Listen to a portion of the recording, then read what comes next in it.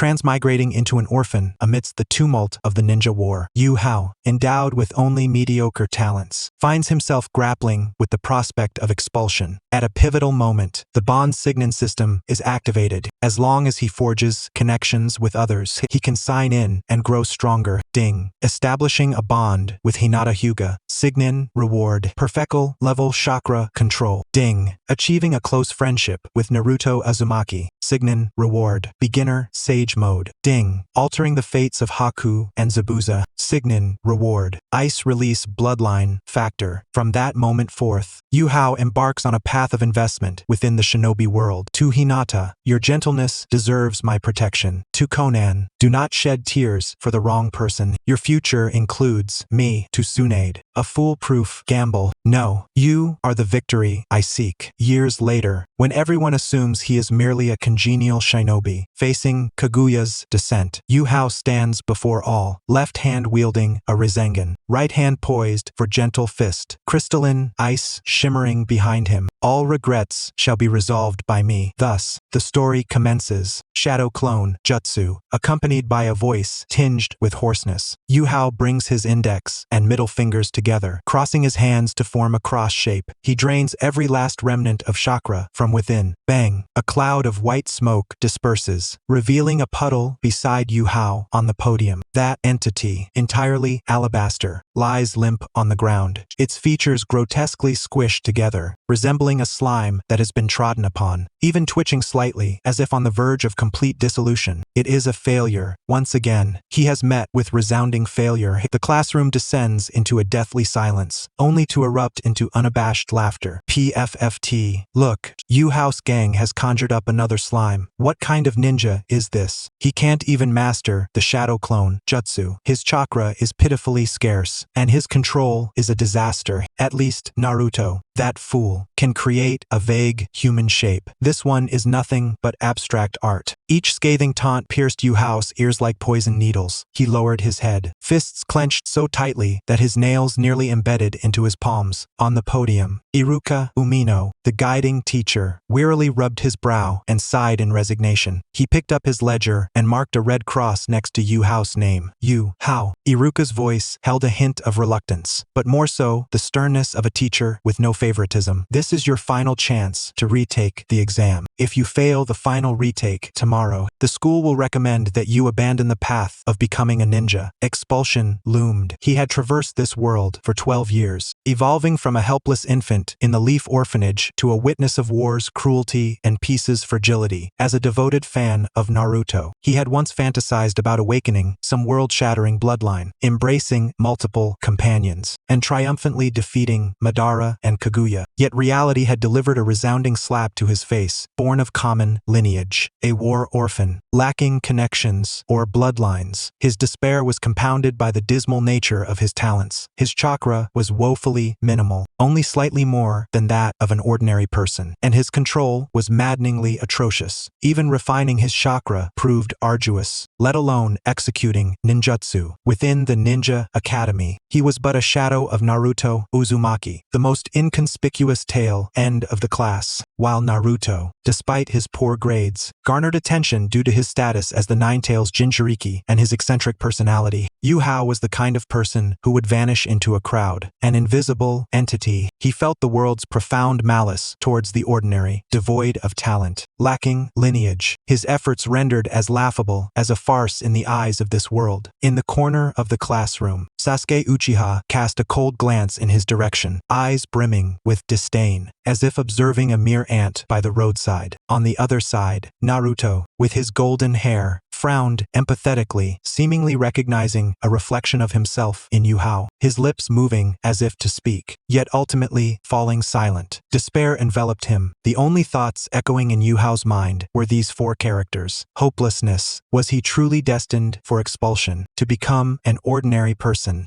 fading away like cannon fodder amidst the chaos of future ninja wars or the collapse of the leaf. He refused to accept this fate. He yearned to survive, to acquire strength, to attain a semblance of safety in this brutal world. Just as he teetered on the brink of despair, his soul seemingly on the verge of being consumed by unending darkness. Ding! Detecting the host's intense unwillingness and will to survive. Activation conditions met for the system. The bond signin system is being activated. 10%, 50%, 100%. System binding successful. Host, Yu Hao, a cold, emotionless mechanical voice resounded in Yu Hao's mind. Yet, at this moment, it was more melodious than the sweetest music. A system, a golden finger. Yu Hao's heart raced furiously, blood surging to his head, nearly overwhelming him with joy. He forcibly restrained his exuberance, focusing intently on the system's introduction. This system is the bond signin system. Buying,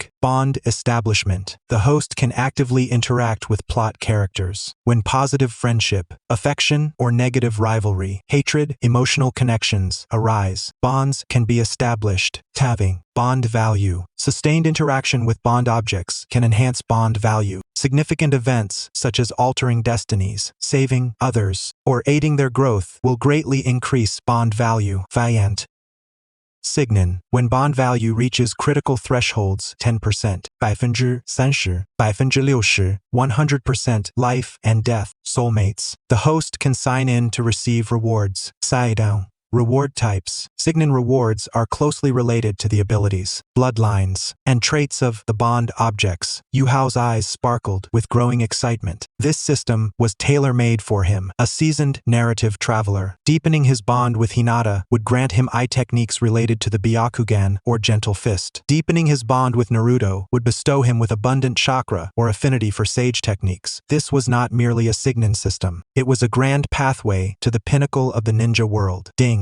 Newbie task released. Task objective. Establish a basic bond with Hinata Hyuga. Current bond value. 5%. Task reward. A newbie package. As the system prompt echoed again, Yu Hao was momentarily taken aback. Hinata Hyuga. His gaze instinctively shifted to another corner of the classroom. There, the girl with pure white eyes was bowing her head, her fingers nervously clasped together, seemingly lacking the courage to even glance up. Within the entire ninja academy, Hinata was known for her shyness and introversion, speaking only occasionally with Kiba Inuzuka and Shino Aburame, hardly interacting with anyone else. To establish a bond with someone like her, especially when he himself was at the bottom of the class. This level of difficulty is, quite frankly, surpassing even the challenge of Sasuke willingly seeking Naruto's companionship. As the school bell rang, students dispersed in small clusters, casting glances of disdain and mockery at Yu Hao as they passed by. Yu Hao paid them no mind. His mind was racing at full speed. How should he approach the task of winning over Hinata? He understood her character well, externally gentle, yet internally resolute. She yearned for acceptance, but was ensnared in profound self-doubt due to her father's harshness and Neji's criticisms. To draw closer to her, he must find an opportune moment. Yu Hao slung his backpack over his shoulder and quietly trailed behind Hinata, maintaining a careful distance. He observed as Hinata did not head directly home, but veered into the small copse behind the school, her usual sanctuary for solitary training. Sure enough, before long, the sounds of her youthful, delicate voice and the thud of fists striking training posts echoed through the trees. Yu Hao did not approach. He merely waited in silence. After about half an hour, a ninja dressed in the garb of the Hyuga clan, marked with the mighty seal on their forehead, emerged from the woods. Miss Hinata, the clan members are exceedingly displeased with your performance today. The ninja's voice was cold and mechanical, devoid of any emotion. Your gentle fist lacks power. Your movements are sluggish. You exhibit none of the Hyuga clan's grace. You are a disgrace to the Hyuga family. The harsh words cut into Hinata like knives, each one piercing her heart. She halted her training, her small frame trembling uncontrollably, tears welling in her eyes, yet she stubbornly fought to keep them from spilling. Please remember, if this continues, your position as heir will inevitably be usurped by Miss Hanabi. With that, the ninja turned and departed, leaving Hinata standing alone in the clearing. At last, she could no longer contain herself. She dashed behind a tree, crouched down, and buried her face in her knees, emitting muffled sobs like a distressed little creature. Now is the moment. Yuehao's heart raced with anticipation. His opportunity had arrived. He adjusted his somewhat wrinkled clothing, took a deep breath, and approached casually, as if by mere chance. He rummaged through his pocket for a moment before producing a slightly melted piece of fruit candy. This was the money he had saved from dinner, intended as a consolation after a failed retake exam. Now, it seemed it could serve a better purpose.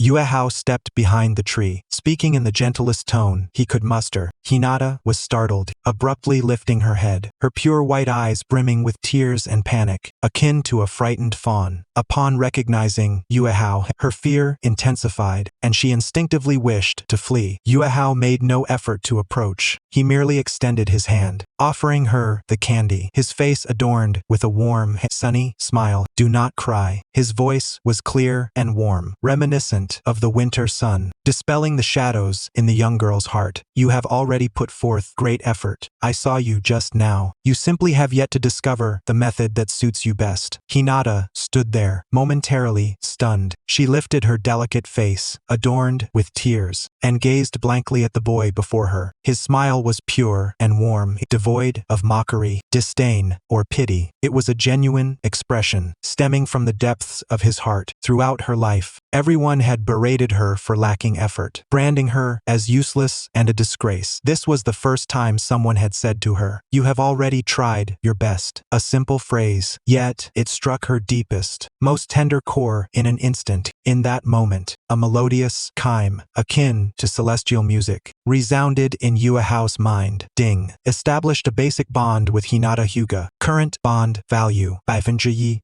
Newbie task accomplished. Reward. Beginner's package. Bond value reached 1%. Signin conditions met. Would you like to proceed with the signin? Yuehao's heart contracted with overwhelming joy. He had succeeded. Merely a heartfelt word of encouragement and a piece of inexpensive fruit candy had opened the heart of this future princess. Sign in, he resolutely thought in his mind, commencing signin for the host. Signin successful. Congratulations, host, on receiving the beginner's package. Perfect chakra control. As the system notification faded, a wave of indescribable warmth surged from his heart, coursing through his limbs and filling every meridian within him. The sensation was wondrous beyond compare. Yuehao could distinctly see that his previously scarce and elusive chakra, once difficult to harness, now resembled a tamed stallion, becoming obedient and docile. They were no longer energies that required painstaking effort to refine or guide, but had transformed into an integral part of his being, akin to his arms and fingers, readily manipulable at will. He could even feel the flow of every strand of chakra, its form and nature. This ultimate control over his own energy stirred within him an excitement so profound that he nearly shed tears. "Are you all right?" Hinata's timid voice pulled him back from his ecstatic reverie. She had been startled by his sudden offering of the candy, watching as his expression fluctuated between joy and excitement, fearing something was amiss. "I'm fine," Yuehao responded, gently placing the candy in Hinata's palm, his smile radiant. "This is for you. A little sweetness will surely brighten your spirits." "Thank you, Yuehao," Hinata replied softly, her cheeks flushed, unable to meet his gaze. "Hinata, I believe you will undoubtedly become an exceptional ninja." Yuehao offered her another affirmation of encouragement, then waved his hand, saying, "I have matters to attend to. I must take my leave. See you tomorrow." With that, he turned and walked away, leaving Hinata clutching the now slightly warm candy, her heart stirring with a peculiar ripple. Yuehao. She silently committed his name to memory. Back in his modest, rented room, Yuehao could no longer contain his excitement. He immediately settled into a cross-legged position and formed hand seals. Once a daunting challenge for him, the hand signs for the shadow clone technique. Wei, Si, Yin. Shadow clone technique. Boom, boom, boom. 3 clouds of white smoke erupted, revealing 3 identical corporeal clones standing firmly beside him. These clones were no longer the limp slimes of before, but vivid and lifelike, even the strands of hair clearly visible. One clone playfully winked at him, another stretched lazily, while the third simply sat cross-legged, resting his chin in contemplation. With a thought, Yuehao commanded the left clone to raise its right hand, performing a standard gentle fist starting stance. The right clone drew a kunai from its ninja tool pouch, executing a beautiful flourish, while the middle clone reclined, crossing its legs. Perfect. This was truly flawless chakra control. Now, his precision in chakra manipulation was likely on par with those elite ninjas specializing in medical ninjutsu, although the total amount of chakra had not increased. With this terrifying mastery, his consumption of ninjutsu would diminish while its potency could be exponentially amplified. This signified that with the same amount of chakra, he could unleash effects thrice or even quintuple that of others. Tomorrow marks the final retest. Yue Hao gazed at the three vividly animated clones, a confident smile curving upon his lips. Iruka-sensei, classmates, are you prepared to welcome the surprise? The following day, at the ninja school, the scene of the ultimate retest unfolded. The atmosphere was as oppressive as the day before, perhaps even more so, for this was the decisive moment determining the fate of all present. As Iruka called out Yue Hao, nearly every gaze converged upon that inconspicuous corner. Hey, do you think that dead last will succeed today? Impossible. He failed yesterday. How could he possibly have an epiphany today? I bet hell just conjure a slime again. It's truly pitiful. It seems he's destined to never become a ninja. Mockery and pity intertwined, filled with a sense of schadenfreude. Even Naruto looked at him with concern, whispering, "How? You can do it." Iruka watched as Yue Hao approached the podium, already mentally preparing comforting words for him. However, today, Yue Hao appeared to be an entirely different person from yesterday. He stood tall and straight, bearing no signs of nervousness or inferiority, replaced instead by an air of calm and confidence. His black eyes, deep and bright, seemed to harbor a sea of stars. Yue Hao took his position at the center of the podium, disregarding all surrounding gazes, and took a deep breath. He did not hastily form hand seals like others, but raised his hand at a measured pace. Rat, snake, tiger. The three simple hand seals in his hands exuded a peculiar rhythm, flowing like water, pleasing to the eye. Shadow, clone, jutsu, bang, bang, bang. Three crisp explosions resonated, sharp and decisive, devoid of any hesitation. As the thick white smoke dissipated, three perfect clones identical to Yue Hao surrounded him in a triangular formation. Not only were they perfectly shaped, but each also exuded a unique demeanor. The clone on the left had his hands in his pockets, a slight smirk gracing his lips, portraying a cool expression. The clone on the right crossed his arms, eyes sharp, as if scrutinizing everything around him, and the clone standing behind Yue Hao was the most outrageous. He actually flashed a victorious V sign towards the coldest and most imposing Sasuke Uchiha in the class. At that moment, time seemed to freeze. All mocking voices abruptly ceased, and those students eager to witness a spectacle were left gaping, as if a hand had clutched their throats, their eyes nearly bulging out. Is this truly the dead last Yue Hao? What a jest. These three clones, in terms of both substance and agility, far surpassed those so-called top students. In fact, even Iruka-sensei's clone seemed less perfect. Crack, the chalk in Iruka's hand snapped, falling to the ground in two pieces. He stared blankly at the boy on stage and the three animated clones, his mind a complete void. Illusion. No, that's not it. He could distinctly sense the steady and real chakra fluctuations emanating from those three clones. How could this be possible? Just yesterday, he couldn't even produce a single clone, and now he could perform such a flawless shadow clone jutsu. This could not merely be attributed to a sudden epiphany. This was a transformation of remarkable proportions. On another side, Naruto Uzumaki was so astonished that he stood up from his seat, his mouth agape, able to fit an egg inside. How? That's amazing, he exclaimed with genuine admiration, his eyes filled with awe and envy. And at the center of attention, Sasuke Uchiha, with his eternally stoic countenance, displayed for the first time a hint of a crack. He fixated on the clone that had given him the V sign, then glanced at the composed Yue Hao on stage, his brows furrowing tightly. Had he concealed his strength? This individual, whom he had always regarded as dust and the dead last, unexpectedly turned out to be a hidden gem, to be provoked by someone he had never deemed worthy. A so-called loser, using the shadow clone technique, filled Sasuke Uchiha with an unprecedented sense of humiliation. Meanwhile, in the corner of the classroom, Hinata Hyuga pressed her small hands tightly against her mouth, stifling a gasp. Her pure white eyes were fixated on Yue Hao on stage. Sunlight streamed through the window, casting a golden halo around him. rendering him dazzlingly extraordinary. The gentle boy who had handed her candy the previous night now shone with a brilliance that captivated all under the spotlight. Hinata felt her cheeks flush and her heart race, a tender feeling quietly blossoming within her. Ding! Hinata Hyuga's affinity and goodwill towards you have increased. Bond value 2%. Current total bond value 5%.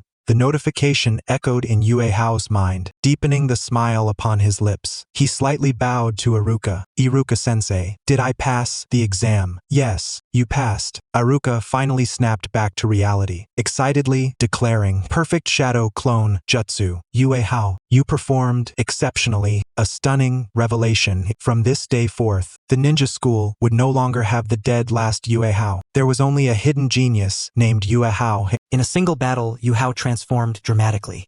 From being an inconspicuous figure at the tail end of the class, he executed a remarkable comeback overnight, showcasing his perfect clone technique that left the audience in awe. News of his astounding abilities spread like wildfire, as if he had sprouted wings, swiftly permeating the entire ninja academy. After class, his previously indifferent classmates now regarded him with a mixture of reverence, curiosity, and even a hint of flattery. Hey Yue Hao, how did you master that clone technique? It's incredible. Haku, would you like to go for barbecue after school? It's on me. In the face of this sudden surge of enthusiasm, Yue Hao maintained his composure, responding with a gentle smile that was his signature, neither aloof nor overly familiar. These individuals were merely captivated by the display of his talent. Once he ceased to deliver surprises, their enthusiasm would undoubtedly wane swiftly. After school, Iruka deliberately called him aside. Hao, come with me for a moment. In the office, Iruka poured a cup of hot tea and handed it to him, his gaze scrutinizing the student before him with a complex expression. To be honest, I am still trying to wrap my head around this, Iruka remarked. Were you concealing your strength all along? It seems to be the most plausible explanation. Yue Hao chuckled softly, taking a sip of tea before responding non-committally. Perhaps the pressure was too much and I just suddenly figured it out. Iruka-sensei, you know I don't want to be expelled. This ambiguous yet reasonable reply led Iruka to nod in understanding, choosing not to press further. Every ninja possesses their own secrets, and he opted to respect his student's choices. Regardless, I am genuinely pleased with your progress. Your control over chakra has already reached the level of an elite genin. I will report your situation to the third Hokage and advocate for the most suitable arrangement for you in the upcoming class divisions. Thank you, Iruka-sensei, Yue Hao expressed humbly, while his mind raced with calculations. Gaining the attention of the higher-ups was the first step in his plan. A sudden emergence of genius is far more captivating and valuable than a long-standing one, making it easier to secure preferential resources. After leaving the office, Yue Hao found a secluded corner and opened the system panel. A blue screen, visible only to him, unfurled before his eyes. Host, Yue Hao, ability, perfect level chakra control, bond target, Hinata Hyuga, bond value, 3, bond relationship, initial affection, next check-in node, 10, expected reward at node 10, Byakugan, beginner, growth potential, gentle fist, entry level, chakra refinement technique, Hyuga style, 1 to choose from. Gazing at the anticipated rewards, Yue Hao felt his breath quicken. Byakugan, this is a bloodline limit on par with the Sharingan and even superior in terms of reconnaissance ability. Although only at the beginner level, the system indicated growth potential, implying that as his bond with Hinata deepened, his Byakugan could evolve. Moreover, the gentle fist is a formidable martial art that strikes at the meridians and internal organs. This connection with Hinata must be firmly established. She is my most crucial source of combat prowess in the future. Yue Hao resolved with determination. A bond value of 3 is still far from sufficient. Further investments are imperative. Relying solely on himself would not suffice. He must cultivate connections widely to justify his status as a transmigrator. Who should be the second target? Yue Hao's gaze swept rapidly over the list of classmates in his mind. Uchiha Sasuke? The bond reward would undoubtedly be the Sharingan and fire release, but his arrogance poses a high level of difficulty for persuasion. Negative bonds are easier but fraught with risks. Inuzuka Kiba? The rewards would likely involve secret techniques related to ninja dogs or enhanced senses. Yamanaka Ino? Bugs, perhaps I should pass on that. Nara Shikamaru? His high intelligence and shadow imitation technique are enticing, but his laziness is extraordinary. Attempting to increase bond value with him would likely be exhausting. As each name crossed his mind, Yue Hao's gaze ultimately settled on a golden figure. Uzumaki Naruto. That boy, ostracized by the entire village, yet shining with the relentless brilliance of a small sun. With a thought, Yuhao summoned the system data for Uzumaki Naruto. Bond target: Uzumaki Naruto.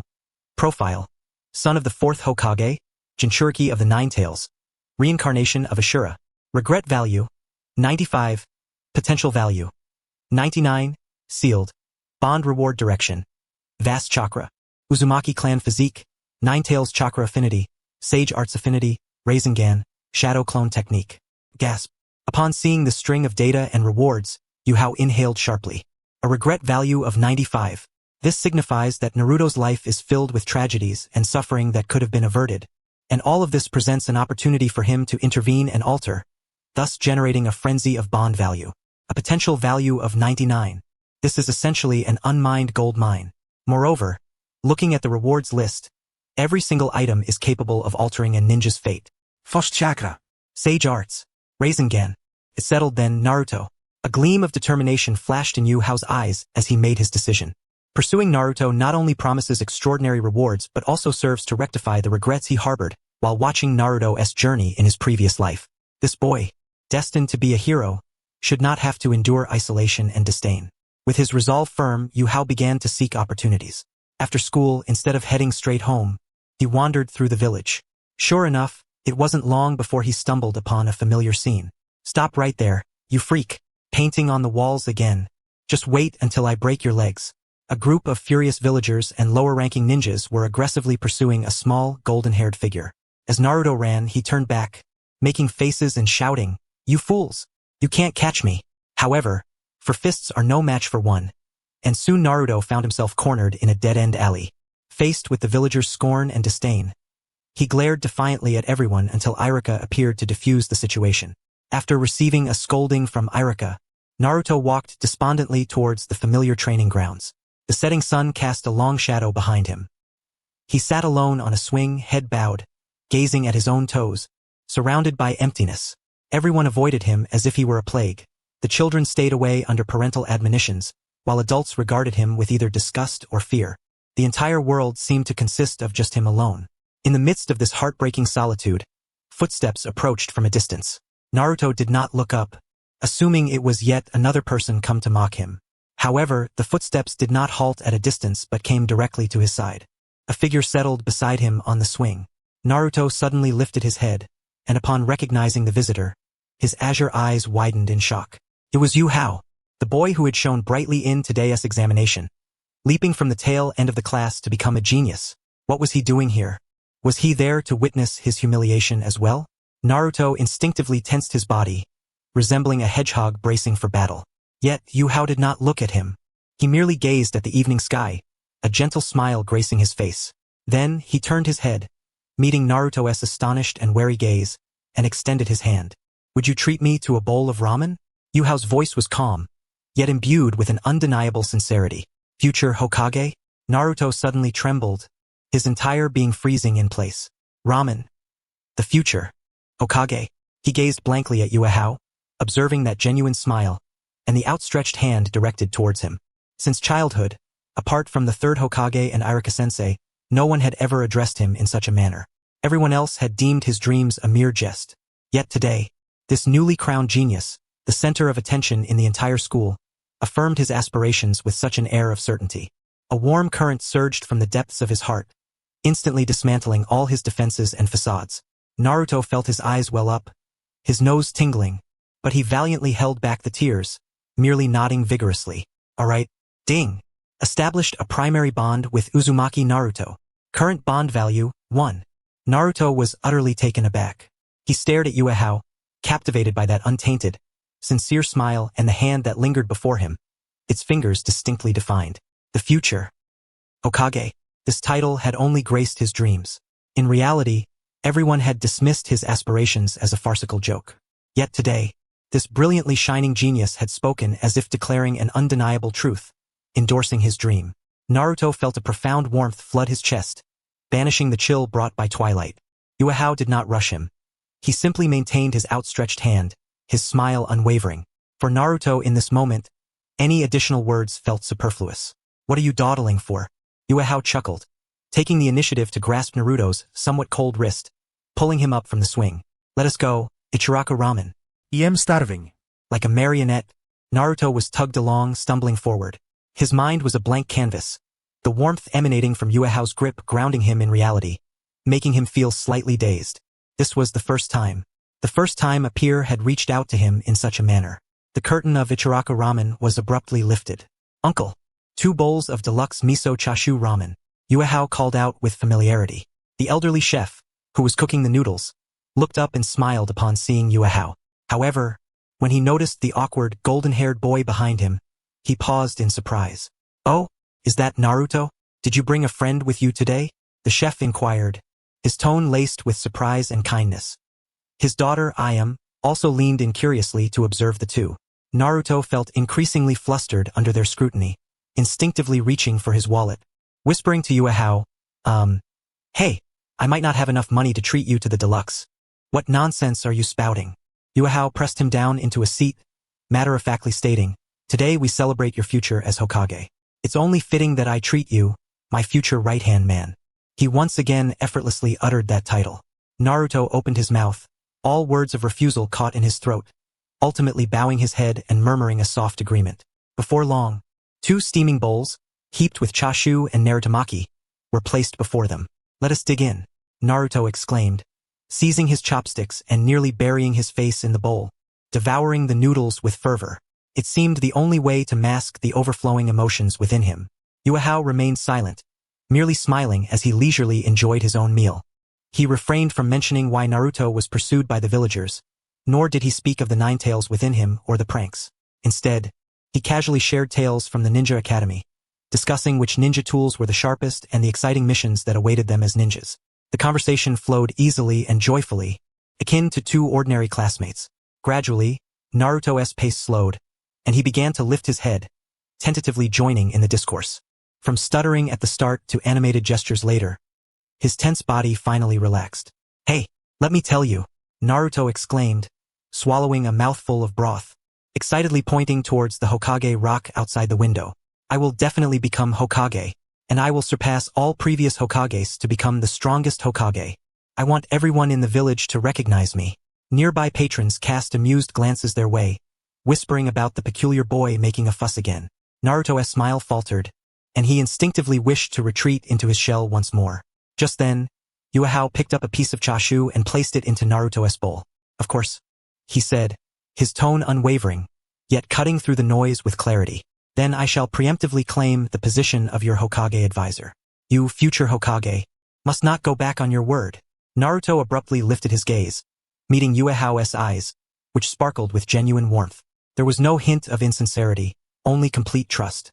Ding! Bond value with Uzumaki Naruto, 1. Total bond value, 2. The notification echoed in his mind, deepening the curve of Yuehao's smile. Naruto's eyes welled up with tears. He took a deep breath, stifling the urge to cry, and nodded emphatically, declaring, "All right, it's settled." In the days that followed, Yuehao's life became remarkably fulfilling. He initiated his investment plan. Each day, he accompanied Naruto to and from school, shared meals, and trained together.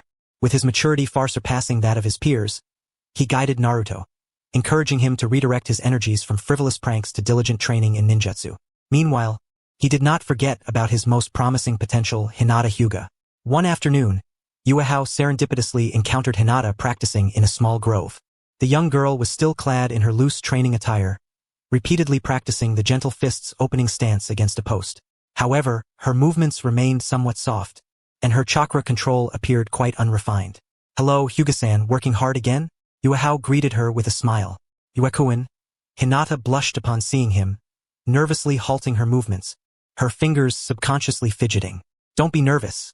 I'm just passing by." Yuehao approached her, observing the faint impressions left on the post, and thoughtfully inquired, "Are you finding it difficult to concentrate your chakra at your fingertips?" Hinata paused for a moment before nodding slightly. This was her greatest struggle. Her father and clan members constantly told her that her chakra control was inadequate, preventing her from unleashing the full potential of the gentle fist striking technique. "I have a small technique you might want to try," Yuehao said, picking up a leaf from the ground and placing it in the palm of his hand. He did not form any seals, merely focusing his mind.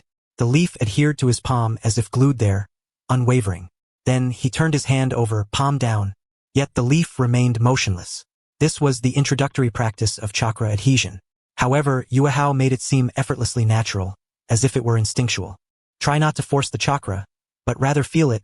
Yuehao began to impart his experiences from mastering chakra control. Imagine it as a gentle stream, allowing it to flow softly to your fingertips, rather than erupting like a torrential flood. His voice was soothing and resonant, elucidating the concept with clarity. Hinata listened intently, instinctively following his guidance. She closed her eyes, seeking to sense the faint chakra within her. This time, the sensation was entirely different. The chakra no longer felt like a raging beast but resembled a docile sheep. Imitating Yuehao, she gradually directed the chakra to her fingertips, then carefully extended her hand towards the post.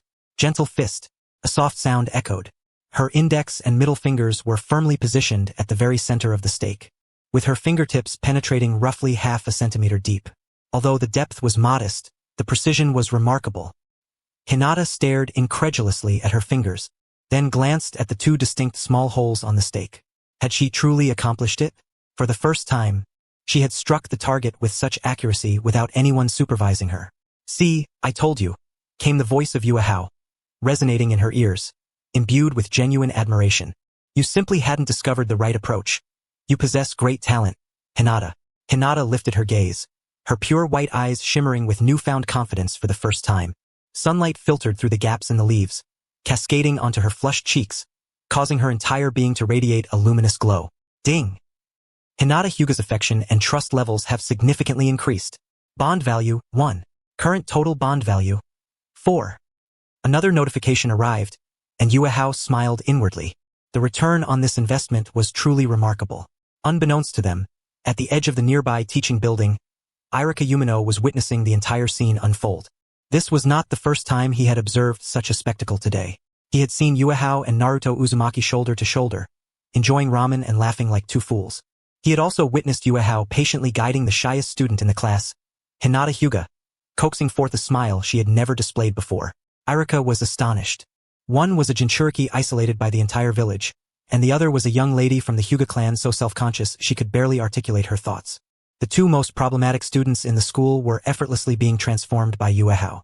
What level of emotional intelligence and charm did this boy possess? He seemed less like a 12-year-old and more like a seasoned psychological mentor, adeptly navigating the emotional needs of each individual. This was no mere talent. It was nothing short of monstrous. Irika murmured to himself, his eyes brimming with astonishment. He felt an urgent need to report Yuehao's situation to the third Hokage immediately. This youth's value extended far beyond his astonishing control over chakra. Just as Irika turned to leave, his peripheral vision caught sight of a figure at the far end of the corridor. Teacher Mizu, a Chunin instructor, was leaning against the wall. A warm smile graced his face, seemingly pleased with the harmony among the students. However, Irika keenly sensed the flicker of jealousy and coldness that flashed in Mizu's eyes the moment he glanced at Yuehao's retreating figure. Ever since Yuehao's remarkable emergence, his treatment at school had undergone a dramatic transformation. He was still the same boy with a gentle smile, greeting every classmate with warmth.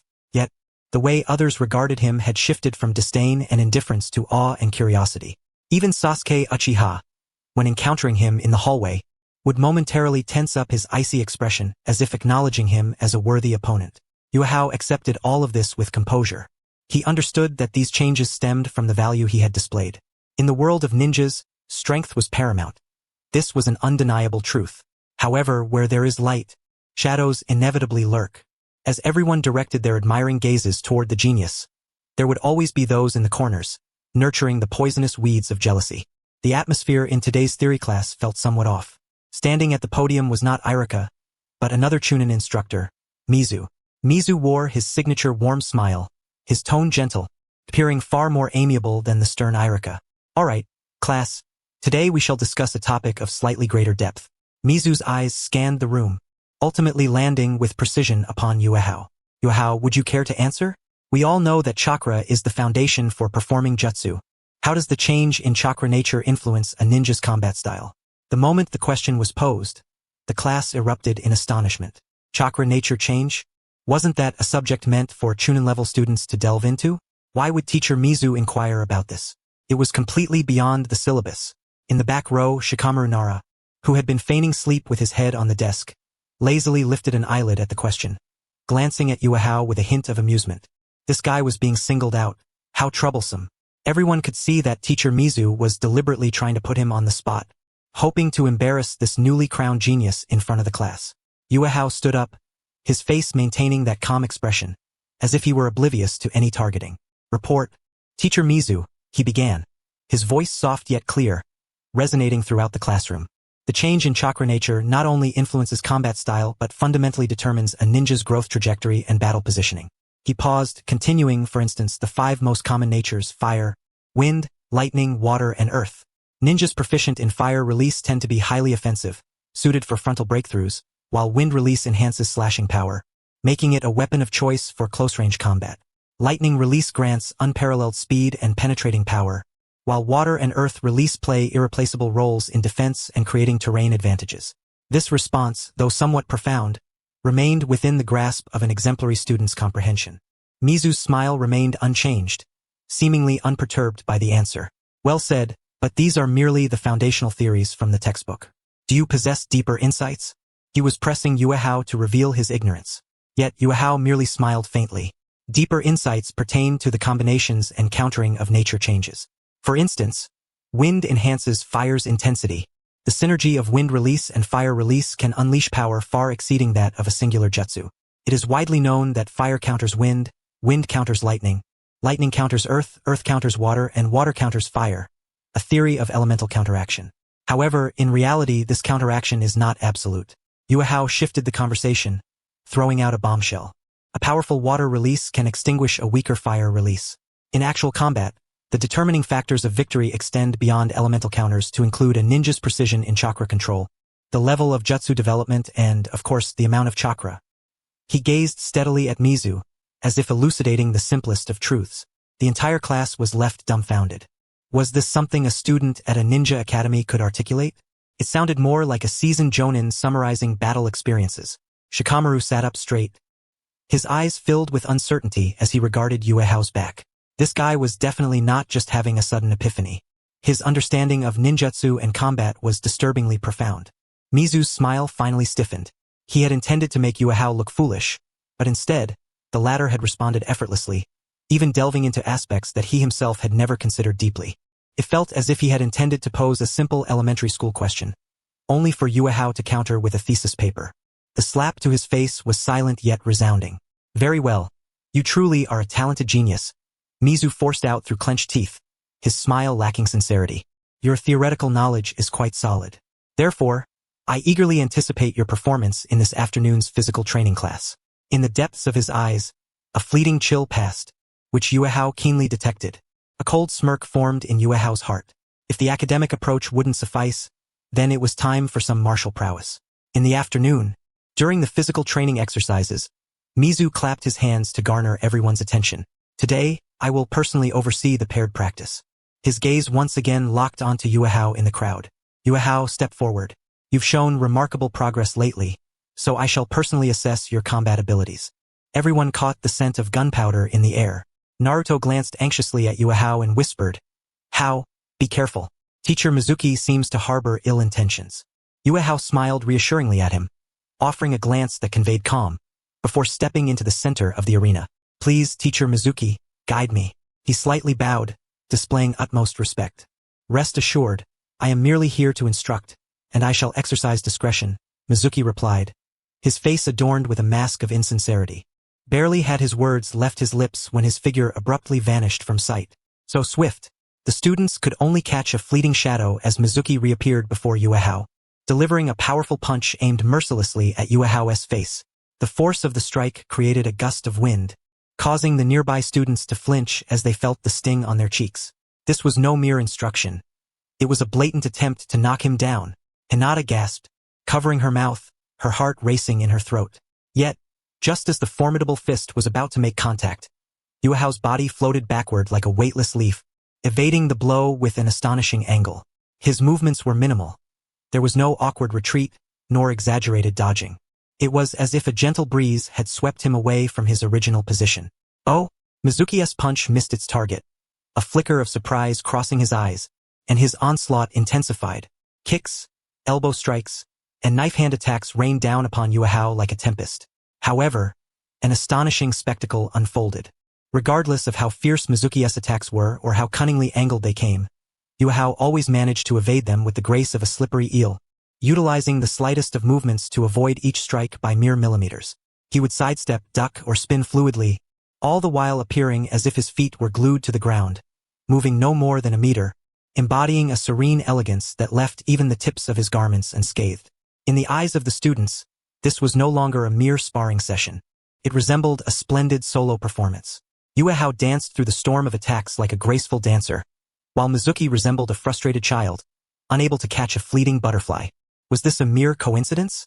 Inuzuka Kiba stared, slack-jawed. He moved so lightly, Inuzuka Shino remarked, adjusting his sunglasses quietly. Uchiha Sasuke's fists, unbeknownst to him, had clenched tightly. He could see that Yuhao's foundation in physical skills was quite ordinary, his strength and speed far inferior to Mizuki's.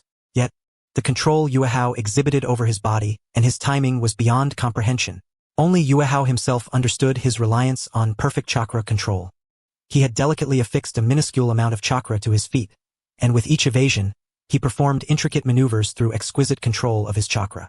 By altering the minute interaction between his feet and the ground, he executed seemingly impossible evasive actions. This technique consumed negligible energy yet yielded remarkably effective results. After a minute, Mizuki came to a halt, beads of sweat forming on his brow, his chest heaving as he leaned on his knees, gasping for breath. He had exerted all his strength and had yet to lay a finger on his opponent. In stark contrast, Yuhao remained poised in place, his breathing steady, a disarmingly harmless smile gracing his face. Teacher Mizuki, shall we continue? The color drained from Mizuki's face, turning it a shade reminiscent of liver. Before the eyes of the entire class, he had been thoroughly toyed with by someone he deemed beneath him. This was an affront to his dignity. Enough! A composed voice interjected. Irika had appeared at the edge of the training ground, his expression serious as he approached to halt this farcical display of instruction. He cast a profound gaze at the unscathed Yuhao, his astonishment beyond words. If the last time with the shadow clone technique had been astonishing, then this display of evasive physical prowess was unfathomable. How many secrets lay hidden within this young man? In Irika's mind, the thought of reporting Yuhao's situation to the third Hokage solidified with unprecedented resolve. Yuhao bowed once more to Irika and Mizuki before retreating into the crowd, as if the attention that had just been on him had never existed. He sensed Mizuki's gaze upon him, now tinged not solely with jealousy but laced with resentment and animosity. Ding! Detected strong negative emotions from Mizuki. Hatred, establishing a negative bond with Mizuki.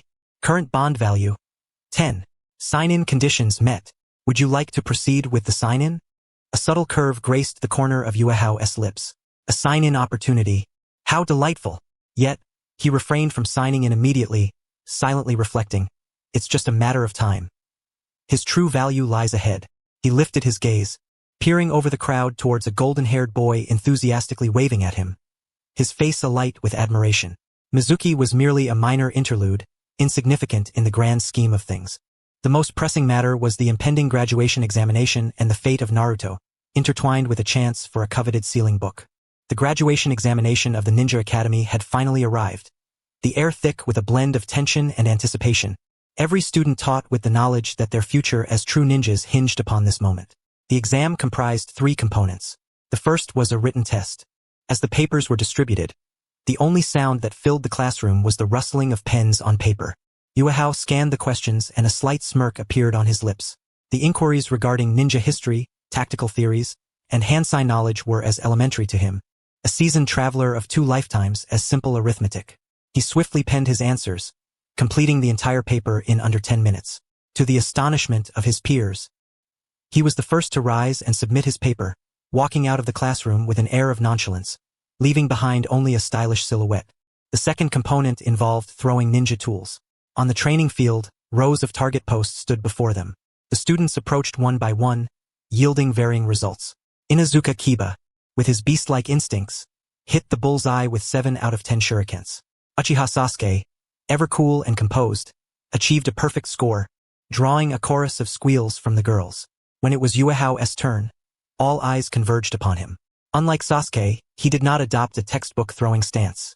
Instead, he casually plucked 10 shurikens from his ninja tool pouch, casting a glance aside before flicking his wrist lightly. Whoosh! 10 glimmering projectiles, as if guided by invisible threads, traced astonishing arcs, circumventing several obstacles before striking the bullseye with precision, forming a flawless circle. This display surpassed Sasuke's perfect score in both artistry and impact. It was no longer merely a technique. It was art. Once again, Yuahao's perfect chakra control astonished Sasuke, causing his pupils to constrict slightly, his fists clenching unconsciously. Iruka nodded in satisfaction from the sidelines, marking a perfect score on the roster. The final and most critical component was the shadow clone technique. When Iruka called out Naruto Uzumaki, Yuahao's heart skipped a beat. Naruto inhaled deeply, stepping onto the platform, trembling as he began to form the hand signs. He poured every ounce of effort into this moment, gambling all his hopes on it. Shadow clone technique. Bang! A cloud of white smoke dissipated, revealing a weak, pale clone on the ground, seemingly on the verge of collapse. He had failed. Naruto's radiance instantly waned, and he descended from the podium in a daze, seemingly deaf to the surrounding jeers. Yuahao sighed, fully aware that this hurdle was insurmountable for Naruto. Next, Yuahao. Yuahao ascended the stage, met with the collective gaze of his classmates, a confident smile adorning his face. He glanced at the dejected Naruto in the corner and then at the proctor, the envious Shuei, his eyes sparkling with jealousy. It was time to deliver a spectacular finale to this graduation performance. With a simple hand seal, he executed the technique. Shadow Clone Jutsu. Bang! Bang! Bang! Bang! Bang! 5 resounding explosions echoed as billowing clouds of white smoke erupted, revealing 5 identical corporeal clones of Yuahao, encircling him in the center. If that were all, it would merely evoke further astonishment regarding his mastery of chakra control. However, what followed was astonishing. The 5 clones seemed to possess their own consciousness, simultaneously grinning at the class, then performing synchronized backflips, landing gracefully. A hush fell over the crowd. All the students gaped, unable to believe their eyes. Was this truly the Shadow Clone Jutsu? Had the clones formed a troupe? Iruka's jaw nearly dropped to the floor, as this exceeded his understanding of the technique entirely. Yuahao offered a slight bow to the slack-jawed Iruka. Then, casting a glance at the ashen-faced Shuei, dispelled the clones and returned to his seat amidst a sea of envious gazes. At that moment, his genius was unequivocally affirmed, with no room for doubt. After the graduation ceremony concluded, the newly minted genin were eagerly surrounded by jubilant upperclassmen, receiving their headbands and celebrating their transformation into true ninjas. Yuahao graciously declined several classmates' invitations to celebrate, his gaze scanning the crowd. Soon, he spotted a familiar yet heart-wrenching scene in a corner of the playground. Uzumaki Naruto sat alone on a swing, gazing at the joyful revelry of others, his head bowed, his golden hair appearing particularly dull under the setting sun. At that moment, a figure approached his side. It was Shuei. With a warm smile, Shuei bent down and whispered something in Naruto's ear. Naruto's eyes, initially filled with confusion, gradually brightened, as if he had grasped the last lifeline. Yuahao watched the scene from afar, his expression as calm as still water. The first significant narrative juncture in the world of Hokage had commenced. Should he rush over and expose Shuei? No. Yuahao swiftly assessed the situation in his mind.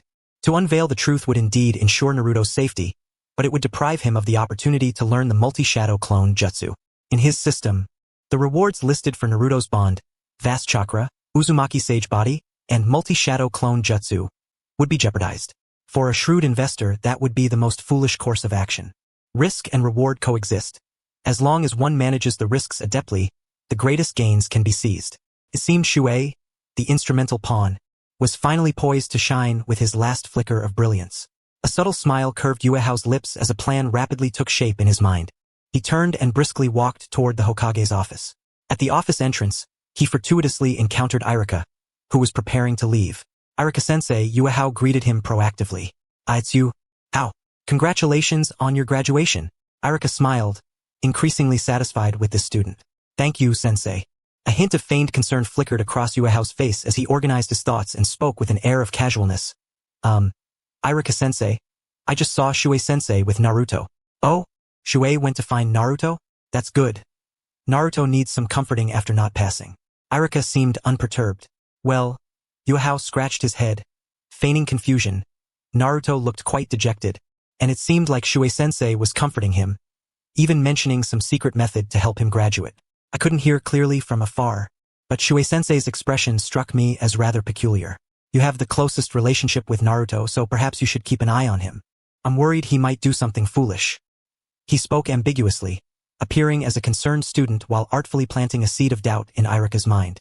Secret method? Irika furrowed his brow. I see how. Thank you for the heads up. I'll go check on him. Watching Irika hastily depart, Yuahao turned and melded into the shadows of the street. The bait had been laid. Now he would quietly follow his investment target. Utilizing his perfect chakra control, which granted him keen perception and the ability to conceal his presence, Yuahao silently trailed behind Naruto. He observed as Naruto employed a variant of the seduction technique to easily deceive the third Hokage and infiltrate the Hokage's office.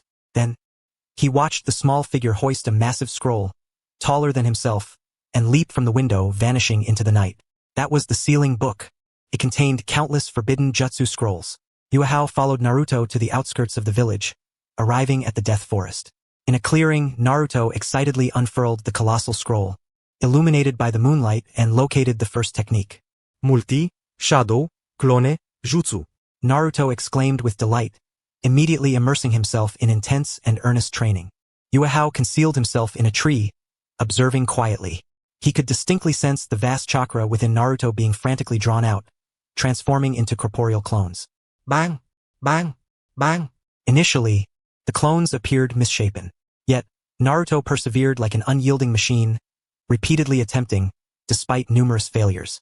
The chakra within him was as expansive as an ocean, enough to leave any jonin feeling inadequate. Was this the legacy of the Ashura reincarnation and the Uzumaki clan? Truly remarkable, Yuahao marveled inwardly. Finally, after countless failures, Naruto succeeded. Dozens, even hundreds of vividly animated shadow clones instantly filled the clearing. Though Naruto himself was breathless, his face radiated unprecedented joy and satisfaction. At that moment, a figure appeared at the edge of the clearing. Naruto. It was Irika. He had finally found him. Irika-sensei, Naruto exclaimed, proudly gesturing to his clones. Look, I've learned an amazing ninjutsu. Can I graduate now? Irika, surveying the panting Naruto and the multitude of clones, was both astonished and furious, about to reprimand him. Suddenly, several shuriken whizzed through the air, aimed directly at Naruto. Watch out! Without a moment's thought, Irika lunged forward, pushing Naruto aside, as the shuriken embedded themselves deep into his back and calf. From the trees, another figure emerged, a triumphant smile gracing his face. It was Shuei. Shuei-sensei, why? Naruto gazed at him in disbelief. Hee. Naruto, hand over the scroll. Shuei smiled, as if everything was within his grasp. Wait, Shuei, what do you intend to do? Irika, enduring excruciating pain, demanded with a firm voice. Shuei's smile morphed into a grotesque and twisted expression, shedding his pretense, his voice dripping with malice as he turned to the bewildered Naruto. Naruto, don't you want to know why everyone in the village looks at you with such disdain? What do you mean? Naruto's heart sank. Iruka's expression shifted dramatically as he roared. Silence. Water. Do not utter another word. Yet it was too late. Water relished the fear that emerged on Naruto's face and, enunciating each word with cruel clarity, unveiled the harsh truth capable of shattering the boy's entire world. 12 years prior, the monstrous Nine-Tails fox had obliterated the village and slain Iruka's parents, yet it had not been vanquished. He pointed at Naruto, his voice rising sharply, infused with venomous glee. That monster is you, Uzumaki Naruto. That monster is you. Water's spiteful and exultant words pierced Naruto's heart like a blade forged of ice. Time seemed to freeze at that moment. The confusion, anticipation, and unease reflected on Naruto's face solidified before shattering into a million pieces. His cerulean eyes constricted violently, and his body trembled uncontrollably. A monster. Am I a monster? The disdainful gazes that had haunted him since childhood, the deliberate avoidance of his shadow, the whispers that trailed behind him, all the incomprehensible isolation and rejection suddenly found their answer. An answer so unbearably cruel that he could scarcely bear it. So, it is like this, Naruto murmured. He felt the world spinning around him, the ground beneath his feet becoming insubstantial, as if he might plunge into an endless abyss at any moment. Silence. Water.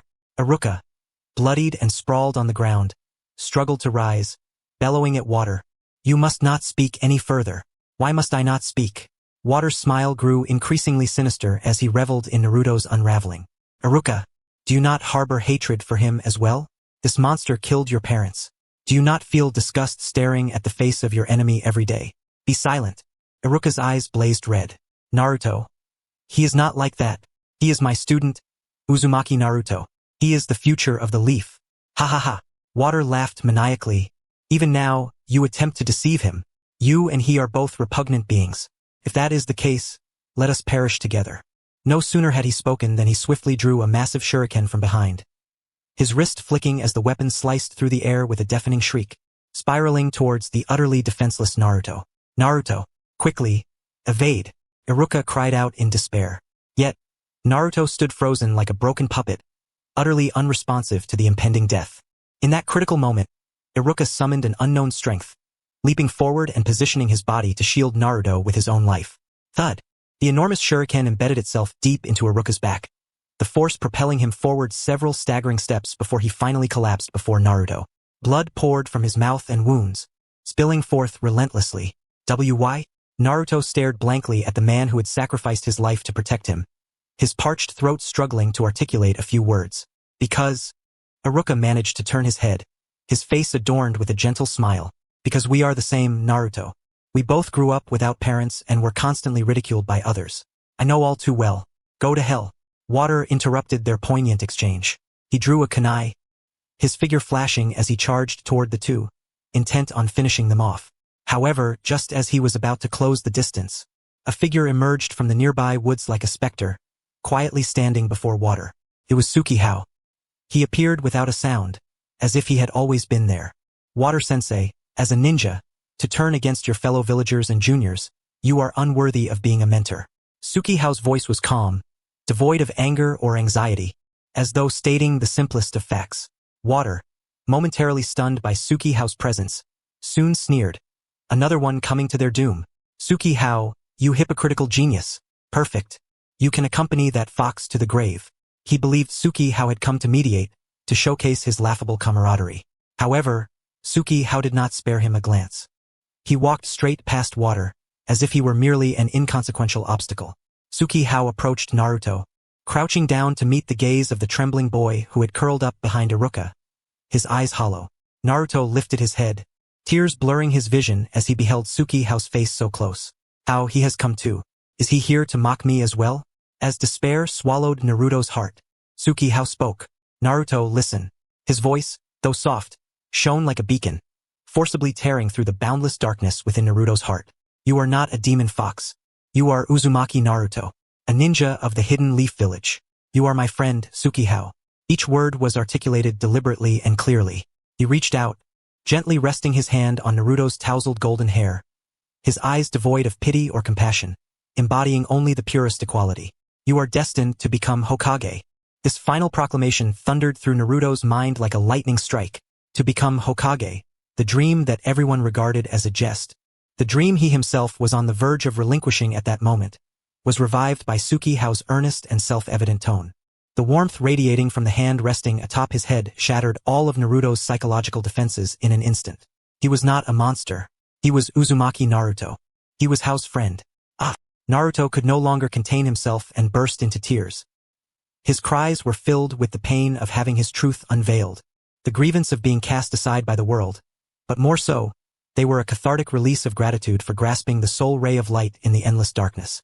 He clutched tightly at Tsukihao's clothing, as if seizing a lifeline, his tears and snot smearing his face, weeping like a child wronged by fate.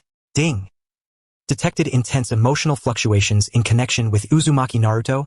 Trust, reliance, and affection levels have reached their zenith. Bond value, 14. Current total bond value, 15. Relationship with Uzumaki Naruto has elevated to close friend, beginner. Conditions for signing in have been met at 10 bond nodes. Would you like to proceed with the sign-in? Tsukihao felt no hesitation within his heart. Yes, sign in.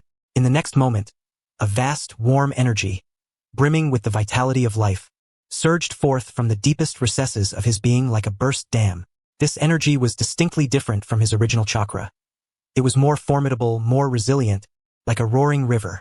Tsukihao felt as if his initial reservoir of chakra had been exponentially expanded, deepened, and more than doubled in an instant.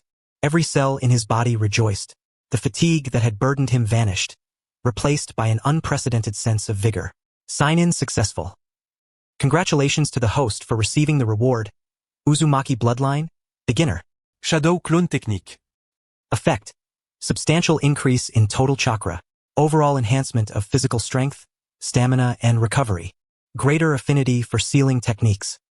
Thus it was, Tsukihao realized. This power emanated from Naruto's maternal lineage, the resilient and unyielding Uzumaki bloodline. He could sense a strange connection blossoming between himself and Naruto, seemingly rooted in the depths of their blood. Feeling this surging force within him, Tsukihao steadied his heart.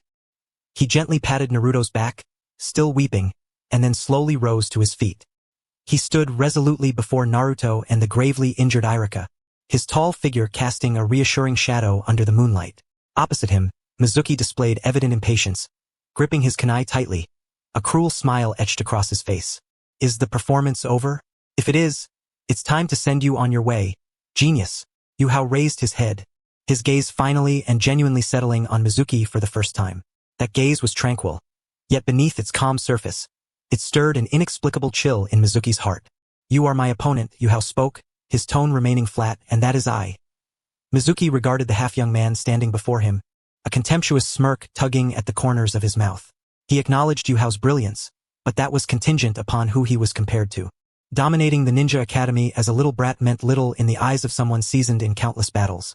He was merely a slightly stronger ant. You are my opponent? Mizuki erupted in laughter, his shoulders shaking violently. Don't make me laugh, Hyuga. You, a mere child who hasn't even received your headband, think you've achieved something and lost sight of your place in the world? Since you are so eager for death, I shall oblige, and let you discover the insurmountable chasm that lies between a Chunin and a Genin. Mizuki's eyes narrowed dangerously, his murderous intent laid bare. With a powerful push from his legs, the ground beneath him shattered. He propelled himself like a cannonball directly towards Hyuga, the kunai in his hand reflecting a chilling glimmer in the moonlight. In the face of this ferocious assault, Hyuga swiftly formed hand seals. He brought his index and middle fingers together, then crossed his hands to create a cross shape. As Mizuki barreled forward and beheld the hand sign, his pupils constricted sharply. That sign is... How is that possible? Shadow Clone Technique. Hyuga declared, attempting to employ the ninjutsu he had just acquired. Though he was not yet entirely proficient, he managed to succeed. A surge of elation coursed through him. Having a system truly was a godsend. Boom! Boom! Boom! Boom! A cacophony of muffled explosions resonated through the clearing. White smoke rapidly enveloped the area, obscuring Mizuki's vision. As the smoke cleared, Mizuki abruptly halted, his face a mask of shock as he beheld Hyuga standing where there had once been only one. These were not mere illusions that crumbled upon contact, intended to confuse the enemy, but rather each possessed substance, each a tangible entity with flowing chakra, shadow clones. This is B-rank ninjutsu shadow clone technique? Mizuki's voice quivered. Where does a mere child like you get enough chakra to maintain so many physical clones? A typical genin would exhaust half their chakra simply creating one. Hyuga stood amidst his numerous clones, feeling the abundant, surging chakra within him. Is this the power of the Uzumaki bloodline? Truly remarkable. If it were in the past, the clone technique would have been his limit. But now, these clones were merely a warm-up exercise. Given time, he too could produce hundreds or even thousands of clones like Naruto. This is something you need not comprehend. The four Hyuga spoke in unison, their voices overlapping to create an eerie sense of pressure. They did not charge in like a brawl on the streets. At the command of the original, the four shadow clones dispersed instantaneously. Some surged directly towards Mizuki to draw his fire. Others utilized the cover of trees to flank him from the sides, while one brandished a kunai and leaped onto a branch to gain a vantage point.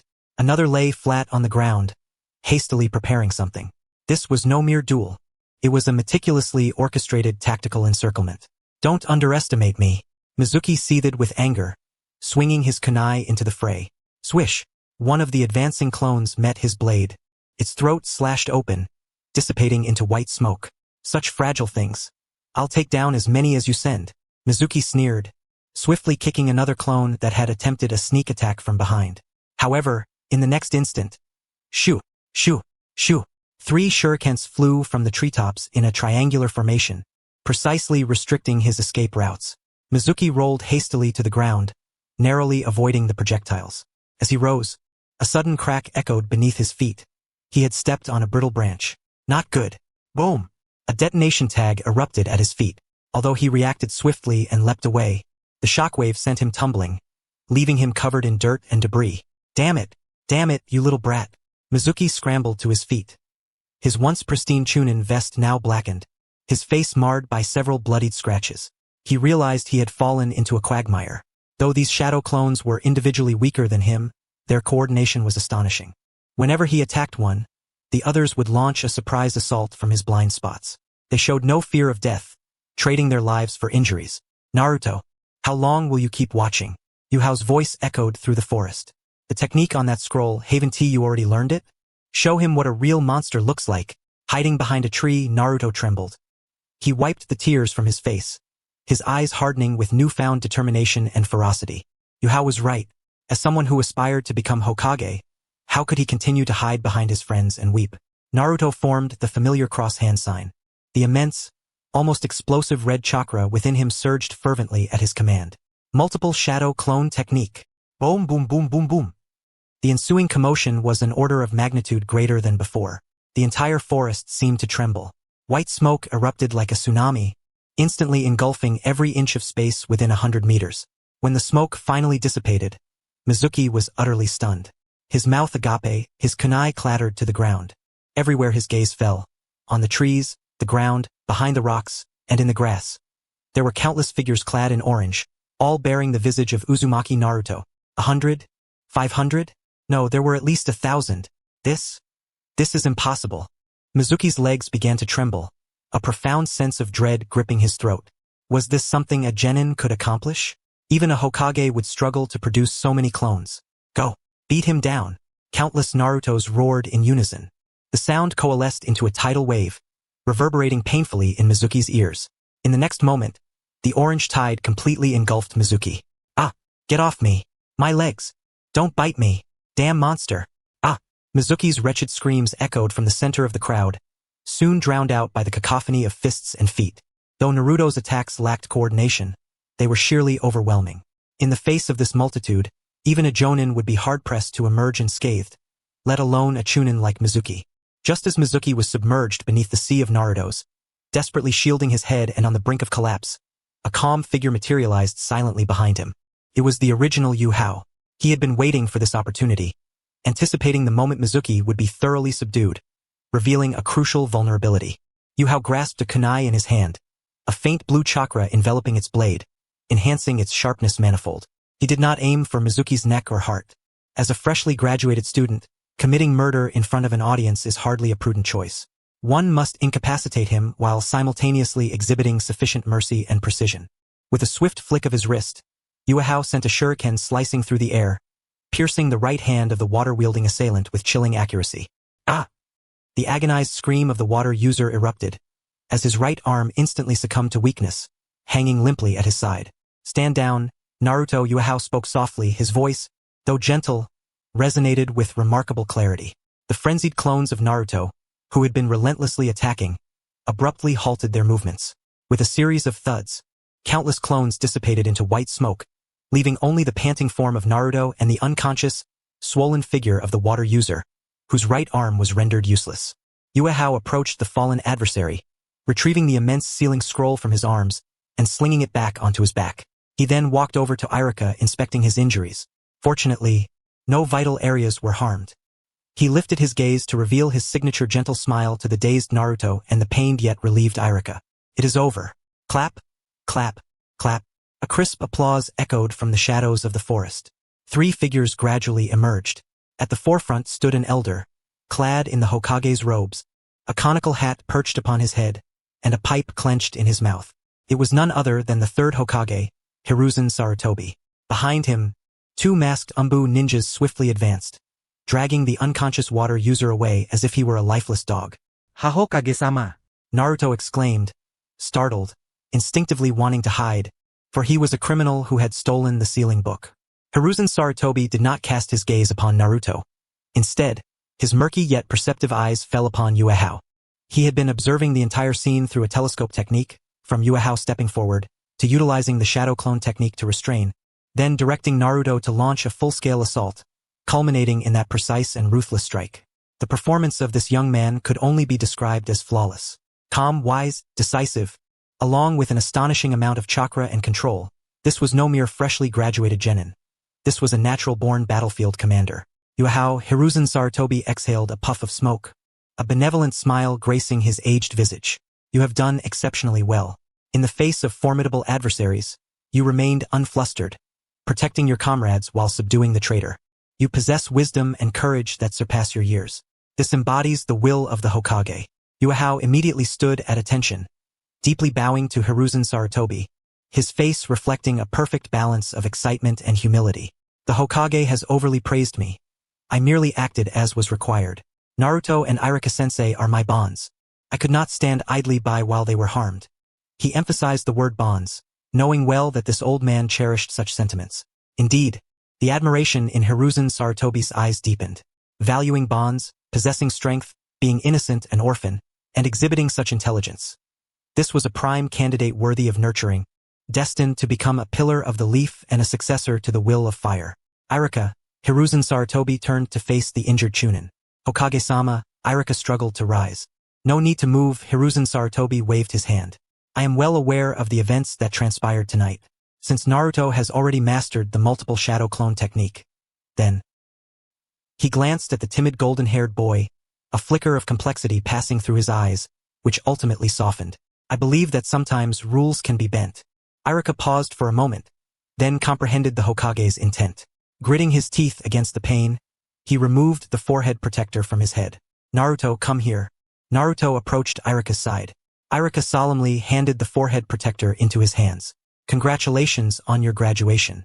Irika smiled, tears welling in his eyes. To celebrate your graduation, once I recover, you must treat me to ramen. Irika-sensei. Naruto could no longer contain himself, leaping into Irika's embrace, weeping heartily. Observing this tender scene, Yuhao stood quietly, smiling softly. However, he discreetly scanned the corners of his vision for the system panel. Participated in defeating the Chunin water user, due to the host collaborating with Naruto. Deemed a major contribution. Naruto's bond value. 5. The third Hokage's attention towards you has significantly increased.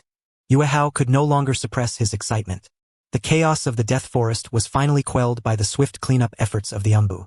That evening, the curtain of the Ichiraku ramen shop was flung open by a hand adorned with a brand new forehead protector. Uncle, 3 bowls of luxurious extra chashu ramen. To celebrate my official status as a ninja. Uzumaki Naruto's voice boomed as if to lift the roof, his face radiant with joy, the shop illuminated by the warm glow. The chef raised his head from the steaming heat, spotting the gleaming leaf symbol upon Naruto's forehead. His eyes squinting into a narrow line as he laughed. Oh, it's Naruto. Congratulations. This meal is on me today. And me, Irika-sensei, I'm included too, right? Yuhao chuckled as he helped another figure enter. Irika was still bound in thick bandages around his back and calves. His complexion somewhat pale, yet his spirit remained high. He gazed at Naruto's exuberance, a mixture of exasperation and pride gracing his face. You rascal, you nearly caused a catastrophic disaster, and you still have the audacity to shout so loudly. Irika admonished, yet he willingly sought a seat. Hehe. Naruto scratched the back of his head, then threw an arm around Yuhao's shoulders, solemnly declaring to Irika and the chef, from today onwards, Hao is my lifelong brother, right, Hao?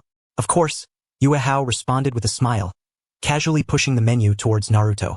Future Hokage, order whatever you desire. Today, it's on me.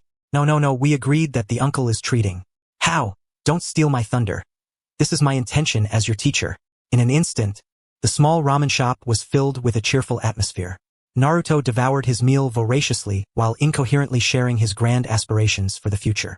From undertaking A-rank missions to defeating all foes, ultimately ascending to the Hokage's throne. Yuhao sat beside him, quietly listening and occasionally nodding in agreement. Irika watched the scene unfold, his heart swelling with myriad emotions. He glanced at Yuhao, this youth whose intellect, strength, and emotional intelligence far surpassed that of his peers. It was he who, at the most crucial moment, had pulled Naruto back from the brink of despair with the simplest yet most powerful words. How, Irika set down his chopsticks, sincerely stating, thank you for this, for both Naruto and me. Irika-sensei, you are too kind. Yuhao smiled, shaking his head. We are comrades, are we not? Naruto chewed on his chashu vigorously, nodding emphatically. That's right, we are the best of companions in the leaf. Yuhao smiled inwardly. This meal was not merely ramen. It was the bond of hearts. With this potential ally Naruto secured, the future seemed promising. The following day, in the classroom of the Ninja Academy, the exhilaration of graduation had yet to fully dissipate, but a new tension began to permeate the air. Today was the moment that would determine the fate of the coming year's team assignments. In the classroom, the newly minted genin clustered together, chattering animatedly. Hey, who do you hope to team up with? Please, don't let it be that Uchiha Sasuke. That guy is too full of himself. I actually hope to team up with Sasuke-kun. Being on the same team as Moonlight Hyojuin is indeed delightful, for he is exceptionally gentle. Sakura and Ino have been incessantly vying for the chance to team up with Sasuke. Moonlight sits quietly in his place, oblivious to the surrounding chatter, his gaze serenely sweeping across the classroom. A splendid spectacle is about to unfold. As anticipated, upon hearing the praises lavished upon Uchiha Sasuke, the indomitable spirit of Uzumaki Naruto surged to the forefront. With a spirited hey, he leaped onto Sasuke's desk, towering above yet bending down to meet Sasuke's face-to-face. His eyes were wide with incredulity. What makes him so extraordinary? Naruto mused indignantly, feeling aggrieved as everyone incessantly praised Sasuke. Sasuke, meanwhile, slowly lifted his gaze, his obsidian pupils betraying no emotion, only a veil of coldness. He loathed such abrupt intimacy and despised the boisterous presence of the one who perpetually lingered at the bottom. The two stood off against each other, their noses almost touching. The air crackled with an electric tension, their unwillingness to submit igniting a fierce exchange of glances, as if sparks were about to erupt from thin air. Sasuke, teach him a lesson. Sakura's anxious voice called from the side. Sasuke-kun, show him who's boss. Ino chimed in defiantly. The girl's encouragement seemed to stoke the already taut atmosphere. It was at that moment that a boy in the front row inadvertently nudged his elbow, firmly colliding with Naruto's rear, who was entirely absorbed in his stare at Sasuke. Whoa! Everything transpired in an instant. Naruto lost his balance, hurtling forward uncontrollably. Sasuke barely had a moment to react before he saw Naruto's face, filled with alarm, suddenly crashing toward him. Time appeared to freeze in that fleeting moment. The girls, who had merely been arguing about who could be in the same class as Sasuke, collectively fell silent, their eyes widening to their limits, mouths agape in disbelief. What just happened? A soft yet distinct sound of contact echoed in the hushed classroom, jarring in its abruptness. Naruto and Sasuke had collided lips. The moment hung suspended, akin to the suffocating calm before a storm. Sakura's mind erupted in chaos. Sasuke's first kiss. Should have been mine. Curse you, Naruto. Sasuke abruptly recoiled, as if he had encountered the most dreadful poison. He fervently wiped his lips with the back of his hand, his complexion shifting from pale to green, a wave of intense nausea surging up his throat, causing him to gag. Cough, Naruto. I will absolutely kill you. Naruto, seated atop the desk, turned away, his features contorted in disgust, vigorously wiping his mouth with his arm, exclaiming, Ugh, my mouth is going to rot. This is all Sasuke's fault. With Sakura and Ino leading the charge, the members of the popular faction were now enveloped in a palpable aura of murderous intent. Cold, piercing gazes, lethal enough to slay, were directed squarely at the bewildered Naruto. Sakura clenched her fists, the cracking of her knuckles echoing ominously, her face breaking into a smile that could only be described as terrifying. The essence of youth. Moonlight felt no ripple of emotion within, even suppressing a chuckle. At last, Irika entered the classroom holding a list. He stood at the lectern, gazing at the youthful yet expectant faces below, inhaled deeply, and began to announce, We shall now unveil the team member list. For Class 3, the members are. With each name he uttered, cheers erupted and sighs echoed. Finally, Irika reached the name of utmost interest. Class 7, members. Uzumaki Naruto. Yay! Naruto sprang up from his seat, exuberantly pumping his fists. However, his excitement was short-lived. Uchiha Sasuke. Naruto's beaming face instantly crumpled into a sour expression, pointing an accusatory finger at Sasuke, his discontent palpable. Sasuke, however, barely lifted his eyelids, merely snorting in disdain. And Haruno Sakura. A piercing scream shattered the air, as Haruno Sakura, elated, slid right off her chair, her face flushed with joy, nearly fainting from happiness. Naruto was utterly petrified. Moonlight observed this classic scene unfold, a slight smirk gracing his lips. The wheels of fate continued to turn as usual. Disappointment clouded Naruto's gaze as he looked to Moonlight, his eyes reflecting the sorrow of why they could not be together. Moonlight offered him a reassuring glance. He understood that, given Naruto's and Sasuke's unique status, the third Hokage would never allow them to be separated, nor would he include someone equally exceptional like himself. That would create an imbalance with three prominent figures in one class, concentrating resources too heavily. Thus, his goal had never been to join Class 7. Iruka cleared his throat, attempting to suppress the classroom chaos, and continued. Next, Class 8. Members. Inuzuka Kiba, Aburame Shino. No sooner had he finished speaking than a boisterous voice erupted. Kiba, standing atop his chair, cradling his small dog Akamaru, complained, "What's going on? Why is it this bug-obsessed weirdo? Don't we have any girls in our team?" His gaze swept the room, landing on Hyuga Hinata, who was nervously fidgeting in the corner, further deepening his dissatisfaction. "Ah, and we have one who turns beet red upon seeing people. We're definitely the worst team in the village." Akamaru barked in agreement. Shino, nudged by Kiba, adjusted his sunglasses but said nothing, the surrounding atmosphere seemingly growing colder. Meanwhile, Hinata's face paled at the public scrutiny, shrinking into her chair, her head nearly buried in her chest, appearing utterly pitiful. Moonlight's gaze softened as it landed on her. "Do not worry, things will soon change." Just as everyone assumed Iruka had finished announcing Class 8's roster, he paused, scanning the classroom before finally locking his eyes on Moonlight. He inhaled deeply and, with a notably solemn tone, added, "And, as a special member, Moonlight."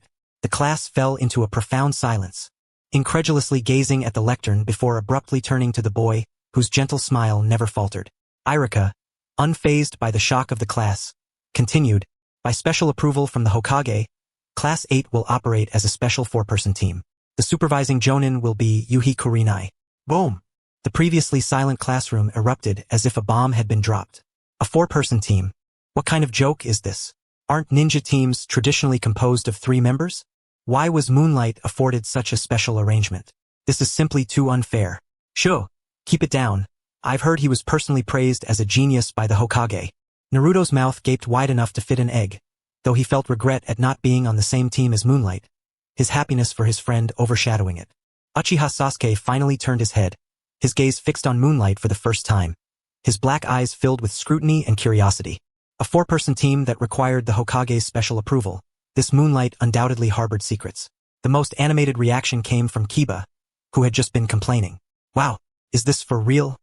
That prodigy who topped the graduation exam is in our team. Incredible. Haha. Class 8 is definitely the strongest." His gaze towards Moonlight transformed from that of a mere classmate to that of someone who had discovered a treasure. Aburame Shino adjusted his sunglasses and murmured softly. In unconventional formations, matters began to take an intriguing turn. Why? Because this could optimize the team's reconnaissance and counter-reconnaissance capabilities. However, these reactions did not include the one in the corner. Upon hearing the name Tsukihiro, Hinata Hyuga's mind completely malfunctioned. She felt a buzzing in her ears, and all surrounding noise faded away. It was as if the world had been reduced to Iruka-sensei's words echoing in her mind. Tsukihiro on the same team as herself? She abruptly lifted her head, her pure white eyes meeting Tsukihiro's gentle gaze directly. In an instant, her cheeks transformed from pale to pink, and then to a deep crimson, as red as a ripe apple. Happiness arrived with such suddenness. She felt as though she might float away, her heart pounding in her chest like a drum, as if it would leap out at any moment. Ding! Detected significant emotional fluctuations in the bond target Hinata Hyuga, increasing host's affection and anticipation levels. Bond value 2. Current total bond value 6. A system notification echoed in her mind, deepening the curve of Tsukihiro's smile. All was well. Being in the same class as Hinata meant that his strategy would face no hindrances. Moreover, the guiding jonin was none other than Yuhi Kurinai, the foremost illusionist of the Leaf Village, a striking and sophisticated beauty, presenting yet another highly valuable investment opportunity. Tsukihiro felt a sense of calm. His journey as a traveler had finally commenced with a perfect start. "All right, quiet." Iruka clapped his hands on the desk. "Your guiding jonin will arrive to pick you up this afternoon. For now, you are dismissed." With Iruka's command, the students began to vacate the classroom. The corridor soon abuzz with discussions about the 4-man squad and the prodigy Tsukihiro. Inuzuka Kiba could hardly contain his excitement as he bounded over, enthusiastically patting Tsukihiro on the shoulder. "Hey, hero, From now on, we're teammates. I'm Inuzuka Kiba, and this is my ninja dog, Akamaru. I look forward to working with you. Likewise, Tsukihiro replied with a smile. His gaze, however, drifted past the exuberant Kiba to the girl who remained frozen at her desk, her face flushed and nearly steaming. Tsukihiro approached, stopping in front of Hinata's desk. He slightly leaned down, gazing into her bewildered white eyes, his voice soft as silk. From today onward, we shall be teammates, Hinata. I look forward to working with you. Hinata's pupils dilated sharply, her vision narrowing to just his radiant face adorned with a sunlit smile. Suddenly, her world darkened, and she emitted a pitiful sound. Thud. With a soft thump, Hinata's forehead made contact with her desk. She had fainted, overwhelmed by happiness. Inuzuka Kiba, witnessing this spectacle, dramatically covered his face with his hands. Oh my gosh, it's happening again. Tsukihiro chuckled helplessly at the scene. It seemed his new teammates were indeed bursting with personality. Under the blazing sun in the Leaf Village, atop the rooftop of the ninja school, a gentle breeze swept through. Tsukihiro leaned against the railing, basking in the sunlight as his gaze wandered about. Inuzuka Kiba dashed around energetically with Akamaru in his arms, occasionally barking playfully. Yamanaka Ino stood quietly to the side, her figure perfectly still, seemingly blending into the sky. Hinata pressed closely against Tsukihiro's side, her head bowed nearly into his chest, her fingers fidgeting nervously, a faint blush adorning her cheeks. The atmosphere was tinged with a subtle tension, aside from the sound of the wind. Hello, my little genin. A captivating female voice, laced with warmth, floated in from the rooftop entrance. Tsukihiro looked up to see a tall woman gracefully ascending the stairs. She wore a simple black t-shirt and trousers, yet her waist and arms were adorned with a hint of a fishnet top. Her long, raven hair cascaded naturally, and her eyes sparkled like rubies, framed by a perfectly timed smile. Her presence transformed the somewhat sweltering rooftop into an arena of mature allure. It was Kurenai Yuhi, the Jonin instructor. Upon seeing her, Tsukihiro stepped forward, offering a polite greeting with a warm smile. His demeanor was neither obsequious nor arrogant, his gaze clear and respectful. Kurenai regarded Tsukihiro with slight surprise. This boy was unlike the typical genin. Just a brief encounter was enough for her to sense a maturity that surpassed his peers. Oh, you must be Tsukihiro, she said, a playful smile curling at her lips, her eyes sparkling with intrigue. No need to be so formal. Just call me Kurenai-sensei. Yes, Kurenai-sensei. Tsukihiro nodded. It seems Irika-sensei has spoken highly of me. Wow, it's the guiding Jonin. Kiba finally shifted his focus away from Akamaru, rushing over with gleaming eyes, his voice brimming with excitement. I'm Inuzuka Kiba. Kurenai-sensei. I'm going to become Hokage one day, so I'll definitely be the captain. Akamaru chimed in with a bark of agreement. Kurenai chuckled at Kiba's enthusiasm. Oh, quite the ambition you have. She turned her gaze toward Yamanaka Ino, curiosity sparking in her eyes. Yamanaka Ino adjusted her sunglasses and spoke in a low tone. Yamanaka Ino. My interest lies in studying insect ecology. My dream is to make my insect army the strongest in the ninja world. Kurenai raised an eyebrow, a flicker of contemplation crossing her features. Finally, her gaze settled on Hinata, who flinched at the attention, shrinking further behind Tsukihiro, too timid to lift her head. Kurenai smiled gently, choosing not to press Hinata immediately, but instead addressing the group. All right, it's a pleasure to meet you all. Since you are my students, let us begin with some self-introductions. Please share your names, interests, and dreams. Her eyes fell upon Tsukihiro. You go first, Tsukihiro. Tsukihiro nodded and stepped forward. My name is Tsukihiro. My interests include reading and cooking. He paused, his gaze drifting toward the horizon as a hint of longing graced his features. As for my dream, I wish to protect all that I hold dear, to prevent tragedies that should not occur, and to ensure that those important to me can live happy and free lives. His words were sincere and powerful, devoid of grandiose proclamations, yet imbued with an undeniable conviction. Kurenai's eyes flickered with interest. She could sense that this boy-esque dream was not just empty words. She shifted her gaze to Kiba. I am Inuzuka Kiba, he exclaimed, puffing out his chest. My interest is training with Akamaru. My dream is to become the strongest ninja in the Leaf Village and then become Hokage. He pointed at Akamaru. This guy will be my partner as we achieve our dream together. Kurenai nodded, then turned her attention to Ino. Yamanaka Ino maintained her low tone, stating matter-of-factly, Yamanaka Ino. My interest is observing insect ecology. My dream is to make the Yamanaka clan renowned in the ninja world. Now only Hinata remained. Kurena's gaze softened as it settled upon her. Hinata's body stiffened again, feeling the weight of everyone's attention. A buzzing filled her ears as she desperately attempted to articulate something, but her throat felt constricted, rendering her mute. Hey, Hinata, it's your turn. Kiba urged impatiently. Hurry up and say something. Kurenai-sensei is waiting. The sound of urgency caused Hinata's body to tremble even more violently. With her head bowed low, almost grazing the ground, her anxiousness brought a sheen of moisture to her eyes. Yuehao subtly shifted his stance, effectively shielding Hinata from view. He gently and imperceptibly brushed against her hand. The warmth of his fingertips made Hinata's heart skip a beat. He offered no words, merely casting her an encouraging glance. In his eyes, there was no sense of urgency, no impatience, only understanding and support. Hinata lifted her gaze, her pure white eyes meeting Yuehao's in a silent exchange.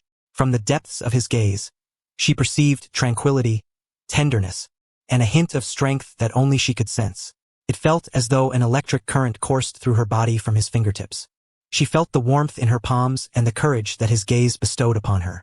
Drawing a deep breath, as if summoning every ounce of her strength, she tightened her grip on Yuehao's hand and, summoning her courage, spoke softly yet completely. I am Hinata Hyuga. Her voice remained soft and tremulous, yet this time she did not stutter. My interests are flower arrangement and reading.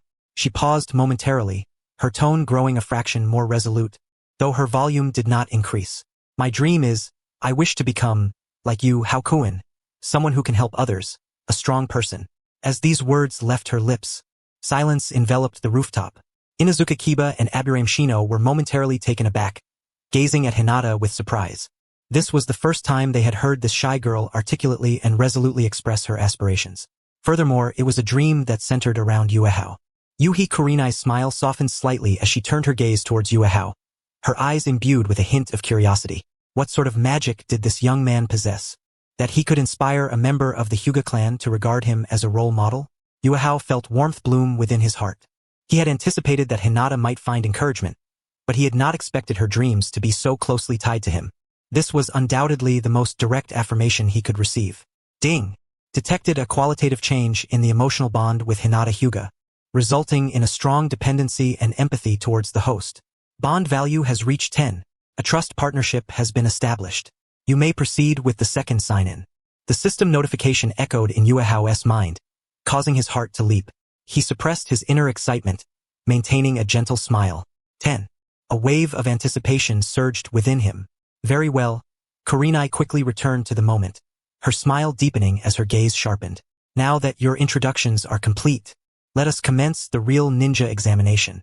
Her voice was firm, yet laced with an undeniable authority. Yuehao felt a shiver run down his spine, realizing that the true test was only just beginning. He looked forward to the rewards from Hinata's sign-in and what delightful surprises they might bring. This would mark the first step of his journey in Team 8. Kurenai's words resonated across the rooftop. Her eyes were sharp, yet held a glimmer of mirth. Now that your introductions are complete, let us commence the real ninja examination. She paused slightly, surveying the four of them. The air became heavy with anticipation. Kiba abruptly halted, while Shino adjusted his glasses. Hinata trembled slightly, drawing closer to Yuehao, who felt a sudden seriousness well up within him. After school that afternoon, Yuehao declined Kiba's proposal for training. He returned home and closed the door. In his mind, the system notification chimed once more. Ding! Detected a qualitative change in the emotional bond with Hinata Hyuga, resulting in a strong dependency and empathy towards the host. Bond value has reached 10. A trust partnership has been established. You may proceed with the second sign-in. Yuehao gazed at the notification in his mind. It was time. He thought to himself. Sign in. He silently recited the phrase. Sign in successful. Congratulations. The host has acquired fundamentals of gentle fist, including theory and basic stances. In an instant, a torrent of information surged into Yuehao's mind. The theories of the gentle fist, the utilization of chakra, knowledge of meridians and acupoints, along with various foundational stances, became as clear as if inscribed deep within his soul. His body instinctively began to move. He raised his arm, fingertips lightly tapping. Each motion carried an air of ancient grace. He could feel chakra flowing within him along a marvelous path, gentle yet imbued with destructive potential. Though it was merely an introduction, this sensation was profound. Yuehao opened his eyes, pressing his fingers gently against the table. Threads of chakra emerged, weaving through his consciousness. The gentle fist involves infusing one's chakra into the enemy's body, disrupting their meridian system and obstructing the flow of chakra. It is the pinnacle of yielding to overpowering force. Coupled with his perfect chakra control, it was a match made in heaven. Tsunade's brute strength was pure power, while the gentle fist relied on the precise application of chakra. Yuehao understood that his perfect chakra control would enhance the precision and depth of his gentle fist strikes. His vortex bloodline and the sign-in reward had elevated his chakra capacity, providing him with the confidence to wield the gentle fist. At that moment, Yuehao felt akin to a parched sponge, fervently absorbing knowledge and power. The following morning, at the third training ground, sunlight filtered through the treetops, casting dappled shadows. Yuehao and his companions stood at the center of the training field. Kurenai stood before them, arms crossed, clad in her combat attire, exuding a sense of poise and decisiveness. "Good morning, little brats." Kurenai greeted them with a smile. "Today we shall conduct a survival exercise and the rules are quite simple." She extended her hand, and a red rose, formed of chakra, blossomed in her palm, vibrant yet ethereal. "My task is to conceal myself. Your task is to retrieve this chakra rose from me." She withdrew her hand, and the rose vanished. "You have 3 hours. If any one of you succeeds within this time, you will pass. If not, you will all fail." "What happens if we fail?" Kiba inquired, his voice laced with trepidation. Kurenai's smile was sweet. "Then you will remain in school and play in the mud with the little ones. I will also request the Hokage to reassign you to a different class." Kiba's expression fell instantly. "A reassignment? Wasn't that tantamount to being eliminated?" "What does the test entail?" Yuehao asked. "Reconnaissance, stealth, and teamwork," Kurenai replied, her tone guiding. "You are ninjas, not brutes. How to effectively utilize each of your abilities is of utmost importance." Her gaze swept across the 3 of them. "All right, the exercise begins." No sooner had she spoken than her figure vanished like a wisp of wind. Kiba immediately lowered Akamaru from his head. "Akamaru, after her. Use your nose." Akamaru barked in response, pressing his nose to the ground to sniff. He quickly darted in the direction where Kurenai had disappeared, with Kiba hot on his heels. "We can rely on our sense of smell. Watch me," Kiba shouted as he ran. Yuehao and Shino remained still. "He'll soon discover the illusion," Shino murmured quietly. As expected, it wasn't long before Kiba's furious roar echoed from deep within the woods. "Damn it! What happened?" Followed by a loud crash, as if he had collided with something. Yuehao cast his gaze over, observing as Ye and Chiman spun helplessly in place, utterly disoriented. Their expressions a blend of confusion and ire. The trees surrounding them appeared to warp and twist. "Illusion," Shino asserted firmly. "Kurenai-sensei is renowned as the most adept illusionist among the leaf." "Then, Shino, what about your insects?" Yuehao inquired. Shino adjusted her sunglasses and extended her hand. Several diminutive, parasitic insects crawled forth from her sleeve, fluttering their wings as they soared towards Ye's direction. They circled in the air a few times before seemingly colliding with an invisible barrier, plummeting to the ground. "The bugs are also bewildered," Shino remarked, her tone calm, though a glimmer of contemplation flickered behind her sunglasses. "Just as I thought," Yuehao nodded. He turned his attention to Hinata, who stood beside him, her body taut with tension. "Hinata, your Byakugan is the bane of illusions. You can see through them, can't you?" Hinata shivered slightly, her head bowing even lower. I. Her voice was barely a whisper, fragile as a gossamer thread. She could indeed pierce through illusions, but the thought of stepping forward to lead filled her with anxiety. She feared retreating once more. Shino spoke bluntly. "No, she won tea." "Yes, she will," Yuehao asserted confidently. He turned to face Hinata, crouching down to meet her gaze. "Hinata," his voice softened, warmth and determination radiating from his eyes. "Trust in me, and also trust in yourself." Hinata lifted her head, her pure white eyes reflecting a mixture of unease and anticipation. "Your eyes are our hope," Yuehao declared, enunciating each word. "Only you can guide us through the fog. Do you understand?" There was no trace of doubt in his eyes, only profound faith. This trust enveloped Hinata like a gentle tide, gradually melting the ice encasing her heart. As Yuehao turned to Shino and Ye, he whispered in a low voice, "Listen, Kurenai-sensei's illusion is a dead end for us. Only Hinata's Byakugan can shatter it. Yeah, you and Chiman should combine your sense of smell with Hinata's Byakugan. It's the optimal reconnaissance method." Shino, Your insects can create distractions under Hinata's guidance. His gaze swept over the two. Although you continued to spin in circles, his voice had reached his ears. The core of our strategy is Hinata. Hinata's breath caught in her throat. Her eyes brimmed with hope. She could do this. She continually motivated herself, feeling the warmth in her chest expand, courage gradually swelling within her heart. Taking a deep breath, she declared, I will try. Byakugan, with a firm utterance. The veins around her eyes bulged as her vision sharpened. The flow of chakra around her and the boundaries of the illusion became starkly apparent. She observed Ya and Chi-Man moving in circles within the same area, which was indeed the edge of the illusion. She noted Kurina's chakra reaction, exponentially stronger than that of an ordinary person. Kurinai-sensei is at 3 o'clock, 50 meters away. Hinata's voice no longer trembled. Though still gentle, her words rang clear. She detected the chakra flow around her. There are traps. Her Byakugan meticulously scanned the area, revealing an intricate web of chakra threads surrounding Kurinai, invisible to the naked eye. A combination of illusion and traps. Yuehao murmured, Well done, Hinata. A flicker of admiration shone in his eyes. Hinata had taken a steady step forward. Now, what should we do? Yuehao asked Hinata, relinquishing the reins of leadership entirely to her. Hinata paused momentarily before feeling an unprecedented surge of strength. She inhaled deeply and began to strategize. We can't rush in directly. There are too many traps, and Kurinai-sensei seems to be moving. She focused on the faint red chakra light flickering in her Byakugan's view. Kurinai was indeed on the move, yet the traps around her remained stationary. We can circumvent them. She pointed decisively in a direction. If we go this way, we can avoid all the traps. Uakun, Hinokun, follow me. Her voice bore a hint of authority, marking her first time taking such an active role in the team. Ya and Shino exchanged surprised glances, but they could see the look in Yuehao's eyes. No problem. Ya responded instantly as the effects of the illusion dissipated. Following orders, Shino added succinctly, adjusting her glasses. Yuehao smiled inwardly. Hinata had taken the most crucial step. He followed closely behind her. This little girl was beginning to radiate brilliance.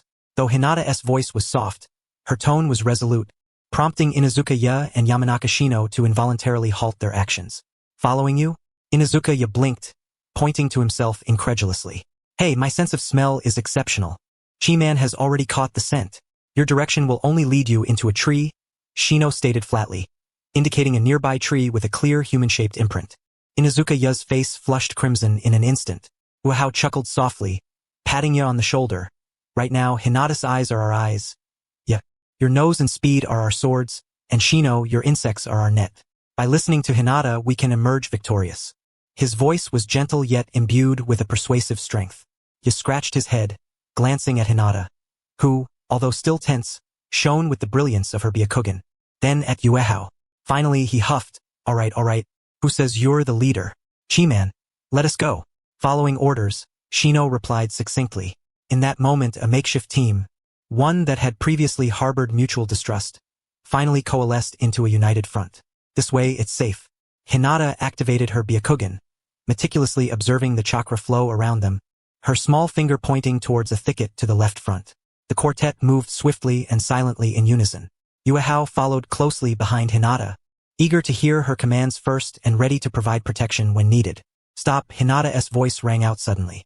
Ahead, about 3 steps to the left front, there's a very thin chakra thread connecting the ground to the tree trunk.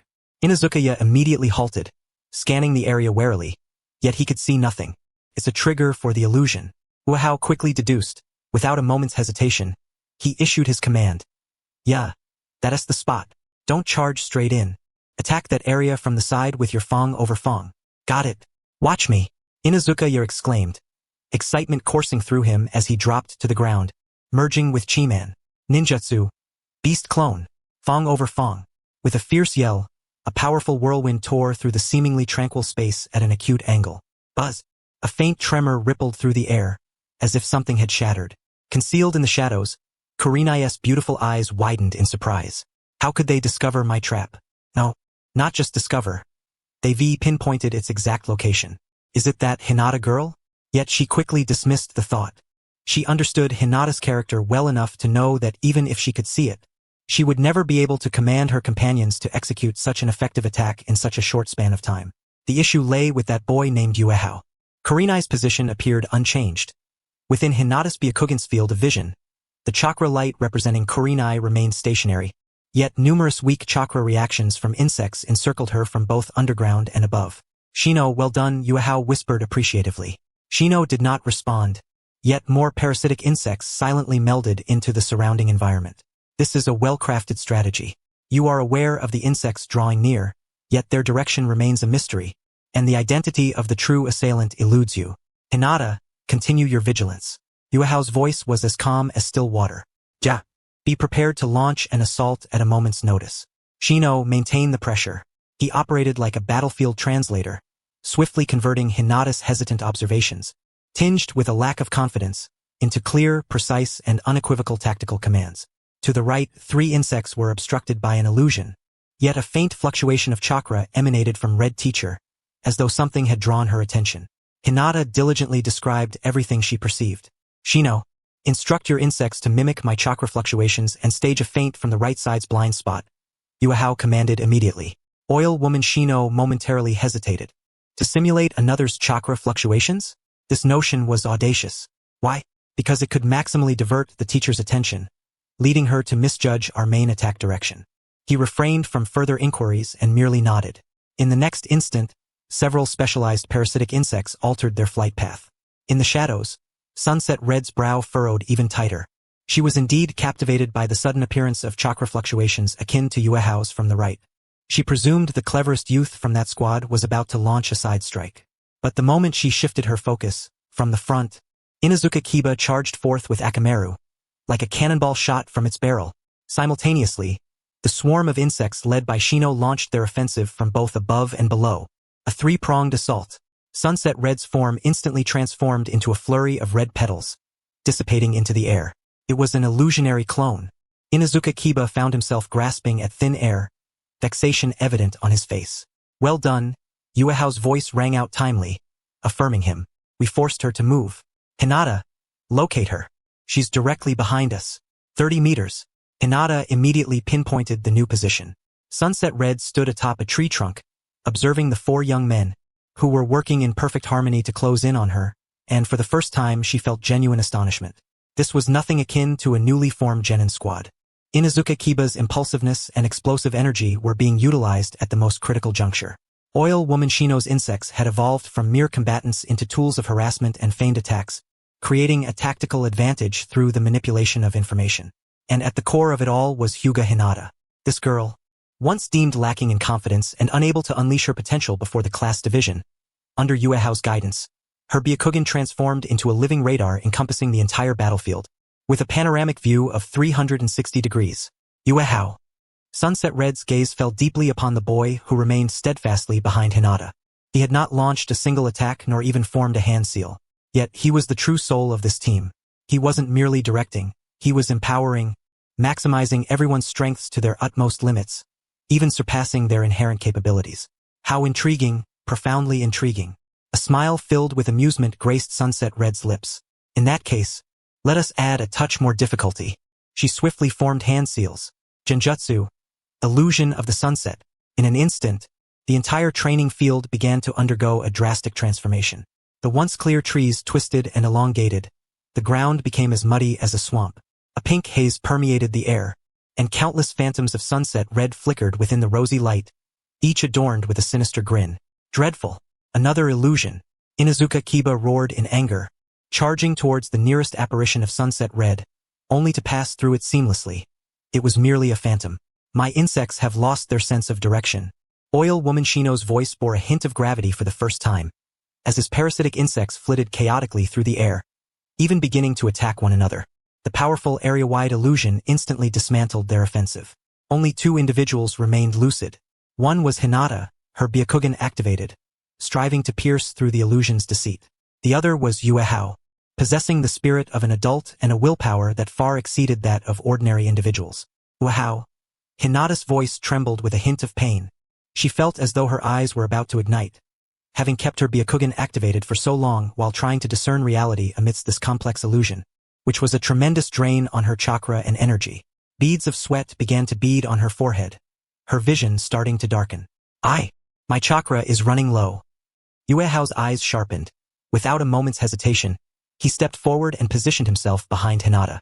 "Do not fear, I am here." He extended his right hand, gently pressing it against Hinata's back. Her body stiffened abruptly. A sensation unlike any she had previously experienced surged from the point of contact, radiating throughout her entire being. That hand was so warm. Through the thin fabric of her clothing, she could even sense the stable and powerful heartbeat emanating from his palm. Her cheeks flushed, transforming from pink to a vivid crimson, as if they might bleed, steam seemingly rising from the crown of her head. Just as Hinata's mind teetered on the brink of blissful oblivion, a pure, gentle chakra, infused with the essence of life, flowed from Yuehao's palm. This chakra was precisely injected into a specific point along her back. Was this the method of utilizing gentle fist chakra? A flicker of surprise crossed Yuehao's mind, as he merely followed the knowledge he had recently grasped regarding gentle fist basics. Concerning the theory of chakra flow, he endeavored to transmit his abundant chakra from the whirlpool bloodline to Hinata in the gentlest manner possible. To his astonishment, the effect was remarkably beneficial. This chakra flowed like a clear spring, instantly replenishing Hinata's nearly parched meridians. The darkness before her eyes rapidly receded, and her Byakugan's vision regained clarity, becoming even more penetrating. Her physical exhaustion was swiftly restored under the influence of this warm energy. "Hold on," Yuehao's voice echoed in her ear, his warm breath brushing against her earlobe, causing her to involuntarily shrink her neck. Victory was within reach. Hinata nodded vigorously, her cheeks ablaze, yet her heart brimmed with an unprecedented sense of strength and reassurance. With Yuehao by her side, there was nothing to fear. She refocused her concentration, and with Yuehao's chakra supporting her, her Byakugan abilities surged to their zenith. Countless false illusions shattered before her eyes like glass. Layers of mist were peeled away. Finally, she beheld the truth. Behind a colossal ancient tree, she found the genuine form of Teacher Red. "I found it." Hinata's voice brimmed with suppressed excitement and joy as she abruptly turned, pointing in that direction. The real Teacher Red, right behind that tree. Yuehao followed her gesture, a gentle and confident smile gracing his face. He released his hand from the girl's back and stepped forward, positioning himself before everyone. Then, Teacher Red, his voice was not loud, yet it resonated clearly throughout the illusion-enshrouded forest. "The game is about to conclude." Yuehao's voice, though soft, fell like a stone into the enchanted forest bathed in pink light. "The game is about to conclude." Inazuka Kiba and Oil Woman Shino instantly felt a surge of determination, their gazes converging upon Yuehao. Though ensnared by the illusion, Yuehao's calm and self-assured voice seemed to possess a penetrating power that allowed them to find their anchor. Behind the tree, Sunset Red's lips curled into an intrigued smile. "Oh, you found me?" She was not surprised. With the Hyuga girl present, it was merely a matter of time before she would be discovered. Yet she was more curious about how these little imps intended to traverse the intricate web of traps she had meticulously woven to stand before her. It was essential to note that the distance from their current position to hers was at least 30 meters, littered with trigger-based illusionary traps and steel wires she had casually set up. A reckless charge would lead to certain doom. Just then, Yuehao made a move. He did not hastily command a charge. Instead, he turned and approached Hinata once more. Leaning slightly, he whispered a few hurried words in her ear, audible only to the two of them. "Wait for my signal just like this, do you understand?" Hinata's ears flushed visibly, turning from the base to the tips. Her small head shook vigorously like a rattled drum, her gaze darting away, unable to meet Yuehao's eyes. That plan was simply too embarrassing. "Trust me and trust yourself." Yuehao's voice resonated again, gentle yet unyielding. "This is our only chance, and it is the most perfect one." Hinata lifted her head, meeting those eyes that seemed to see through one's very soul. Within them lay pure trust and encouragement. She bit her lip, her heart in turmoil. Ultimately, the sense of reassurance emanating from Yuehao overwhelmed her shyness and trepidation. It felt as if she had made a monumental decision, and she nodded vigorously. "Yes." Yuehao smiled, straightening up, his gaze sweeping over Kiba and Shino. "Kiba, Shino, prepare to heed my command." He inhaled deeply, his hands swiftly forming seals before his chest. Shadow clone technique. With a puff of white smoke, a clone identical to Yuehao emerged at his side. "Now!" Yuehao's real self shouted. His clone shot forth like an arrow released from a bow, unhesitatingly dashing towards the direction of Yugao. From the shadows, Yugao raised an eyebrow. "A shadow clone? Is it merely a pathfinder?" Such a naive thought. Her hand maintained its seal, ready to unleash a stronger illusion the moment the clone triggered the traps. intending to drag these little imps into the abyss. However, Yuahao's real self moved. He did not follow behind the clone but charged towards Yugao from another angle, roaring with greater speed. Leaf whirlwind. Yuahao's figure spun rapidly in midair, conjuring a tempest, as if to shred everything in its path. What? Genuine astonishment flickered in Yugao's beautiful eyes for the first time. A feigned assault? A shadow clone and the real body launching a simultaneous attack from two directions? Did Yuahao not realize that such reckless charging before a master of illusions like herself was tantamount to suicide? Her attention was instantly captivated by Yuahao's real form. This boy was the soul of the team. If he could be dealt with, the exercise would come to an end. Chakra surged at her fingertips, preparing to deploy a counter-illusion against Yuahao. Yet at that very moment, just as Yugao was wholly focused on countering Yuahao's thunderous strike, a petite figure, like a specter, emerged from her absolute blind spot, an inconceivable position entirely cloaked in the shadow of a tree, stealthily slipping forth. It was Hinata Hyuga. At the moment Yuahao charged, drawing all attention, she activated her Byakugan as per the plan, nimbly evading all traps, stealthily advancing to Yugao's side. A jolt of alarm surged through Yugao's heart, a potent sense of crisis overwhelming her. Gentle Fist of the Hyuga clan. This distance was a lethal range for a practitioner of the Gentle Fist. She attempted to evade, but her body responded slower than her heart's warning. All her focus had been on Yuahao charging head-on. It was too late. Hinata's delicate hand had already reached her chest. Yugao's pupils dilated, and she instinctively closed her eyes. Was she to be struck at a vital point? However, the anticipated agony and the sensation of chakra being severed did not come. Instead, it was a gentle, intangible touch, as though merely caressed by a feather. Huh? Yugao abruptly opened her eyes. She saw Hinata's small hand had not landed upon her but had instead, with remarkable precision and a hint of tremor, deftly extracted the vibrant red rose formed of chakra from the seam of her combat attire. Time seemed to freeze at that moment. Hinata's small face was flushed crimson, clutching the chakra rose, daring not to glance at Yugao even once, retreating swiftly like a frightened little rabbit back to Yuahao's side. Meanwhile, Yuahao's leaf whirlwind came to a sudden halt 3 meters away from Yugao. He landed steadily, wearing a gentle smile indicative of a plan well executed. I got it, Haku. Hinata hid behind Yuahao, cradling the red rose in her hands, her voice barely a whisper, her head nearly bubbling with happiness. The entire training ground fell into an eerie silence. Kiba's mouth fell agape as he gazed at the rose in Hinata's hand, then shifted to the unharmed Yugao, his face a mask of disbelief. Shino adjusted his sunglasses and quietly remarked, "A splendid tactic. Why?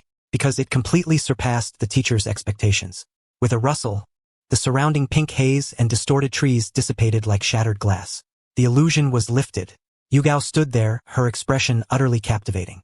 Shock, bewilderment, enlightenment, and finally, all coalesced into a mixture of helplessness and heartfelt admiration. She gazed at the 4 individuals seamlessly coordinating before her, observing the seemingly brash yet ultimately the most valiant Kiba, the taciturn Shino who had ensnared them in a web of insects, and the astonishingly capable Hinata who had delivered the decisive blow. Finally, her gaze settled deeply upon the boy who wore a gentle smile throughout. Yuahao.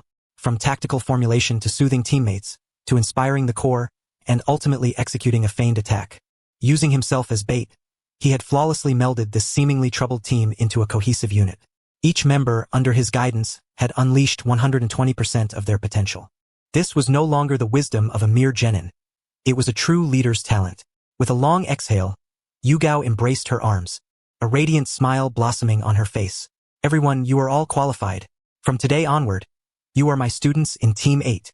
Oh yeah, Kiba was the first to cheer, lifting Akamaru and spinning joyfully in place. Hinata clutched the rose tightly, her small face buried behind Yuahao, her shoulders trembling slightly, as if silently reveling in joy. Yuahao bowed to Yugao. I look forward to your guidance, Teacher Yugao. At that moment, a familiar and melodious notification tone echoed in his mind. Ding!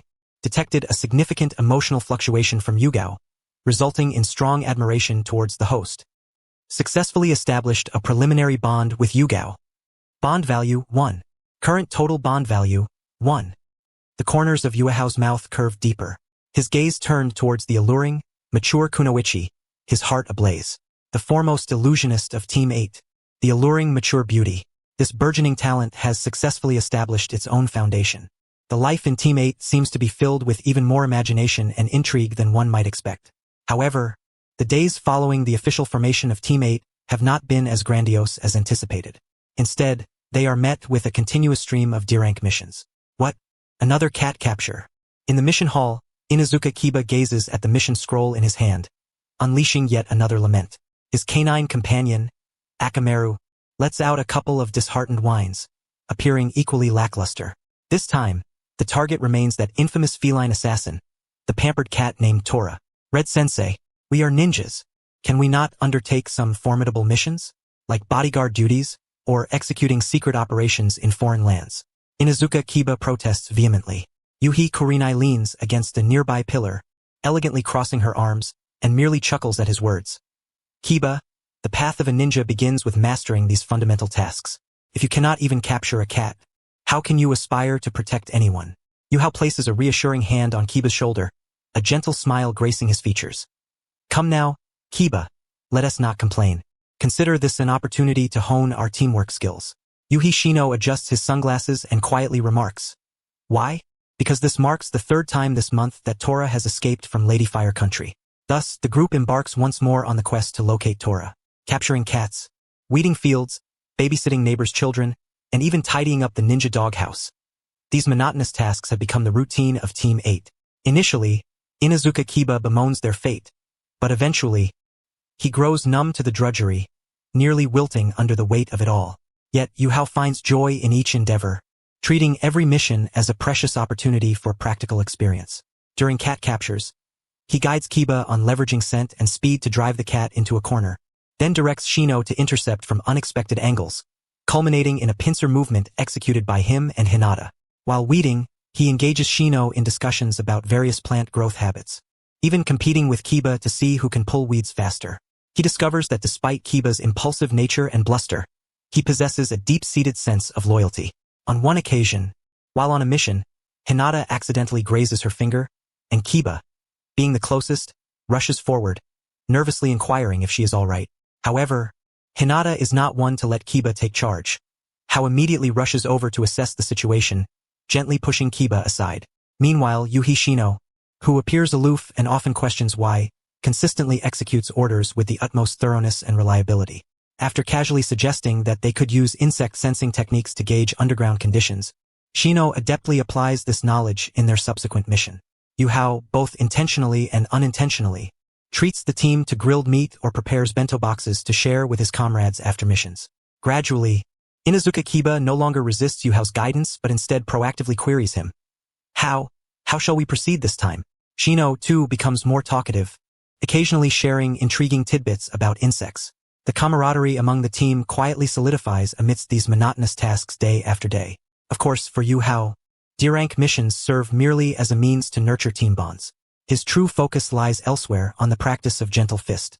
Since he signed in 4 gentle fist fundamentals from Hinata, Yuhao realized that this martial art was tailor-made for him.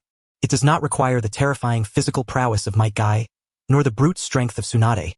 It demands the most delicate control over chakra. And perfect chakra control is the quintessential catalyst for gentle fist. After finishing a mission one day, Yuhao sought out Hinata. Hinata, he called.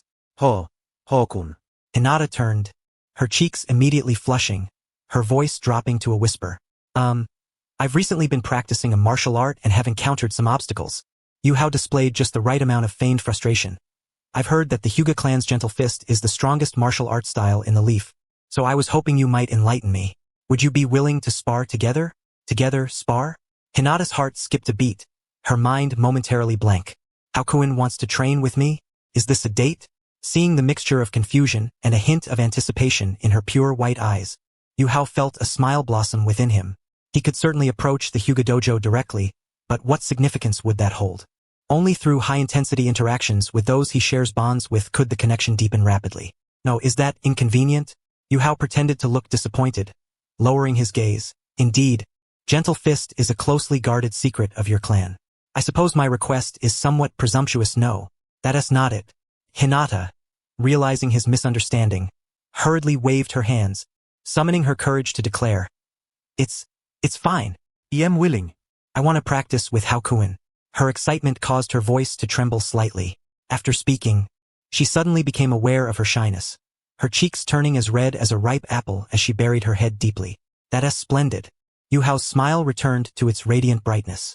Tomorrow afternoon at Training Ground 3, I will await your arrival. The following afternoon at Training Ground 3, Hinata, dressed in comfortable training attire, arrived early, anxiously pacing with her hands clasped behind her back, her toes drawing circles in the dirt. Upon spotting Yuhao's figure, her eyes lit up instantly. Hoao-kun. Apologies for my tardiness, Yuhao approached with a smile. No, I arrived early, she stammered. The two stood facing each other, and the atmosphere turned subtly awkward. Shall we begin? Yuhao suggested.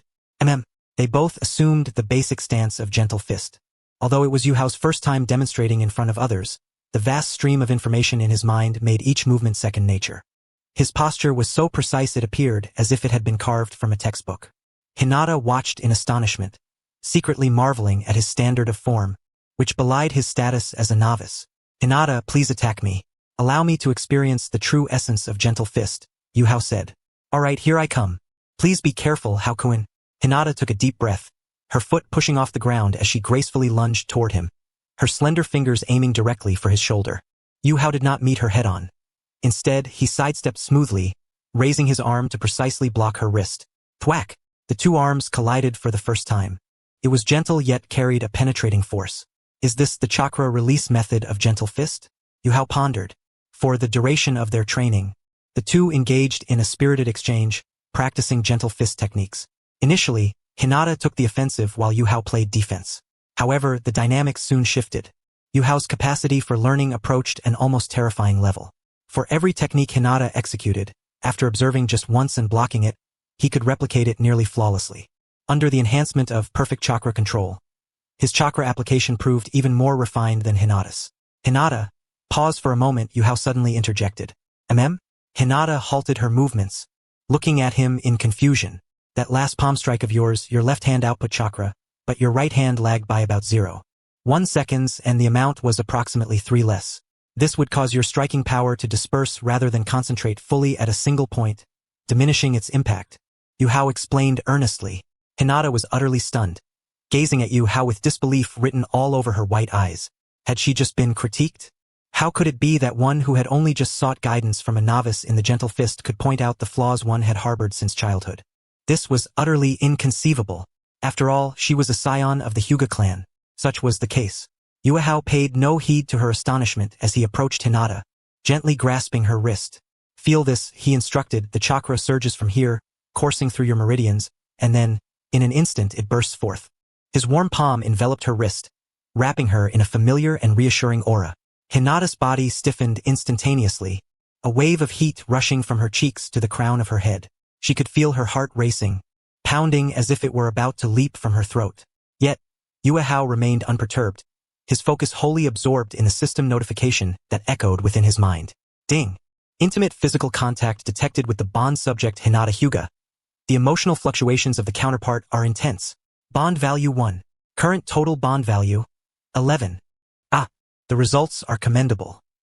He then raised his other hand, gently resting it on Hinata's shoulder to assist her in adjusting her posture. You need to relax your shoulders and lower your center of gravity a bit more. This will ensure a steadier strike. Ding! Bond value 1. Current total bond value, 12. Ding! Bond value 1. Current total bond value, 13. Goodness, what a remarkable yield. Yuhao was astonished internally, though his expression remained that of a gentle and earnest instructor. It seemed that this close-range teaching method yielded exceedingly high returns. Perhaps he could try guiding her in the technique of returning chakra next time, a move that would surely have a greater contact area and thus increase the bond value at a faster rate. Just as Yuhao was earnestly taking advantage of the situation and Hinata was teetering on the brink of blissful unconsciousness, a cold, disdainful voice sliced through the air from the edge of the training ground. What a disgrace. Both of them turned to behold a figure not far away, a youth clad in white. He, too, possessed pure white eyes, yet within them, there was none of Hinata's gentleness. Instead, they radiated a chilling aloofness and haughtiness. It was Niji Hyuga. His gaze cut through Yuhao like a knife, ultimately settling upon Hinata, rife with unabashed scorn and hostility. Lady Hinata, as a member of the Hyuga clan, how could you associate with such an inconsequential outsider, practicing a style of gentle fist that is beneath our standards? Niji's voice was devoid of inflection, yet each word pierced Hinata's heart like a needle. And to teach this outsider the techniques that should remain within the clan? You have truly brought shame upon the Hyuga name. Hinata's body trembled more violently, her lips moving as if to explain, yet she found herself at a loss for words. Before Niji, she always felt this way, crushed under the weight of his disdain that was rooted in his natural talent, which left no room for her as the so-called clan heiress. Niji seemed to relish her display of weakness, the corners of his mouth curling into an even colder smirk. He turned his gaze back to Yuehao, his look transforming from contempt into outright derision. I've encountered many like you, he began slowly, those who possess nothing yet aspire to change their fate by clinging to the powerful like parasites. Keep your distance from Lady Hinata. She is not someone of your ilk who can be touched. Oh, parasite? Yuehao felt no ripple of emotion, and a hint of amusement danced within him. He glanced at Hinata, whose complexion had turned pale, her eyes brimming with unshed tears, then back at the self-important youth in white. It appeared that this was indeed the archetype of a ninja world scene, replete with a PU master. Niji, no, that is not true. Yuehao. Hinata finally mustered a modicum of courage to defend Yuehao. Yet, before she could finish, a warm hand gently pressed upon her shoulder. Yuehao had stepped forward, shielding her completely behind him. This gesture rendered Hinata speechless, her words caught in her throat. She stared up at this figure, not particularly tall, yet at that moment, he appeared as an unwavering bastion of support. Her nose tinged with warmth, and her eyes swiftly moistened. Niji, I believe you have misunderstood. Yuehao maintained his gentle smile, as if the previous harsh words had merely been a gentle breeze. Hinata and I are merely engaging in essential physical training as teammates of Team 8. Enhancing our abilities is vital for the successful completion of our missions. His tone was neither subservient nor arrogant, but clear and articulate. Niji furrowed his brow, seemingly taken aback by the composure of this parasite in the face of his imposing aura. Yuehao paused, his smile unwavering, yet a hint of sincerity flickered in his eyes. Moreover, Niji, you may have erred in your assumption. The decision of with whom Hinata chooses to befriend and train lies with her alone, not with you or the so-called clan divisions. These words struck Niji like a stone cast into a lake, shattering the icy facade he had maintained. A flash of cold light flickered in his eyes. She herself? His thoughts raced. A girl whose father deemed her a failure, one who needed protection, who lacked the courage even to meet his gaze. What right did she have to make her own choices? Fate had been sealed the moment she was born. Sharp-tongued, are we? Niji's voice chilled. Do you think that mere words can alter anything? His gaze fixed upon Yuehao and then upon the cowering Hinata, his contempt deepening. A Thailander will always be a Thailander. A failure will always be a failure. Such is the immutable nature of fate.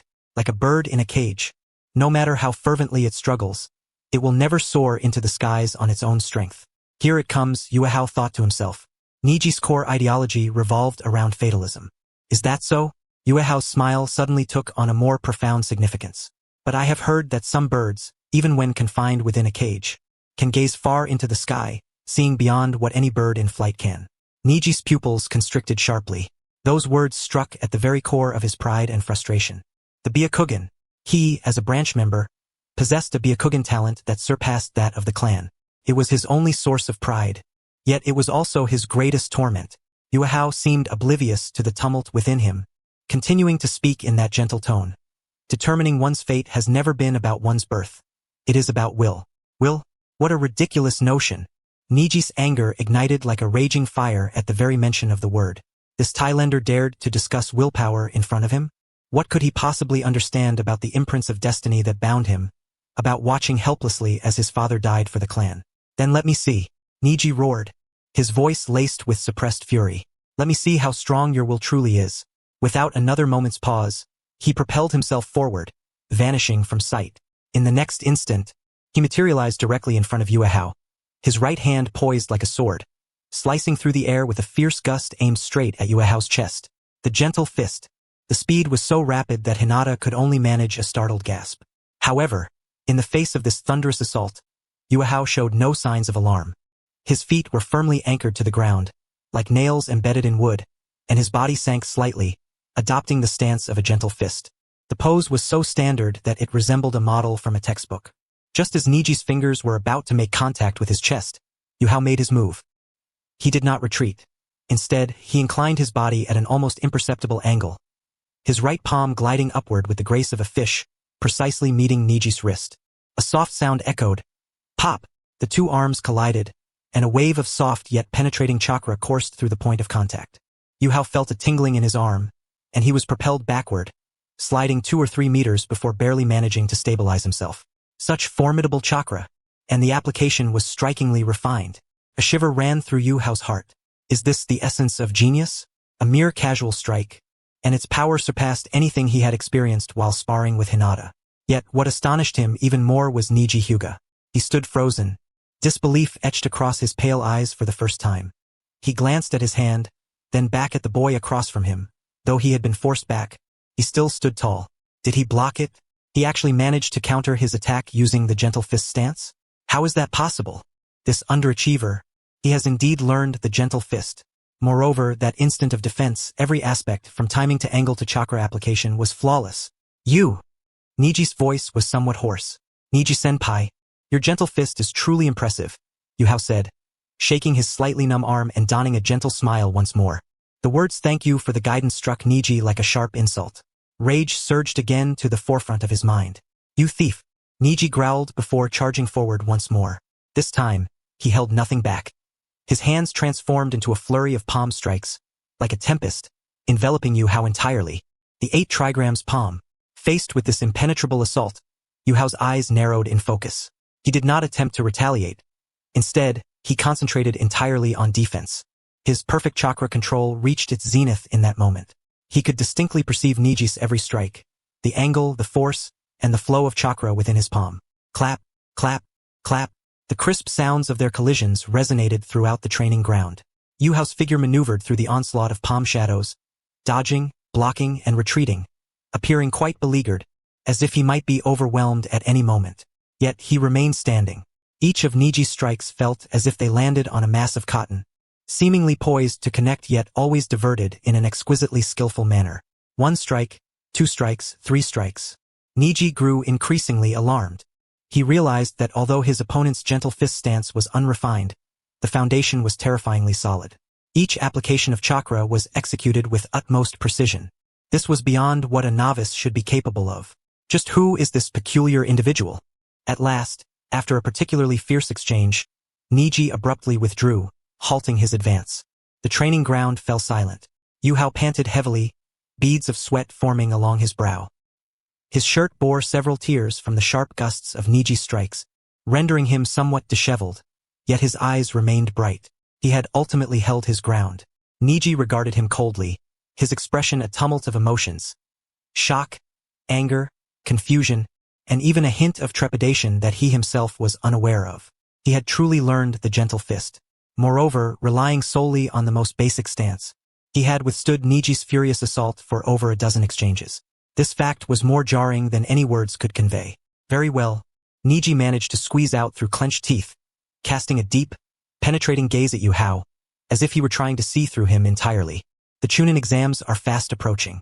At that time, I will ensure that you and Miss Hinata witness firsthand what it means to be utterly unable to resist one's fate. With that, he departed, his figure vanishing into the depths of the forest with a few agile leaps. As Niji left, the oppressive atmosphere that had suffocated them finally dissipated. Yuhao let out a long sigh, his tense body relaxing. He had managed to navigate through the ordeal. Although it was merely a brief exchange of strikes, the mental toll far exceeded that of his previous training sessions with Hyuga. Just then, a familiar, melodious notification echoed in his mind. Ding! Strong negative emotional connection detected with Hyuga Niji. Hostile, contemptuous, wary. Successfully established a negative bond with Hyuga Niji. Rival. Bond value, 1. Current total bond value, 1. A faint smile crept onto Yuhao's lips. The negative bond had been secured. It appeared that this prodigious youth would become a significant source of experience for him in the future. Haku. A voice tinged with concern and a hint of tears called from behind. Yuhao turned to see Hinata with red-rimmed eyes, her small hands tightly clutching a leaf that had slipped from his grasp when he adjusted his stance earlier. Are you all right? Did he hurt you? She hurried over, wanting to check on him but hesitating slightly. I'm fine, Yuhao said, shaking his head with a smile. The sight of her pure white eyes brimming with concern warmed his heart. He reached out, intending to gently pat her head as before. However, halfway through, he halted. Instead, he simply extended the hand that had just defended against Niji's attack, gently opening it before Hinata. You see, he spoke with a tone both gentle and resolute. Even a caged bird can learn to soar. Days passed after his encounter with Niji, and while Yu Hao continued to wear a warm, sunny smile on the surface, a sense of urgency stirred within him. Niji's provocation was like a thorn, a constant reminder. In this world, without power, even gentleness could be misinterpreted as weakness. The notion of destiny was merely a narrative spun by the strong to dictate the rules. To break those rules, one must first become stronger. The internal conflicts within the Hyuga clan, which had left a profound tragic legacy in the original story, presented an excellent long-term investment opportunity in Yu Hao's eyes. Yet, to enter the fray, he felt he was not yet worthy. He needed experience, strength, and to grow at an accelerated pace. Relying solely on daily cat-catching and weed-pulling, when would he ever rise to prominence? A few days later, Team 8 reconvened, receiving yet another D-rank mission to till the herb garden at the Leaf Hospital. Inuzuka Kiba dragged a long scroll behind him, Akamaru resting on his head, letting out a weak bark, devoid of even the energy to complain. Another one of these tasks. Yu Hao chuckled, patting him on the shoulder, while his gaze wandered to the mission board.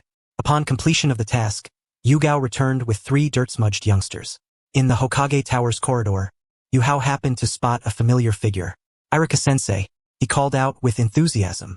As Irika was conversing with other Chunin, he turned upon hearing Yu Hao's voice, a look of appreciation brightening his face. It's Yu Hao. How have you been lately? Are you getting along with Team 8? Thanks to you, both Yu Gao-sensei and my teammates are doing well, Yu Hao replied naturally. By the way, sensei, has Naruto been causing you any trouble lately? I heard he got assigned to Kakashi-sensei's team. I wonder if he's been diligent with his missions. When Naruto was mentioned, Irika's chatterbox opened up. That kid has finally made some progress, Irika chuckled, adding that although he still caused quite a ruckus, elite Jonin Kakashi would be able to manage him. They had just accepted their first C-rank mission, escorting a client to the Land of Waves, marking the true commencement of their ninja careers.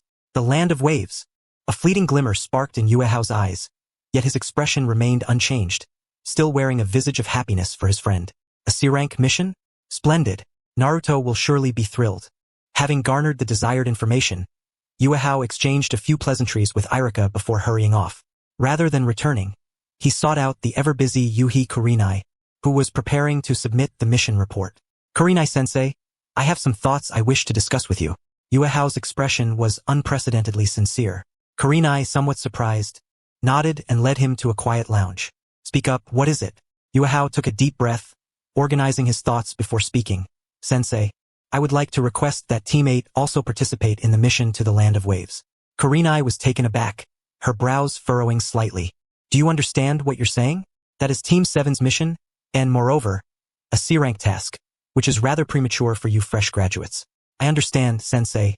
Yu Hao replied with a calm yet resolute demeanor, his eyes clear and steadfast. It is precisely because I understand that I make this request. He began his exposition. Firstly, our small team has reached a bottleneck in growth. Activities like cat-catching and weed-pulling can no longer enhance our teamwork or individual capabilities. Inuzuka Kiba's fighting spirit is waning. Shino's tactics have no room to unfold, and Hinata requires genuine pressure to hone her skills. Kurenai remained silent, yet her eyes indicated that she was listening intently. Yu Hao continued. Secondly, while accepting a C-rank mission does carry inherent risks, this situation is different. Our objective is not to lead the mission, but rather to serve as support and learn. His voice was imbued with persuasive conviction. With Kakashi-senpai, the village's top elite jonin, leading the charge, the safety of the mission is assured.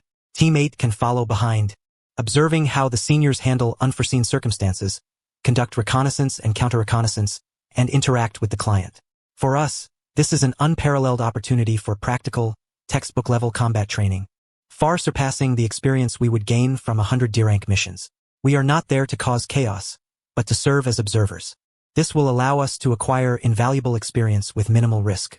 Kurenai gazed at the young boy before her, waves of emotion stirring within her. She had never anticipated that a mere 12-year-old genin could possess such foresight and clarity of thought.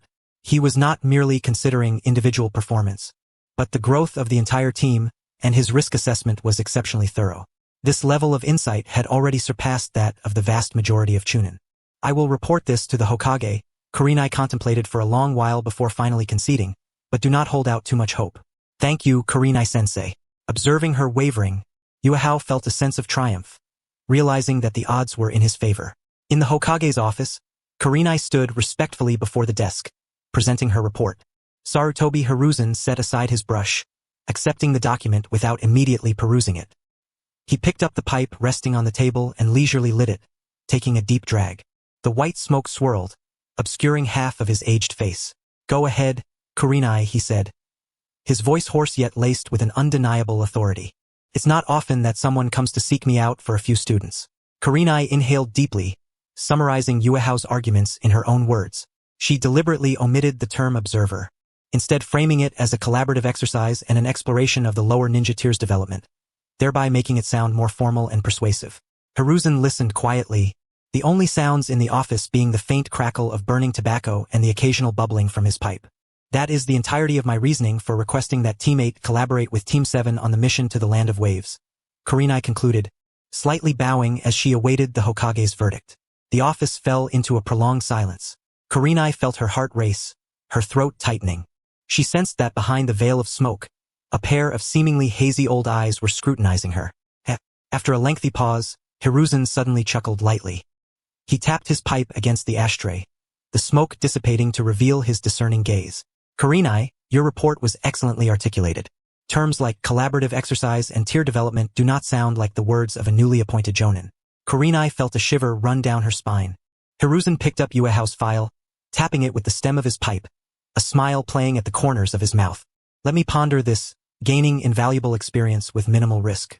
Such calculating rhetoric seems more fitting for this young man. He turned his gaze towards Kurenai, his eyes glimmering with curiosity. "This is the war orphan named Yuahao, correct? The chief of your Team 8. Kurenai decided to drop her pretense, replying candidly, "Indeed, Hokage-sama. This idea was initially proposed by him, and after careful consideration, I completely concur with his analysis. His insights into the team's current situation and future planning far exceed those of his peers." Not just his peers. Hiruzen set down the file, leaning back in his chair with a long, drawn-out sigh. A commoner orphan, devoid of any bloodline or background, who spent 6 years in the Ninja Academy unnoticed, yet made a remarkable impact upon graduation. Not only that, but within a short span, he managed to mold a problematic team into shape, even persuading you, a jonin, to come here to request such an unprecedented mission. He exhaled a puff of smoke, the tendrils curling upwards. Fascinating, truly fascinating. In Hiruzen's eyes, a profound interest flickered. He recalled many individuals from the past, those who had once dazzled with their brilliance, such as Minato and Orochimaru. This youth named Yuahao seemed to possess an extraordinary quality, one that transcended mere talent, a deeper understanding of human nature and situational dynamics. To have Kakashi lead 7 little brats, I am quite curious to see the expression on that perpetually stoic face of his. Hiruzen jested, lightening the previously tense atmosphere in the office. He picked up the stamp from the desk, without any hesitation, and firmly pressed it onto Kurenai's submitted application report. "Approved. Go ahead." Hiruzen waved his hand dismissively. "Proceed as you have suggested. I am equally curious to see what kind of ripples this small stone will create when tossed into the pond." Kurenai accepted the report bearing the Hokage's seal. A great weight lifted from her heart. She respectfully bowed and turned to exit the office. Hiruzen swiveled his chair, gazing out at the bustling Hidden Leaf Village and the distant silhouette of the Hokage Rock. The remnants of the Uzumaki bloodline, the heiress of the Hyuga clan, the inheritor of the Inuzuka clan. Now, there was also an enigmatic civilian prodigy among them. He took another drag from his pipe, his eyes growing profound. "Yuahao, I hope you do not become the next Orochimaru." That very evening, Yuahao received the news. On the eve of their departure, he visited the ninja tool shop, armed with the advance payment for the mission. Not only did he procure kunai, shuriken, and explosive tags, but he also acquired a considerable supply of soldier pills and some expensive, specially formulated ointments for external injuries. Upon returning, he meticulously divided these items into several packs. The following morning, at the entrance of the Hidden Leaf Village, Team 7 had gathered in its entirety. The boisterous blonde Naruto, with a countenance of icy indifference, stood alongside the ever-serious Sasuke, while Sakura's gaze was wholly captivated by Sasuke. Beside them, the disheveled, inebriated figure of their client, Tsunade, exuded impatience. "Why haven't we set off yet? I am on a tight schedule to construct our country's bridge." Tsunade grumbled irritably. At that moment, another team emerged within their line of sight. "Oh, is that not Team 8? Kakashi lifted his eyelids to glance at the leading figure, Yuhi Kurenai. "Good morning, Kakashi." Kurenai greeted with a smile. Our team will be accompanying you as support for this mission. Support? Sakura blinked in confusion, looking at them quizzically. Naruto's attention, however, was instantly drawn to Sukiho, and he exclaimed joyfully, "Ho! Hinata, you're here too. How wonderful! I thought this mission would be dreadfully dull." He rushed over and enveloped Sukiho in a warm embrace. Sasuke merely shot a cold glance, emitting a faint huff before turning his head away. Just then, Kurenai stepped forward and revealed a captivating smile to her 3 bewildered students.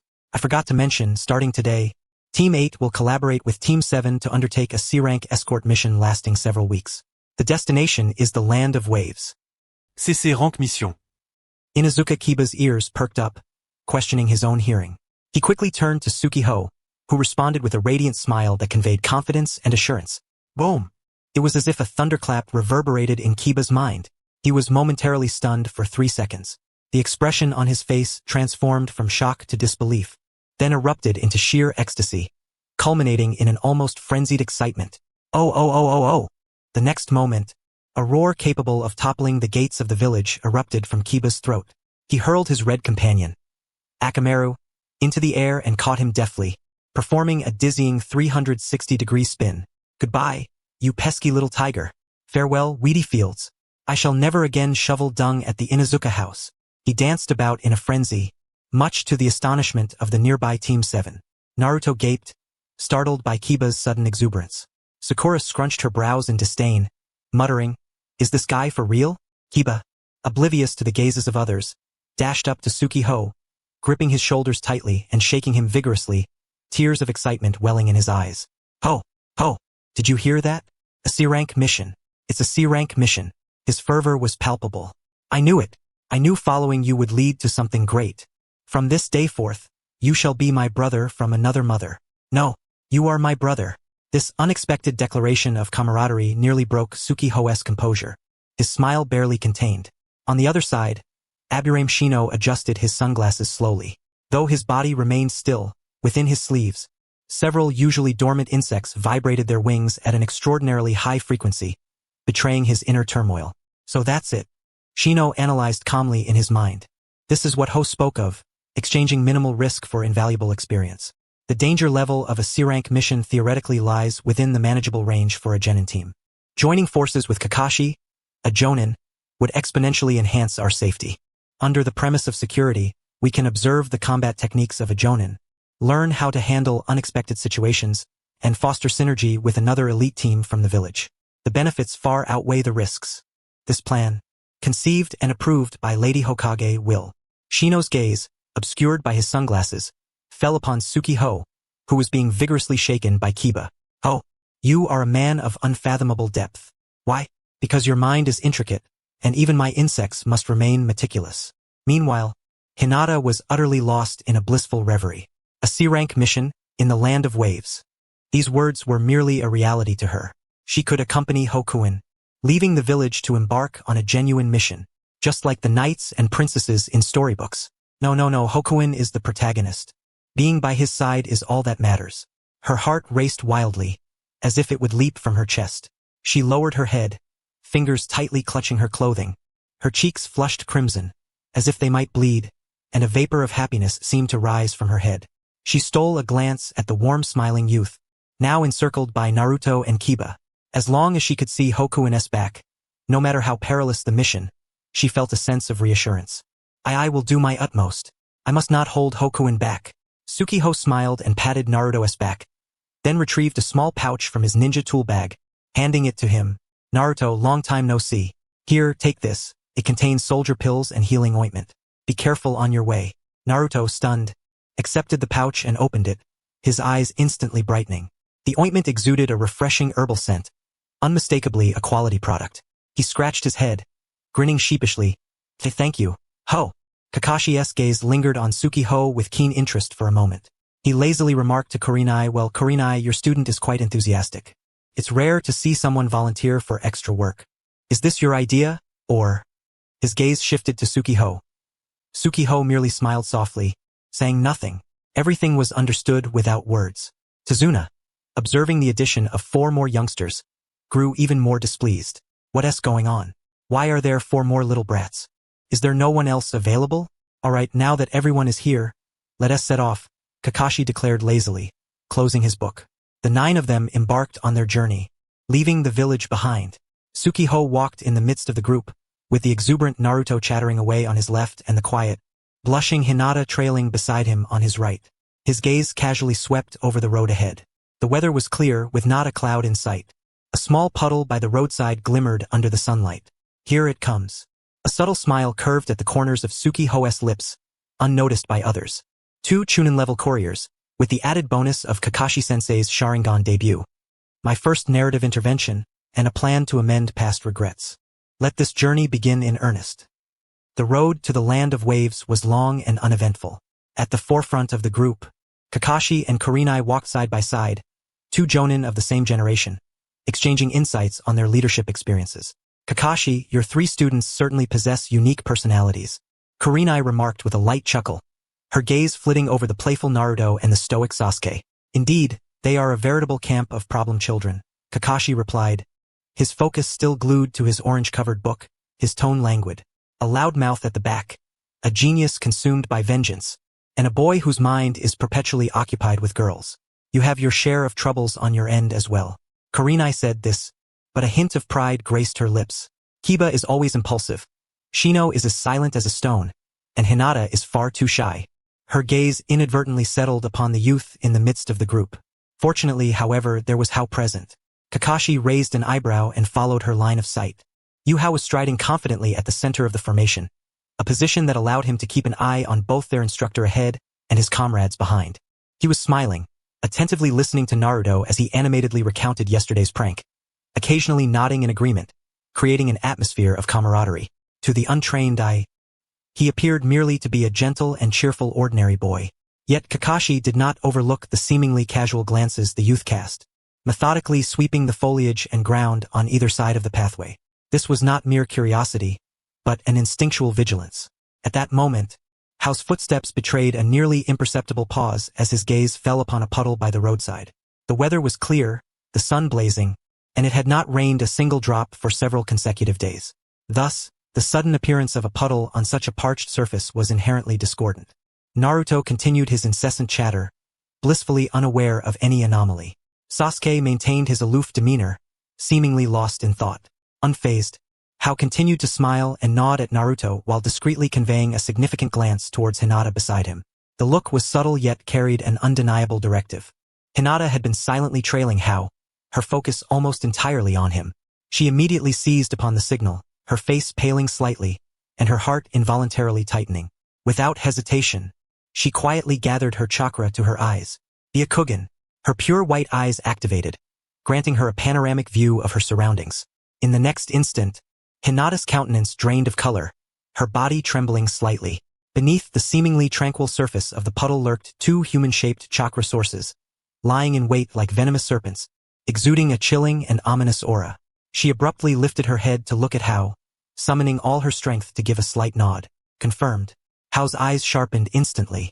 No longer hesitating, he quickly took a few steps towards Asuma, addressing her in a tone loud enough for all to hear. Asuma-sensei, Kakashi-senpai, Hinata and I have detected a situation ahead. I suggest we remain on guard. As his words fell, the atmosphere within the group shifted dramatically.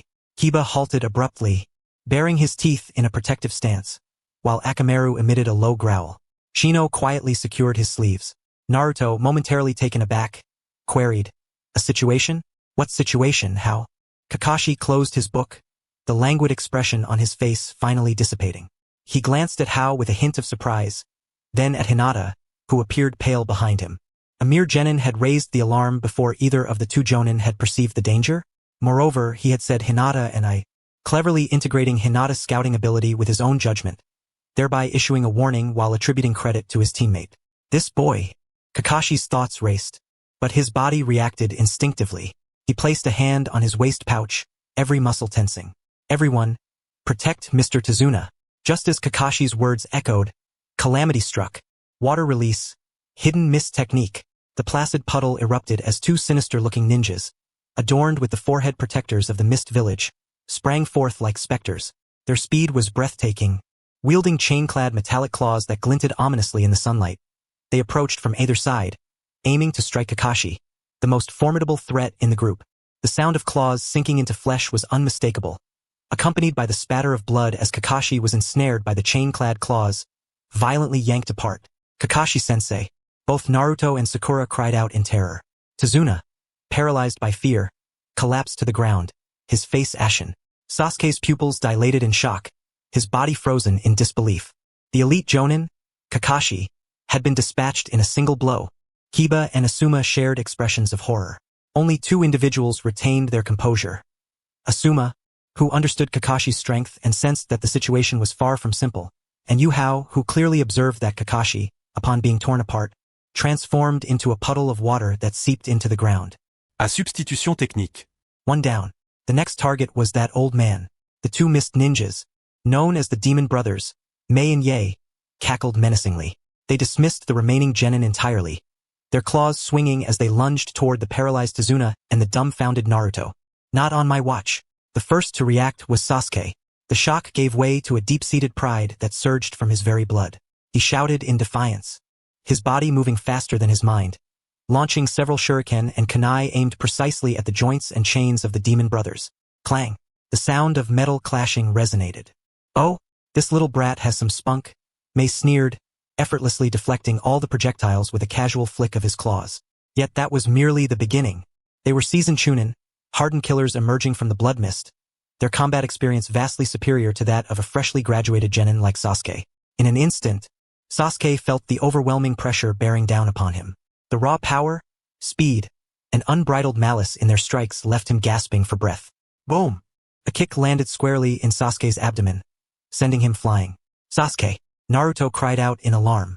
Meanwhile, Mei's poisonous claw sailed past Sasuke, unimpeded as it reached for Naruto and the defenseless Tsunade. The dark, venom-tipped claw glistened menacingly, promising dire consequences for any contact. The shadow of death loomed palpably over Naruto for the first time. His body froze, his mind blank, even forgetting to resist. At that critical moment, Yuhao sprang into action. He did not adopt the gentle fist stance like Hinata, nor did he employ the flashy weapon techniques like Sasuke. He resorted to the most fundamental of ninja skills that every shinobi possessed. Body flicker technique. Whoosh! He left behind an afterimage, reappearing in an instant before Naruto, shielding him and Tsunade with his own body. Almost simultaneously, his hands completed the necessary seals. The speed was dizzying. The Demon Brothers' eyes narrowed in shock. From the silent youth emanated a far more dangerous aura than that of the earlier Uchiha brat. Yuhao raised his head, an icy glint of murderous intent flashing across his gentle features as he beheld the approaching venomous claws, uttering several clear and chilling words. Shadow clone explosion. As Hao's cold voice reverberated, a shadow clone materialized before him with an explosive sound. This clone made no offensive or defensive moves. It merely displayed an enigmatic smile at the charging Demon Brothers. The very next instant, a thunderous explosion erupted. A deafening explosion erupted, causing the shadow clone to burst apart. A violent shockwave, akin to a tsunami, swept through a 10-meter radius in an instant. The tremendous impact forcibly hurled the advancing Ghost Brothers off their feet, leaving them to roll helplessly on the ground for several rotations before regaining their balance. A cloud of dust and smoke billowed forth, temporarily obscuring everyone's vision. The battlefield fell into a brief, profound silence. Naruto stared, wide-eyed and agape, at the silhouette shielding him, his ears still ringing. For that fleeting moment, he had genuinely believed his demise was imminent. Sasuke staggered to his feet, clutching his abdomen, his gaze fixed in astonishment upon the epicenter of the smoke. What kind of ninjutsu is this? Detonating shadow clones? This reckless approach was utterly unheard of. Stop dawdling. A calm and clear voice emerged from the haze, echoing like a battle horn, instantly rousing everyone from their stupor. Naruto, protect Mr. Tsunade. Retreat to the back. Sasuke, constrain the one on the left. He's adept at close combat. Kiba, you and Akamaru are swift. Harass the enemy on the right. Do not afford him the opportunity to wield his chains. Shino, prepare your insects. Seek an opportunity to restrict their movements. A series of commands, clear, rapid, and unequivocal. In that moment, Yuhao transcended from the gentle neighborhood boy, transforming into a strategic general, instantly discerning the battlefield and assigning the most suitable tasks to each individual. A flicker of complex surprise and reluctance passed through Sasuke's eyes, but his body instinctively began to move. He understood that this was not the time to contest command. With a low growl, his Sharingan began to whirl. Activate. His figure morphed into a shadow, charging towards the recently stabilized ghost brother, Ming Tu. Kunai collided with claws, erupting into a flurry of sparks. Oh yeah, leave it to me. Kiba, invigorated in an instant, shook off the previous fear. He relished such clear directives. Akamaru, let us go. Ninja art. Beast clone. The duo transformed into a whirlwind of white, utilizing their astounding speed and explosive power to assail the other ghost brother, Yi Tu, from the side, preventing him from unleashing his chain weapon. Following the orders, Shino adjusted his sunglasses, and countless black parasitic insects swarmed forth from his sleeves and collar. Like a dark cloud, they silently encircled from all directions, searching for openings to attack. Sakura and Ino swiftly escorted Tazuna, retreating to the battlefield's periphery. What had been a chaotic situation was, within mere seconds, transformed into a well-coordinated combat formation, thanks to Yu Hao's few commands. He did not pause, his mind raced at breakneck speed. The ghost brothers were Chunin, their strength far surpassing that of Sasuke and Kiba, and this strategy could not hold for long. A swift resolution was imperative. Hinata, he commanded once more, his voice reaching the ears of the girl at the back of the formation. Discern their chakra pathways, reveal their weaknesses. Yes. Ho-Aokun. Hinata activated her Byakugan, her body taut with anxiety, uncertain of her capabilities. However, hearing how S directive felt like finding a solid anchor. She forcefully suppressed her trepidation and pushed her Byakugan S insight to its utmost limits. The intricate chakra system within the Ghost Brothers, along with the chakra flowing through it, presented itself clearly in her vision. Overcoming her trembling voice, she shouted with all her might, their arms. From shoulder to wrist, the chakra flows most densely and actively. That is their core for launching attacks. Excellent. Hao had been awaiting this very statement. Shadow clone technique. Bang! Bang! 2 shadow clones reappeared beside him. Forward. The real Hao, along with his 2 shadow clones, formed a perfect triangle and surged ahead. Astonishingly, the trio assumed the starting stance of gentle fist. Though merely the most fundamental posture, their movements were synchronized, with a clear target aimed at the arms of the ghost brother restrained by Sasuke and Kiba. Now, Sasuke's Sharingan captured Hao's intentions. He executed a swift backflip, his shuriken, laced with wire, and snaring one of Ming Tu's legs. Well done, Sasuke, Kiba shouted, altering his trajectory as his attack collided fiercely with Yi Tu's side, causing him to stagger. This brief moment of control provided Hao with a splendid opportunity for attack. The real Hao and his 2 shadow clones, like 3 bolts of white lightning, surged forward. Their target was not the vital points of the Ghost Brothers, but rather the arms where Hinata had indicated the chakra flowed most densely. Gentle fist. Chakra point strike. The 3 of them accurately pinpointed several crucial acupuncture points on the Ghost Brothers' arms. This was merely the most elementary technique of the Hyuga clan. Given Hao's current mastery of gentle fist, he could not have expected to inflict significant harm. However, let us not forget that he possessed perfect chakra control. This gentle fist chakra under his command became exquisitely refined and precise. It pierced through the opponent's muscles and defenses, accurately penetrating the chakra nodes. Ugh! The Ghost Brothers simultaneously emitted a pained grunt. They felt their arms go numb, as if countless ants were gnawing at their meridians. The chakra flowing within them became suddenly sluggish, as if a dam had obstructed a river, causing an immediate stagnation. Their arm strength rapidly dwindled, and their entire bodies became sluggish in response. Now, Shino! With a successful strike, Hao immediately withdrew, shouting, buzz. The swarm of insects, having awaited this opportune moment, surged forth. The black cloud of insects enveloped the sluggish Ghost Brothers, cocooning them tightly, akin to 2 black insect husks. Countless parasitic insects crawled over their bodies, voraciously draining the chakra within them. Well done. A languid voice drifted down from above. The group looked up to see Kakashi casually leaning against a tree trunk, one hand holding the book Make Out Paradise. Observing the unharmed genin and the 2 immobilized chunin entangled in insects, a genuine gravity flickered in his eyes for the first time. He gracefully leaped from the tree, striding a few steps to stand before the Ghost Brothers, and with a swift chop of his hand, rendered them completely unconscious. The battle was concluded. From the moment the enemy appeared to their subjugation, the entire process unfolded in under 3 minutes. Kakashi's gaze swept over the panting Sasuke, the exuberant Kiba, the silently withdrawn Shino, and the blushing Hinata, whose eyes sparkled with admiration. Finally, his gaze settled upon the one who had orchestrated the entire scenario, Yuhao, who now stood calmly at the center of the formation. A team of genin, without the intervention of a jonin, had flawlessly subdued 2 seasoned chunin at 0 casualties. This was nothing short of a textbook example of teamwork. And the core of this miraculous achievement was this seemingly gentle and harmless boy. Kakashi's eyes deepened with contemplation. As the battle concluded, the tense atmosphere finally began to ease. Kiba, brimming with excitement, hugged Akamaru, boasting about his earlier valor. Sakura, with a worried expression, rushed to check on Sasuke's injuries. Meanwhile, Naruto stood alone, head bowed, trembling slightly, his fists clenched tightly, his face etched with frustration and discontent. Just moments ago, when the ghostly brother's venomous claws reached out, he was gripped by fear. Paralyzed, his mind became a blank slate. Had it not been for Hao's timely intervention, he might have already succumbed to death. Cursed, cursed, cursed. Naruto let out a low growl, abruptly drawing a shuriken from his ninja tool pouch, and, without a moment's hesitation, stabbing it into the back of his left hand. Blood oozed along the edge of the shuriken. It hurt so much, but here Naruto Uzumaki vow. Gritting his teeth, he bore the excruciating pain and declared, word by word, that he would never again flee in the face of danger.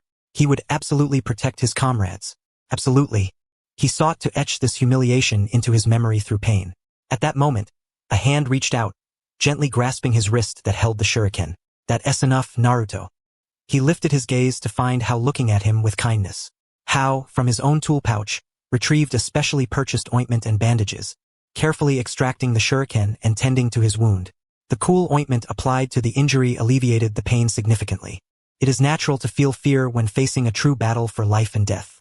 As Hao bandaged him, he softly reassured, "What matters is that you did not turn and run.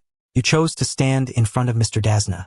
Naruto was taken aback, gazing into Hao's sincere eyes, his feelings of frustration and guilt seemingly diminished by this gentle strength. "Moreover, you have already sworn an oath through your actions. A true ninja would not allow their wounds to worsen." Hao meticulously secured the bandage and offered him an encouraging smile. "Thank you, Hao," Naruto murmured, looking at his bandaged hand. Ding! The bond with the bonded subject, Naruto Uzumaki, has deepened. The other party regards the host as a trustworthy and dependable friend. Bond value 2.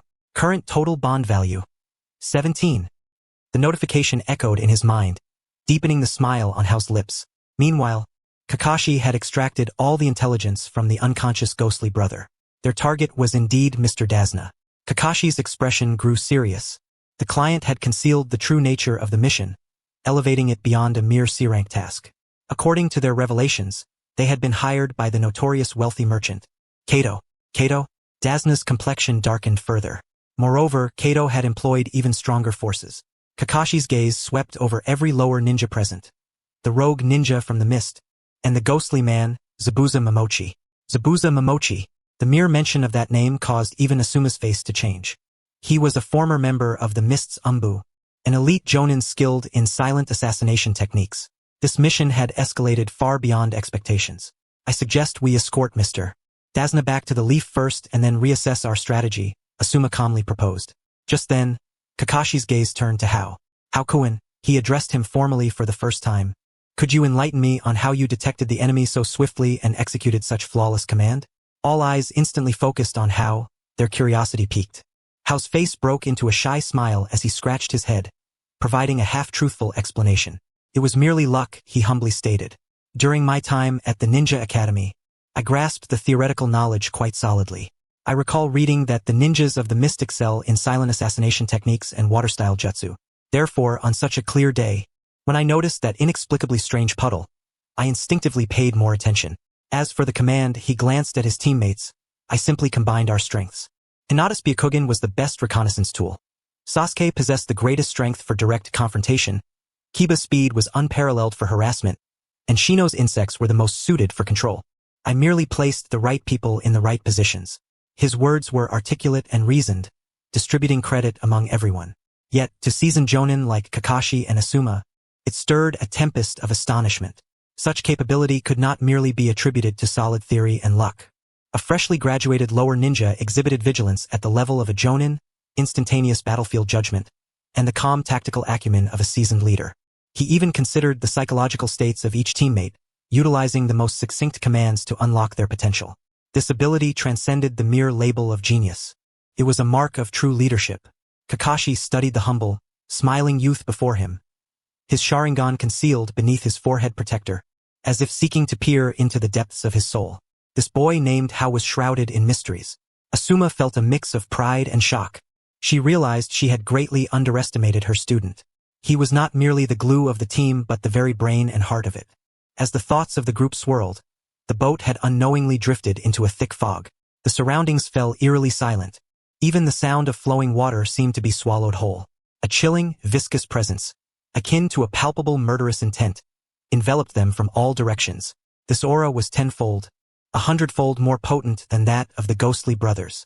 Naruto, Sasuke, Sakura, and all the lower ninjas felt their bodies stiffen, as if ensnared by a monstrous serpent. Even their breaths became labored. Here, Kakashi's voice was gravely serious. Before them, shrouded in mist at the bow of the boat, a tall figure stood silently upon the water's surface. His face was wrapped in bandages, adorned in the battle attire of the mist, and balanced upon his shoulder was an oversized sword that seemed disproportionate to his stature. Zabuza Momochi. The overwhelming pressure made cold sweat bead on the brows of all lower ninjas. This adversary was not merely on the same level as the previous ghostly brothers. Kakashi slowly raised his hand, reaching for his forehead protector. It appears I must employ this today. With a swift motion, he flipped up the protector, revealing the crimson Sharingan. With 3 tomo swirling ominously, I do not wish for my students to encounter an even stronger foe. Kakashi's voice was low and resolute, a powerful aura emanating from him, clashing fiercely with Zabuza's murderous intent. The battle was imminent. All hearts were captivated by this terrifying enemy. Only how his gaze transcended Zabuza, peering into the depths of the forest along the shore. There, concealed, was a masked boy, another critical target of this mission to the Land of Waves, Haku. Sharingan Kakashi, I did not anticipate encountering you here. It is indeed an honor. Zabuza's voice was hoarse and deep, like the edge of a blade scraping against stone. His gaze fixated greedily and warily upon Kakashi's crimson eye. Likewise, it is a pleasure to meet a former member of the Mist's assassination squad. Kakashi replied, his tone still languid, yet his chakra was at its peak. Zabuza stood like a silent statue, merely standing there tightened Naruto and Sasuke's hearts, making their breaths cautious. Asuma instinctively shielded her 4 students behind her, her expression grave. As a jonin, she could sense the bloody aura that emanated from him, a stark contrast to the previous ghostly brothers. This was a different caliber altogether. Water release, hidden mist technique, the fog thickened, and the murderous intent froze. Zabuza's voice was hoarse and frigid, as he formed seals with one hand, causing the surrounding mist to thicken to an almost impenetrable density. Kakashi's Sharingan spun rapidly, his vigilance scanning the area. Kurenai, protect the students and the client. Kakashi's voice emerged from the fog, laced with gravity. This enemy is mine. Understood, Kurenai replied solemnly, her grip tightening around her kunai. In the next moment, a cacophony of metallic clashes erupted upon the water's surface, sparks igniting briefly within the thick haze. The confrontation between the silent assassin and Kakashi, 2 elite jonin, erupted in an instant. The atmosphere aboard the small boat grew oppressively tense. Inuzuka Kiba lay nervously at the edge of the vessel, seeing only a vast expanse of white mist and the occasional sound of impact. Haruno Sakura, already pale with fear, clung tightly to the boat's railing. Only Uzumaki Hao remained composed, standing as if the grim battle before them was merely an intriguing lecture. He turned slightly, addressing the 2 tense youths beside him, Naruto, Sasuke. This is a battle of jonin caliber. Observing their every move will provide us with invaluable experience. Naruto paused, turning to Hao with a puzzled expression. Observe? But it's so foggy, we can't see anything. Sasuke furrowed his brow, letting out a disdainful huff, yet his ears involuntarily perked up. Listen carefully, and think critically. Hao's voice was soft yet clear, resonating in the ears of both. Identify the source of the sounds to discern their locations. Consider why Kakashi-sensei remains on the water's surface. With Zabuza's silent killing technique thriving in this fog, how does Kakashi-sensei plan to counter it? He was like an experienced instructor, transforming the brutal battlefield into a vibrant classroom, guiding his bewildered students. Naruto, half understanding, shut his eyes, straining to listen intently.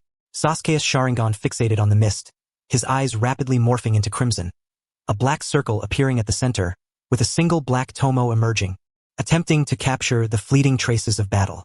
Though he was reluctant to admit it, deep down he recognized that Hao's guidance was indeed correct. He had been too preoccupied with anxiety and shock moments ago. While guiding the two, Hao leaned towards Hinata, whispering, "Hinata, activate your Byakugan and help me monitor the battle. But do not gaze for too long. He is a jonin and may sense your scrutiny." "Yes, Haku-kun." Hinata promptly responded, her pure white eyes opening, providing Hao with the clearest live coverage of the battlefield. With Hinata's perspective, Hao's commentary became even more precise. "Notice that Kakashi-sensei is retreating. He is luring the enemy. Zabuza has fallen for it." Water clone. Zabuza employed a water clone to probe, but Kakashi-sensei saw through it with a single strike. Kakashi-sensei is forming seals. He has been deceived. Zabuza has appeared behind him. Just then, the tide of battle shifted dramatically. Water release, water prison technique. Zabuza's low growl echoed, and Kakashi, unable to evade in time, found himself ensnared within a colossal sphere of water. "This is bad. Kakashi-sensei," Naruto exclaimed in alarm, one hand maintaining the water prison. Zabuza utilized the other to form seals, a water clone materializing beside him, grinning malevolently as it approached the group. "I'll deal with you brats first." The murderous intent of the water clone was equally frigid and piercing. "Do not forget, I am still here." Kurenai shielded all the students behind her, forming seals with her hands, illusion technique, binding trees. The genjutsu activated, and numerous thick trees erupted from beneath the water clone, instantly binding it.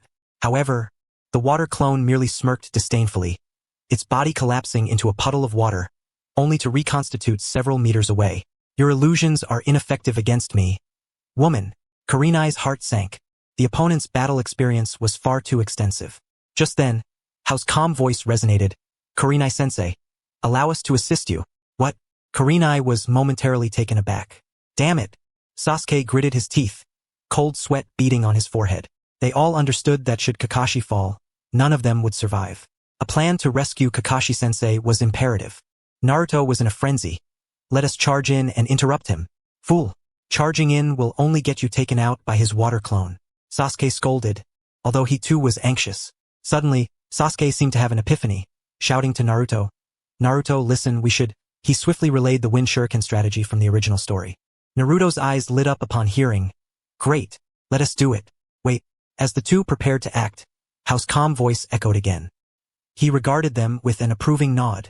"The plan is solid, but it could be even more refined. Sasuke, the Wind Shuriken is the primary offense, targeting Zabuza's real body, forcing him to abandon the water prison to evade. Your reasoning is spot on." After a pause, he turned to Naruto. "Naruto, your task is even more crucial." "Me?" Naruto pointed to himself, bewildered. "Yes?" Hao's gaze sharpened. "You will use your shadow clones, but do not attack the water clone. That would waste chakra. Transform into a Wind Shuriken, then have all your other shadow clones jump into the water." "Jump into the water?" Both Naruto and Sasuke stared blankly. Exactly, Hao explained.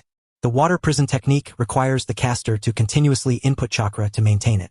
Create chaos underwater, strike the bottom of the water prison with kunai, or simply thrash about underwater to disrupt the water flow. This way, Zabuza will need to divert more chakra to stabilize the prison. With his concentration divided, your chances to strike will increase. The clarity of his words struck both Sasuke and Naruto as an awakening. "So that's how it can be done?" Sasuke regarded Hao deeply, pondering the construct of this comrade's mind. How could he devise such a brilliant supplementary strategy in such a short time? "All right, I get it," Naruto shouted excitedly, relishing a task with clear purpose. "Let us execute the plan." Sasuke leaped to a higher vantage point, unleashing a roaring Wind Shuriken. Meanwhile, Naruto, under the cover of his shadow clones, successfully transformed into another shuriken hidden within the shadows. Almost simultaneously, dozens of Naruto's shadow clones splashed into the water with a resounding plop, creating mayhem beneath the surface. Zabuza's brow furrowed in response. The chakra fluctuations underwater made maintaining the water prison exceedingly difficult. In that fleeting moment of distraction, Sasuke's Wind Shuriken was already upon him. Zabuza had no choice but to relinquish the water prison and retreat. Well done. The instant Kakashi escaped, he appeared behind Zabuza, kunai pressed to his throat. The battle seemed poised to reach its conclusion. Yet, Hao's gaze remained fixed on the distant tree line along the shore, a subtle smile playing at the corners of his mouth. Just then, a long-awaited voice echoed in his mind. Ding. New high-value bond target detected. Surname Bai. Identity. Mist Village Rogue Ninja Zabuza Momochi's subordinate. Regret value. 88. Born as a tool. Died as a tool. Unable to witness the world he yearned for. Potential value. 92. Bloodline limit. Ice release. Here it comes. The most hidden treasure of the Land of Waves. A spark of determination ignited within Hao. Transforming the destinies of Bai and Zabuza was not just about rectifying past regrets, but also about bolstering his own future with a powerful ally. An elite jonin skilled in assassination and a genius possessing the ice release bloodline limit.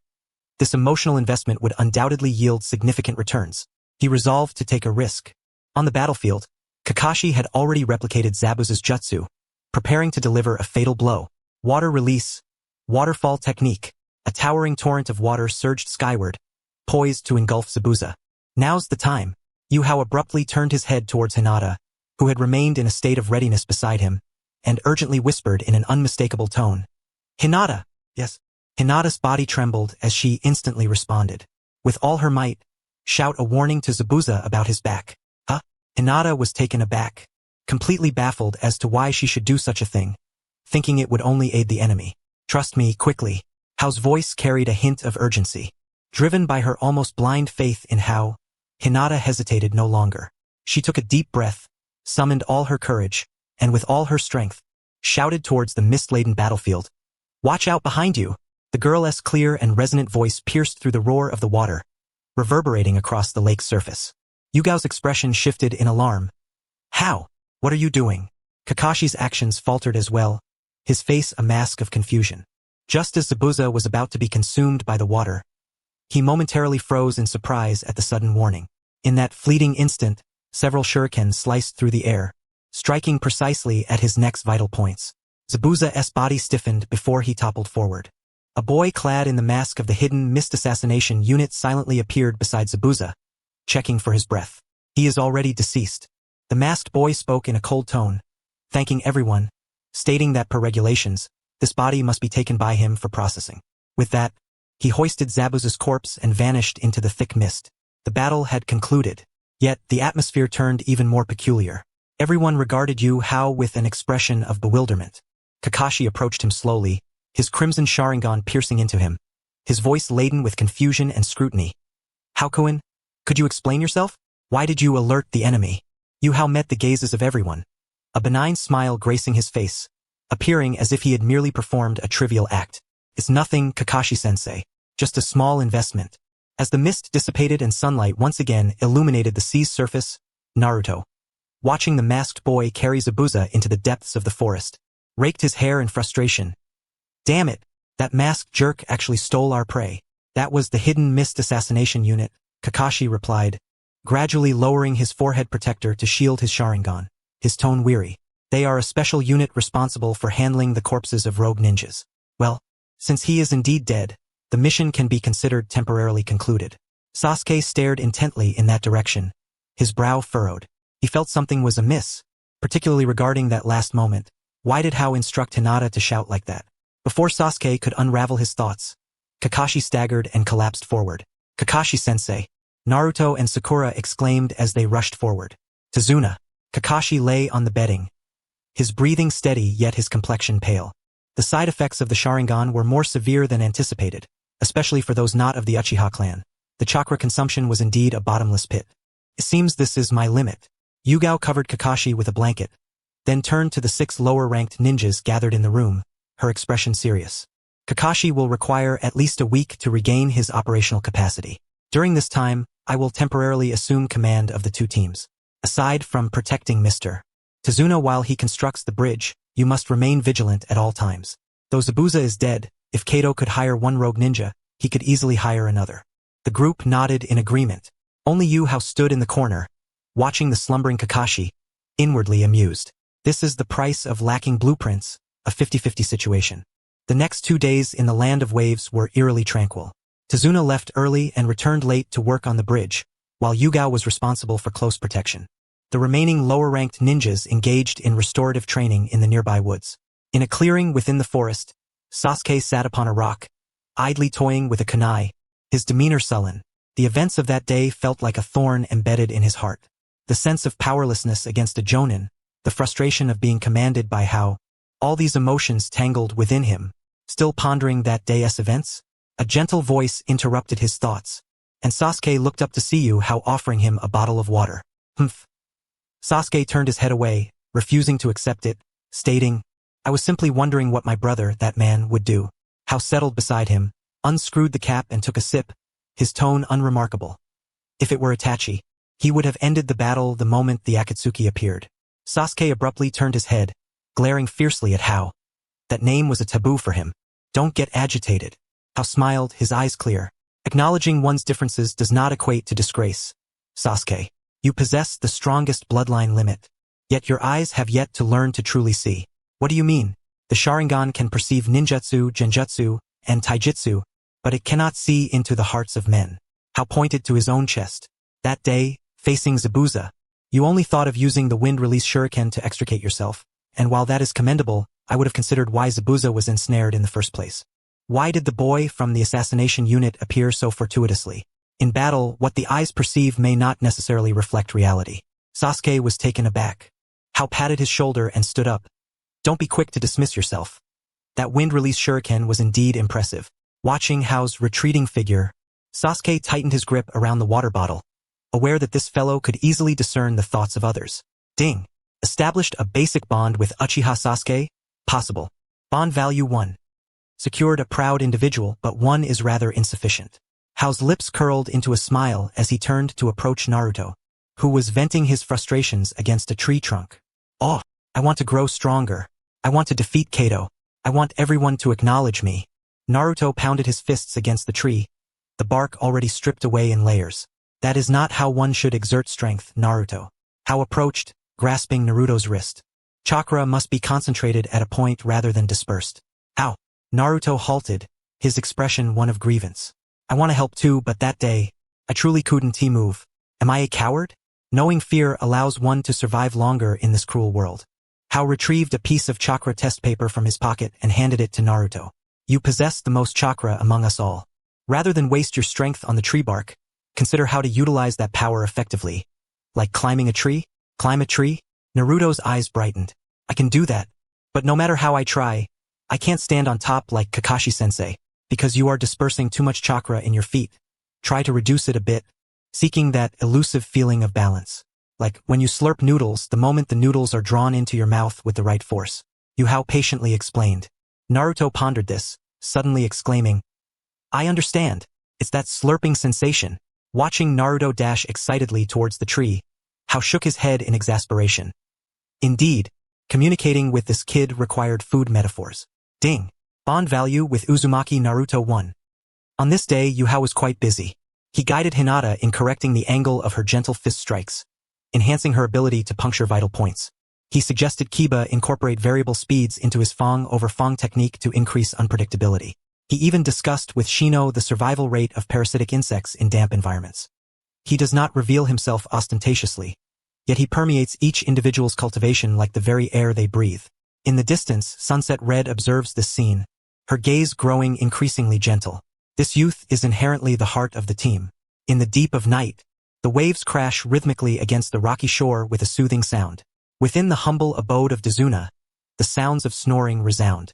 Naruto sprawls carelessly in his sleep, one leg draped over Sasuke, who furrows his brow in disdain amidst his dreams. 2 minutes later, his eyes snap open, the once gentle black orbs now radiating an icy calmness in the darkness. Unbeknownst to anyone, his body beneath the covers has silently transformed into a log. À substitution technique. The sea breeze, laden with a briny scent, sweeps across the unfinished bridge of the land of waves. The colossal bridge sprawls across the sea like a severed spine of a giant. Thick fog envelopes the night, rendering visibility perilously low. A shadow flits through the skeletal framework like a wraith. Under the moonlight, Hao perches atop a towering bridge pier, surveying the labyrinthine scaffolding below. The terrain is even more intricate than he had envisioned. He mutters to himself, extricating several rolls of specially crafted ultrafine steel wire from his ninja tool pouch. These wires, custom-made at considerable expense before his departure from the Leaf, possess exceptional hardness and are nearly invisible in the night. Though he has yet to demonstrate such wire manipulation skills in this world, it does not imply he lacks the ability. Here lies the optimal ambush point. His fingers deftly weave the steel wire, entwining it silently around several critical load-bearing nodes and essential pathways. He refrains from tightening the wires, instead allowing for a subtle curvature. Next, he retrieves a stack of explosive tags. These tags are not intended to cause fatalities. He affixes the tags to several seemingly inconsequential yet crucial support points, the backs of which are poised to trigger a chain reaction. That fool, Kato, will undoubtedly arrive with a band of ruffians to blockade the bridgehead. As Hao sets his traps, he mentally simulates the scene days hence. Zabuza and Haku will engage in a climactic battle with Team Kakashi at the center of the bridge, resulting in mutual destruction, just as Kato and his men make their entrance, intent on crossing. This is the script from the original narrative. Hao secures the final steel wire with a tight knot, but I shall add a twist. If, at the height of Kato's triumph, the ground beneath them were to suddenly collapse, the invisible wires would slice through the chaos like a scythe through grass. This terror would be the final straw that breaks Zabuza's inner defenses. Only by witnessing his own downfall, seeing the so-called 7 ninja swordsman's dignity trampled underfoot by a horde of ruffians, will he completely shatter. And in that abyss of despair, Hao will extend his hand towards him. It is a pact with the devil, yet also a beacon of redemption. Perfect. Hao brushed off the dust from his hands, standing aloft as he gazed into the distance where faint lights shimmered upon the sea. Zabuza and Haku, this encounter I hope you shall cherish. He cast one last glance at the stage destined to become a battlefield, and in a flash, vanished into the encroaching darkness as if he had never been there at all. In the morning, the woods are shrouded in moisture, imbued with the fragrance of earth and grass. 2 teams of genin stand in neat formation, with Kakashi appearing as listless as ever, leaning against a tree with his cane, while Sunset Red stands at the forefront, her demeanor stern. In the coming days we shall undertake a specialized chakra control training. Sunset Red gestured towards the towering trees behind her, succinctly explaining that the objective is to ascend to the treetop without the use of hands. Huh? Climbing trees? Naruto exclaimed, his eyes wide. What is so difficult about that? I can scale it in no time. Do not underestimate this training, Naruto, Kakashi interjected lazily. It is designed to help you learn precise chakra control. Only by maintaining the necessary amount of chakra at your feet can you adhere to the trunk. Too little and you will fall. Too much and you will shatter the bark and be flung away. As his words faded, Kakashi exchanged a knowing glance with Sunset Red. She nodded slightly, and in a flash, she ascended the tree trunk as if walking on flat ground, effortlessly inverting herself beneath a branch before gracefully leaping down. Impressive. Sakura gasped in admiration. All right, each of you select a tree and use your kunai to mark the highest point you can reach. Sunset Red commanded. Begin. The genin scattered immediately. Watch me, Naruto shouted, charging towards a tree, only to slip after just 2 steps and land flat on his back. Sasuke snorted disdainfully, sprinting up the tree, only to have the bark crack beneath him, sending him tumbling back down. Though he landed gracefully, his expression was decidedly dark. Kiba fared even worse. His excessive force left a hole in the bark before he even managed to ascend, causing him to crash to the ground, while Akamaru beside him whimpered, covering his eyes. This is way too difficult, Kiba complained, rubbing his sore backside. It is indeed a challenge. Shino adjusted his glasses, noting that even his insect companions seemed ill-suited for such delicate tasks. At that moment, a white figure gracefully glided above the heads of the assembled genin. Hao, hands tucked into his pockets, strolled casually up the vertical trunk of the tree. His pace was unhurried, yet each step was as stable as a mountain, leaving not a mark upon the bark. He reached the very top of the tree, then pivoted, hanging upside down from a slender branch, offering a gentle smile to the onlookers below. The air up here is delightful. Would you care to join me? Silence enveloped the scene. Even Kakashi's exposed eye widened slightly. To achieve such mastery on the first attempt, his control over chakra surpassed even that of some chunin. Damn it, that how can he make it look so easy? Naruto grumbled, rising from the ground, a fierce determination igniting in his gaze. I will not lose to you. Sasuke glared at Hao, his fists clenched tightly, once again feeling the sting of being left behind. Hao descended gracefully, ignoring Naruto's outburst, and walked directly towards Hinata, whose face had turned crimson as she stared at the tree trunk in distress, and Kiba, who was still grappling with the bark. Kiba, your chakra is too volatile. Hao spoke gently yet incisively. Are you treating your chakra like a thruster, thinking you can just charge ahead? Kiba paused, taken aback. SNT that how it works? Not at all. Hao shook his head, extending a finger. Imagine your feet are not jet nozzles but suction cups. You must distribute your chakra evenly, like a thin membrane, adhering closely to the texture of the bark. He turned to Hinata, speaking softly. Hinata, your issue is quite the opposite. You are too cautious. Your chakra output is not fluid enough. Try to take deep breaths, integrating the gentle fist breathing method, allowing your chakra to flow as smoothly as water. Like water, Hinata murmured. Her cheeks flushed as she repeated Hao's words softly. Yes, suction cups and water. Hao smiled, patting their shoulders. Give it a try. With Hao's guidance, Kiba and Hinata made another attempt. This time, Kiba successfully reached a height of 5 meters, while Hinata gracefully ascended to 7 meters. We did it, Kiba exclaimed in excitement. Sunset Red watched the scene unfold, a proud smile gracing her lips. Her student not only excelled individually but also inspired his teammates. A true gem. Thank you, Haku. Hinata said shyly, lowering her head as her fingers fidgeted together. Not far away, Sasuke observed this exchange, scoffing as he turned his head away. Yet the chakra output beneath his feet had noticeably stabilized. Naruto, meanwhile, was scratching his head in frustration, eventually opting to sit cross-legged on the ground, muttering suction cups. Suction cups as the sun dipped below the horizon. The training session concluded. Exhausted, the group ambled back in small clusters. Hao deliberately slowed his pace, trailing at the end of the line, and exchanged a knowing glance with Hinata. With her keen perception, Hinata instantly understood, matching her pace until Hao reached her side. Ho-kun. Is something the matter? Hinata asked, a hint of anxiety in her voice, her heart racing.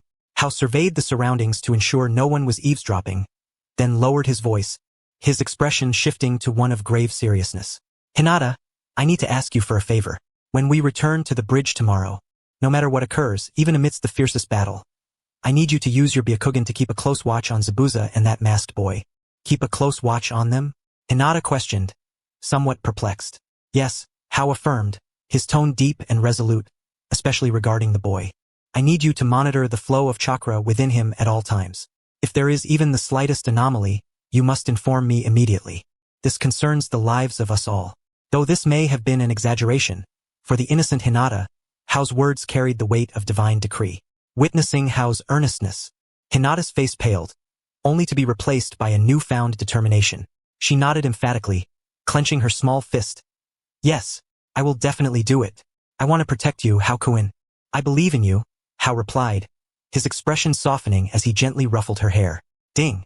Bond with Hyuga Hinata deepened. Bond value 2. Current. 28. Trust.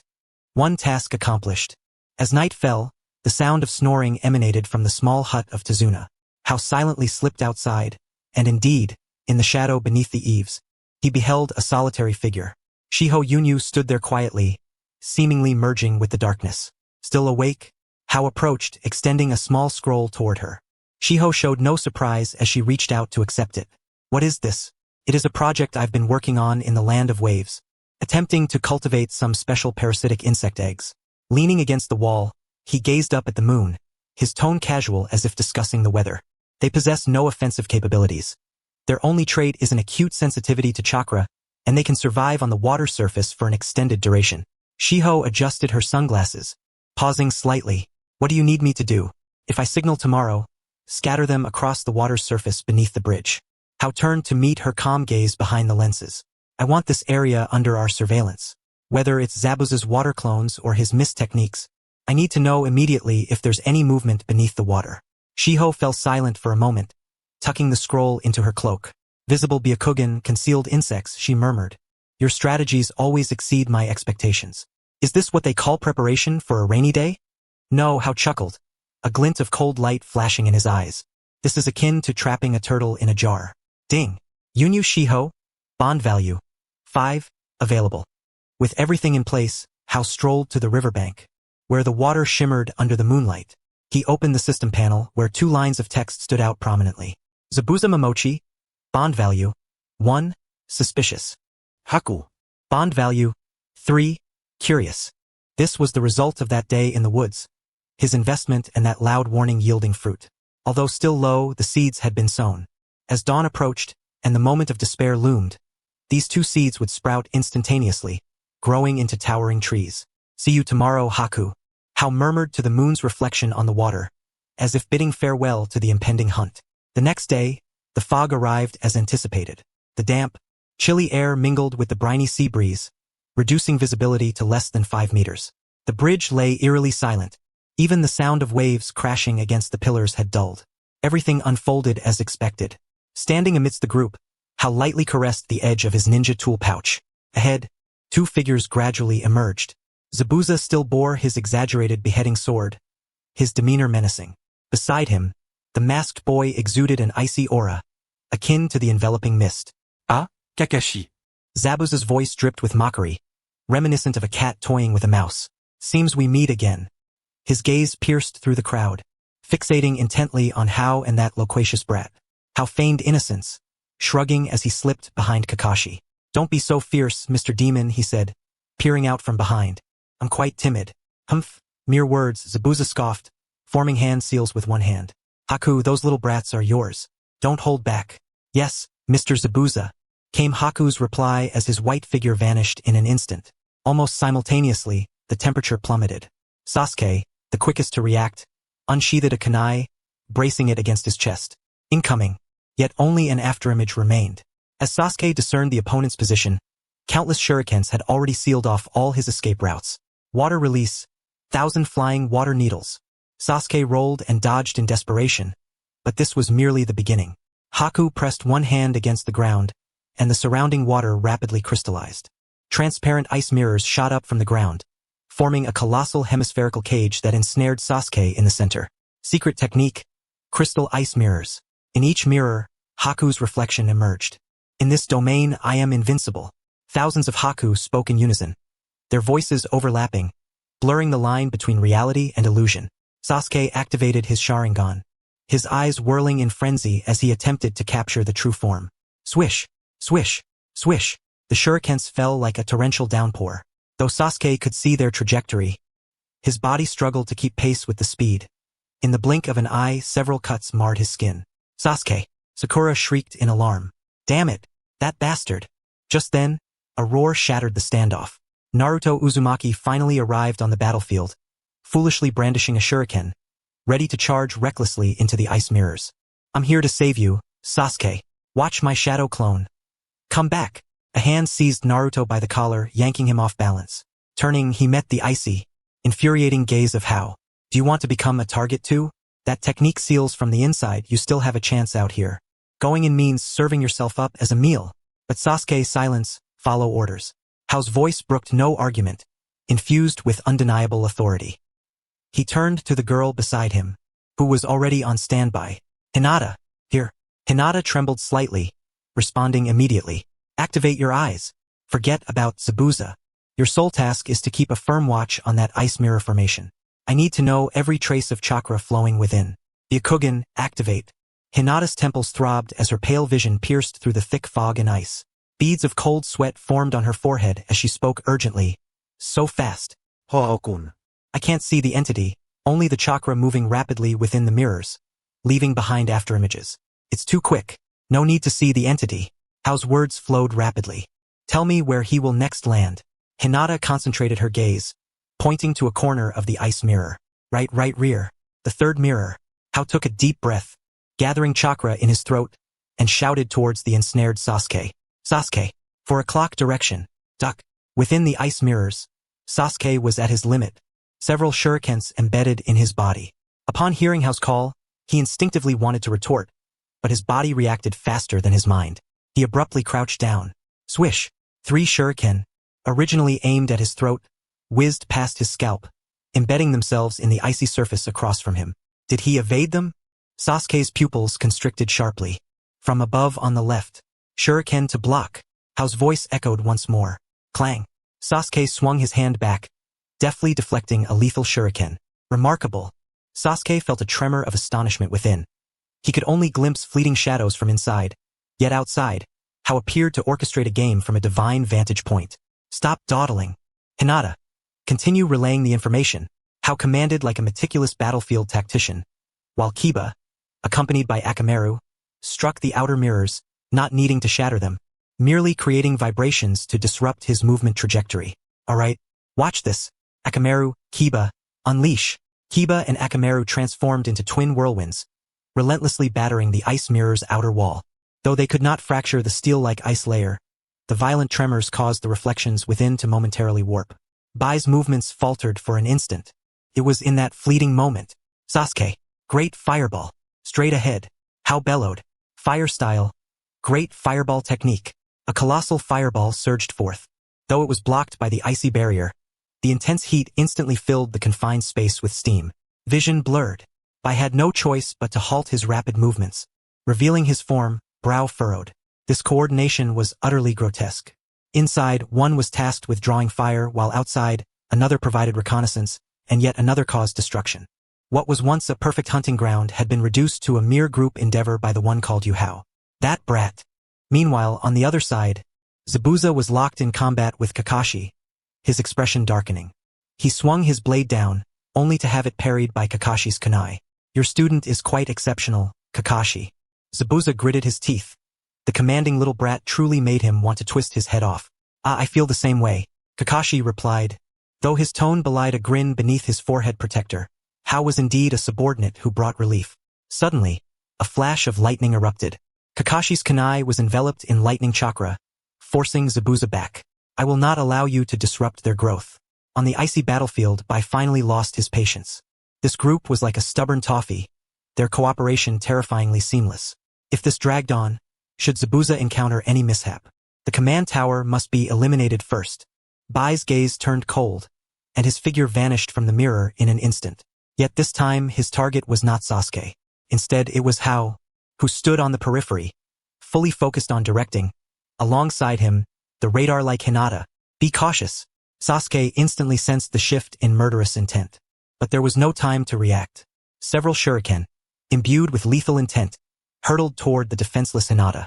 Of course, Hao could have evaded with a substitution technique or even used Hinata as a shield. Yet he did neither. He merely stood there, even pulling Hinata a half-step behind him. For he knew someone was more desperate than he. Do not harm my comrades. Naruto roared in fury, but he was too far away. The one who truly sprang into action was none other than the ever-complaining Uchiha Sasuke, who had long been dissatisfied with Hao. In that moment, the Uchiha clan's ingrained obsession with protection erupted entirely. That bond for comrades triumphed over the fear of death. Sasuke's body traced a phantom arc through the air. He broke free from the encirclement of mirrors, using his own body to shield the path of the incoming shuriken. Thud, thud, thud. The sound of blades piercing flesh was agonizingly clear. Blood splattered.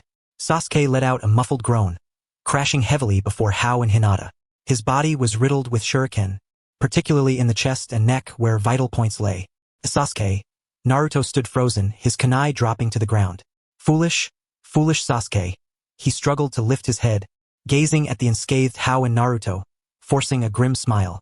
If Hao, this commander, were to perish, we would all be doomed. Why save me? Naruto rushed forward, kneeling on the ground, tears streaming down his face. Who knows? Sasuke's eyes began to dull, his body moving on its own. His hand fell limply. Sasuke! Sakura's heart-wrenching cries resonated across the bridge. Yuhao silently observed this scene. He understood that Sasuke was not dead. Bai had deliberately avoided the true fatal points, merely placing him in a state of apparent death. Yet he chose not to expose this, for the pain must be endured. It was essential to ignite the fuse. Unforgivable. Naruto's body began to tremble violently. A dark crimson chakra, filled with brutality and hatred, surged forth from his abdomen. Those azure eyes transformed instantly into feral slits. The whisker marks on his cheeks thickened, his nails elongated, and fangs emerged. The Nine-Tails chakra overflowed.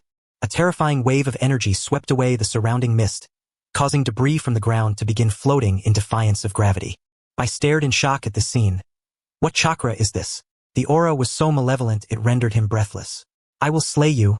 I will slay you. Naruto growled, his voice akin to that of a beast. Now is the time. Yuhao was not deterred by this overwhelming force. Instead, he stepped forward, braving the tempest, shouting at the near-mad Naruto. Naruto, look at me.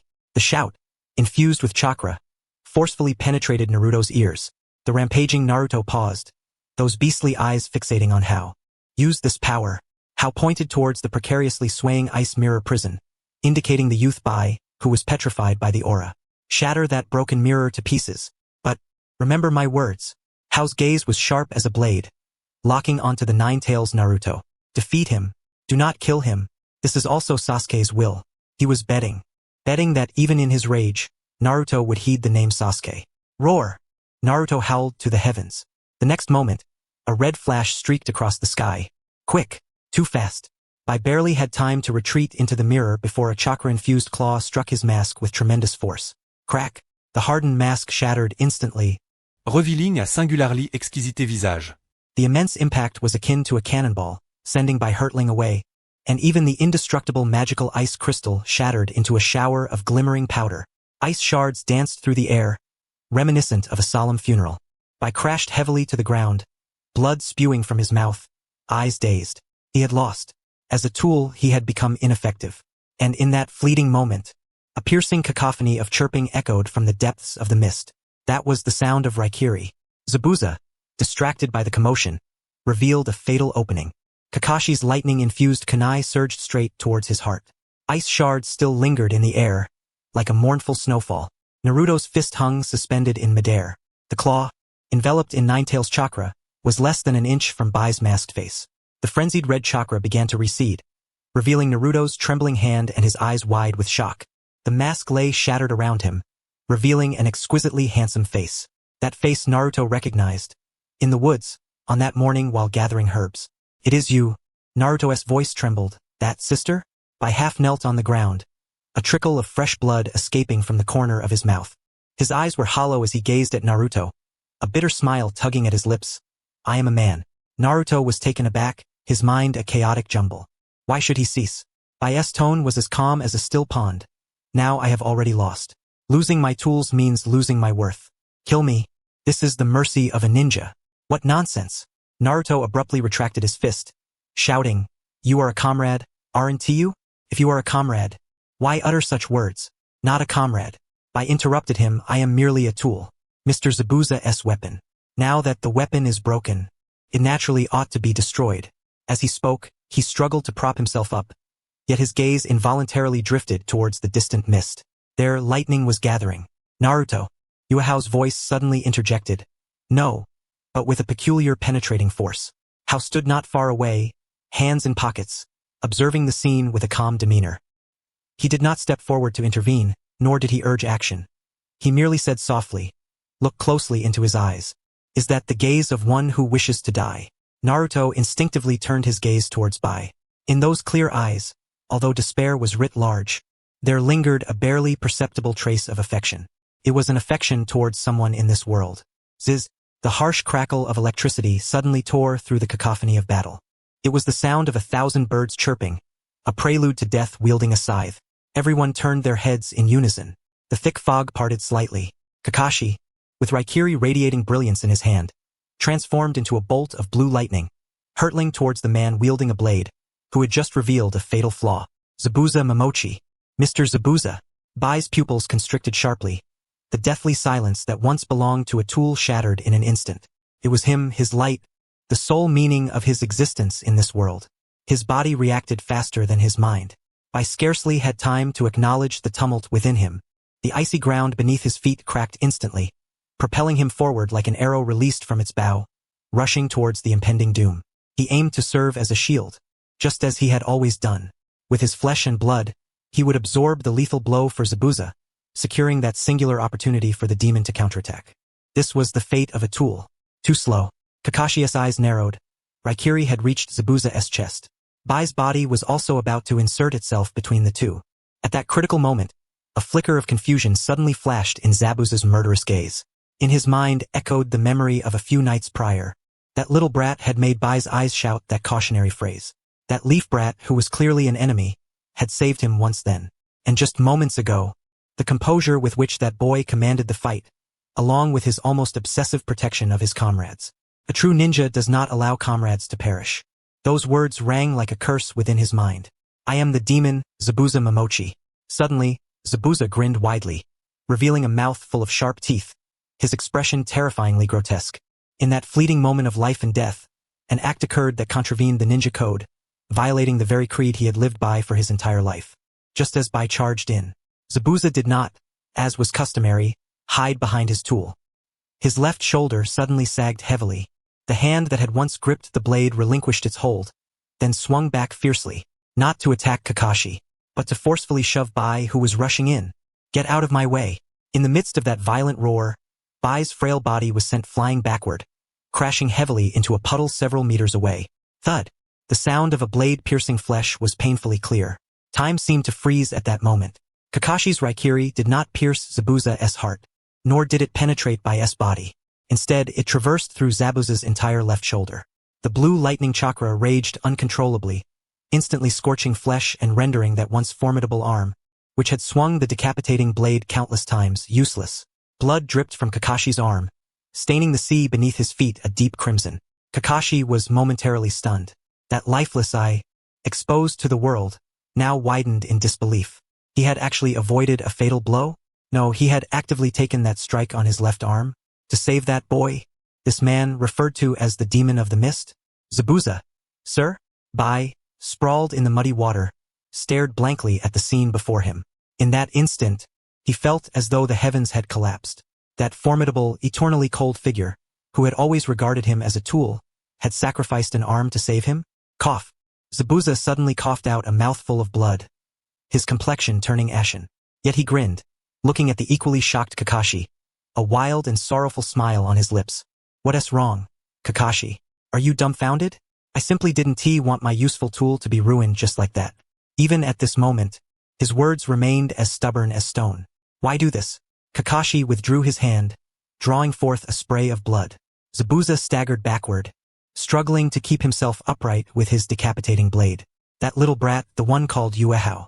Zabuza gasped for breath, his gaze traversing past Kakashi, landing on the always smiling boy in the distance, whose eyes were maddeningly irritating, as if he were watching a farcical monkey show. If I don't do something, will I truly become a mere pawn on his chessboard? This was a twisted sense of pride belonging to the strong. Even in defeat, he wished to lose on his own terms, rather than dance to another's script. Just as the atmosphere thickened to a near suffocating tension, a series of abrupt, nauseating applause rang out from the depths of the fog. Splendid, truly splendid. A short man clad in an expensive suit and wearing sunglasses swaggered forth, flanked by a group of thugs. Cardo, the malignant tumor of the land of water, a wealthy merchant who controlled the underworld. Who would have thought that the infamous demon of the mist would put on such a tragic show? Cardo approached the crowd, disdainfully prodding the muddy ground with his cane. I want you to eliminate this bunch of bridge builders, and here you are playing out some touching master-student drama? With his appearance, hundreds of henchmen surged forth from the bridgehead, armed with samurai swords, clubs, and even crossbows. Each bore a fierce expression. Cardo, Zabuza narrowed his eyes. The murderous intent was palpable, yet his grievous injuries made it difficult for him to even stand. Don't look at me like that. Cardo laughed arrogantly, striding over to Bai, suddenly lifting his foot and delivering a brutal kick to Bai's face. Bang! Bai, already weak, was sent rolling on the ground from the force of the kick. Stop it! Naruto roared, ready to charge in. Since the mission has failed, you are of no use to me. Cardo adjusted his tie, looking at Zabuza with the disdain one might reserve for refuse. Hiring another rogue ninja would be too costly. It would be better to eliminate you all right here and save some money. After all, in your current state, you couldn't even defeat a dog, could you? The blatant humiliation. Zabuza's fingers dug deeply into the hilt of his blade, blood seeping through his fingers. The feeling of being bullied by a mere dog in the lowlands. This humiliation was exacerbated by Kakashi's Raikiri. You insufferable wretch. Zai Bujan seethed, his teeth clenched in rage. He yearned to charge forth, but his body swayed, and he fell to one knee upon the ground. Agonizing pain radiated from his left arm, causing his vision to darken intermittently. Ha ha ha! Is this the infamous ghost of a man? Merely a wild dog with a severed leg. Cardo guffawed, his laughter echoing through the air, while the thugs surrounding him joined in, their jeers crashing like waves over the bridge. Betrayed by his employer, rendered incapacitated, and trampled upon in dignity, Zai Bujan felt himself sinking into an abyss of despair. Just as his icy heart was on the verge of capitulating to the depths, a series of measured footsteps resonated, cutting through the cacophony with clarity. The sound, though soft, seemed to tread upon the very heartbeat of each individual present. Imbued with an uncanny rhythm, the laughter of the crowd gradually dwindled, and all eyes involuntarily turned towards the youth emerging from the ranks of the Leaf Ninja. Yuehao. A signature smile adorned his face, one that felt like a gentle spring breeze. Yet, in that moment, the aura surrounding him underwent a cataclysmic transformation. The previously benign and harmless demeanor evaporated. He strode directly towards Zabuza and Bai, turning his back to them while facing Cardo and the throng of thugs. He stood as a wall, a barrier that separated all malice and mockery. Who do you think you are? Cardo sneered, his brows furrowing in irritation. Little brat, if you wish to live, then get lost. Yuhao paid no heed to Cardo's words. He merely tilted his head, casting a sidelong glance at the kneeling Zabuza, and softly intoned, I mentioned this is an investment. Zaibuzan froze in surprise. You turned to face Cardo, his obsidian eyes devoid of any emotion, as if regarding a lifeless corpse. Mr. Cardo, it appears you have misconstrued a matter. From the moment I intervened with that young lad, Momochi Zabuza is no longer your tool. A faint smile graced his lips, revealing a set of pearly whites, the brilliance of which sent a chill down spines. He is my client, and in my rules no one. Yu's tone abruptly turned frigid, a surge of lethal chakra erupting instantaneously, fracturing the concrete beneath his feet with spiderweb-like cracks. No one can harm my client, not even a single finger. In that moment, the boy who had always lingered at the back of the group, smiling amiably as a mediator, finally revealed his fangs. A shiver ran down the spine of everyone present, including Kakashi. This boy, who had been responsible for logistics and commands, was now prepared to take decisive action. The sea breeze howled, whipping up the still-drying bloodstains and dust on the bridge, the metallic scent sharp in the air. Cardo adjusted his sunglasses, scrutinizing Yuhao with his squinty eyes, before erupting into a raucous laughter, as if he had just heard the most ludicrous joke in existence. The client? You think I won't move? Cardo jabbed his golden cane at Yuhao, his face trembling with mirth. Little brat, has your brain been muddled? Who do you think you are talking to? I am Cardo, the lord of this land. What are you to negotiate with me? The gang of thugs behind him joined in the uproar, whistles and insults cascading like a pack of hyenas scenting blood, eager to pounce and tear apart their prey. Ignoring Cardo's rants, Yuhao turned to face the blood-soaked figure of Zabuza, still kneeling. Mr. Zabuza, Yu's voice was soft yet remarkably clear amidst the wind, imbued with a peculiar steadiness, as though the hundreds of enemies surrounding them were mere inconsequential backdrops. The situation is quite clear. Your left arm is incapacitated, your chakra depleted. Bai has sustained internal injuries in her attempt to save you. You are now but a spent force. Zabuza gritted his teeth, his fierce eyes bloodshot as they locked onto you. The boy spoke the truth. He was akin to a toothless tiger, no more formidable than a wild dog that could urinate upon his head. As a rogue ninja, with a mission failed and an employer betrayed, the pursuit by the Mist's assassins would soon commence. In this world, there was no refuge for them. Yuhao crouched down, aligning his gaze with Zabuza's, his black eyes devoid of sympathy, only stark calculations of self-interest. If you do not take action, today you and Bai will die here like two wild dogs. Stripped of all dignity, your bodies kicked around by this filth, ultimately tossed into the sea to feed the fish. Shut your mouth. Zaibuzan grozlet. A low rumble emanating from his throat. Do you seek to humiliate me? No, I am offering you a choice. Yuhao extended a finger, his tone remaining gentle yet imbued with an undeniable pressure that brooked no refusal. Let us strike a deal. I shall help you eliminate these scum, allowing you to personally behead Cardo and fulfill your final act of vengeance.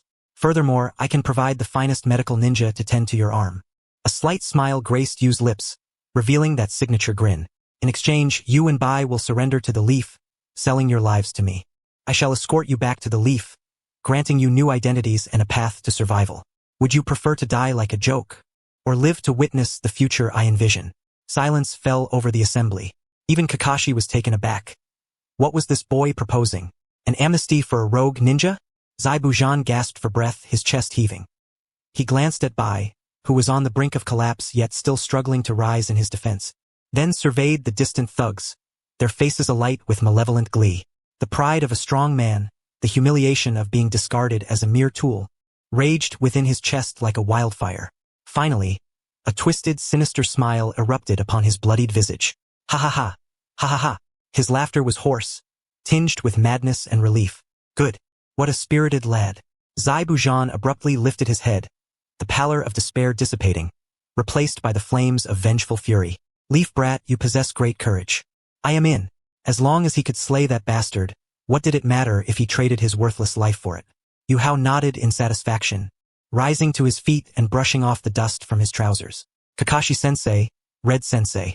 He did not turn to face the two jonin, merely speaking over his shoulder with a calm demeanor. Two living wielder of bloodline limits and elite jonin, possessing the secrets of the Mist Village, are worth far more than mere corpses. I believe the Hokage would appreciate this proposition. Kakashi cast a deep gaze at Yu's retreating figure. This disciple was mature beyond his years, with far-reaching plans that had transcended the realm of a mere genin. This was not a discussion but a notification, and it was a proposal that one could not refuse. Since you are so confident, Kakashi lowered his mask, concealing his Sharingan, his tone laced with a hint of resignation and indulgence.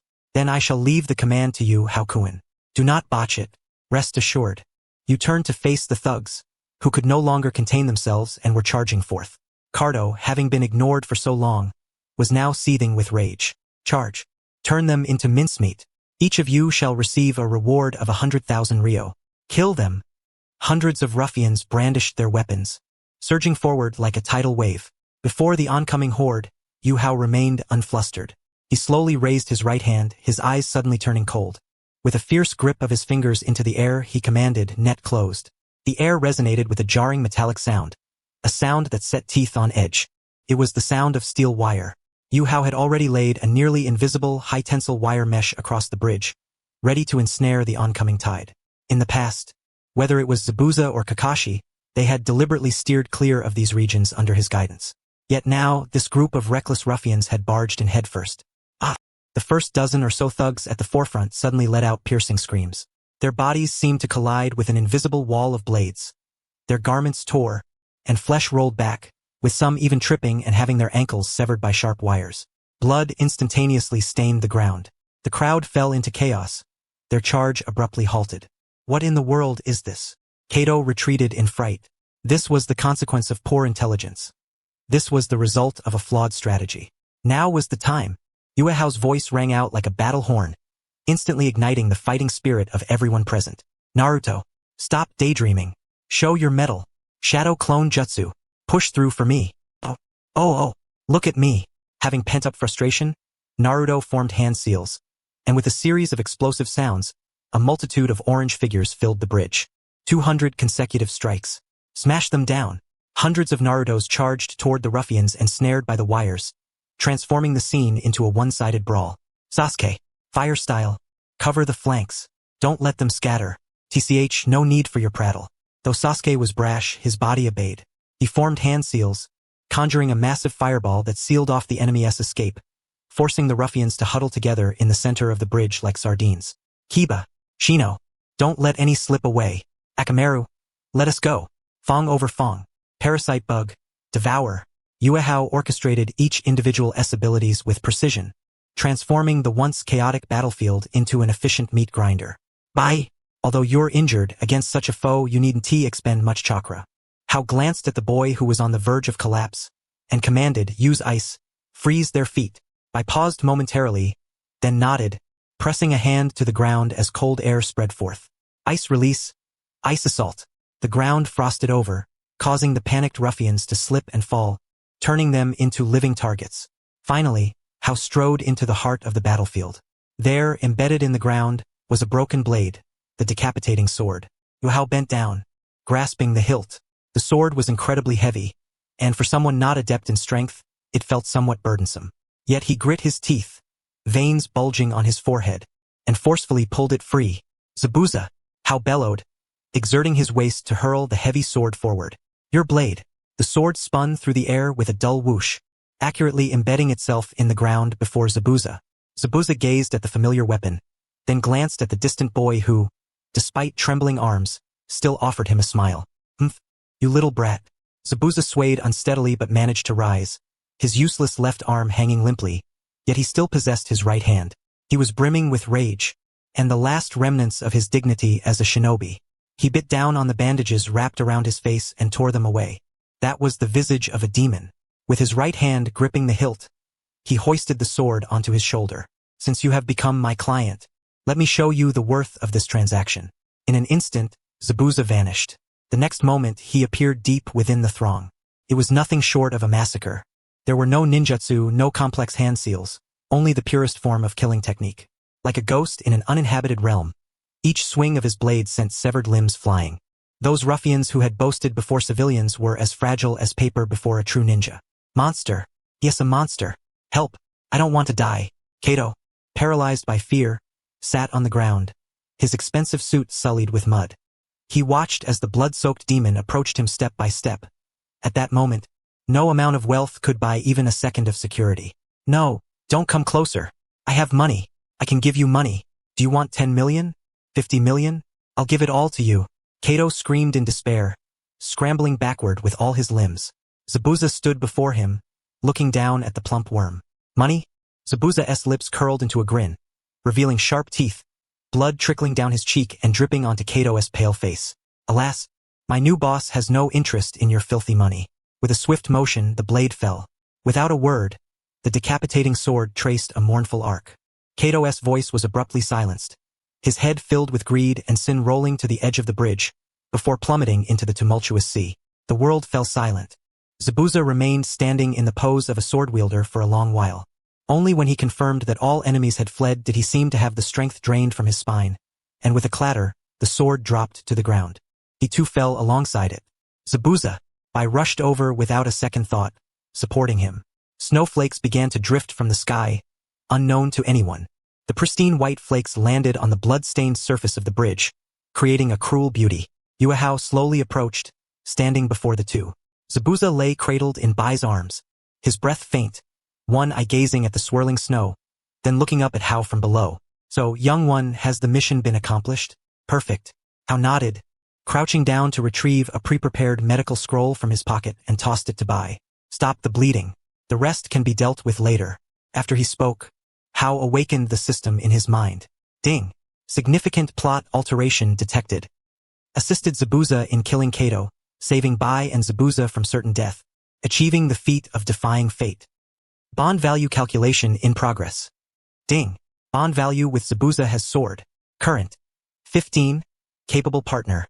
Lifesaver. Ding. Bond value with Bai has soared. Current. 25. Trust. Soul hope. Rewards received. Mastery of Mist Hidden Assassination Technique, from Zabuza. Enhanced Chakra Affinity for Ice Release, from Bai. Understanding of Water Release Chakra Nature Transformation. General. A torrent of information flooded into his mind, encompassing countless experiences of wielding a blade, stealth, and harvesting lives amidst the fog.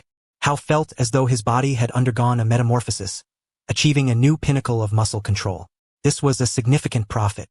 Suppressing his elation, Hao maintained an expression of nonchalance as he turned to see Kakashi and Dazna approaching. I think this bridge could use a name change. Hao pointed to the blade on the ground, then gestured towards Naruto and Sasuke, who were supporting each other. Let us call it Naruto Bridge, what do you think? Naruto was momentarily stunned, then leapt up in excitement.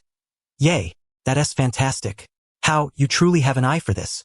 Sasuke scoffed, but there was no opposition in his gaze. He merely muttered, boring. The return journey was somewhat somber. Zabuza walked at the back of the group. Though his left arm had stopped bleeding, the empty sleeve was still a striking sight. He wore a grim expression, resembling a tiger deprived of its fangs. Yet Bai, though pale as a specter, seemed to possess a bit more vigor in his eyes. This herbal remedy has a strange scent, I know. Yuehao walked beside Bai, fiddling with a simple stone mortar, offering a green paste. It can alleviate your internal bleeding and also help dispel the cold. After all, overusing ice release can lead to rheumatism in old age. Bai hesitated for a moment, then took the mortar, gently sipping from it. The taste was bitter, yet he smiled with a gentle warmth. Thank you, Haojuan. Your medical ninjutsu is quite extraordinary. It differs significantly from what I encountered in books. Books are lifeless. People are vibrant. Hao shrugged casually, flicking away the remnants of the medicinal residue. I cobbled this together during my time at the orphanage to save money while treating my injuries. This, of course, was a fabrication. It was merely the result of the system rewarding him with basic medical proficiency combined with a smattering of knowledge from his past life. Not far off, perched atop the treetops, Kakashi and Yuhi Kurenai strolled side by side. What do you think? Kakashi closed the book Intimate Paradise, revealing an eye that had shed its usual languid demeanor, now imbued with a profound scrutiny. Kurenai glanced at Yuehao, who was adjusting Naruto's backpack posture, her expression a tapestry of complexity. Whether it be command abilities, battlefield judgment, or this peculiar yet remarkably effective medical technique. It hardly resembles the capabilities of a freshly graduated genin. He concealing his true talents, Kakashi sighed, ruffling his silver hair. This kid has deceived us all. The formation he set on the bridge, the way he calculated the hearts of men, even I felt a chill run down my spine. Should we report this to the third Hokage? It's impossible to keep it under wraps. Kakashi cast a sidelong glance at Zabuza Momochi, who remained silent, swaying back to the village with two highly wanted criminals. This situation itself was a colossal trouble.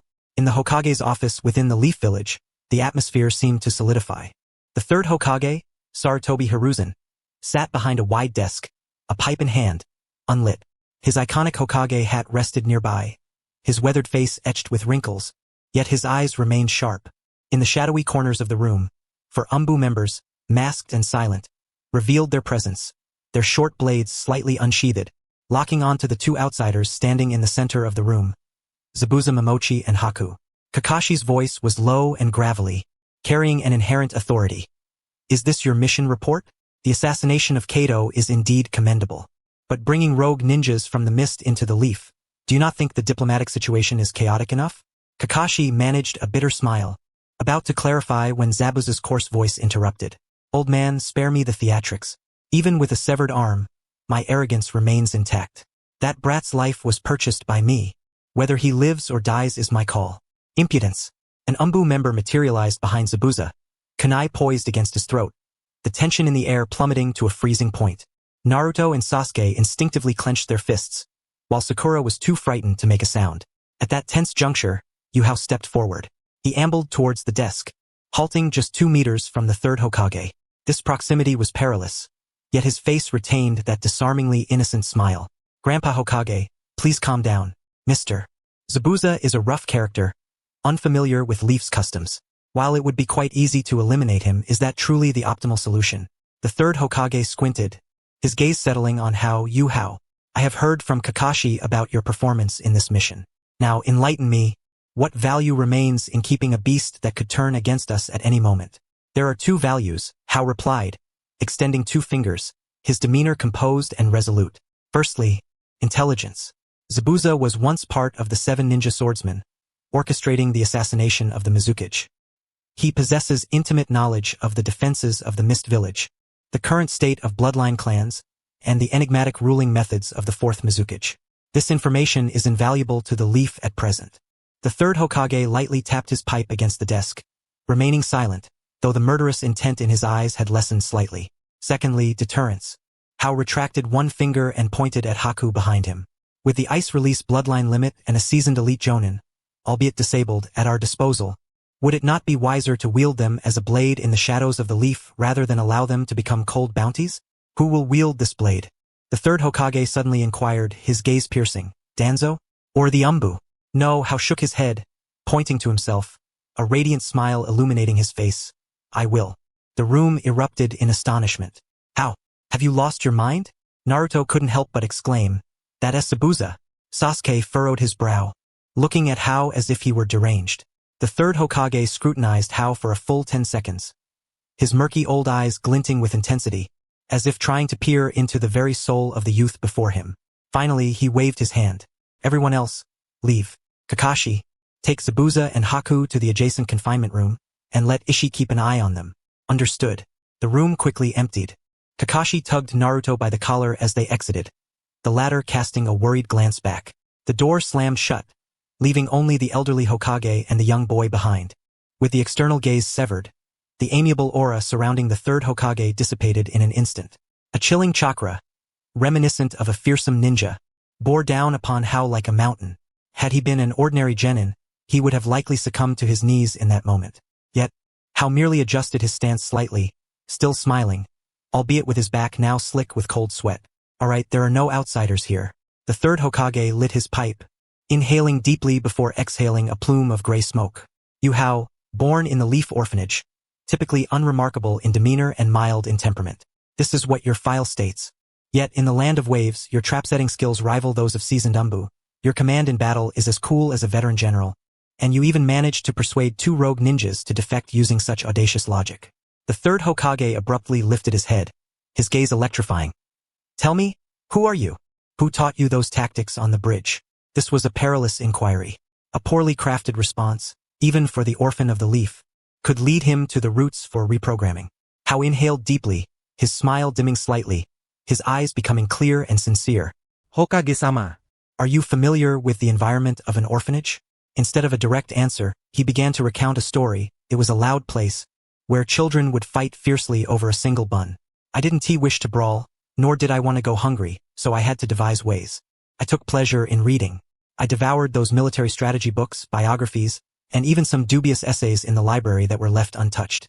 How produced a scroll from his pocket, a prop he had prepared on the way back, an unkempt sketchbook filled with chaotic lines.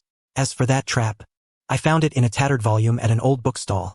It was something like the steel wire spider's web. I studied it for 3 years, and this was the first time I successfully employed it. As for persuading Zabuza, how paused, a glimmer of fervor gracing his eyes. It is because I believe that even the most monstrous of beings, as long as they are human, possess weaknesses. And the will of fire of the leaf embodies acceptance and redemption. Does it not? If we cannot accommodate even a desperate rogue ninja, then how are we any different from the blood mist? This discourse, a blend of truth and embellishment, cloaked his self-education in a guise of brilliance, while the will of fire extended an olive branch to the third Hokage. The third Hokage fell silent, accepting the sketchbook, flipping through its pages. It indeed bore a multitude of juvenile diagrams and dense notes. Is this what they call a genius? A child matured by the pressures of survival, adept at contemplation, and possessing a unique understanding of the village. Should someone like him fall into Danzo's hands, he would undoubtedly become a cold-blooded machine. But now, the third Hokage's taut features finally relaxed, revealing a hint of a gratified smile.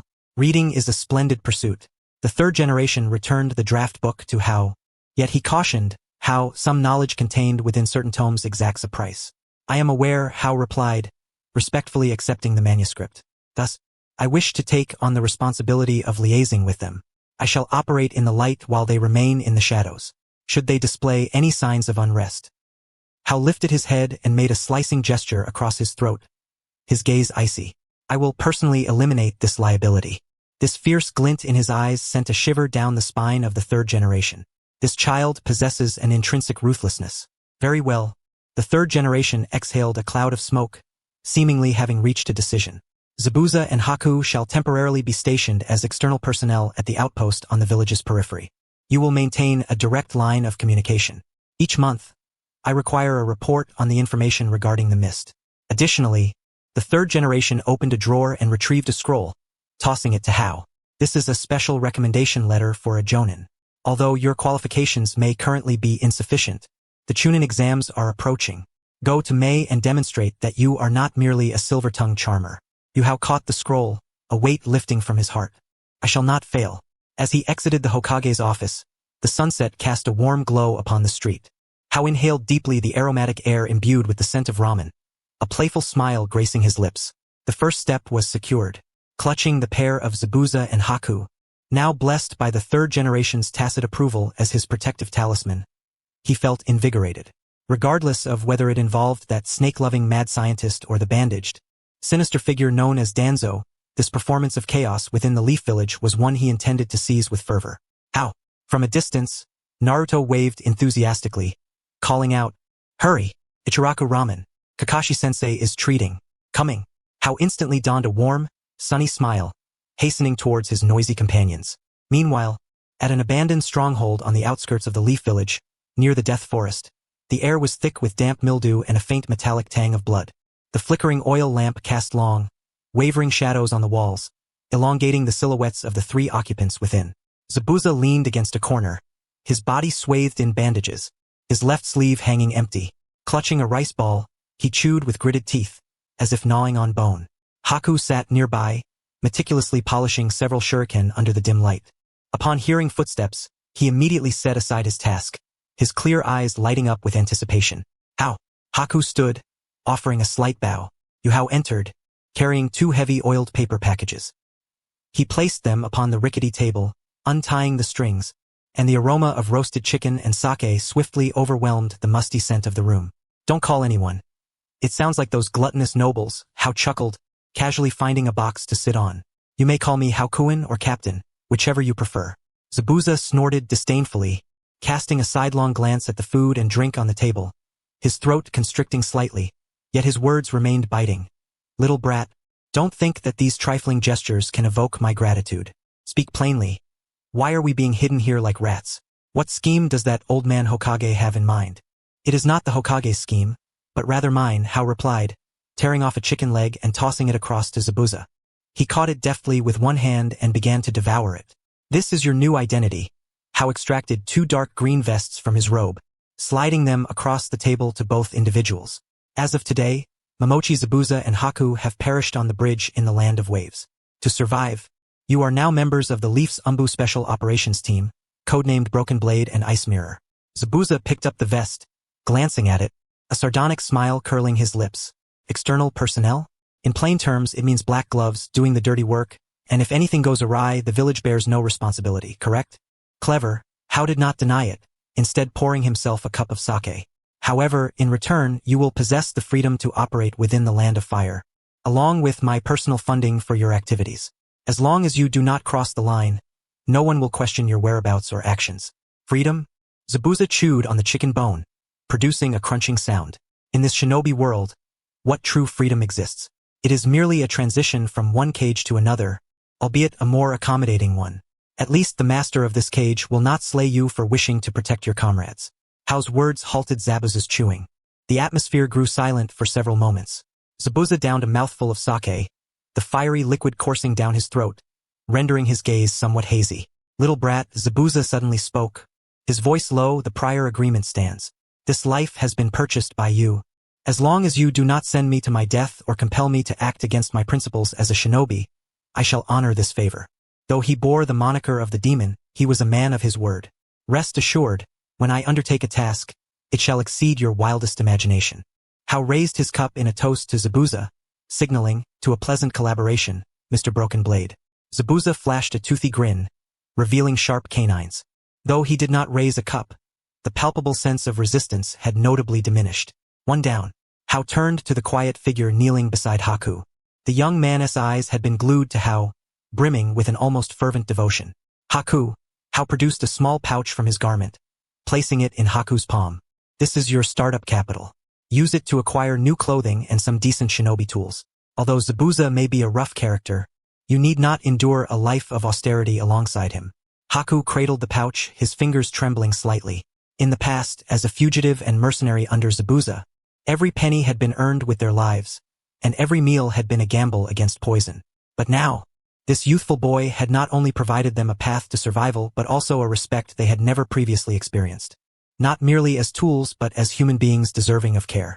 Haku gradually lifted his head, a hauntingly beautiful yet resolute smile breaking across his face. Suddenly he stood, moving to kneel before Hao, performing a perfect seiza. His forehead struck the dusty floor with a heavy thud. Hao, Haku's voice, though soft, bore the weight of sincerity, each word seemingly extracted from the depths of his soul. I should have perished on that bridge. You have given this body a new purpose. Zabuza is my dream, and you are my salvation. Rising to meet Hao's gaze, Haku's eyes were devoid of the previous confusion, replaced by a startlingly pure loyalty. If you require a sword, I shall be your sharpest blade. If you need a shield, I shall be your most steadfast protector. Regardless of whether it be heaven or hell, wherever your will points, I shall follow unflinchingly. Outside, the sound of rain seemed to cease at that moment. Yu Hao gazed at the pure-hearted youth before him, his heart skipping a beat. Initially, he had saved Haku with ulterior motives, seeking to forge connections and gain rewards, increasing his leverage in this unforgiving world. Yet now, witnessing Haku's unwavering gaze, Hao suddenly felt the weight of a profound responsibility resting upon his shoulders. This was not merely data in a game. These were living lives entrusted to his future. Rise. Hao extended his hand to assist Haku, brushing the dust from his knees. Having entrusted your life to me, you must live well. My blade cannot afford to be easily broken. Haku obediently stood, his eyes glistening with unshed tears, nodding solemnly, yes. At that moment, a clear notification chimed in Hao's mind. Ding! Detected a qualitative change in the emotional bond with Haku. Bond value has surpassed the critical threshold. Current. 65. Absolute loyalty. Willing to follow to death. Congratulations, host, on achieving the milestone. First subject. The bond value has reached the sign-in node. Would you like to sign in immediately? Hao's lips curled into an uncontrollable smile. Finally, it had arrived. You may take your rest for now. In a few days, I shall convey the new task directives to you. Hao, suppressing the tumultuous excitement within, turned and made his way toward the door, reminding himself, yeah, act with discretion. Understood. Two synchronized responses echoed from behind him. On the rain-soaked streets, pedestrians were scant. Yu Hao, wielding a black umbrella, walked briskly. Upon returning to his modest 30-square-meter bachelor apartment, he closed the door and drew the curtains, ensuring no prying eyes lingered. He collapsed onto the bed, exhaling a long-held breath. The weight of feigned profundity before the 3 generations and the tension of maintaining a facade before Zabuza could finally be cast aside. System, sign in. Hao closed his eyes, silently invoking the command. Ding. Sign in target. By. Bond value 65. Sign in successful. Congratulations, host. You have received a tier reward. Ice Release Bloodline Limit. Perfect Fusion Version. Skills. Ice Release Secret Technique. Magic Mirror Ice Crystal. Beginner. 1000 Kill Water Flight. Proficient. Note. This bloodline limit has been enhanced by the system, exhibiting no rejection response, and is no longer constrained by the Mizuki clan's bloodline curse, capable of automatic evolution in accordance with the host's chakra levels. Suddenly, an indescribable chill erupted from Hao's heart, coursing through his veins to his limbs and bones. It was an excruciating cold.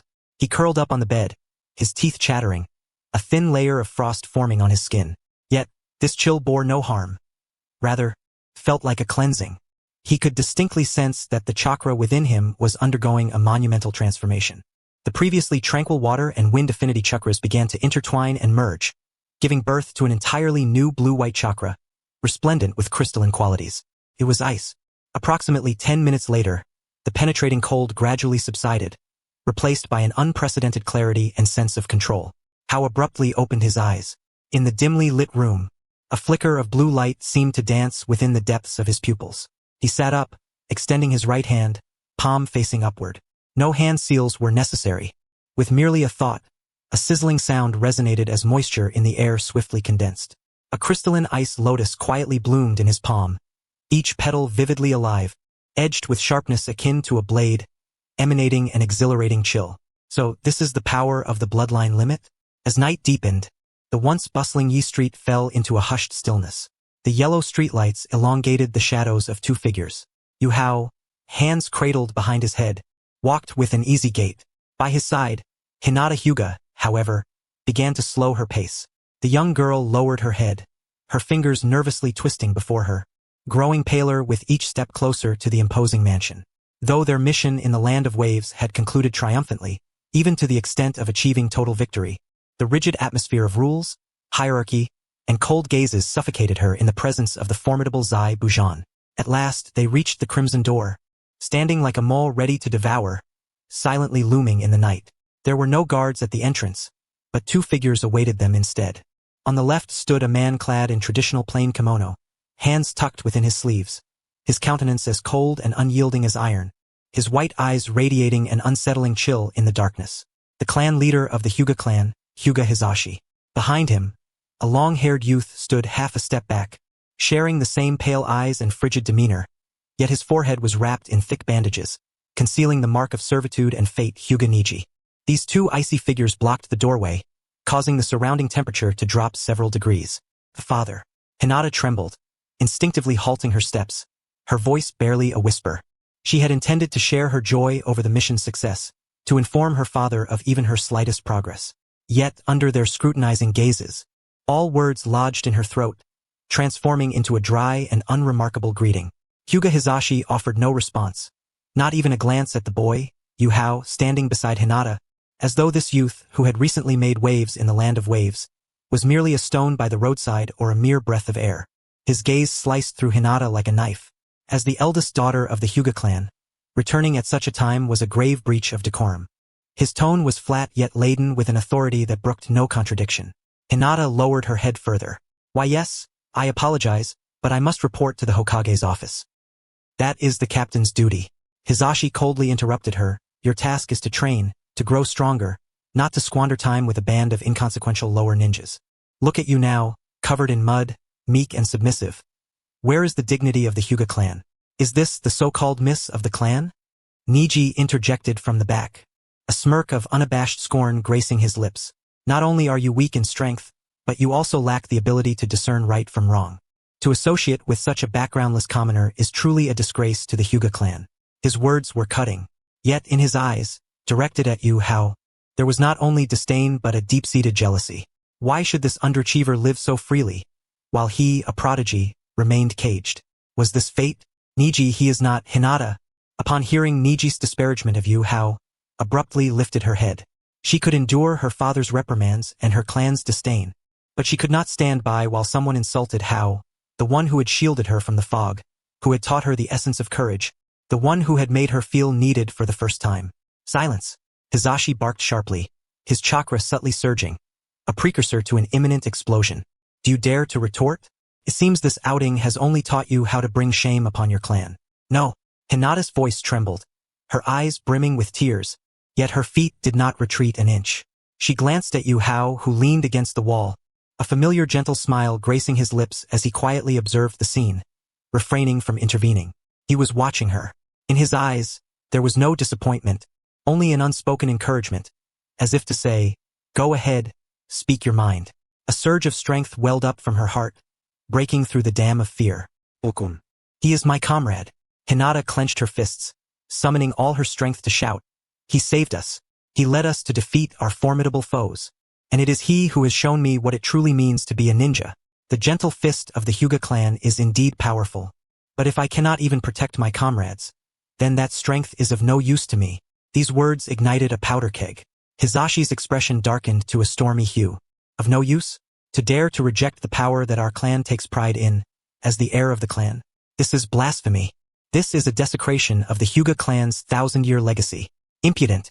Hizashi's eyes widened in fury, his elite Jounin aura erupting without restraint.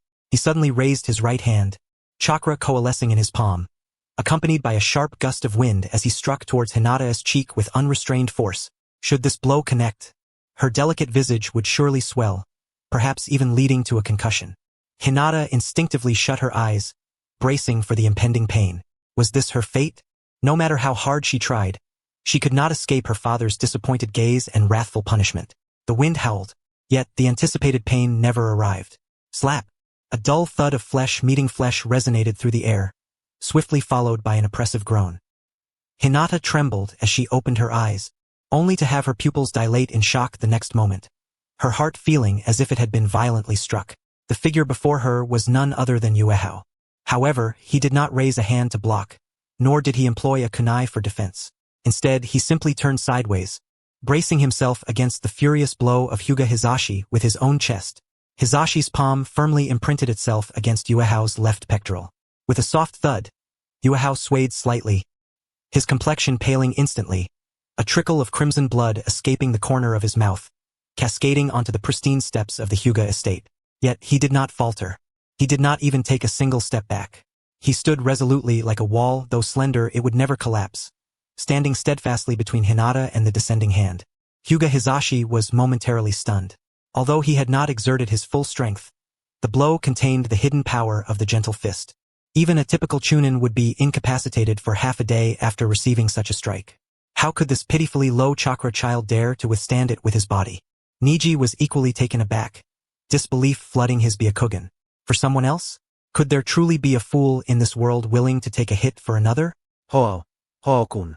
Hinata's heart-wrenching scream pierced the air as she frantically supported the swaying Yu Hao, tears streaming down her cheeks like a broken string of pearls. Why did you take that hit? You'll get hurt. Are you an idiot? Yu Hao coughed twice, raising the back of his hand to casually wipe away the blood at the corner of his mouth. Even though pain twisted his lungs, he wore a smile that was impossible to dislike. It's merely a superficial injury. Such an attack wouldn't even cause me to furrow my brow. He gently patted Hinata's hand, signaling her to remain calm, before turning to face the visibly displeased Hizashi. The warmth in his eyes had transformed into a wild challenge. Hizashi-san. Yu Hao's voice was somewhat hoarse yet crystal clear. You are both a senior and the clan leader. It is your prerogative to discipline your daughter. Outsiders should indeed refrain from interfering. However, Yu Hao stepped forward, closing the distance between them. Since Hinata is part of my team, she is my comrade. Even if she has erred, I, as her captain, will shoulder the responsibility. I have taken that slap for her. Yuhao grinned, revealing blood-stained teeth, his smile dazzling yet somewhat blinding. Now, has your anger subsided? If not, there is still a shoulder here, feel free. Hizashi regarded the audacious youth before him. In this world, which revered power and lineage, Yuhao was the first to dare speak thus in front of him. Strangely, as he gazed into the boy's clear yet unfathomable black eyes, the fire of rage within Hizashi inexplicably dwindled. This lad was formidable. Humph. Hizashi scoffed, retracting his hand and placing it behind his back, engaging in a war of words. He refrained from striking again. As a clan leader, to raise a hand against a junior once was already a breach of decorum. Should he do so a second time, it would be truly disgraceful. Hinata, come inside with me. Hizashi turned, his tone still frigid but devoid of previous brutality. From tomorrow onward, your training regimen will increase. If you fail to advance in the Chunin exams, you needn't continue as a ninja. This was an ultimatum, a veiled concession. Yes. Hinata wiped her tears, glancing anxiously at Yuhao, her feet rooted in place, unwilling to move. Go, Yuhao smiled gently, giving her shoulder a reassuring push. Rest early. Don't forget to treat me to ramen tomorrow. Hinata bit her lip, gazing deeply at Yuhao as if to engrave his image into her very bones. Haku, thank you, she whispered, before turning swiftly to catch up with her father's steps. The moment she turned, a crisp electronic notification chimed in Yuhao's mind, as melodious as a celestial tune. Ding! Key emotional outburst detected. Host's selfless act of taking the blow has profoundly moved Hyuga Hinata's heart. Bond value skyrocketing. Current. 30. Guardian heart. Irreplaceable trust. Congratulations. Host has achieved. First blood. Bleeding for a sister is a form of romance. Bond value has reached the 30 threshold. Would you like to sign in immediately? Yuhao pressed his hand against his still aching chest, watching as the vermilion door slowly closed. This exchange was not in vain. Enduring a beating in exchange for a wife, rather for a powerful bond, was indeed a lucrative trade. Sign in, Yuhao silently intoned. Ding. Sign in target. Hyuga Hinata, bond value 30. Sign in successful. Congratulations. Host has received B-grade martial arts reward. Basic soft fist bagua palm. Congratulations. Host has acquired a special skill. Acupuncture point recognition map. Passive. Congratulations. Host has obtained chakra control technique. Heavenly return principle. Requires cooperation with Byakugan or exceptional sensory ability. A torrent of information surged into his mind. It detailed the intricate pathways of the human meridians, how to condense chakra into needles at one's fingertips, and the secrets of utilizing all body points to unleash chakra and form defensive barriers. Yuhao felt a warmth radiating from his hands. Instinctively, he raised his hand, and chakra flowed through his meridians, finally converging in his palm. No longer was it the crude mass of chakra from before, but a thin, sharp layer akin to a surgical blade. Is this what bagua palm feels like? As Yuhao experienced this newfound power coursing within him, his grin widened. Although lacking the Byakugan to achieve precision in acupuncture, he possessed a system to enhance his sensory perception, complemented by the strength of this soft fist. Coupled with the recently acquired ice release, if he were to replace chakra needles with ice needles and insert them into his enemies, the thought was tantalizingly beautiful, akin to a visceral shredder. Ahem. The pain in his chest jolted him back to reality. Hizashi's attack had indeed been vicious, with that hidden force still coursing through him. Hey, commoner. A cold voice interrupted Yuhao's reverie. Although the door had closed, the boy named Niji remained outside, leaning against the doorframe, arms crossed, his Byakugan glaring coldly at Yuhao. Though I do not know why my uncle spared you, let me offer you a piece of advice. Niji descended the steps, pausing beside Yuhao. Stay away from Hinata. She is a Hyuga heiress, not some insect you can trample underfoot. Fate is not something that can be altered through mere heroics. With that, Niji did not await a response, but strode into the dark alley. Yuhao turned, watching Niji's aloof figure with a scoff. He flexed his stiff neck, a crisp crack echoing. Then, raising his hand, he extended a middle finger toward Niji's retreating back. Fate? Yuhao chuckled lightly, a hint of arrogance flashing in his eyes. Apologies, genius boy, but I hold your fate firmly in my grasp. He withdrew his hand, turning to blend into the night. This visit had not only granted him access to the core skills of the Hyuga clan, but had also sown a seed of contention. Hizashi's slap had shattered Hinata's final vestige of timidity. The next encounter would be different. This girl, scorned by her clan, must surely astonish everyone. As for the present moment, damn, it seems my rib is truly fractured. Hao clutched his chest, grimacing as he made his way toward a nearby ramen shop. System, do you have any medicinal salves for injuries? Is credit acceptable? Ding. This system does not extend credit. The host must resolve this independently. It is advisable to utilize healing techniques. TCH Miser. The lights in the Hokage building blazed on throughout the night. The moonlight outside was hazy, while the air inside was thick with smoke. Sarutobi Hiruzen sat upon the chair that symbolized ultimate authority, his pipe flickering with life. Before him lay a desk cluttered with all the records of Moon Hao from his childhood, even noting the years he wet the bed. The files were pristine, so immaculate that they resembled a blank sheet of paper. Kakashi, what is your perspective? The third Hokage exhaled a puff of smoke, his voice resonating heavily in the stillness of the office. Kakashi stood at the desk, not perusing his usual yellow book. His exposed eye, typically lifeless, now bore a rare hint of hesitation. Hao is a promising talent. Kakashi weighed his words. Although his performance in the Wave Country was remarkable, it had not transcended the realm of a ninja. As for those medical techniques and traps, if he truly developed them on his own, then he must be a genius. Genius? The third rapped his pipe, producing a crisp sound. The village has seen many geniuses. Orochimaru was a genius, Itachi was a genius, Shursui was a genius. But what became of them? Kakashi fell silent. This was an unresolvable topic. Moreover, his chakra reserves are alarmingly low. The third narrowed his eyes, a flicker of insight sparking in his murky gaze. How could a genin with below-average chakra suppress the likes of Zabuza?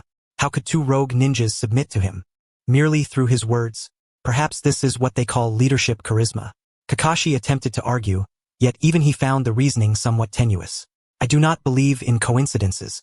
The third rose, moving to the window to gaze upon the slumbering Hidden Leaf village. For the peace of the village, every potential threat must be eliminated. Even if he is a hero, first and foremost, he must be innocent.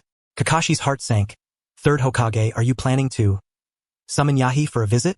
The third's tone turned cold. I require definitive answers. I want to discern what secrets lie within Moon Hao's mind. Half an hour later, Yahi Yamashiro, the captain of the Leaf Analysis team, was presently kneeling on the ground, drenched in sweat. Opposite him, Moon Hao lay slumped in a chair, soundly asleep, having been rendered unconscious by the Umbu's drugs, completely unaware of his surroundings. How did it go? The third inquired impatiently. Yahi wiped the sweat from his forehead, his expression peculiar. Hokage, I have searched thoroughly, both inside and out, delving deep into his memories. And the result? Quite inspirational. Yahi swallowed hard, organizing his thoughts. His child's memories consist solely of daily struggles at the orphanage, interspersed with reading and training. Reading? Indeed. Yahi seemed to recall some dreadful images. In his memories, there were thousands of books filled with content, military strategy, medicine, trap-making, psychology. He had nearly transported a library into his mind. Moreover, his training intensity was extraordinary. Due to his low chakra, he practiced control relentlessly, and in his pursuit of perfecting that wire trap, he had torn his fingers countless times in the forest, where no one could see. At this point, a glimmer of respect flickered in Yahi's eyes. Hokage, this is a diligent talent, striving to arm himself with knowledge and sweat in the face of inadequate innate ability. Even in his dreams, he subconsciously strategizes tactics. Such willpower is truly daunting. The third was taken aback. Is it truly as such? Have I grown old and overly suspicious? At that moment, Moon Hao, still reclining in the chair, turned over, mumbling incoherently, "Don't steal. That's my bun. I must survive. I must become stronger."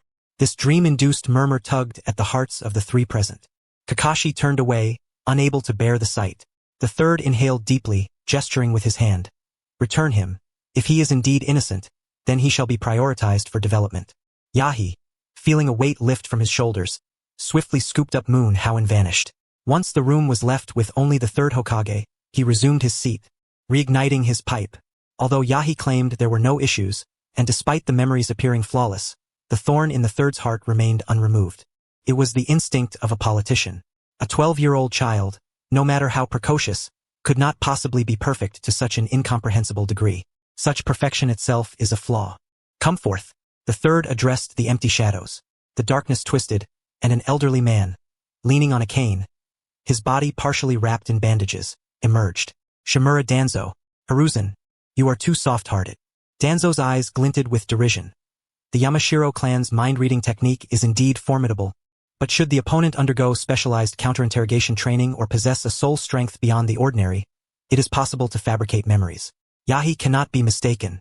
The third furrowed his brow. What if it were the caliber of Orochimaru's methods? Danzo retorted coldly. Do not forget, Orochimaru excels in human modification and soul-binding techniques. What if this boy is a pawn left by Orochimaru? The third's hand trembled slightly. This possibility was one he dreaded to contemplate. Leave it to me. Danzo stepped forward, his cane thudding heavily against the floor. With my methods, whether it be Orochimaru's pawn or a spy from another village, once it is in my hands, I can extract the truth even from a stone. The third remained silent for a long while. The glow from his pipe illuminated his aged face, shifting between moods. What if he is truly innocent? The third murmured. If he is innocent, I shall erase this memory and return him unscathed. Danzo lied expressionlessly. You know I act for the sake of the village. Should anything go awry. The third lifted his head, his gaze sharp. I shall take full responsibility. A cold smirk crept across Danzo's lips. You are light, I am darkness. Some dirty work must inevitably be done by someone. The third closed his eyes, waving his hand dismissively. Go, but do not overdo it. Danzo turned, vanishing into the shadows. Moon How was immersed in a beautiful dream. In his dream, he punched Uchiha Madara, kicked Kagaya, cradled Hinata with his left arm, and held a plump sheep with his right. In any case, he had reached the pinnacle of life. Just as he prepared to delve into a discussion with Hinata about the genetics of the Byakugan, a piercing chill suddenly enveloped him. This sensation was not merely cold. It was akin to the dread of being targeted by a venomous serpent. Moon How jolted awake. Before him was neither the familiar ceiling nor the warmth of his covers. Surrounding him was utter darkness, the air thick with the scent of rust and mildew, a distinctive decay characteristic of a basement long deprived of sunlight. Where am I? How instinctively attempted to rise, only to find his hands and feet shackled by heavy iron chains to the cold stone bed. His chakra was sealed. His meridians were blocked, rendering him utterly powerless. Damn it! A chill ran down Moon How's spine as cold sweat broke forth. This is not right. Logically, I should be sleeping soundly right now, awaiting Hinata's breakfast the next morning. Where the hell am I? Kidnapping? Extortion? System. You old man, stop playing dead. What is happening? How frantically called out in his mind. Ding! The host has been detected in a perilous environment, deep within the root base's prison. Chakra is sealed. Current situation. Extremely dangerous. Root, Danzo? Yuehao felt as if his mind had been struck by thunder. A deafening explosion resonating within. What the hell, that old relic from the third Hokage is truly here. I have already been subjected to scrutiny by Yamashiro Aoi, and the system had seamlessly fabricated my memories. That old coot is still not at ease? He intends to hand me over to that perverse Danzo? It's over. It's truly over.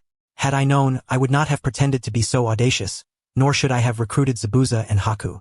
In the eyes of these political schemers, I have undoubtedly become an uncontrollable variable. Yuehao cursed himself 100 times in his mind. This is the common affliction of traversers, always believing that with a system in hand, they are invincible, and that having read the script allows them to toy with the natives. And what is the outcome? People traverse salt while you traverse rice, and having played with schemes, you realize that life is far more riveting than any television drama. Calm down, I must remain calm. Hao forced himself to take a deep breath, inhaling the tainted air, which slightly cleared his mind. Since I am here, I must find peace. Regardless, I have already been captured. Panicking is futile. The only path to survival now is to continue acting. Act truthfully. Top. A rhythmic sound of footsteps echoed from the depths of darkness. The sound of wooden clogs striking the stone floor, accompanied by the thud of a cane. The iron door of the cell creaked open. A beam of light pierced through, causing Hao to squint. In the interplay of light and shadow, an elderly man, half wrapped in bandages, entered. He resembled a vulture crawling out from the depths of hell, his solitary eye coldly fixated upon the bed. Following him were two masked root ninjas, exuding an aura of death, akin to emotionless machines. Danzo approached the stone bed, looking down at Yuehao from a position of superiority. His gaze held no trace of human emotion, as if he were inspecting livestock destined for slaughter. Awake? Danzo's voice was a harsh rasp, akin to two sheets of sandpaper grinding against each other. Yuehao struggled to control his facial muscles, feigning an expression of utter terror, his voice trembling. Why you? Who are you? Why have you captured me? I am a leaf ninja. I demand to see the Hokage. The Hokage? Danzo scoffed, a derisive smile twisting his lips. Do not be naive, little brat. Danzo extended his withered hand, gripping Hao's chin, forcing him to look up. At this juncture, it was impossible to return without divulging some information. Danzo leaned closer, his eye glinting with interest. Let me see what hidden secrets lie within the body of this so-called genius. Proceed. Danzo released his grip and stepped back. One of the root ninjas advanced, wielding a syringe filled with a viscous green liquid. Yuehao's scalp tingled at the sight of the syringe. Is that a truth serum? Or some strange poison? Damn it! This old fool is disregarding all protocol, skipping the interrogation and going straight to torture. The cold needle pierced his skin. The green liquid was slowly injected into his veins. In an instant, fire erupted within him. It felt as though he had swallowed a pound of burning coals, the searing heat racing through his veins, igniting every fiber of his being. His blood vessels throbbed, his muscles convulsed, and every cell screamed in agony. Ah! Yuehao could not contain himself. A chilling scream reverberated through the empty underground prison, sending dust cascading from above. This was no act. It truly hurt. What the hell are these perverse fiends administering to me? Is this chilly water mixed with lava? Cold sweat poured from Yuehao's body as he writhed violently against the chains, his wrists raw and bloodied. System, help, protect me, he screamed within his mind. Ding. System notification. Host detected to be suffering from toxic infiltration. Pain sensitivity increased tenfold. This system currently lacks intervention capabilities. Please overcome this on your own. Overcome my ass. Tenfold pain sensitivity? Is this what you call a golden finger? The system is initiating deep memory absolute defense mode. All memories pertaining to traversal, the system, and plot knowledge, aside from the host's current memories, have been locked. Please perform to your heart's content. Perform? I'm on the verge of passing out from pain, and you want me to perform? The root ninja withdrew the syringe and stepped aside. Danzo leaned on his cane, his eye fixated on Yuehao's contorted face as if he were admiring a piece of art. Does it hurt? This is merely an appetizer. This toxin will bring forth your deepest fears. Tell me, who exactly are you? What is your intent regarding the Hyuga clan? Yuehao gasped for breath, his face streaked with snot and tears, appearing utterly disheveled. I am Yuehao. He sobbed, his voice cracking from the pain. I am an orphan from an orphanage. I have no aim.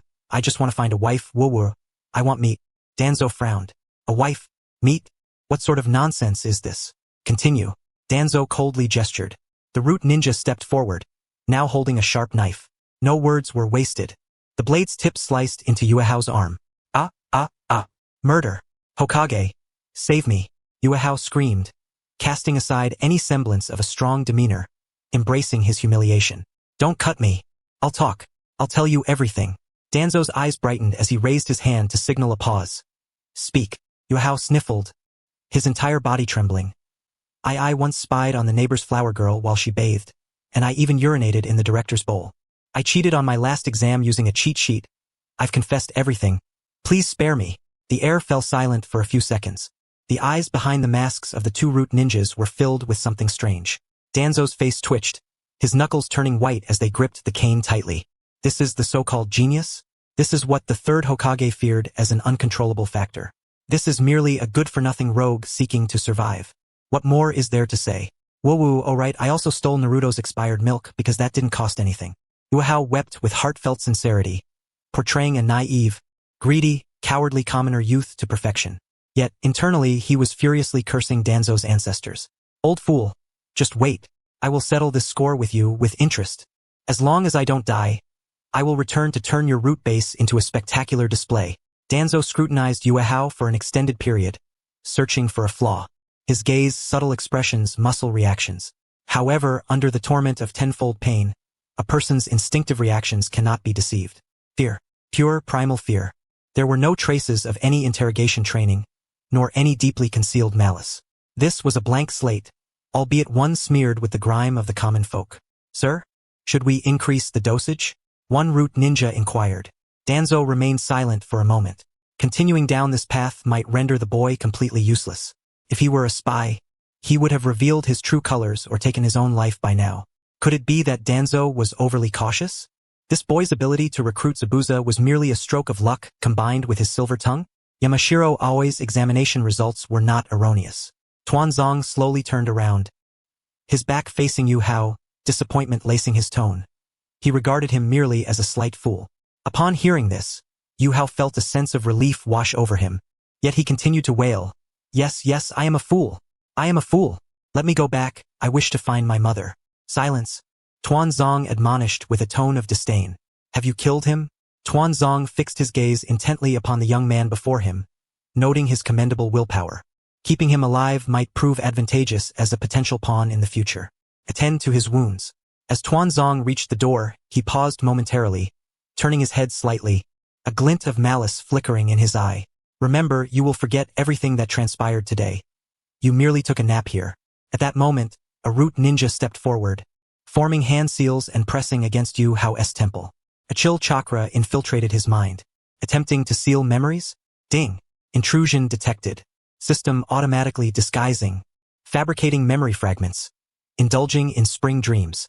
Yu Hao's eyes rolled back, and he obediently succumbed to unconsciousness. The following morning, sunlight streamed through the gaps in the curtains, illuminating the disheveled bed. Yu Hao bolted upright, gasping for breath. His body was drenched in cold sweat, his clothes clinging uncomfortably to his back. Instinctively, he touched his arm. It was smooth and unblemished. There were no wounds, not even the faintest trace of a needle mark. Were it not for the lingering phantom pains etched deep within his bones, he might have believed that the events of the previous night were merely a harrowing nightmare. Those scoundrels truly wielded a dark hand. Gritting his teeth, he climbed out of bed, feeling as if every bone in his body had been dismantled. The medical ninjutsu had healed his external injuries, yet the fatigue that permeated his essence remained insurmountable. He made his way to the bathroom, gazing into the mirror at the pale-faced youth with dark circles under his eyes. Suddenly, Yu Hao broke into a grin, albeit one that bore a hint of savagery. He turned on the faucet, splashing cold water onto his face. Tuanzong, you shall pay for this. And yes, there's also the third Hokage. But he will meet his demise at the hands of Uncle Snake, so I shall show mercy and not count him. At 5 o'clock in the morning, the 7th training ground of the Leaf Village was shrouded in a thin veil of mist, the air heavy with the earthy scent of soil and damp grass. Bang! Bang! Bang! The dull sound of impacts reverberated through the empty forest. Yu Hao, bare-chested, revealed a lean yet well-defined physique. Sweat trickled down his jawline, cascading over a bruise on his chest that had yet to fully fade, ultimately landing in the soil beneath his feet. That was the mark left by Hyuga Hisashi, as well as the psychological shadow cast by Tuanzong. Though the memories fabricated by the system obscured the horrors experienced at the root, his body retained the memory of the toxin that had coursed through his veins. The fear of losing control, of being at the mercy of others, coiled around his heart like a venomous serpent. Ha! Yu Hao growled, thrusting his palm forward. Chakra erupted from his hand, yet he refrained from employing any ninjutsu. He was practicing his punches. The 8 trigrams palm, merely foundational training. Though lacking the Byakugan's precision for sealing chakra points, this technique was a treasure for close combat. His movements were somewhat awkward, tinged with an unsettling stiffness. Nevertheless, he repeated the motions relentlessly.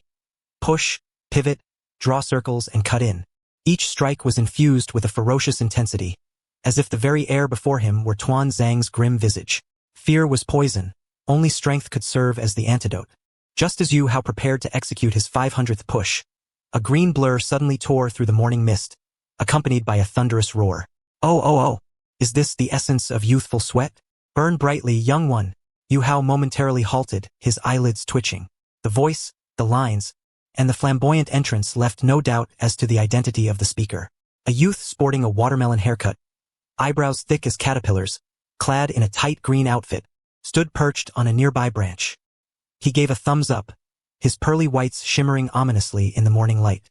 Rock Lee, a gem of the Leaf Village, poised to be the dark horse in the upcoming Chunin exams. Yu Hao straightened his posture, casually grabbing a towel hanging from the tree to wipe his brow, the fierce demeanor vanishing in an instant, replaced by his signature gentle smile. So early? He greeted, his tone as familiar as that of an old friend. Rock Lee leaped down from the tree, stirring up a gust of wind as he landed. He rushed over to Yu Hao, his round eyes ablaze with passion, fixated on Yu Hao's still heating body. I was running 200 laps around the village for warm-up and was drawn here by the intense fighting spirit emanating from this place. Rock Lee exclaimed, waving his fists animatedly, saliva flying. Your taijutsu. Though your movements are a bit peculiar, I can sense a profound conviction within. It is a defiance, a desire to break free from something. Yuhao blinked in surprise. To be honest, such straightforward intuition could be astonishingly accurate at times. Yuhao, though it may be audacious of me, I implore you to engage in a duel with me. Li assumed a combat stance, his eyes ablaze. Let us communicate our respective ninja paths through our fists and sweat. Observing this overly zealous youth, Yuhao's mind raced. Rock Lee, devoid of ninjutsu or genjutsu, relied solely on his raw taijutsu to persevere. Although he had yet to reach his pinnacle, his potential was undoubtedly exceptional. Moreover, having just acquired the gentle fist, he was in need of a sufficiently formidable sparring partner to sharpen his skills. Discarding the towel, Yuhao stepped into the center of the training ground, adopting a somewhat unorthodox gentle fist stance. A sly smile crept onto his lips, a glint of calculation flashing in his eyes. Since you wish to fight, then let us proceed. I too am eager to experience the legendary steel fist. The wind picked up. A leaf drifted slowly to the ground. Just as it touched the earth, bang, the ground erupted into 2 shallow craters. Rock Lee's figure vanished in an instant, his speed so astounding that only a green blur remained in sight. Incredible! Yuhao's pupils constricted. Was this the speed unencumbered by weights? There was no flourish.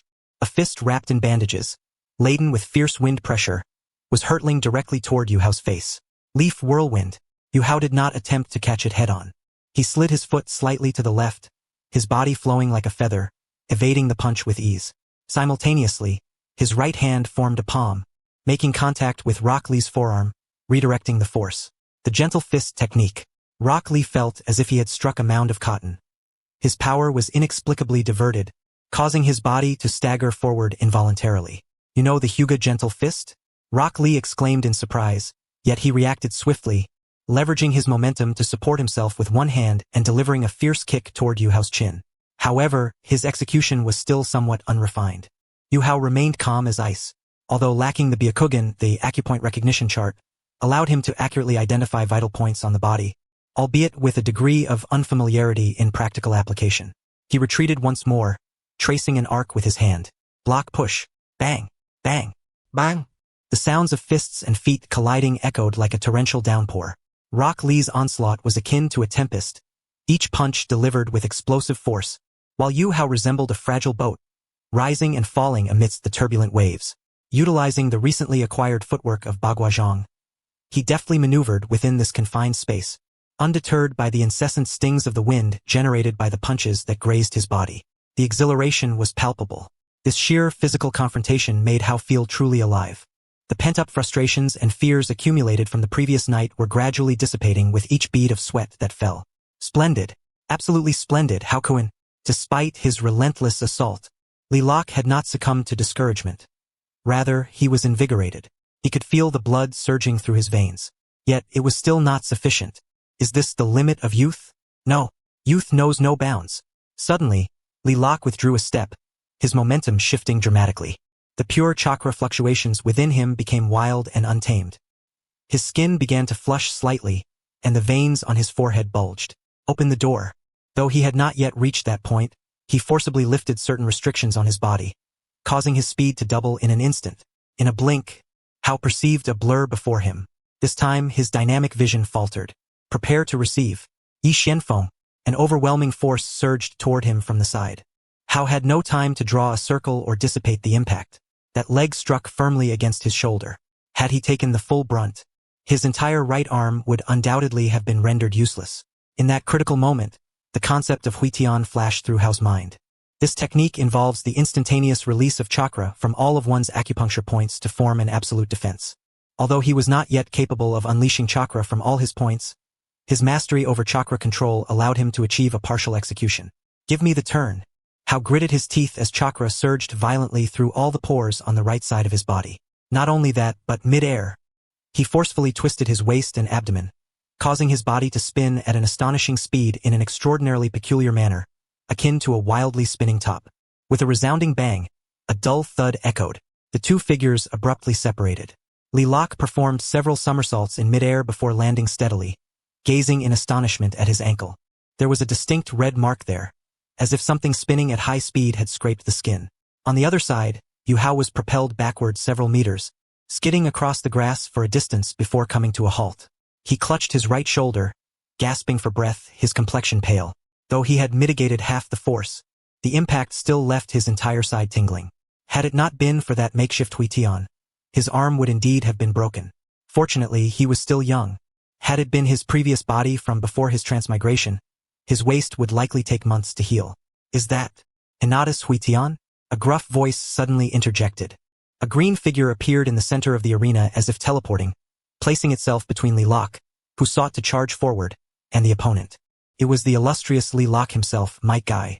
This noble azure beast of the leaf now regarded Yu Hao with a gaze akin to that of a connoisseur appraising a precious treasure. No, wait. Guy stroked his chin, his keen eyes discerning. There was no tangible sensation of chakra barriers. It was purely the result of body rotation and localized chakra bursts mimicking the technique. How could he achieve this without the Byakugan? Guy was astonished. As an old rival of the Hyuga clan, he was all too familiar with the difficulties of Huitian.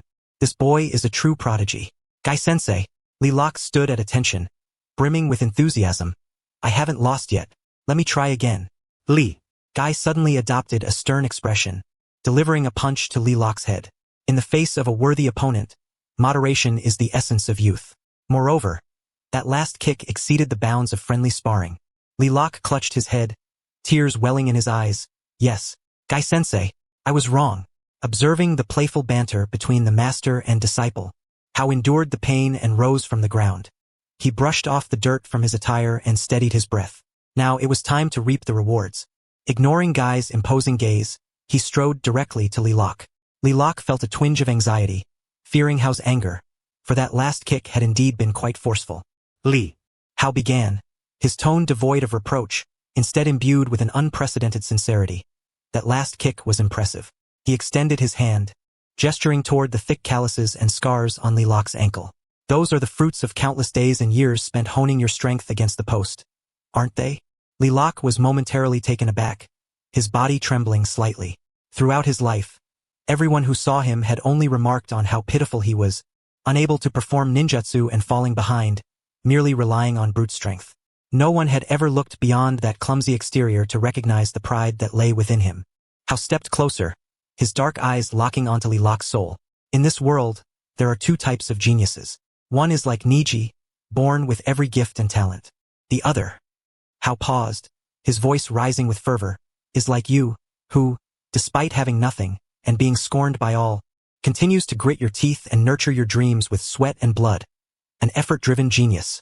In my eyes, your brilliance shines 1,000 times brighter than those from prestigious clans. Lilac stared at Yu Hao in a daze. Effort, genius? Could it be that someone like me could be called a genius? Tears streamed down his face in an instant. Ho-kun. Lilac's lips trembled, his face smeared with tears and snot. He wished to voice something, but his throat felt constricted. He suddenly reached out, gripping Hao's hand tightly, nearly crushing his bones with the force. Wah, you understand me. You are the first to say such things to me. From this day forth, you shall be my lifelong friend, and I shall strive to surpass you. In that moment, on this slightly chilly morning, this once mocked rare beast found its kind for the first time after years of ridicule. Ding!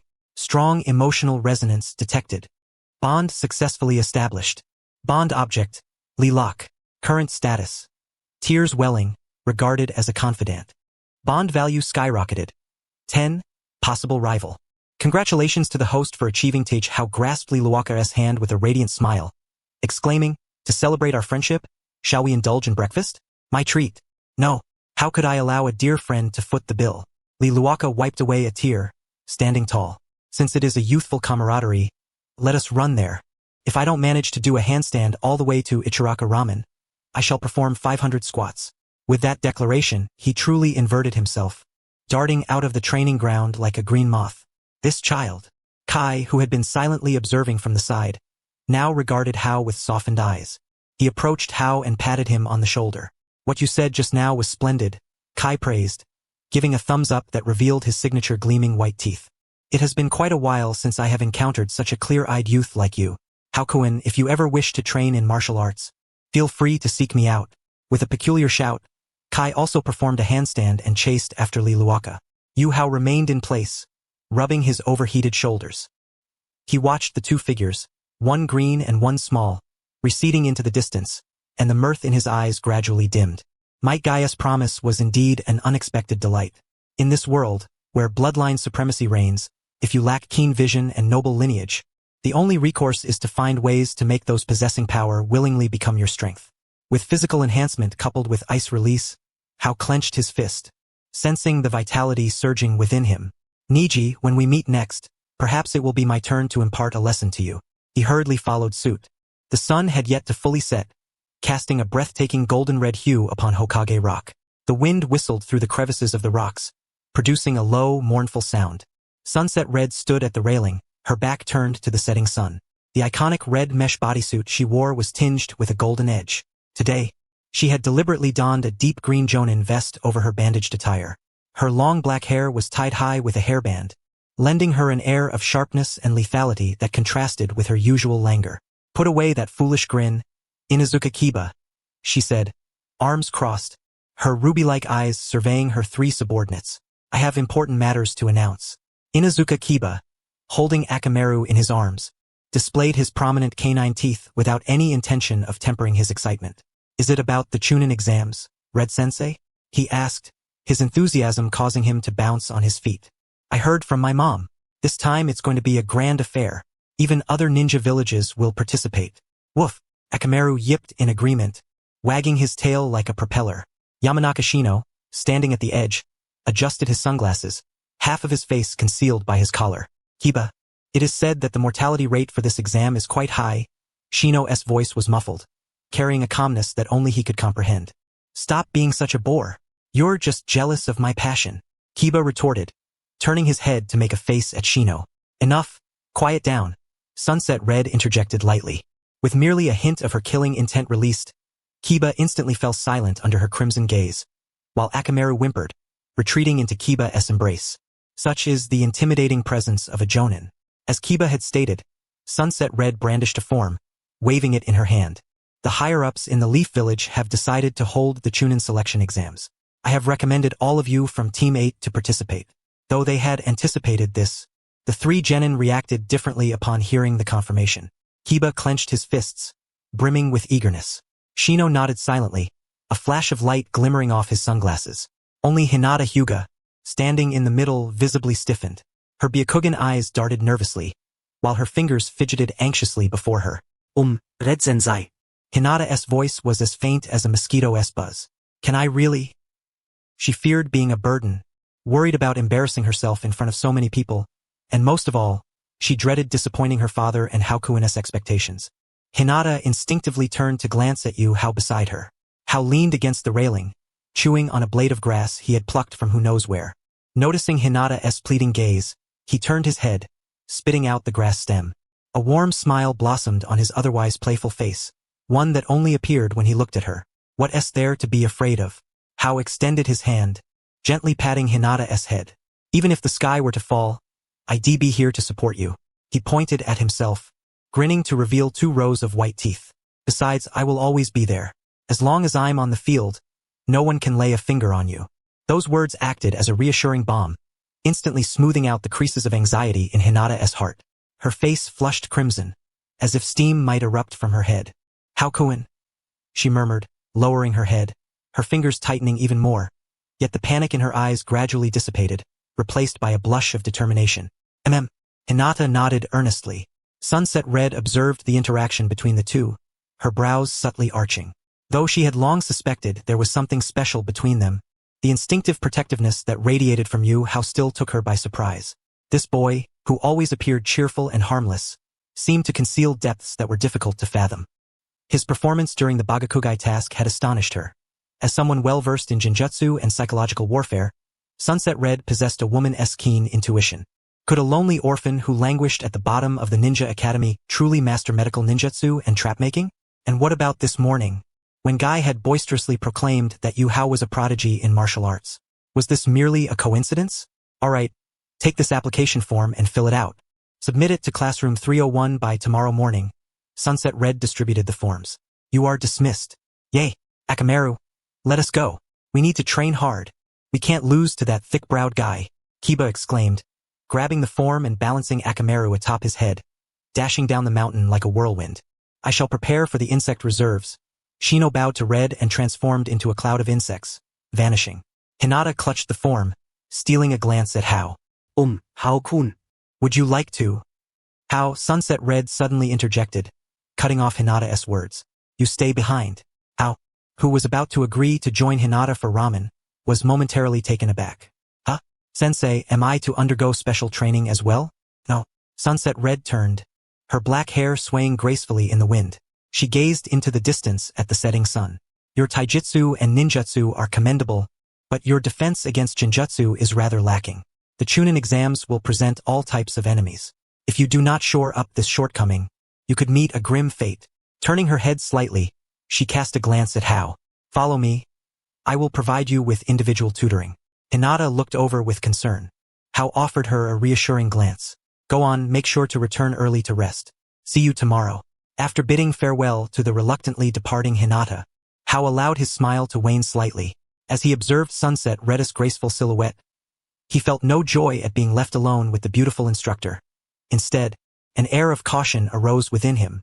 If this were merely for the sake of the exams, she could easily have trained the entire team during the day. Deliberately choosing this moment to dismiss everyone, it felt more akin to an interrogation. What? Are you afraid of me? The voice of Yuhi Kurenai drifted from the front, laced with a hint of languid amusement. How could that be? Hao immediately donned a playful grin, hastening to follow her. To receive the genuine teachings of Teacher Kurenai is a fortune that many would fervently seek but may never attain. I'm merely wary of Asuma-senpai's jealousy, after all. Kurenai halted her steps momentarily. Stop being so glib. Though her tone was scolding, it lacked true ire. The two traversed through the bustling streets, eventually entering a secluded training ground. This place served as Kurenai's private sanctuary for cultivation, surrounded by an abundance of crimson maple trees. The setting sun filtered through the foliage, casting a blood-red hue upon the ground. Upon entering, Hao detected a faint fragrance, not floral, but rather a sweet, drowsy aroma that seemed to lull one into a stupor. After closing the door, Kurenai walked to the center of the arena, shedding her green jonin vest and carelessly tossing it onto a nearby chair. The form-fitting attire accentuated her graceful curves.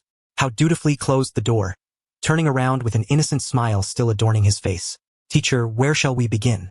Should we start with learning to dispel genjutsu? Kurenai did not respond. She turned around, her ruby-like eyes now holding a depth that was somewhat intimidating. With a snap of her fingers, a crisp sound echoed throughout the vast training ground. In an instant, the world transformed. The setting sun vanished beyond the horizon. The red maple trees began to twist and elongate, morphing into countless dark crimson vines that writhed ominously against the walls. The once pristine floor morphed into a viscous swamp, and the fragrant air became overwhelmingly pungent. Hao felt a flicker before his eyes. Kurenai, who had stood just a few meters away, suddenly disappeared. Genjutsu? A jolt of surprise surged through him. He had not seen her perform any hand seals, nor had he witnessed any signs of her weaving a jutsu. Just a simple snap of her fingers? Ding! Detected B-rank genjutsu. Ensnaring tree of illusion. The host has fallen into a deep illusion. Being interrogated by Kurenai's genjutsu, I must counteract with my own performance. Damn! Is the speed of this technique really so rapid? Hao was on the verge of channeling chakra to disrupt his own flow when a cold hand suddenly encircled his neck from behind. The sensation was delicate, soft, yet carried an indescribable danger. Don't move. The humid breath brushed against Hao's ear. Kurenai's voice, usually so composed and assertive, had taken on a low, hoarse quality, imbued with a bewitching allure. In this space, your life and death lie solely within my whims. Hao's body went rigid. He could feel that hand tightening gradually, not an embrace but a strangulation. Tell me how. Kurenai's cheek pressed against his side, her cascading black hair obscuring his vision. Who exactly are you? A child raised in an orphanage, devoid of money, resources, or guidance. How did you master such intricate chakra control? How did you learn the gentle fist? How did you persuade Zabuza and Haku? And the hand slowly glided downward, resting over Hao's heart. Her fingertips, through the fabric, could feel the frantic beating of his heart. Just now, Kai mentioned that you've also learned the rough rejuvenation technique. That S.A. Hyuga family secret. What secrets lie behind those eyes of yours? You little trickster, who keeps surprising everyone. Do you even conceal things from your teacher? Kurenai's voice grew softer, more tender, yet to Hao it resonated with a terrifying echo. Speak, or I'll end you. That was the voice of Danzo, That was the roar of the malevolent eye he encountered in the Rude's basement last night. Hao's pupils dilated in an instant. The fear that had been suppressed within him erupted under the weight of the genjutsu. His body began to tremble uncontrollably, cold sweat soaking his back. The illusion began to overlap. The hand around his neck transformed into icy chains. The once sweet aroma turned into a putrid, metallic stench. Painful sensations coursed through his arms, as if needles were piercing him anew. No, please. Hao's breath quickened, his throat emitting a low growl akin to a wounded beast. His complexion turned as pale as a sheet, veins bulging on his forehead. He shook, trembled violently. Kurenai furrowed her brow. She had intended to use this method merely to frighten her student into revealing some truths. After all, Yu Hao exhibited an unsettling level of maturity and cunning, far beyond that of a typical 12-year-old. Yet, at this moment, his reaction was beyond her expectations. This was not merely anxiety or fear. It was a stress response. What was he terrified of? How? Kurenai released some of her grip, her tone losing its allure, now tinged with doubt. Did this little rascal truly harbor some psychological scars? Hao bit down hard on his tongue, forcing the metallic taste of blood to bring his reason back from the brink of collapse. The system was of no help, merely concealing information while offering no escape from the illusion. He shut his eyes, and when he opened them again, tears welled in his dark irises. They were physiological tears, the best disguise. Teacher Hao's voice quivered with the hint of sobs, his body still shaking uncontrollably. He abruptly turned, disregarding all notions of propriety, and embraced Kurenai, burying his face into her soft bosom, like a drowning man clutching the last piece of driftwood. Kurenai was taken aback. A ripple passed through the illusionary space. I am terrified of dying, Hao confessed, his head nestled against her shoulder, his voice erupting with unrestrained fear. I don't want to end up like my parents, dying on the battlefield with no remains to be found. I refuse to be cannon fodder. I study tirelessly, practice relentlessly. I've read every book in the library. Every night, I practice hand seals in bed until my fingers cramp. I fear the day I might return from a mission and never again savor a bowl of Ikaraka ramen. Never again see the light of day. A sudden clarity dawned upon him. A profound desire to live surged within him. Hao lifted his head, his tear-stained eyes locking onto Kurenai's, devoid of any impurities, filled solely with a pure yearning for life. Is it wrong to feel this way? His question reverberated in Kurenai's heart, causing it to tremble. The vines within the illusion ceased their writhing. The oppressive atmosphere dissipated instantly. Kurenai gazed at the boy before her, who was now a crumbling mass of tears. She observed his trembling shoulders and the whiteness of his fingers from exertion. Such fear could not be feigned, nor could the will to survive be simulated. So, it was like this. Was it the fear of death that drove him to arm himself so fiercely? Indeed, war orphans often mature faster than their peers, possessing a heightened sense of insecurity. As the setting sun cast its crimson hue, Hinata's doubts dissipated in an instant, replaced by a gentle wave of compassion. All right, she sighed. Raising her hand, she gently patted Hao on the back, mirroring the way he had comforted Hinata moments earlier. Stop crying, it's rather undignified. The teacher merely wishes to assess your psychological resilience. The surrounding scenery fragmented like shattered glass, and the training ground returned to its original state. Hinata pushed Hao away and took a step back, adjusting her slightly disheveled collar, her expression returning to a semblance of a smile, albeit one that was neither wholly joyful nor entirely serious. Yet, in her crimson eyes, there was less scrutiny and more softness. It seemed that despite her commendable strength, her mental defenses remained rather fragile. Approaching a nearby chair, Hinata donned her vest once more. Fearing death is not inherently a flaw. It is this very fear that allows one to live longer. She turned to observe Hao, who was still sniffling, a smirk curling at the corner of her mouth. However, should you dare to take advantage of the teacher again? She punctuated her warning with a finger pointed in the air. I shall make you truly experience the depths of hell. Wiping his tears away and sniffling, Hao wore a look akin to a beaten dog. I wouldn't dare. That was merely a fright, he thought to himself, releasing a sigh of relief internally. I passed. This performance deserves an Oscar. Moreover, Hao recalled the sensations from earlier. Ding. Hinata's wariness towards you has dissipated. Bond deepened. Current bond value. 10. Hinata considers you a worthy subordinate to cultivate. Congratulations, host, for successfully overcoming the trial crisis. Would you like to check in? Check in, Hao silently intoned. Had he known this moment would elevate his bond to 10, he would have taken more liberties earlier. Ding. Check-in successful. Congratulations, host, for receiving a reward. Illusion resistance. Low level. Effect. Immune to C-level illusions, 20 immunity to B-level illusions. Slight enhancement in energy. A refreshing current surged into his mind, instantly alleviating the dizzying sensation brought on by the illusion. His thoughts became clearer than ever. How sensed an additional, imperceptible layer enveloping his mental periphery. This was indeed a valuable asset. With this, he could stand against those possessing the Sharingan or illusion-based ninjas with a newfound sense of defiance. What are you daydreaming about? Hinata's voice shattered Hao's reverie. If you're so afraid of death, you must train harder. Starting tomorrow, come here every night. I will specifically train your resistance. Hinata paused at the door, casting a glance back at Hao. She truly regarded him as one of her own. And ensure you wipe your tears before going out. I wouldn't want others to think I bullied you. With that, she opened the door and stepped outside. Hao remained rooted in place, gazing at the now desolate training ground. He leisurely wiped the remnants of tears from his face with his sleeve, a mischievous grin spreading across his features. This illusion was indeed formidable. Stretching his neck, he exited the training ground. Morning light often exuded a sense of tranquility. Yet for a freshly graduated genin, that tranquility felt more like torment. By the banks of the Nange River, Yu Hao held a pair of long tongs, expressionless as he picked up a tattered rubber boot. Black sludge dripped from the boot's opening in rhythmic plops. I quit. Nearby, Inuzuka Kiba threw his tongs to the ground in frustration, clutching his head in exasperation. I aspire to be the Hokage. Why must I pick up garbage here? Akamaru perched atop his head, weakly yelping in response.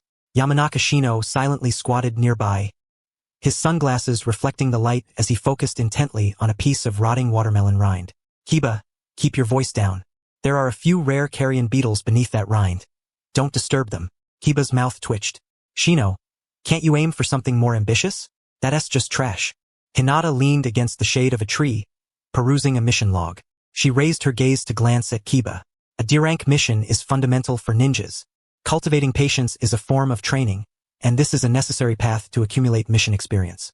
Kiba was about to retort when Yu Hao approached Hinata, who was struggling to drag a large, black garbage bag filled with damp water plants and cans. Her delicate hands bore red imprints from the strain, and sweat trickled down her bangs, poised precariously at the tip of her nose. I'll take that, Yu Hao said effortlessly as he assumed control of the bag from Hinata. With his other hand, he retrieved a clean handkerchief from his pocket and gently wiped her forehead. Hinata felt as if she had been jolted by electricity, frozen in place as her face flushed with warmth. How Konan? She stammered, unsure where to direct her gaze. This heavy work should be done by boys. Yu Hao hoisted the garbage bag with ease, a gentle smile gracing his features. Girls' hands are meant for forming seals and cooking, not for bearing such marks. Hinata's heart raced, her shyness reaching new heights. Internally, Yu Hao reveled in the situation. What was wrong with handling trash? As long as one wields a hoe skillfully, no corner is insurmountable. This enclosed task environment was a natural breeding ground for goodwill. Tage, thank you. Hinata lowered her head, her fingers once again twiddling nervously. Her heart brimmed with sweetness, akin to a spoonful of honey. In the distance, Kiba observed with envy. Akamaru, why do I feel like we're superfluous? Akamaru sympathetically nudged his master's face. Woof, indeed we are. After clearing the river, the day continued with weeding and assisting nearby mothers with their children. By the time 3 o'clock arrived, Hinata closed the mission log, her expression turning serious. The next task was the most challenging among D-rank missions. Kiba's eyes lit up. Are we to capture a spy, or escort crucial intelligence? Hinata sighed, retrieving a photograph from her pocket. The image depicted a brown tabby cat adorned with a red bow, its eyes sharp and exuding an air of unruly arrogance. Mission objective: recover the mistress's lost pet. Ahoo. The air froze for 3 seconds. This cat again. Kiba's exclamations echoed through the air. A legend circulated in the Leaf Village. A ninja's career is deemed incomplete without capturing Ahoo. The cat was nothing short of a master, possessing remarkable speed, sharp claws, and unparalleled stealth. Half an hour later, atop the rooftops of the Leaf Commercial District, Yu Hao surveyed his surroundings, ill at ease with this task and resorting to mere pretense. Shino commanded his insects to search diligently, but they were evidently at a loss. Hinata, refusing to lag behind, strained to focus, her temples pulsing with effort as she scanned the area with wide eyes. For this task, it's all about me. This mission was Kiba's forte. He directed Akamaru to sniff the air vigorously in search of Ahu's scent. Kamaru did not disappoint. In less than 3 minutes, he suddenly cried out in a specific direction. He recognized that he had found something and immediately became exhilarated, rushing out alongside Kamaru without a moment's hesitation. Shortly thereafter, a piercing cat's wail echoed, unmistakably indicating that Kamaru and Ya had discovered Ahulin. Following this, the sound of cats chasing one another erupted, accompanied by the clattering of pots and pans and Ya's cries of distress. Ouch, ouch, let go. You damn cat. Let go of me. Minutes later, Ya returned, his face marred with scratches, 2 bones precariously balanced atop his head. The cat, Ahu, sat aloofly atop a towering chimney, gazing down upon the crowd with an air of disdain, elegantly grooming its paws. Damn it, I can't keep up. This cat is far too swift. Yafumed. Hopping in frustration, Sheena unleashed a few cursed insects, attempting to encircle the cat, only to have Ahu swat several of them away with a swift paw. The insects proved utterly ineffective against it. Sheena adjusted her sunglasses, her voice devoid of emotion, yet tinged with a palpable sense of defeat. Red stood at a distance, arms crossed, showing no intention of intervening. This was a test for the lower ninjas, a trial of teamwork, strategy formulation, and mental fortitude. Hao Yun, meanwhile, observed the cat atop the chimney with a hint of concern in his gaze. Why don't I use my Byakugan to lock onto it? And then we can. No need for such trouble, Yuhao interjected, waving his hand dismissively. He retrieved an oil paper package from his ninja pouch, leisurely unwrapping it to release a rich aroma. It contained specially prepared Tian Liao roasted meat, to which he had added a trace of a hallucinogenic herb, essentially a potent version of catnip. The haughty Ahu's nose twitched as its piercing gaze sharpened immediately. Without haste, Yuhao beckoned to Ahu, a disarmingly gentle smile adorning his face. Come here, kitty, kitty, he called, his voice imbued with an unusual rhythm. After a moment's hesitation, Ahu's body obediently leapt down from the chimney, taking one cautious step after another until it found itself at Hao's feet. Tentatively, it rubbed against his pant leg. Hao crouched down, refraining from seizing the cat immediately. Instead, he extended a finger to gently scratch under Ahu's chin, his technique remarkably adept, hitting the most sensitive spot for cats. Purring, Ahu squinted its eyes, emitting a sound reminiscent of a tractor. The fearsome creature that had once seemed so menacing was now as docile as dough. Ya and Sheena stood in stunned silence. Is this really possible? Ya touched the scratches on his face, feeling as though he had been struck down a peg. Violence would not resolve the issue. As Hao continued to pet the cat, he glanced back at Hinata, winking playfully. When dealing with such a proud little fellow, one must exercise patience and stroke against the grain, much like how one would treat a girl. The implication was not lost on Hinata, and her cheeks flushed crimson, though she found herself at a loss for words. Seizing the opportunity while Ahu was entranced by the massage, Hao deftly grasped the scruff of its neck and effortlessly stuffed it into a cage, his movements fluid and devoid of unnecessary chatter. Mission accomplished. At the Hokage Tower, the third Hokage puffed on his pipe, a smile gracing his face as he reviewed the mission report. Excellent. Team 8 displayed remarkable efficiency. Red nodded slightly. The children have all been quite diligent. As the sun dipped below the horizon, the 4 of them made their way back after a long day of tasks. Ya and Sheena continued to debate whether that cat had been a mutated breed. Yuhao deliberately slowed his pace, walking alongside Hinata, their hands brushing against one another with every step, each touch causing Hinata's breath to falter. Yet she did not shy away. Are you tired? Hao turned to her, observing as she counted ants on the ground. No, not at all, Hinata replied, shaking her head softly. Today it was all thanks to you, Hakuin. Fool, he suddenly halted, turning to face her directly. In truth, I am quite happy today. He took a step closer, narrowing the distance between them, close enough to discern the fine hairs on her face. Because I could spend the entire day with you. It was a direct declaration, remarkably candid, devoid of any pretense. Hinata's heart raced as she suddenly lifted her gaze, her pure white eyes reflecting Hao's face, her pupils trembling slightly. She felt as if her heart might leap from her throat, her mind blank, all linguistic faculties momentarily suspended. In that instant, Hao reached out, gently tucking a stray lock of hair behind her ear, his fingertips brushing against her warm earlobe. See you tomorrow, Hinata. With that, he made no further advances, turning away and waving a casual farewell, leaving behind a suave silhouette. In such moments, it is wise to grant a girl some space to digest her feelings. Watching Hao's retreating figure, Hinata stood rooted in place, a hand pressed against her chest. After a long while, A smile slowly crept across her face, revealing a sweetness never before seen. Ding, Hinata feels exceedingly happy. Bond value 2. On the bustling streets of the Leaf Village, the air crackled with a heightened sense of restlessness. New faces adorned the sidewalks, each wearing different styles of headbands, their gazes laden with scrutiny and provocation. Yuhao strolled leisurely, hands tucked into his pockets, while Hinata dutifully walked half a step beside him, feeling an undeniable sense of security whenever he was near. Inuzuka ya. Accompanied by Kamaru, chattered incessantly. TCH, that must be the Rain Village, right? Looks quite gloomy. And that, could it be the Grass Ninjas? What a strange vibe. He pointed at the rogue ninjas from other villages, showing no inclination to lower his voice. Oil woman Sheena silently walked on the periphery, occasionally adjusting her sunglasses. Ja. Quiet down. You might attract unnecessary trouble. What's there to fear? This is the Leaf, he declared, shaking his fist with bravado. If anyone dares to mess with me, I'll show them what hell is. Yuhao listened to his teammates' banter, a faint smile playing on his lips, while his eyes subtly scanned the surroundings. The Chunin exams were a grand stage for the Hokage's early endeavors, a confluence of various formidable figures, and a veritable paradise for him to accrue bond values. Just as he pondered, a cacophony of shouts erupted ahead. It hurts. Let go. You scoundrel. The voice belonged to a child, tinged with tears. Yuhao halted, already aware of the unfolding situation.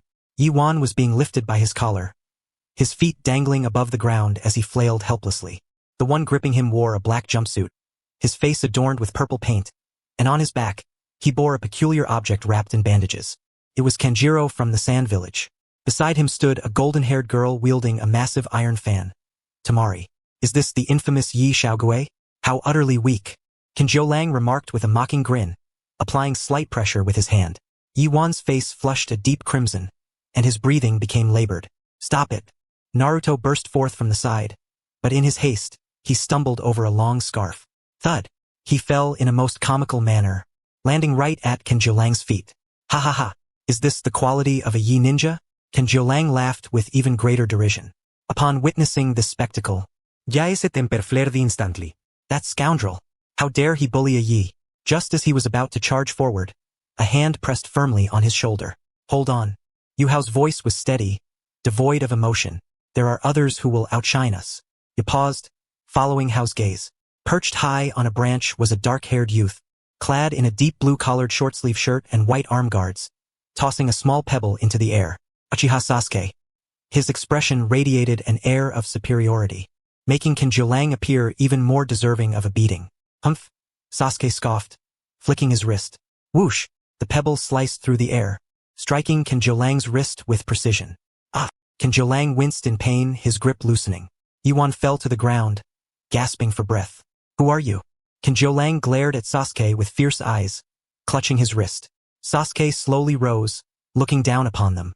Before inquiring about another's name, one ought to introduce oneself, he stated, adhering to the principles of etiquette.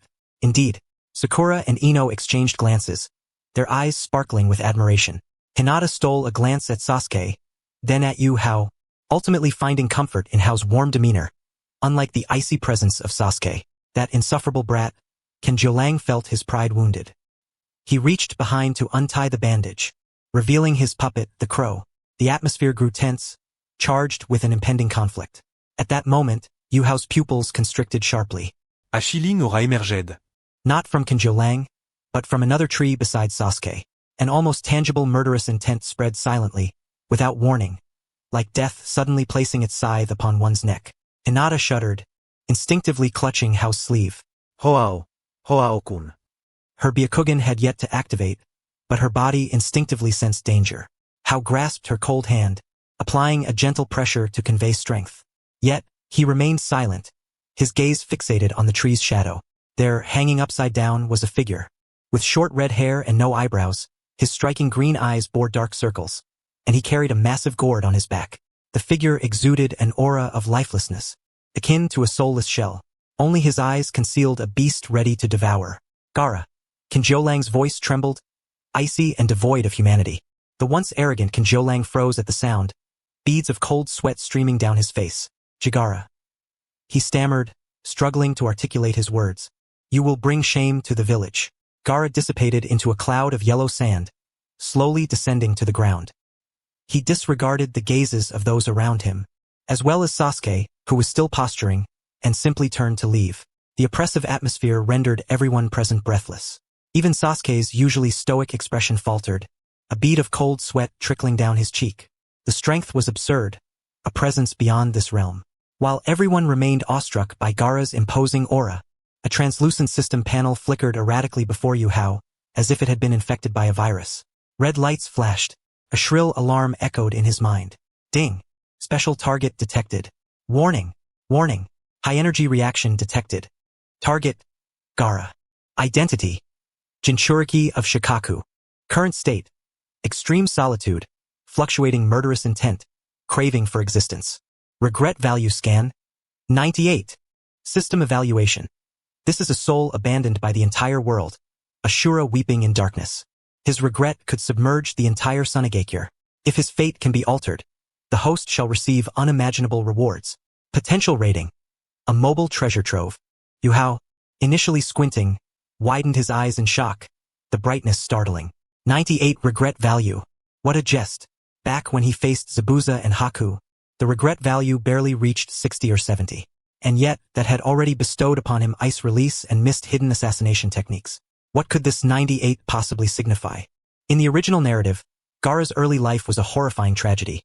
His mother perished during childbirth, his father repeatedly attempted to assassinate him, and the only relative, his uncle Yashimaru, deceived him into believing his mother had never loved him before self-destructing.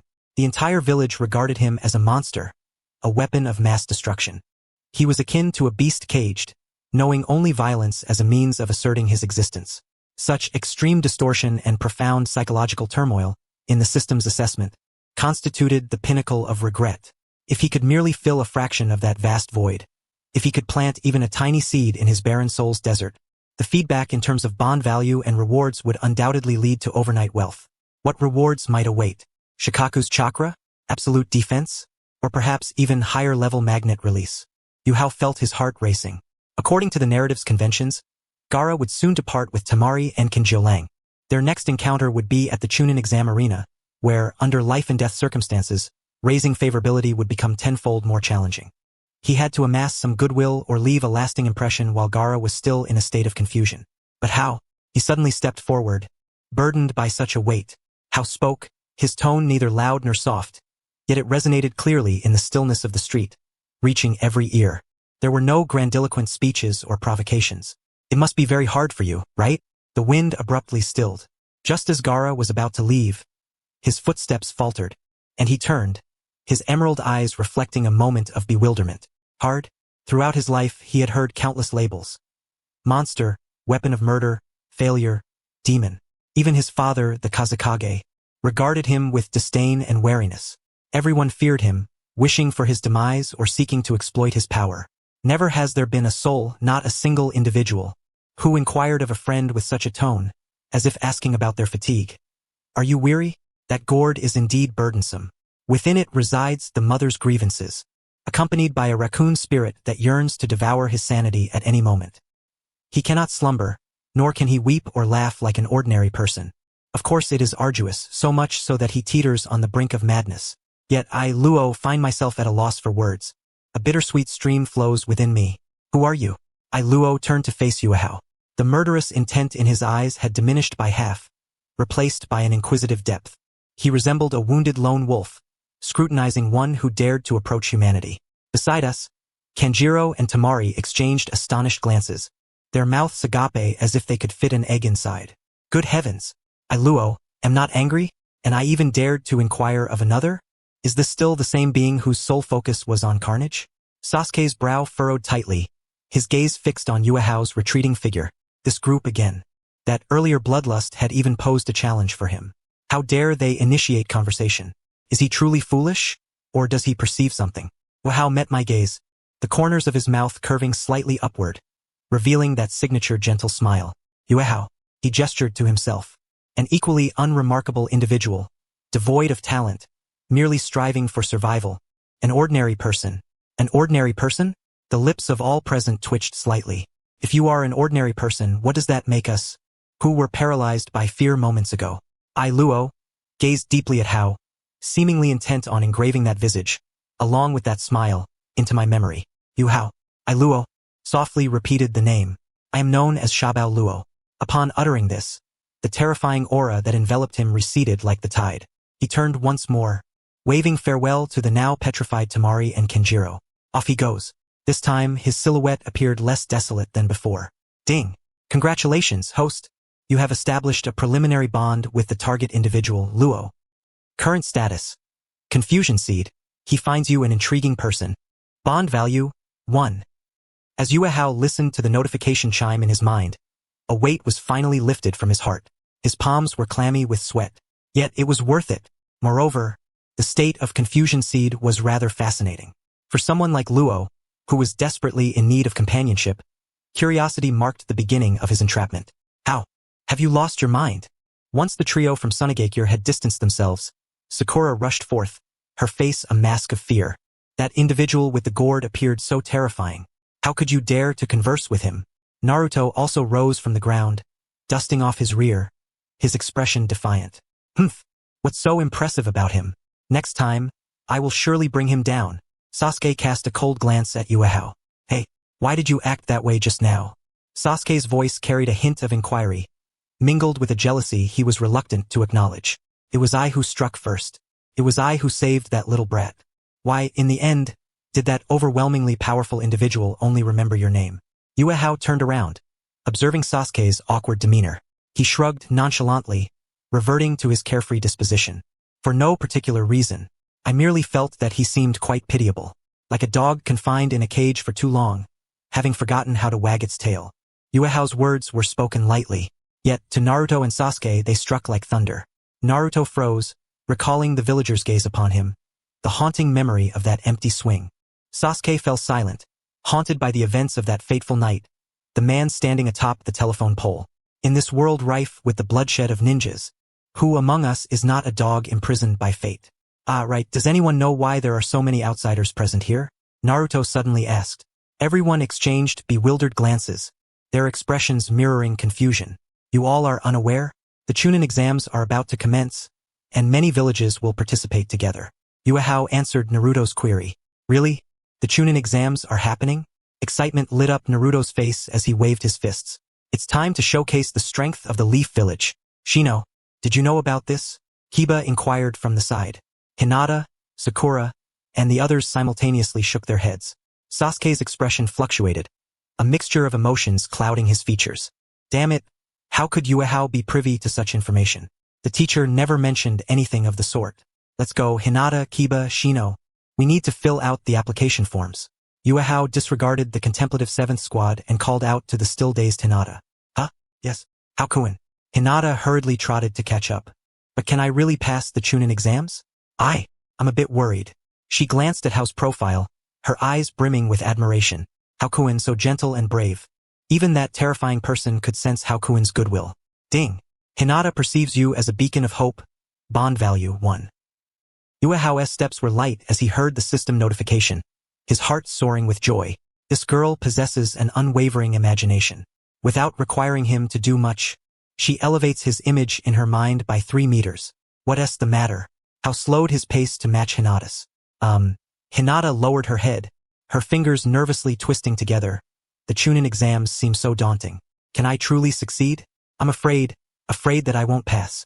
Even before the exams had begun, she had already conjured 100 scenarios of her own defeat.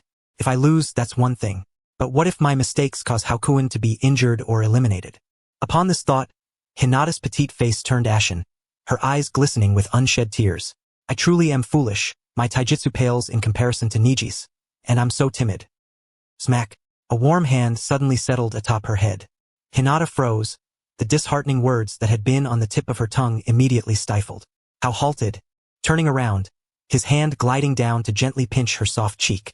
The sensation was delightful, like a freshly steamed glutinous rice dumpling. Ouch!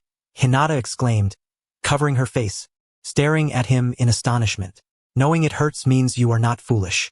Hao retracted his hand, leaning in slightly closer, his dark eyes locking onto Hinata's pale gaze. How could Miss Hyuga possibly be a fool? Be confident. You are a woman I hold in high regard. Boom! Hinata felt as if fireworks had erupted in her mind. You hold me in high regard, as a woman? The impact of those words was overwhelming, causing Hinata's CPU to overload, visible steam rising from her head, as she felt herself dizzy and on the verge of collapsing. Since you fear losing. Hao's lips curled upward slightly, revealing a mischievous smile. Then I shall have to provide you with some special training. He lowered his voice, his warm breath brushing against Hinata's ear. This afternoon, at the third training ground, I will give you personalized tutoring. Hinata's face flushed crimson, nearly bleeding as her eyes twirled like spirals, nodding instinctively like a bobblehead. I will definitely go. Hey, what are you two whispering about? And you're trying to keep it a secret from us? Kiba's loud voice broke in at an inopportune moment. The fellow approached with his red round face, casting a gaze filled with suspicion between the two individuals, his nose twitching as he inhaled deeply the scents in the air. What tutoring? I wish to partake as well. How could this young master miss such an exhilarating opportunity to grow stronger? The red round face joined in the commotion. Woof! Woof! Hao straightened his posture, the ambiguity on his face fading instantly, replaced by a grave and earnest expression. He patted Ya's shoulder, speaking with heartfelt sincerity. Ja, your physical prowess is already formidable. Such intricate chakra control training is ill-suited for you. Then what should I practice? Ya blinked his clear, naive eyes. You need to cultivate your mind. Hao gestured towards his head, advising that over the next few days, he should frequent the library to read, to refine his character, lest he fail the upcoming written examination. Read books. Ya's face fell immediately, feeling as miserable as a fly. Was that something a person ought to do? I refuse. Not even if you beat me to death. Standing off to the side, acting as a mere backdrop, Shino nudged his sunglasses, quietly adding a remark. Ja, Hao is right. If you get eliminated for failing the written test, you will bring shame upon the Inuzuka clan. Enough with the nagging. Shino, do you wish to fight? Seizing the opportunity amidst the squabbling of these two lively characters, Hao winked at Hinata and made a shushing gesture. Hinata, her face flushed, pressed her hand to her heart and nodded earnestly. As for the earlier dread of the examination, that had long since dissipated into the ether. Now, her mind was filled with thoughts of the personalized tutoring this afternoon. A striking red figure suddenly appeared beneath the street lamp, the setting sun stretching her shadow long. Her signature dark red pupils and the mesh-lined top accentuated her mature curves, layered beneath a loose jonin vest. Yet it did little to conceal her languid allure. She leaped gracefully, landing soundlessly, for thin application forms fluttering in her hand. Everyone is present. Red scanned the 8th squad members, her tone carrying a note of gravity. I have an important announcement to make. She intended to build suspense, eager to observe the reactions of these freshly graduated youngsters. Would they tremble with anxiety, or exclaim with excitement? Given your recent performances, I recommend that you participate in this year's Chunin selection exam. Red extended the application forms towards them. However, the anticipated gasps did not materialize. Ya, with an air of calmness, accepted the forms, even yawning nonchalantly before stuffing them into his pocket. TCH, Teacher Red, your news comes too late. Ya rested his hands behind his head, wearing a smug expression. We were already informed of this by Hao. Shino adjusted his sunglasses. Though his poker face revealed little emotion, his tone conveyed a sense of inevitability. Hao's analytical skills have always been strong, that is a fact. Even Hinata, blushing, softly added, Hakuin is quite remarkable. Red's hand froze midair. For a fleeting moment the atmosphere solidified. How could he know without her informing him? She slowly set her gaze on the last member of the team, Suki Hao. The boy was kicking pebbles with his head bowed, appearing innocent and silent, yet the smirk at the corner of his mouth betrayed him. Hao. Red approached, the sound of her high heels echoing against the ground. Suki Hao immediately stood at attention, gazing innocently at his teacher. How did you know? Red leaned slightly closer, her crimson eyes reflecting Suki Hao's face. The proximity was intimate enough for him to catch a whiff of her subtle floral scent, imbued with the unique charm of a mature woman. Well, I happened to encounter a few rowdy individuals from Tsunade earlier. Hao blinked, gesturing towards the direction of the intersection they had just passed. Furthermore, with the influx of unfamiliar faces in the village, their forehead protectors differing, aside from the joint exam, I can think of no other reason for so many to gather for ramen. Can you? The reasoning was sound, the logic impeccable. There were no flaws to exploit. Red stared into his eyes for several seconds. Were it another genin speaking, she might have dismissed it as mere luck.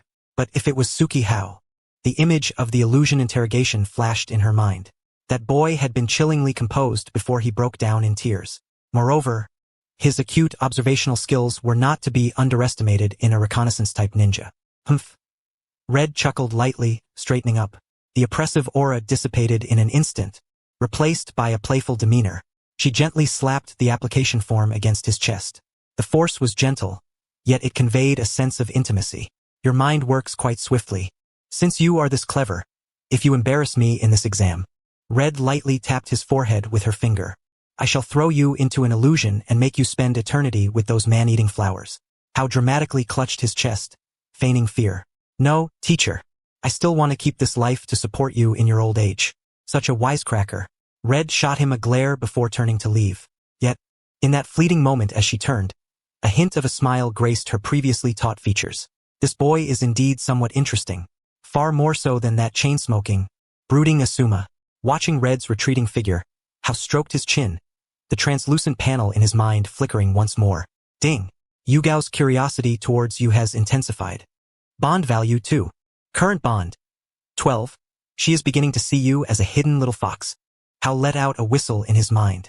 It seemed that this strategy of revealing a hint while keeping the rest concealed was quite effective. Women, once curiosity takes hold, it marks the beginning of their descent. The afternoon sun filtered through the gaps in the leaves, casting dappled shadows upon the grass. The cicadas buzzed exhaustively, creating a cacophony that could either irritate the mind or stir the heart. Tsukihao stood beneath the shade of a tree, one hand behind his back, exuding a masterful air.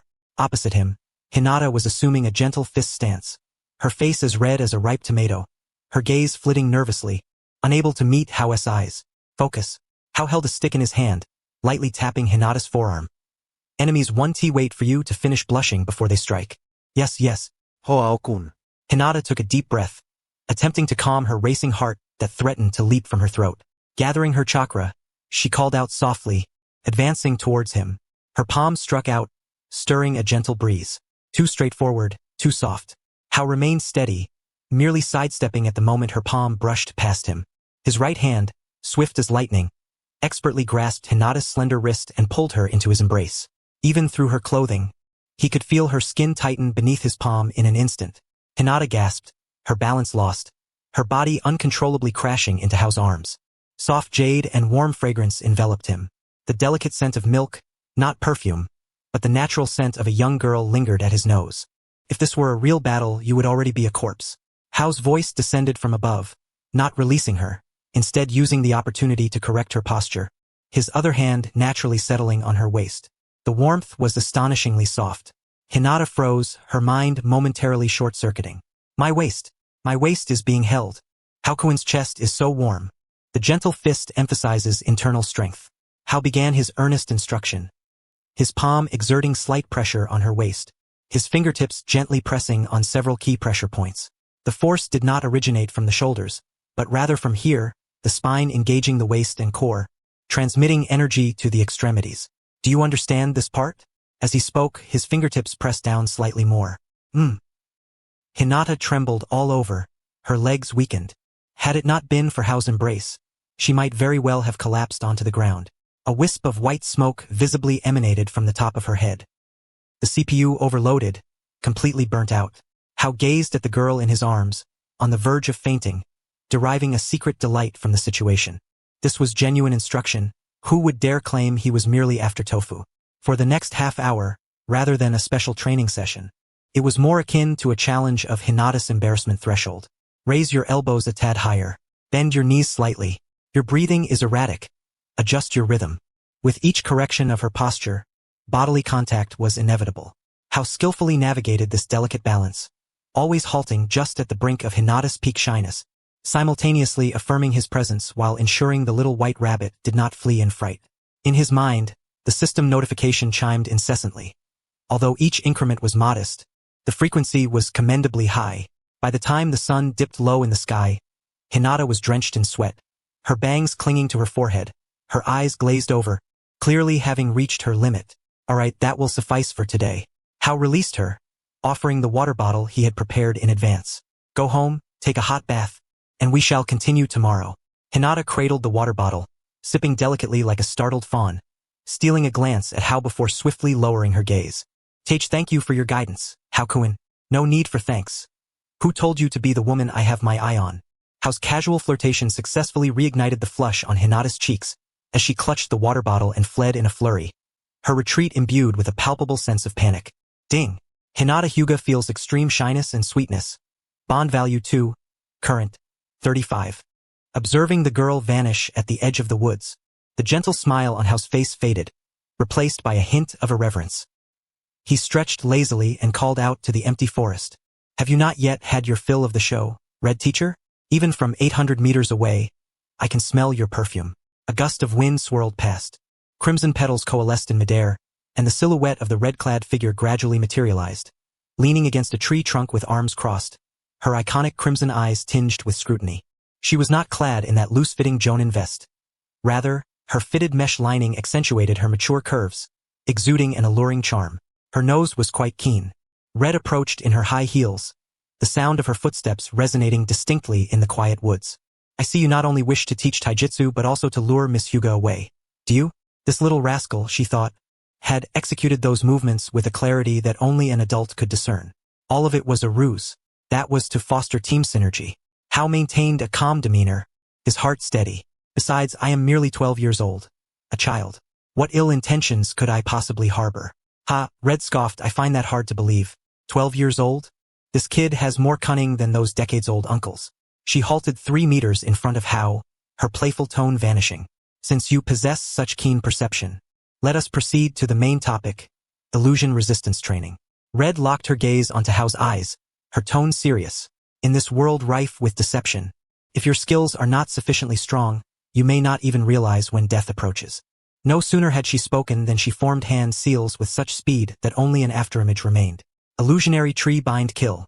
The surrounding world distorted instantaneously. The once vibrant sunset transformed into a sinister blood-red hue. The grass beneath their feet morphed into a quagmire, and countless thick vines erupted from the earth like pythons, swiftly ensnaring Hao's legs and binding him tightly against the trunk of a tree. Ding! B-grade illusion detected. Illusion resistance. Low level. Activated. Effect exempted by 20. Would you like to expend energy to forcibly break free? Hao's mind remained crystal clear. This level of illusion, combined with the system and his own chakra disturbance, could be escaped within 3 seconds. Yet only a fool would act hastily. What benefit would there be in defeating Red? Aside from embarrassing her, there was no gain to be had. If one is to play, let them play. Hao voluntarily lowered his defenses, allowing the suffocating sensation to envelop him. Ugh! His brow furrowed, his face pale, a pained groan escaping his throat as his body struggled violently, only to find the vines tightening their grip. Red's figure emerged from the void. Within the illusionary realm, she appeared magnified, akin to gazing down at ants from a great height, her eyes fixed on Hao with a condescending gaze. Have you already reached your limit? Red's voice echoed ethereally, layered with reverberations. Tell me, Hao, what is your deepest fear? Or do you harbor an unspeakable secret? This was psychological warfare. Under the pressure of the illusion, a person's will is at its most fragile, and defenses crumble easily. Red also sought to use this opportunity to admonish the overly mature student while probing his depths. Hao laboriously lifted his head. His pupils were unfocused, his gaze blurred, appearing thoroughly ensnared. Yet he was acutely aware of the opportunity at hand. A secret, he murmured, his voice hoarse. Yes, if I speak it, the pain will cease. Red coaxed gently, leaning forward slightly. In the reality of their situation, she stood merely inches away from him, observing the subtle shifts in his expression. Suddenly, Hao smiled. Not the calculating grin he often wore, but a pure, almost foolish smile, devoid of all defenses. He strained to open his eyes, his gaze piercing through the illusory vines to lock onto Red's eyes in reality. Red Teacher. His voice was soft, yet it caressed the heart like a feather. Red instinctively responded. I have no secrets. Hao took a breath, as if laying his heart bare for her to see. But within my heart, there resides a person. Red froze. Person hidden? A spy? A contact? Or perhaps a deceased loved one? Her professional instincts compelled her to inquire immediately. Who is it? Hao's gaze held hers, filled with such depth that one could almost draw water from it, as if he were beholding the world's sole treasure. It is you, he declared. The air thickened. The wind stilled. The trees ceased their rustling. The grotesque vines within the illusionary realm awkwardly halted their writhing. Hao continued, his voice dreamy. From the first moment I saw you, I wondered how someone could be so beautiful. Though you often wear a fierce expression and use illusions to intimidate me, I know that you are gentle at heart. I do not aspire to be Hokage, nor do I wish to save the world. I strive to grow stronger simply to be a little closer to you. Red teacher, I believe I have truly fallen for you. A buzzing filled her head. Having served as a jonin for so many years, she had interrogated many tough nuts to crack. Some had wept and begged for mercy. Others had cursed through clenched teeth. And some had even betrayed their comrades to save their own lives. Yet, to suddenly receive such a heartfelt confession under the pressure of life and death in an illusion was an entirely new experience. What on earth was this little rascal thinking? Red instinctively wanted to scold him for his foolishness. But as she gazed into Hao's unfocused yet sincere eyes, the words caught in her throat.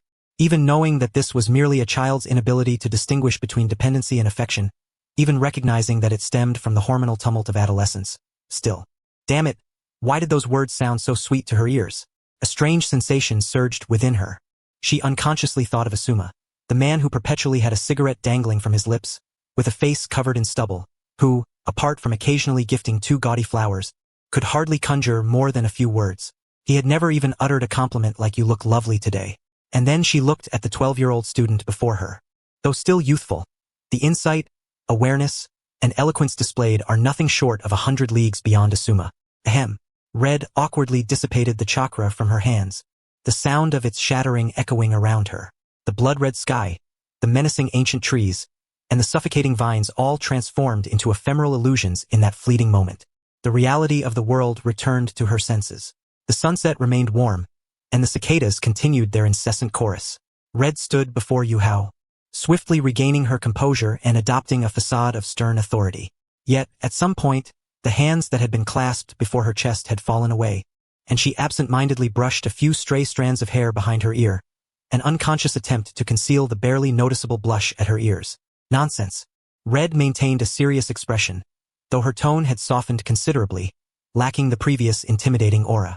Mistaking respect for affection is a common folly among lower-ranked ninjas. Such words must not be uttered again. Her reprimand, though intended as a scolding, resonated more like a flustered pride. As a mature woman, receiving compliments on her beauty and gentleness from a young boy certainly stroked her vanity. Indeed, my allure remains undiminished, she reassured herself inwardly, then cast a glance at Yu Hao, who was still feigning ignorance, and waved her hand dismissively. Today's illusion training was insufficient. His willpower was lacking, and he had unwittingly revealed his true thoughts after just a few exchanges. Return home and compose a 1,000-word reflection to be submitted to me tomorrow.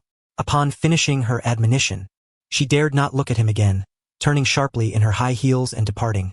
Her pace noticeably quickened, almost resembling a hasty retreat. Ding! Sunset Red felt a mix of panic and a hint of secret delight.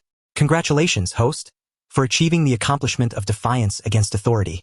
Bond value critical hit. 8. Current. 20. Sunset Red has developed peculiar feelings towards you. Tisk. Yu Hao whistled cheerfully. I knew it. Sincerity is indeed the ultimate weapon, albeit with a touch of embellishment. He dusted off his clothes, hands tucked into his pockets, and ambled leisurely away. Today had proven fruitful. Not only had he successfully engaged with Hinata, but he had also planted a seed of intrigue within Red's heart. Next, preparations must commence for the upcoming bustling Chunin exams. As for the reflection, he would write it casually. The atmosphere in the examination classroom was stifling. Hundreds of lower-ranked ninjas were crammed into the lecture hall, each breath taken cautiously. The curtains were drawn tightly, and the harsh fluorescent lights buzzed ominously, casting a pallor on every face. At the podium stood Mori no Ishii, hands clasped behind his back. His visage epitomized a fearsome textbook definition of menace, with a face marred by scars and a bald head that bore witness to countless hardships. He loomed like a mountain, instilling terror in the freshly graduated novices below him, their legs trembling in fear. Listen well, you lot. Ishii's voice rasped, akin to sandpaper against rusty iron, grating and unpleasant. In my examination, there are no second chances. If caught cheating 5 times, your entire team will be disqualified.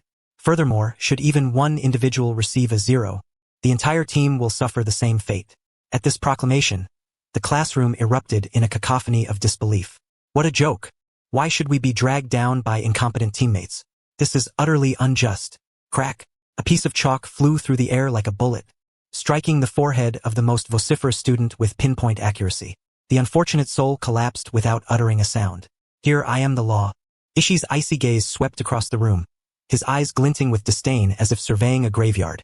The classroom fell into an immediate and oppressive silence, with only Naruto's audible gulp echoing in the stillness. The examination papers were distributed. Yuhao received his paper and, after a mere glance, a smirk danced on his lips. The first question, decoding the code. The second, calculating the trajectory of a thrown object. The third, terrain analysis and tactical planning. All questions suited for Chunin or even Jonin-level expertise. This was hardly appropriate for lower-ranked ninjas. So it begins, Yuhao thought, twirling his pencil between his fingers in a flourish. This is no mere written examination. It is undoubtedly a practical exercise in intelligence gathering. The proctors had stationed a so-called knowledgeable Chunin beside each desk, deliberately pressuring the candidates to cheat and showcase their skills. This was a test of a ninja's fundamental abilities, how to discreetly acquire intelligence within the loopholes of the rules. For Yuhao, armed with memories of a past life, this was akin to a gift of easy points. However, he did not rush to write.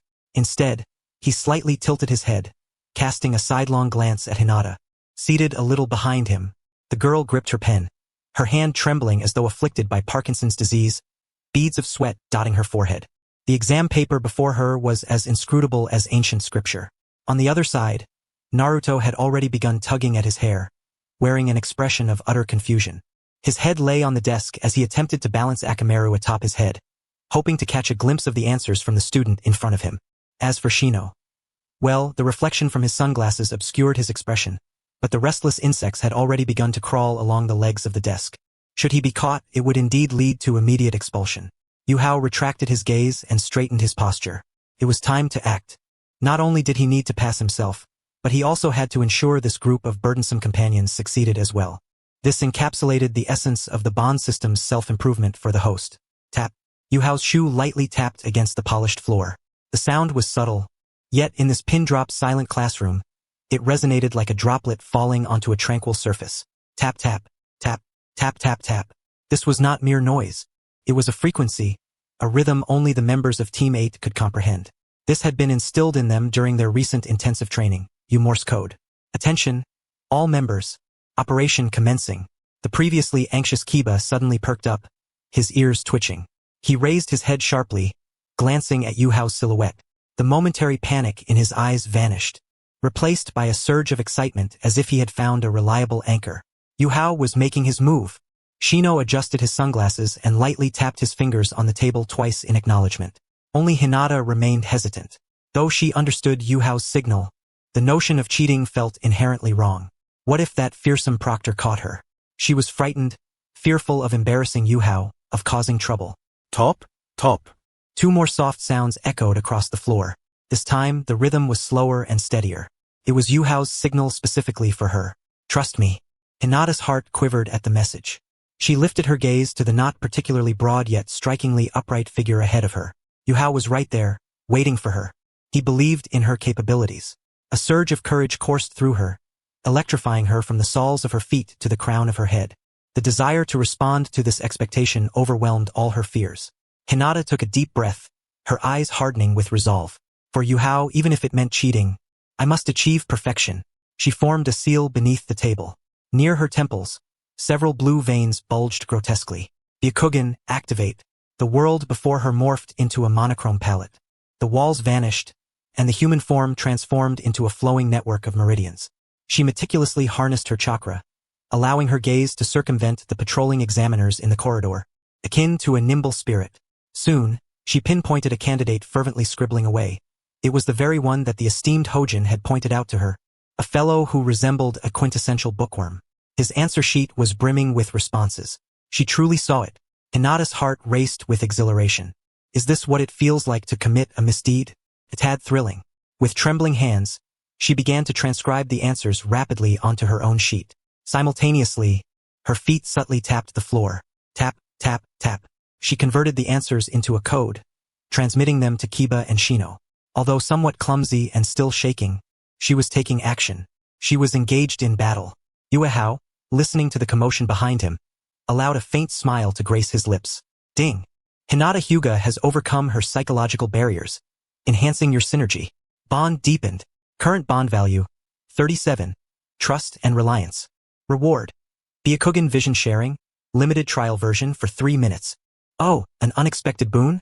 Yuehao felt a sudden clarity as his vision expanded to a full 360 degrees. This omnidirectional perspective was indeed exhilarating. Now, there was no need for Hinata to relay the answers. He swiftly penned down his responses on the paper in mere minutes. Having resolved his team's predicament, he now had to attend to the nearly distraught Ninetales Jinchuriki. Yuehao tilted his head slightly. In his peripheral vision, Naruto was gnawing on his pen, making a clattering sound, leaving a puddle of saliva on his paper.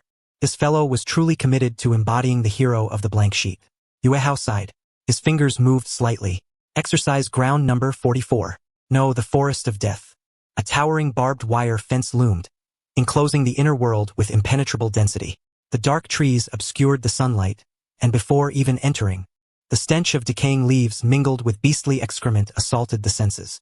Occasionally, the chilling cries of strange birds echoed from the depths, sending shivers down one's spine. A rather picturesque scene, wouldn't you say? A wild female voice suddenly rang out. Akimichi Karui stood before the barbed wire, hands on her hips. Clad in her signature mesh undergarment and a khaki trench coat, her fiery figure was irresistibly captivating, especially that wild spirit, which starkly contrasted with the mature allure of Tsunade. This is where your second examination will take place. Karui licked her lips, casting a mischievous glance over the group of still wet-behind-the-ears youngsters before her, a devilish grin gracing her features. No, the forest of death. It shall also serve as the burial ground for you delicate greenhouse flowers. A stir surged through the crowd. Evidently, many were unnerved by the ominous atmosphere. What the heck? This theatrical nonsense doesn't scare me, Naruto exclaimed, his arms crossed behind his head, swaying his hips dismissively. He was indeed a true tiger, and equally stubborn. Karui's smile radiated brightly at that moment. Oh, it appears we have a rather spirited little brat here. Before the words could fully escape her lips, she flicked her wrist. Whoosh! A flash of cold steel glinted. Naruto felt a chill on his cheek as several strands of his golden hair fell, followed closely by a thin line of blood. Before he could react, Karui had already appeared behind him like a phantom, her arm draped around his neck. Those eager to court death, like you, typically meet their demise the quickest. Karui extended her tongue, delicately licking away the blood that had beaded on Naruto's cheek. In that instant, a murderous aura enveloped him, rendering him stiff as though a chick had its neck grasped. Just then, a rustling sound emerged from the grass behind Karui. A figure wielding a kunai with a long, serpentine tongue emerged, snatching back the kunai that Karui had previously discarded. Karui, you've dropped your weapon. The woman, adorned with a grass village forehead protector and long hair, spoke in a raspy voice, exuding a chilling and viscous aura. Karui's eyes narrowed. This murderous intent. Yuehao stood amidst the crowd, his pupils constricting to pinpricks. That man, Orochimaru. Even from several meters away, Yuehao could sense the nauseating malice radiating from the grass ninja, as though a cold, venomous serpent had ensnared him. Yet, he did not falter. According to the narrative, Orochimaru's target should be Uchiha Sasuke. As long as he refrained from drawing attention to himself, he should remain safe. Oh, and there's another little brat here with quite the interesting expression. A fragrant breeze wafted by. Karui, having released Naruto at some point, appeared behind Yuehao in the blink of an eye. Her body was pressed closely against his, and he could feel her warmth, accompanied by the tantalizing scent reminiscent of her namesake. The very tongue that had just tasted blood now flicked in his ear, the warm breath brushing against his earlobe. Facing the forest of death, and that peculiar grass ninja, Karui's voice dropped to a low, dangerous whisper. You don't seem frightened. Instead, it appears you are anticipating something? As the captain of the special operations team, Karui's instincts were unnaturally keen. Most of the genin witnessing the earlier scene were either frozen in shock or quaking in fear. Only this boy exhibited an unsettling excitement, coupled with a calmness that suggested he was taking everything in. This was abnormal. All eyes were now upon them. Hinata clenched her clothing tightly, yearning to rush over, but Shino held her back. Yuehao did not turn around. The corners of his mouth lifted ever so slightly, revealing a perfectly measured arc, neither flustered nor frivolous. He slightly angled his body, his black eyes locking onto Karui's fiercely aggressive gaze. Their eyes met. Sparks ignited. I am looking forward to the examination commencing, Chief Examiner Karui. Yuehao's voice was smooth as jade, yet each word was crystal clear. After all, He leaned in a half-step closer. This distance nearly encroached upon Karui's personal space. Only in the most perilous forest can one glean the rarest fruits, wouldn't you agree? Just like the poisonous flowers deep within this forest, the more lethal they are, the more alluring they become. Upon finishing, he cast a pointed glance at Karui's netted attire. This remark was double-edged, referencing both the examination and humanity. The air seemed to freeze for 2 seconds. Karui was momentarily taken aback. She had encountered those who feared her, those who despised her, and even those who foolishly dared to provoke her. Yet, she had never met someone who would dare pluck a hair from a tiger's mouth while simultaneously teasing it. Ah, ah, ah, ah. Karui suddenly threw her head back in laughter, causing the mesh fabric across her chest to quiver. Her laughter exuded a sense of exuberance and appreciation. How intriguing! Truly fascinating. She playfully patted Yuahao's shoulder with such force that he nearly buckled to the ground. You little brat, that golden-haired lad over there is far more amusing. Karui leaned in closer to Yuahao's face, playfully flicking his forehead with her finger. I'll remember you. Your name is Yuahao, correct? Just don't perish too soon, alright? Your sister will be waiting for you at the finish line. Ding! Establish a bond with Mitarashi Anko. The other party appreciates your audacity and emotional intelligence. Bond level 5, an intriguing junior. Current bond 5. Additional reward 10 tricolor dumpling exchange vouchers. Utterly useless. Yuahao rubbed his flushed forehead, internally letting out a sigh of relief. With Anko's temperament, the more submissive you are, the more she will disdain you. If you exhibit a bit of wildness and audacity, it is precisely what piques her interest. Unfortunately, what on earth is a dumpling exchange voucher? Am I supposed to treat Anko to a meal to enhance our bond? A smile crept onto Yuahao's lips. Perhaps after the exam he could give it a try. Alright, everyone, go sign the consent forms. Once you've signed, get in there. Anko waved her hand, abruptly concluding this farce. Half an hour later, at entrance number 12, the iron bars slowly lifted, emitting a creaking sound of metal against metal. Enter. With the examiner's command, several small teams surged forth like arrows shot from a bow into the dark forest. The light rapidly dimmed. Towering ancient trees obscured the sun, their gnarled roots resembling massive serpents lying upon the ground. The air was heavy and humid, with the cacophony of insects deafening. Haku and Hinata cautiously followed Yuahao, her white eyes revealing slight veins. Where are we going? As long as we obtain the scroll, we win, right? Kiba appeared quite excited, with Akamaru barking atop his head. All we need to do is encounter other teams and defeat them. Fool, Yuahao halted, crouching on a massive branch. He pulled out a simple map and drew several circles on it. This is a survival exercise, not a tournament. We possess the highest reconnaissance capability, but our frontal explosive power is insufficient, he calmly analyzed. Our current strategy is stealth along the perimeter. We must avoid the central area of the forest, where the strong teams hunt like the Sand Siblings and that Hyuga Hinata. We will traverse the outer lines, specifically targeting those isolated and seemingly weak teams. We'll eliminate them, acquire their scrolls, and then survive until the end. This is the most stable approach. Shino adjusted his sunglasses, nodding in agreement. A very reasonable tactic. It avoids unnecessary combat and conserves chakra. Although Kiba was somewhat displeased at not being able to engage in a free-for-all, he recognized that Yuahao was indeed correct. Fine will follow your lead. The 4 of them, along with a dog, swiftly maneuvered through the forest. Yuahao led the way, yet a persistent shadow loomed over him.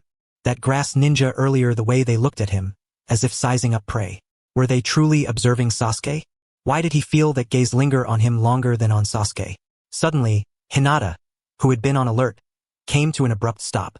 Her voice trembled as if she had seen something extraordinarily terrifying. Her complexion paling, lips quivering. What is wrong, Hinata? Did you spot an enemy? Kiba immediately assumed a combat stance, all 4s on the ground. No, it's not an ordinary enemy. Hinata's gaze was fixated on the depths of the dense forest ahead, her pupils shaking violently. Hoao-kun. There is a chakra, it's enormous, very, very immense, and it feels cold and sinister waiting for us to approach. Hinata's words made the surrounding temperature plummet several degrees. Yuahao's heart sank to the depths of despair. The worst-case scenario had materialized. If it were merely a regular team of candidates, even encountering the Sand Siblings wouldn't frighten Hinata to this extent. A chakra capable of instilling such despair in someone with Byakugan in this forest, there was only one individual. Yuahao's mind raced. Why? In the original story, Orochimaru should be busy troubling Sasuke at this point, marking him with the cursed seal. Why was he here on the path of Team 8? Was he lying in wait? In a flash, Yuehao connected the dots. Danzo. It had to be that old coin. His previous performance was too conspicuous, coupled with that mature and strategic capability surpassing his age. To Danzo, he represented an uncontrollable variable. And to Orochimaru, a brilliant yet lonely orphan was the perfect experimental subject. Or perhaps a new vessel candidate. Damn it, this butterfly effect has flapped a bit too hard. Retreat, Yuehao decisively commanded, without hesitation. He turned around immediately, racing back to find Anko. At this moment nothing mattered, no exam, no Chunin. Survival was the only truth. However, it was too late. Just as they turned, the wind around them suddenly ceased. Even the cacophony of cicadas vanished entirely. Then, a palpable killing intent surged forth like a tsunami from all directions. Kiba and Akamaru were pressed to the ground, unable to move. Shino's insects were in a frenzy within him, completely out of control. Hinata's legs gave way, and she collapsed onto a tree trunk. That was the instinctual fear when faced with a natural enemy. A chilling, hair-raising laughter echoed, as if rising from the depths of hell, reverberating through the open forest. What are you running from? Since you've come, why not stay and play with me? Danzo's old friend certainly hadn't deceived him. A sharp-minded lad, your body looks truly delectable. Boom! The deafening sound felt as if it would shatter hearts. Dust filled the air, obscuring the already dim sky. The ground trembled violently, as if a magnitude 10 earthquake had struck. As the dust settled, a massive purple serpent, coiled like a mountain, blocked their path. Its golden vertical pupils coldly scrutinized the four diminutive figures below, as if contemplating a morsel. Hiss, the giant serpent flicked its tongue, the rancid odor making one want to retch. Above the serpent's head stood a figure with long hair, facing the wind. Pale skin, purple eyeshadow, and that signature grass ninja forehead protector. Orochimaru looked down with a mocking gaze. What a delightful surprise. I merely intended to play with Sasuke-kun, but unexpectedly stumbled upon such an intriguing surprise. The aura was overwhelmingly strong, unprecedentedly so. Kiba lay flat on the ground, his entire body rigid, unable to even twitch a finger. Akamaru buried his head in his paws, whimpering and trembling. An instinctive reaction when encountering a natural enemy, completely beyond control. Shino leaned against a tree trunk, half his sunglasses slipping down, too preoccupied to adjust them. The insects within him, usually fierce, were all playing dead at this moment, not daring to make a sound. This was the oppressive presence of the legendary three. This was the terror of a shadow-level powerhouse. Before such a creature, even a genin felt like nothing more than an insignificant insect. Haku and Hinata's pale face and lips trembled, turning purple. She attempted to rise. She desired to position herself in front of Haojun, yet her legs felt as though they were encumbered by lead, rendering her utterly powerless. Tears welled in her eyes, and a wave of despair threatened to engulf her. Suddenly, a hand reached out, firmly grasping her wrist. It was warm, imbued with strength. Hinata blinked in surprise and looked up. Yuehao stood before her, his silhouette tall and unwavering, devoid of any tremor. He even bore a smile, albeit one that appeared somewhat forced, yet it was indeed a smile. Do not be afraid. Yuehao's voice, though soft, resonated clearly in Hinata's ears. I am here. Those three succinct words acted as a potent tonic for her heart. The fear in Hinata's eyes gradually dissipated, replaced by a blind trust. As long as Haojun was present, nothing could truly go awry. Oh! Orochimaru gracefully descended from his serpentine form, his feet barely making a sound upon touching the ground. He regarded Yuehao with keen interest, a flicker of avarice gleaming in his golden serpent eyes. To still be able to move and even reassure his companion amidst such a palpable aura of menace. Little brat, you possess remarkable tenacity, Orochimaru approached, each step intensifying the chilling aura around him. I have no interest in those trembling little insects beside you. He extended a finger, gesturing towards Yuehao's heart. I desire you.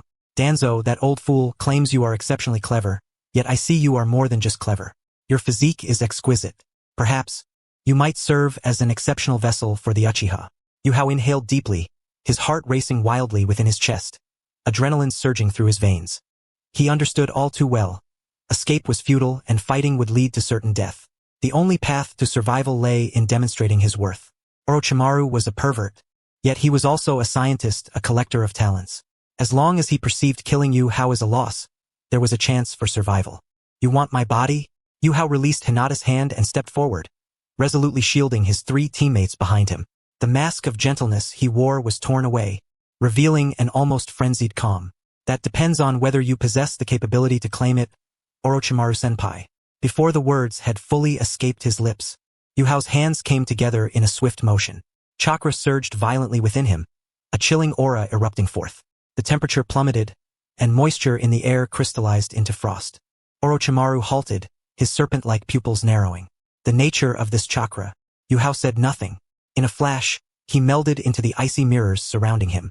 In the next moment, his figure appeared within each of the mirrors, each reflection holding a kunai, his gaze as sharp as ice. "Attack," Yuhao commanded, not to Orochimaru, but to his teammates behind him. "Kiba, take Hinata and Shino and run. Do not look back." Kiba finally turned around, his eyes welling with tears as he beheld the monstrous figure before them. "How? I won't leave. I will fight with you." "Woof, woof," Akamaru barked anxiously. "Run." Yuhao's voice echoed from all directions, imbued with an authority that brooked no argument. "Staying here will only hinder me. Go." Kiba gritted his teeth, tears streaming down his face. He understood that Yuhao was right. Remaining would be tantamount to suicide. "Shino, take Hinata. We are leaving." Kiba hoisted the still-dazed Hinata onto his shoulder and sprinted deeper into the forest. Shino cast a lingering glance at the array of ice mirrors, adjusted his sunglasses, and followed suit. Only Hinata remained, struggling desperately on Kiba's shoulder, her cries piercing and heart-wrenching. "Let me go. Hao Jun is still there. I won't leave. I must help him. Hao Jun." Listening to Hinata's anguished cries recede into the distance, Yuhao exhaled, relieved to have ensured their escape. He unleashed a flurry of kunai towards Orochimaru, yet the myriad serpents merely shielded their master, the kunai clattering harmlessly against their scales. Truly touching camaraderie, indeed. Orochimaru remained at the center of the ice mirror array, showing no inclination to pursue. With hands clasped behind his back, he leisurely surveyed the glacial prisons that surrounded him. "You exposed your hidden bloodline just to allow your comrades to flee, little brat. You are quite to my liking." Orochimaru suddenly turned to the left mirror. "However, such a technique is of no consequence to me." Boom! Without a discernible motion, several stout brown serpents erupted from his sleeves, crashing violently into the ice mirrors. The once impenetrable ice shattered like mere potato chips, scattering into a myriad of shards. Yuhao grunted, his physical form forced from the mirrors, landing awkwardly on the ground, blood trickling from the corner of his mouth. The disparity in their strengths was glaringly evident. "Do you have any other tricks?" Orochimaru observed him with a smile, akin to a cat toying with a mouse. "If you have nothing to say, then I shall begin." His neck elongated abruptly, resembling a genuine serpent as he bared his fangs, lunging at Yuhao's throat. That was the heaven's curse seal. Should he be bitten, his fate would be uncertain. Yuhao stared at the terrifying visage approaching him without flinching. Rather, he smiled, a grin that would drive Orochimaru to madness. "Orochimaru-senpai, have you underestimated me?" Yuhao slammed his hand onto the ground. The shards of ice that lay scattered did not melt. Under Yuhao's chakra's guidance, they began to tremble violently. "Artiz." Yuhao's lips curled into an exaggerated arc explode. Ice release. Shattered mirror. Boom! Boom! Boom! Countless ice crystal fragments scattered across the ground detonated simultaneously, unleashing a ferocious storm of white, chilling air mixed with whirling ice particles, obscuring all vision. Perceptions were muddled by the frigid atmosphere, transforming the area into a desolate white wasteland. Orochimaru's neck stretched into the air, immobilized momentarily. The ice shards struck his face, though they inflicted no tangible harm. The sheer volume of the assault and the obscuring effect momentarily caught him off guard. Interesting. Utilizing the remnants of the shattered ice mirror for secondary purposes not only obscured my line of sight, but also disrupted my thermal sensing with its chilling aura. Snake Maru withdrew his neck, standing amidst the white mist, emitting a delightful chuckle. "Hee Yuhao Jun, you have truly bestowed upon me an abundance of surprises. Such tactical intelligence, such on-the-spot responsiveness. You are a born ninja." Gradually, the white mist dissipated, revealing that Yuhao had long since vanished, leaving behind only a deep footprint on the ground, indicative of the hasty retreat of its owner. Snake Maru made no attempt to pursue. He extended his tongue, tasting the lingering coldness in the air. That was the scent of Yuhao. Run, run. The more the prey struggles, the more exhilarating the hunt becomes. We shall meet again soon. Next time, your fortune will not be so favorable. Ding! Congratulations, host. Successfully piqued Snake Maru's extreme interest. Bond value surges dramatically. Current bond value with Snake Maru. 10. Marked prey. Conditions for sign-in met. Would you like to sign in immediately? Run. Run for dear life. His lungs felt as if they were scorched, each breath a searing pain.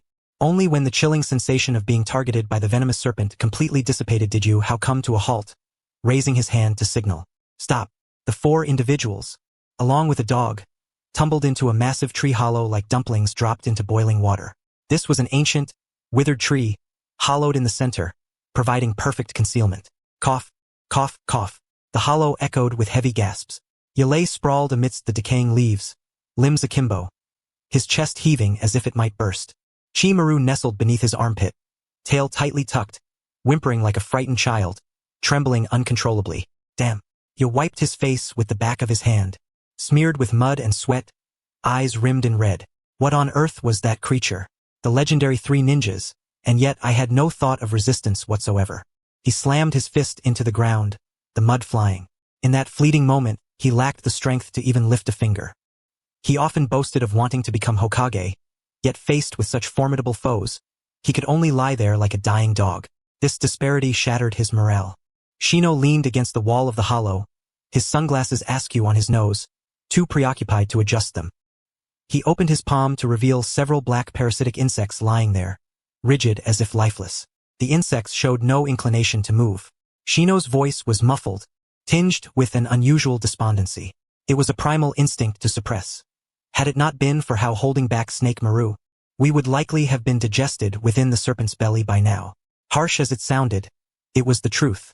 The 2 instinctively cast their gaze towards the entrance of the hollow. Yu Hao sat there, skillfully wrapping bandages around Hinata's hand, tending to her wounds. His movements were experienced and his demeanor calm, entirely unlike someone who had just been embroiled in a clash with the legendary 3 ninjas. Does it hurt? Hao asked softly. Hinata shook her head vigorously, tears welling in her eyes, her lips bitten to the point of leaving marks. When Hao had urged her to run, she truly believed she would never see him again. That feeling of impending doom, coupled with Snake Maru's menacing aura, was terrifying. Hao Yun. At last, the little girl could no longer hold herself together, crashing into Hao's embrace, her hands gripping his collar tightly, crying heart-wrenchingly. There, no more tears. Hao gently patted her back, his hand brushing through her silky short hair, his tone so tender it could almost draw tears. Look, everything is just fine. Not a single piece is missing. Witnessing this scene, the lingering resentment within Nya and Shino transformed into admiration. Facing such a monster, not only did he dare to draw his sword, but he also managed to retreat unscathed and comfort his companion so calmly afterward. This was the true essence of a leader. Ding! Inuzuka Ya's admiration for Yu has reached new heights. Ding! Yamanaka Shino's trust in Yu has significantly increased.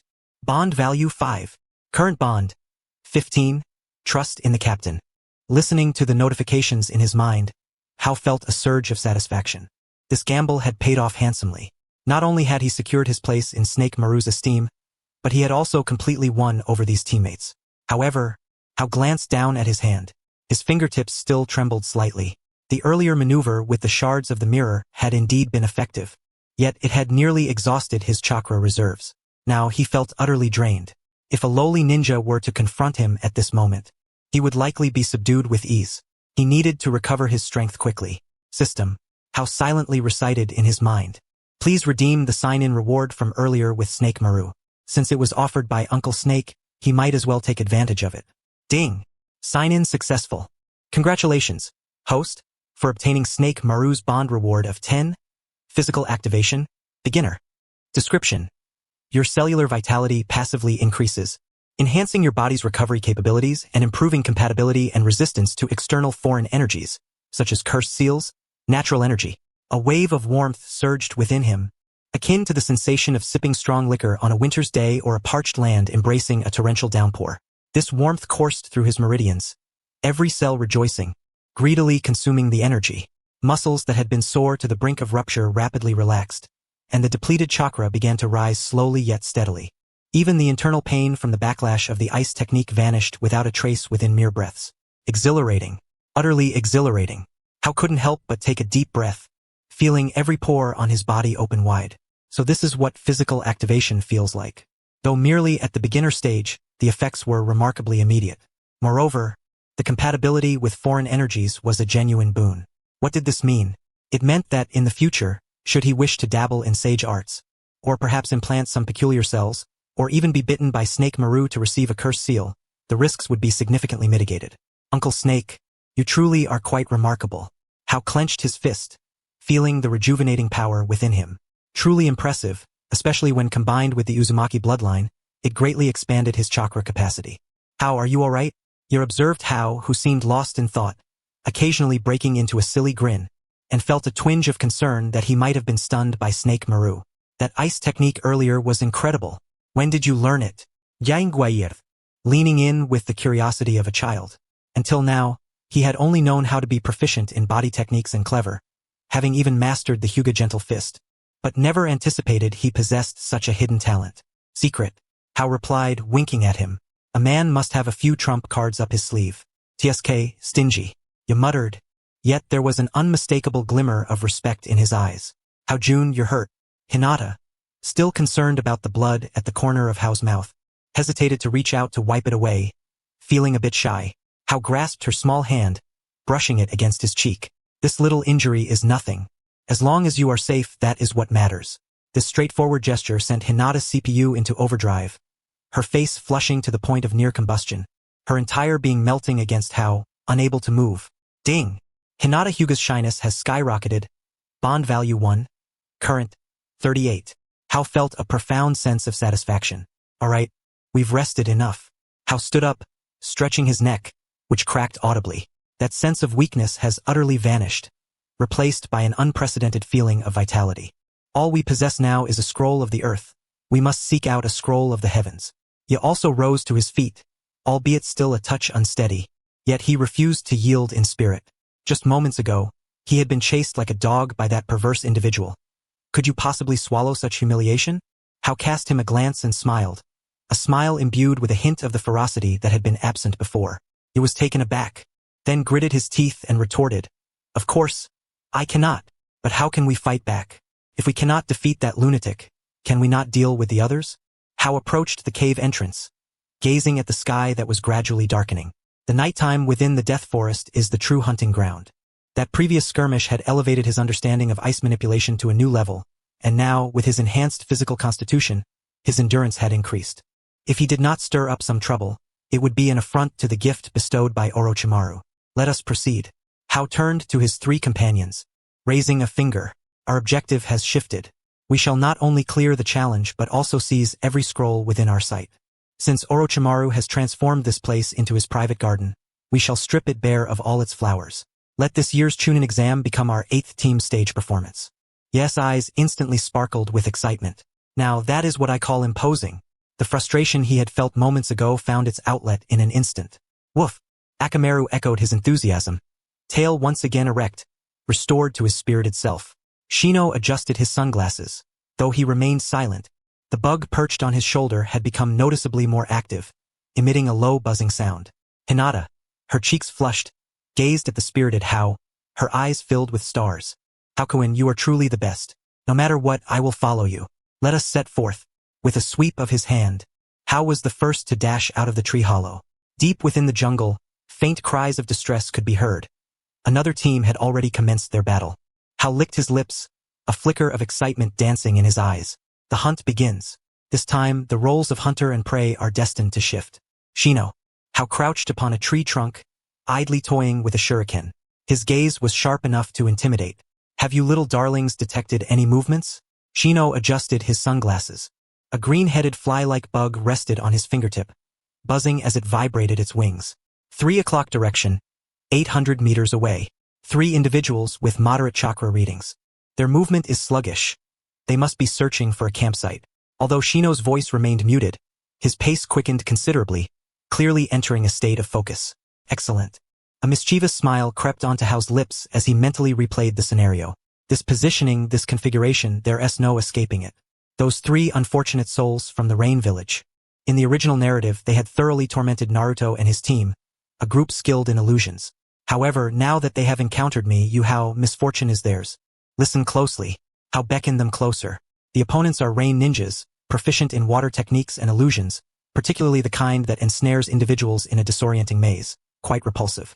He curled his lip, revealing a sharp canine. Illusions? Ha! Akamaru's nose is keen. Illusions hold no power over dogs. Woof! Akamaru perched atop Ya's head, barking energetically. Don't be foolish. How rapped his knuckles lightly on Akamaru's head. Even a lion exerts full force when hunting a rabbit. Do you understand? The tactic is simple. Shino, allow the bugs to pass first. Do not rush to bite. Drain their chakra for me. When they realize something is amiss, you and Akamaru will charge in head-on. The louder the commotion, the better. Let that bunch of fools be thrown into chaos. He rubbed his head, grinning broadly. This is my specialty. I'll bore right through them. How turned his gaze to Hinata. The young girl was anxiously clenching her fists, her eyes blinking rapidly at him. Hinata. Hao's voice softened by 8 degrees. Your task is paramount. Activate your Byakugan and keep a close watch. If they attempt to use body substitution techniques or clones to escape, alert ya. Do not let a single rat slip away. Hinata's face turned crimson as she nodded vigorously. Yes, yes. Hoao-kun. I will not let you down. Observing Hinata's resolute demeanor, Hao felt his heart soften. He reached out to smooth her slightly disheveled bangs. Do not fret. I am here. This is merely a game. Victory is destined to be ours. Ding. Hinata Hyuga feels a profound sense of security. Bond value 1. Action.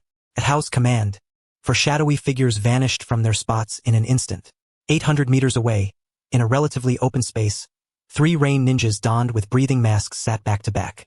One of them, holding a twig, poked at the campfire before them, its flickering light casting shadows on his sullen face. This cursed place has no decent prey at all. Menghu sighed, keeping a wary eye on the surroundings. Enough complaining. Surviving is already a blessing. You heard the commotion earlier, right? That chakra was simply bizarre. Rong scoffed coldly. Who cares how bizarre it is? Anyone who dares provoke us will learn the might of my shadow clones. In this death forest, no one has ever broken my illusions. As his words faded, a faint buzzing sound suddenly filled the air. Initially soft, like distant mosquito whines, the sound rapidly intensified, resembling a dark cloud descending upon them. What is that? Guy abruptly stood, tossing aside the twig in his hand. Before he could form any hand seals, he suddenly felt his chakra come to a halt, as if someone had choked off a water pipe. My chakra? What is happening? Menghu exclaimed in shock. Bugs. The ground is crawling with bugs. By the firelight, they were horrified to discover that the earth beneath them had turned black, teeming with countless parasitic insects surging like a tide, climbing up their pant legs. That sensation of being devoured by innumerable tiny mandibles sent shivers down their spines. Damn it! It's the Oil Women clan. Rong shouted. Don't panic. Use water techniques to wash them away. Just then, the trees above suddenly parted, and a wild roar descended from the heavens. Ya tong ya. 2 spiraling winds of fury, tearing through the air with a piercing shriek, crashed violently into the 3 of them. It was Ya and Akamaru. The force of the strike was tremendous, utterly unyielding. Scatter. The Rain Ninja Trio, seasoned veterans, despite being caught off guard by the bugs, reacted swiftly. The 3 of them instantaneously dispersed, simultaneously forming hand seals. Water style. Water clone technique. Boom. Boom. Boom. Several puffs of white smoke erupted at their original positions. Ya's attack had gouged 2 craters into the ground, mud flying, yet it failed to strike a tangible target. TCH. They run fast. Ya landed on the ground, on all 4s, his nose twitching furiously. Akamaru, where are you? Woof, woof. Akamaru barked excitedly at the thicket to the left. Over there. Just as Ya was about to charge forward, the scene around him suddenly shifted. In the originally pitch-black forest, countless silhouettes suddenly emerged. All bore the likeness of those 3 rain shinobi. They were densely packed, at least numbering in the hundreds. Armed with kunai, they coldly fixed their gaze upon Kiba. Little ghost of the leaf. Since you've arrived, you shan't think of leaving. The overlapping voices echoed from all directions, making it impossible to discern reality from illusion. This was the rain-hidden technique of illusion, employing the surrounding environment to create falsehoods, sapping one's strength amidst despair. Kiba gritted his teeth. Damn, so many? Which one is real? He attempted to strike a few, but the kunai passed through the phantoms as if striking mere air. Yet, the kunai thrown by those shadows were all too real. Clang, clang, clang. Kiba could only clumsily defend himself, soon finding several wounds adorning his body. Stay calm. A composed voice suddenly resonated behind Kiba. It was Yuma. He made no attempt to evade, simply swaggering into the realm of illusions. With hands in his pockets, he strolled leisurely. To him, those rain shinobi shadows resembled poorly executed shadow puppets. Such a level of illusion. Yuma shook his head, his eyes filled with disdain. Not even a single hair of teacher Hong. The notification sound of the system echoed in his mind incessantly. C-level illusion interference detected. Illusion resistance. Low level. Activated. Immunity. Yuma couldn't even be bothered to use chakra to break through it. He directly focused on the one named Ro, hiding behind a tree. Hinata, report. 2 o'clock. Behind that fir tree. That is the real body. Hinata's voice rang clear. Under the Byakugan, nothing could escape her sight. The false chakra flows were utterly transparent to her keen perception. Received. Yuma stepped forward, his body launching like an arrow released from its bow, covering several meters in an instant. The speed generated a gust of wind. Ro, hidden behind the tree, was reveling in the control of the illusion when he suddenly felt a chill at his neck. The sensation of being targeted by a ferocious beast froze him in his tracks. He abruptly turned around, only to meet a pair of dark, profound eyes and a face that appeared harmless yet sinister. Got you, Yuma murmured softly.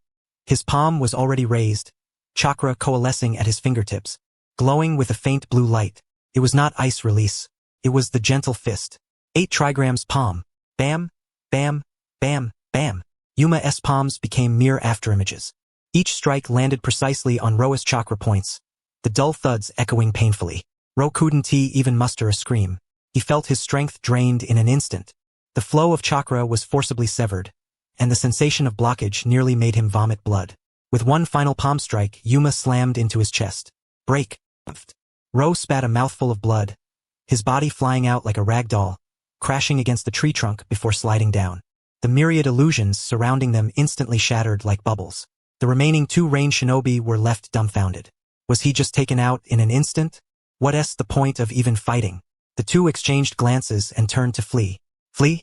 Yuma dusted off his hands, not even glancing back. Kiba, Shino, if you let them escape, you might as well skip dinner tonight. Don't worry. Kiba had long harbored a bellyful of anger. With the illusion dispelled, wasn't this just a chance to beat a drowning dog? Fong over Fong. He launched another spiral thrust, sending the one named Kagu flying. The sound of breaking ribs was distinctly audible. Meanwhile, Shino silently extended his hand, a mass of parasitic insects wrapping the last one, named Moko, into a bundle. Only muffled pleas for mercy could be heard from within. The battle concluded. It lasted less than 3 minutes. It was an utter rout. Yuma approached the unconscious Ro, crouching down to rummage through his belongings. Soon, an orange scroll was retrieved. The Heaven Scroll. Yuma weighed the scroll in his hand, nodding in satisfaction. What luck! Just the perfect match for our Earth Scroll. We've won. Ha ha ha. We've won. Kiba leaped up in excitement, twirling around with Akamaru. That was too easy. Yuma, those gentle fist strikes were simply amazing. Hinata fought fiercely too. Hinata, her cheeks flushed, quietly corrected him. Yuma-kun, that was to subdue the enemy. Moreover, your accuracy with the chakra points was truly impressive. Alright, enough boasting. Yuma tucked the 2 scrolls into his ninja tool pouch. Rising, he brushed the dirt off his knees. At this moment, Orochimaru must be seeking Sasuke. The stream gurgled softly. The cool moonlight seemed to have been torn apart, scattering like shards upon the water's surface. Yuma crouched by the stream, cupping his hands to splash a handful of water onto his face. The icy chill pierced to the bone. Water droplets cascaded down his chin, washing away a layer of dark red blood, while also suppressing the heat left from the recent battle. The water's surface reflected the visage of a youthful face. Wet strands of hair clung to his forehead, his black eyes unfathomably deep, revealing no hints of joy or anger. Only the subtle curve at the corner of his mouth hinted at a calculating demeanor. He was weighing his options. Like a gambler holding onto his last chip, he stared at the roulette, pondering where to place his next bet. That previous bout had been a windfall. Not only had he gained favor with Orochimaru, obtained physical revitalization, but he also swiftly dealt with the Rain Shinobi, collecting the Heaven and Earth Scrolls. Logically, he should now lead his team directly to the central tower. This was the most prudent route with the highest survival rate. As long as they entered the tower, they would clear the 2nd stage of the Chunin exam. Then, they could comfortably take a bath, enjoy a barbecue, and await the commencement of the 3rd exam. However, Yuma's fingers gently tapped the slick pebbles. If they departed now, They would miss the opportunity to garner Naruto's favor, to save Sasuke, or perhaps to lend Naruto a hand at a crucial moment. Such serendipitous opportunities were rare indeed. Risks? Certainly. This was Orochimaru, not merely a vendor selling vegetables next door. One misstep could lead to annihilation. Yet Yuma stood up, shaking the water from his hands. Fortune favors the bold. What kind of ninja fears death? Moreover, in the original story, Orochimaru did not act with lethal intent towards the main cast, so the probability of any issues was extremely low. He turned around.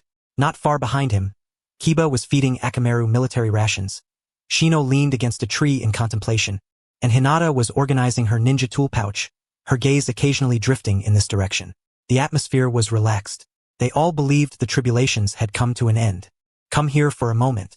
Yuma's voice was not loud, yet in the stillness of the night, it sounded particularly clear, even somewhat heavy.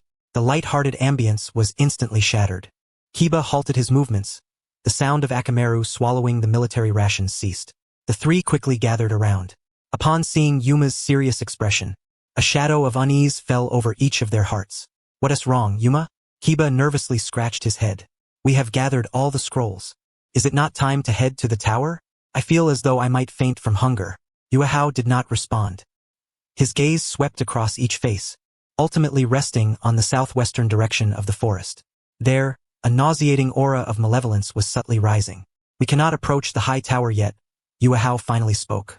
His tone was calm, yet it resonated like a depth charge cast into a tranquil lake. There is something I must convey to you, regarding our previous encounter with that Orochimaru. Yuehao paused, emphasizing his words. His target is not us at all, but Uchiha Sasuke. The atmosphere grew tense. He widened his eyes, his mouth agape as if it could accommodate an egg. Shino furrowed his brow beneath his sunglasses. Hinata instinctively clenched the hem of her garment. Though lacking solid evidence, Yuehao half-heartedly assured them, his eyes devoid of sincerity. Yet, I possess a profound intuition. One might say it is derived from the information gleaned during our recent skirmish. Team 7 is currently ensnared in a life-and-death crisis. That creature is hunting Sasuke. A heavy silence ensued, interrupted only by the distant chirping of insects, which was annoyingly cacophonous. Moments later, he suddenly leaped to his feet. Are you jesting?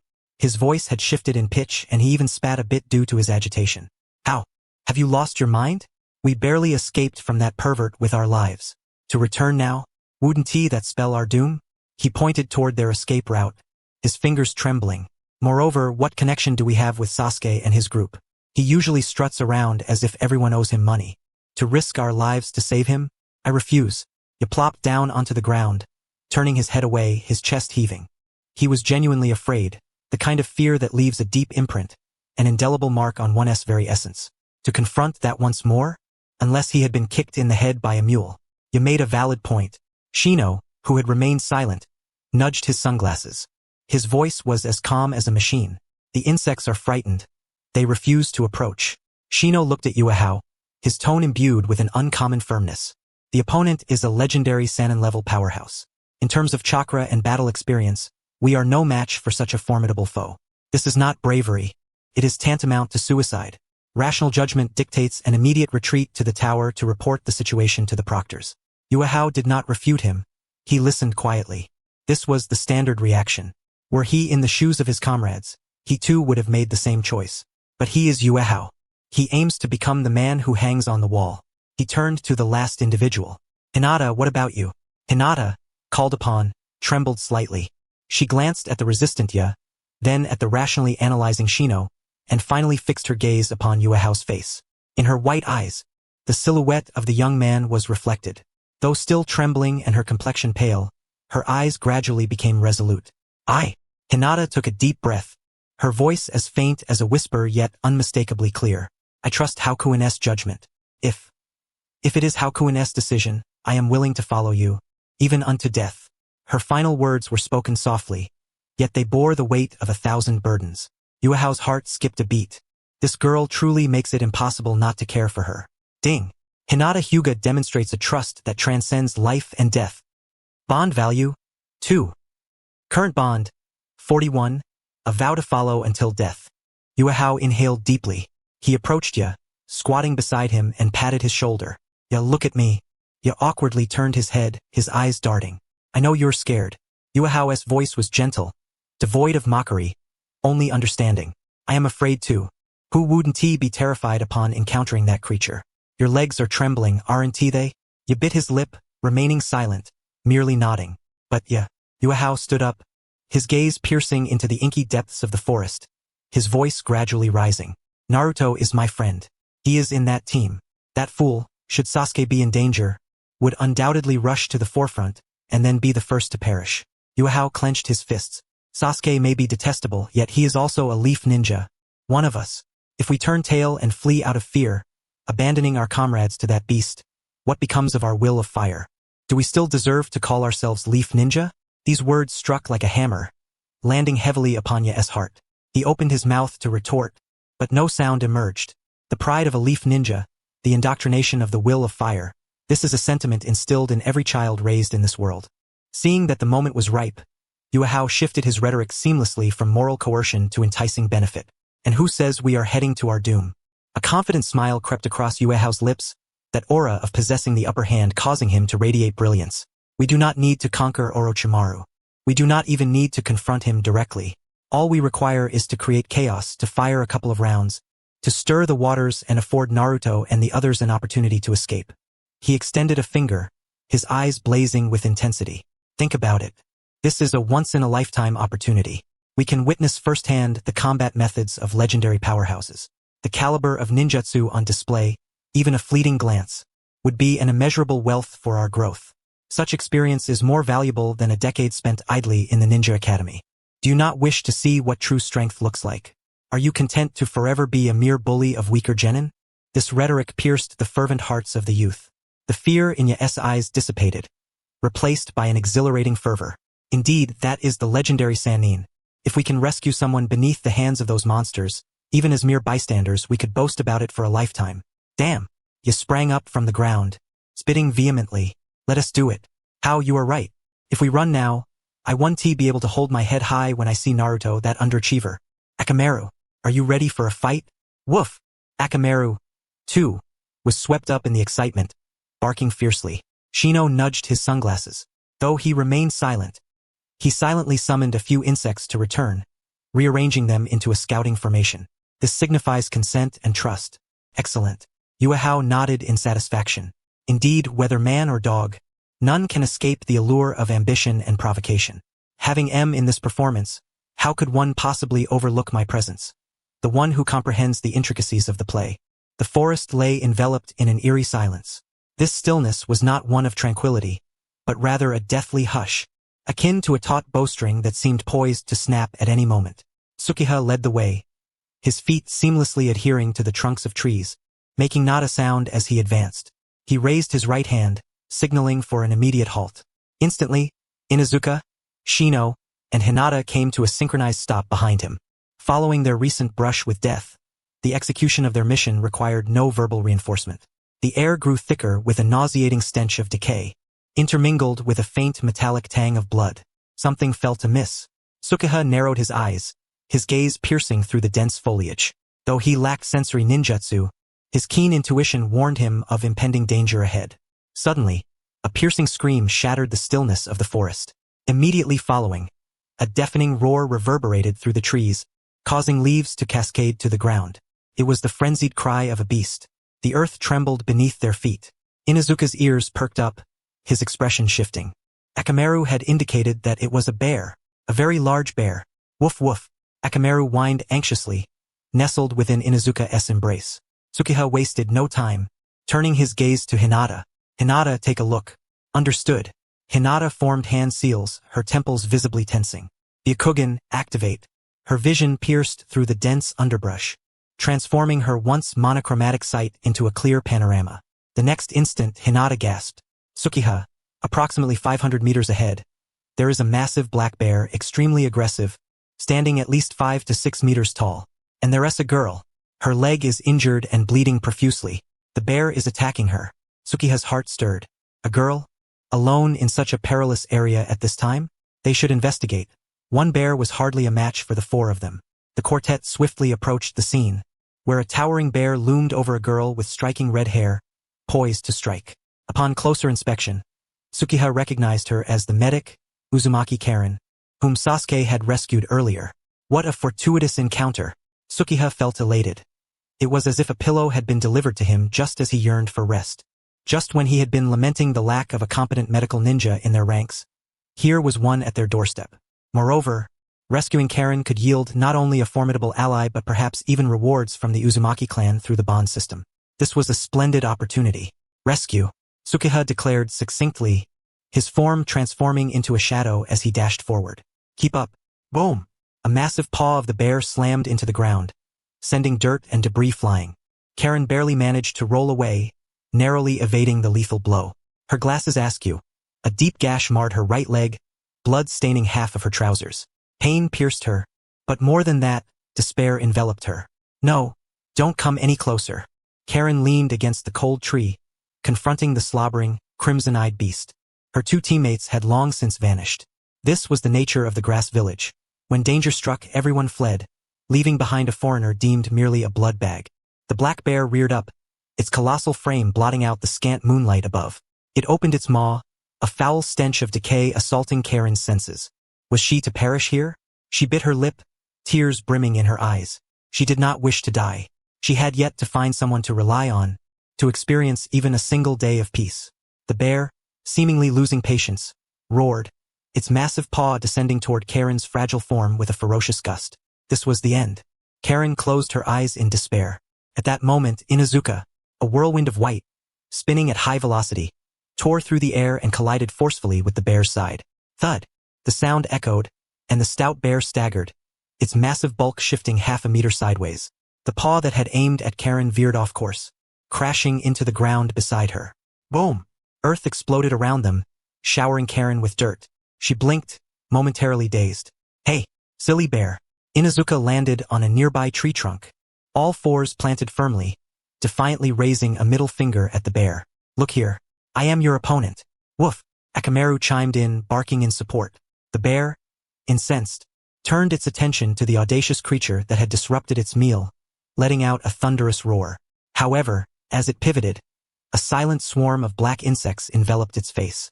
It was Shino's parasitic insects.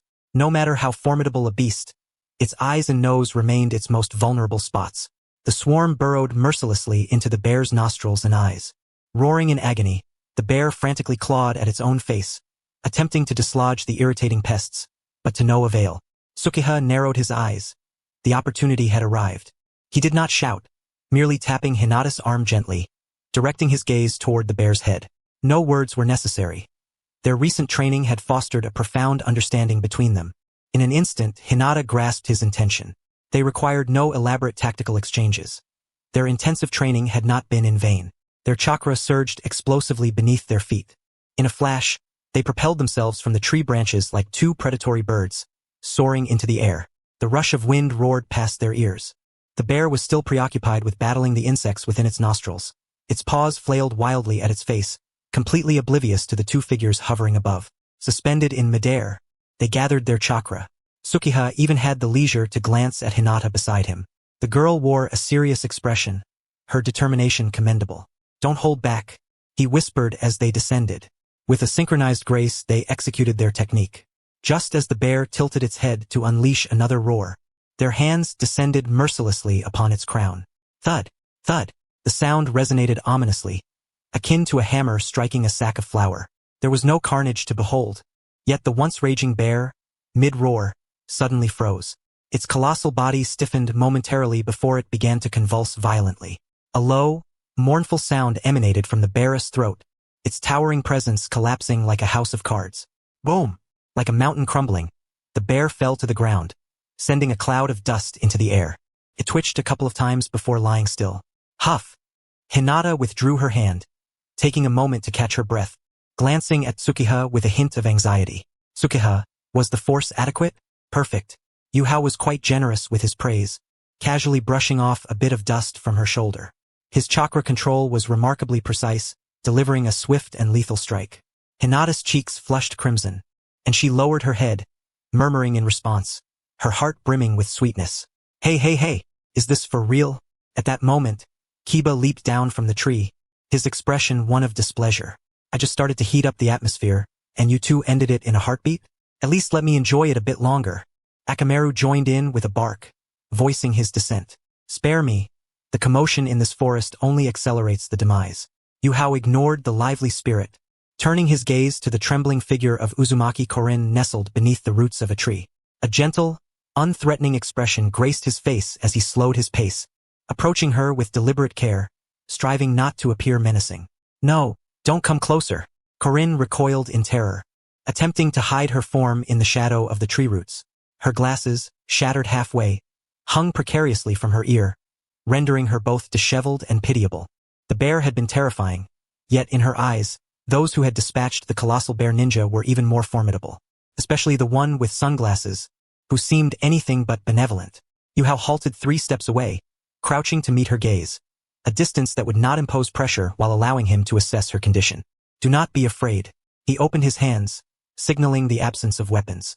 His voice was soft, imbued with a magnetic quality, akin to a gentle spring breeze. That bear is no more.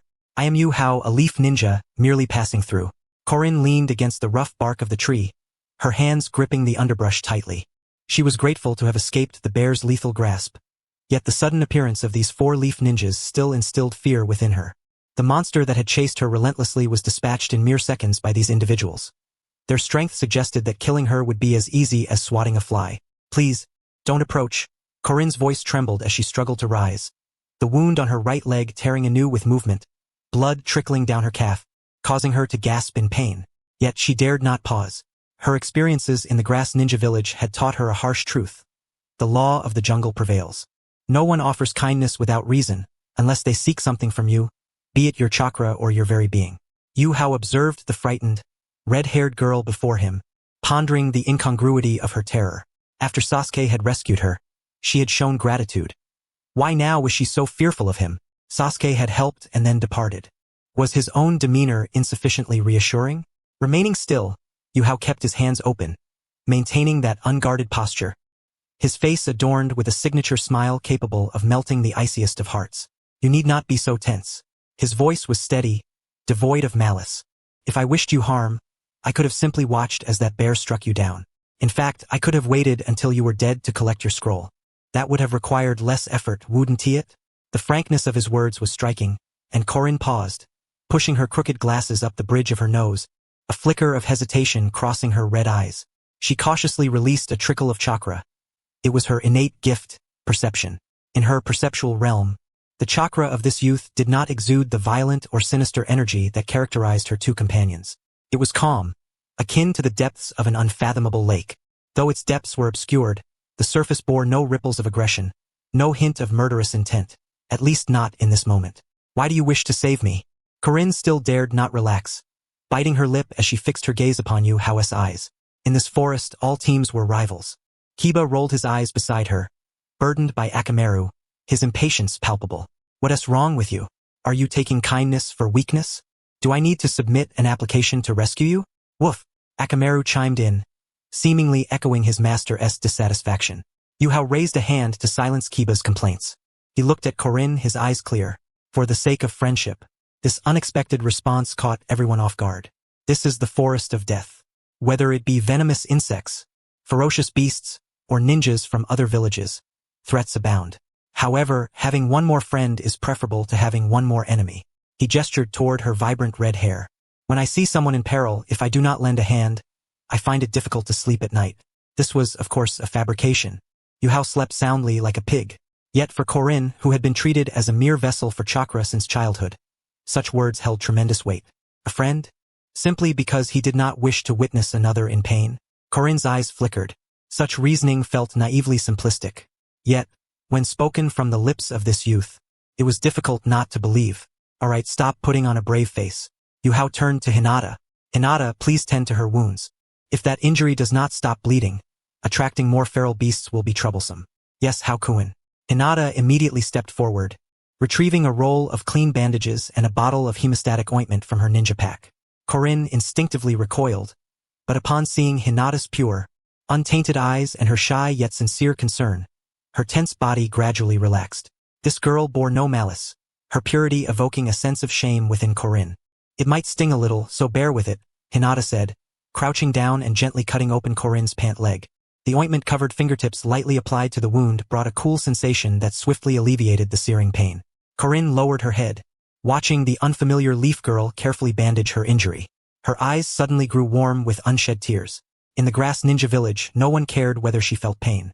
They only demanded that she extend her arms and then bite down fiercely, siphoning her chakra to heal their wounds. She was a tool, a consumable item, merely an object, not a person. Thank you, Corinne's voice was barely audible. Yet Yuhao heard her. A subtle smile graced his lips, his heart swelling with joy. Trust, at least temporarily, had begun to take root. The subsequent search for Naruto and the others would be somewhat easier. In truth, there is a hint of selfishness in rescuing you. Yuhao leaned against the tree trunk, adopting a more casual tone akin to that of an old friend in conversation. We became separated from our teammates in this vast forest. We've been searching for ages without even spotting a shadow. Moreover, with so many participants in the competition, searching could easily lead to pointless skirmishes. With that, he feigned a sigh, appearing somewhat troubled. I noticed how you dodged under that bear's attack earlier. Though it was chaotic, you managed to predict the points of impact each time with remarkable accuracy. He turned his head, his gaze piercing as he focused intently on Corinne. If I am not mistaken, you must be an exceptionally perceptive ninja. Am I right? This compliment was delivered with impeccable timing. It not only affirmed her worth but also provided a somewhat reluctant rationale. The last remnants of vigilance within Xianglin quietly dissipated. To be needed by someone, and to be needed for one's own abilities, was a feeling she found impossible to reject. I am called Xianglin. She finally lifted her head and formally introduced herself. I can indeed perceive chakra. Yuhao was well aware of this, yet his eyes still sparkled with intrigue. He gazed at her with an expression of eager anticipation. If you are searching for someone, Xianglin hesitated briefly before continuing. As long as he is within my perception range, I will be able to locate him. Tell me, what characteristics does he possess? Yuhao stifled the joy swelling in his heart. A human radar, this was a remarkable acquisition, at least for the time being. He immediately adopted a serious tone. We are seeking an individual named Uzumaki Naruto, who is also a Leaf Village ninja. His chakra signature is quite pronounced. Hao began to describe the character based on the original narrative, speaking in front of this professional. His chakra volume is exceedingly vast, far exceeding that of ordinary chunin and even jonin. Its texture is warm, akin to a small sun. However, Hao's tone shifted, becoming grave. Within him lies another chakra, one that is profoundly malevolent, imbued with an aura of hatred and slaughter. Should it erupt, it would create an exceedingly uncomfortable sensation. Xianglin listened intently, closing her eyes. She formed an intricate hand seal, a unique perceptive technique of the Uzumaki clan, the Eye of Insight.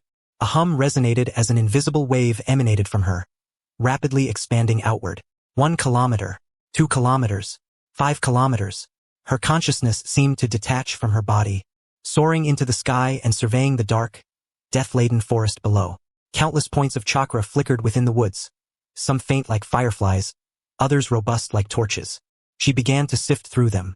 Vast, warm, yet wicked? Could such a contradictory amalgamation truly exist? Suddenly, Xianglin's brow furrowed tightly.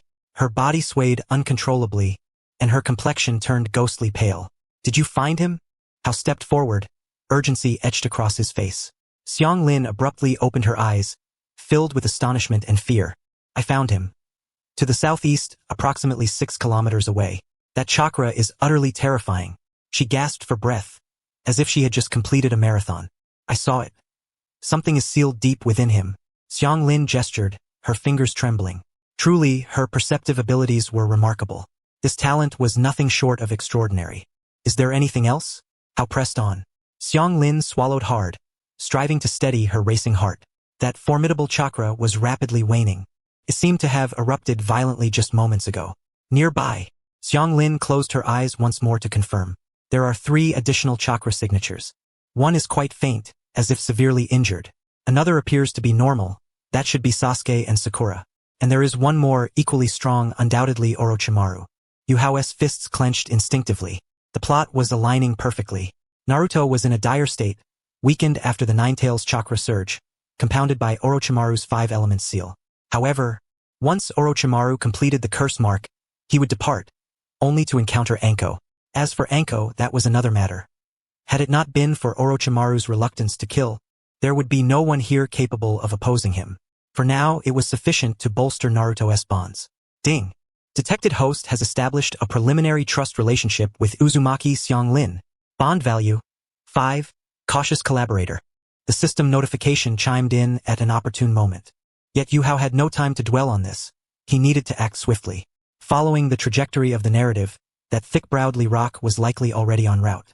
While he was merely a hot-blooded fool obsessed with youth, one could not deny that his reckless fighting style was exceptional for enhancing Sakura's favorability. If he delayed any longer, the trio of Ino Shikacho would soon arrive, and then Sasuke would activate his curse mark to defeat the Sound Ninja. This scenario would transform an act of timely assistance into a spectacle for the masses. How could Yuhao still be the unique savior? How could he accumulate that juicy bond value? No, the spotlight must remain on him. Xianglin. Yuhao extended his hand to her in invitation.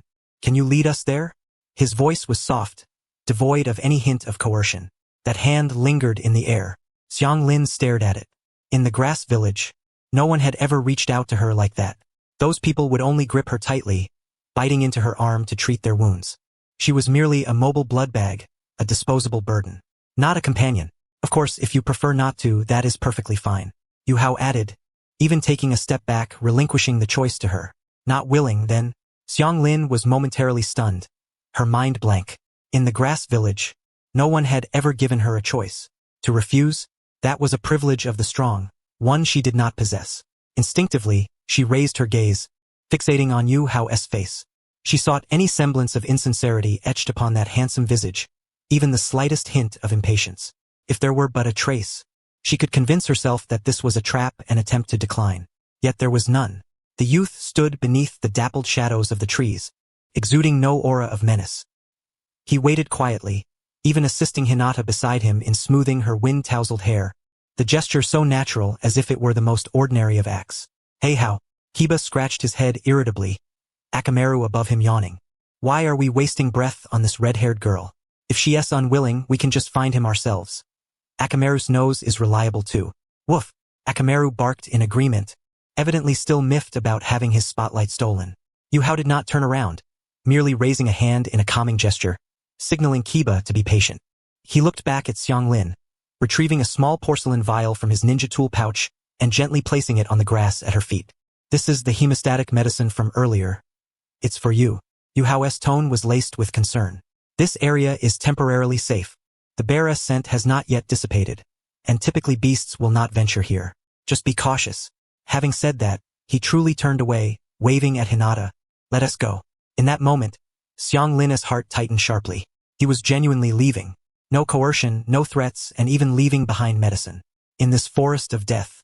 Such behavior was nothing short of an anomaly, a fool's act. Yet it was precisely this fool who had just felled that nightmarish bear with a single strike, pulling her back from the brink of death.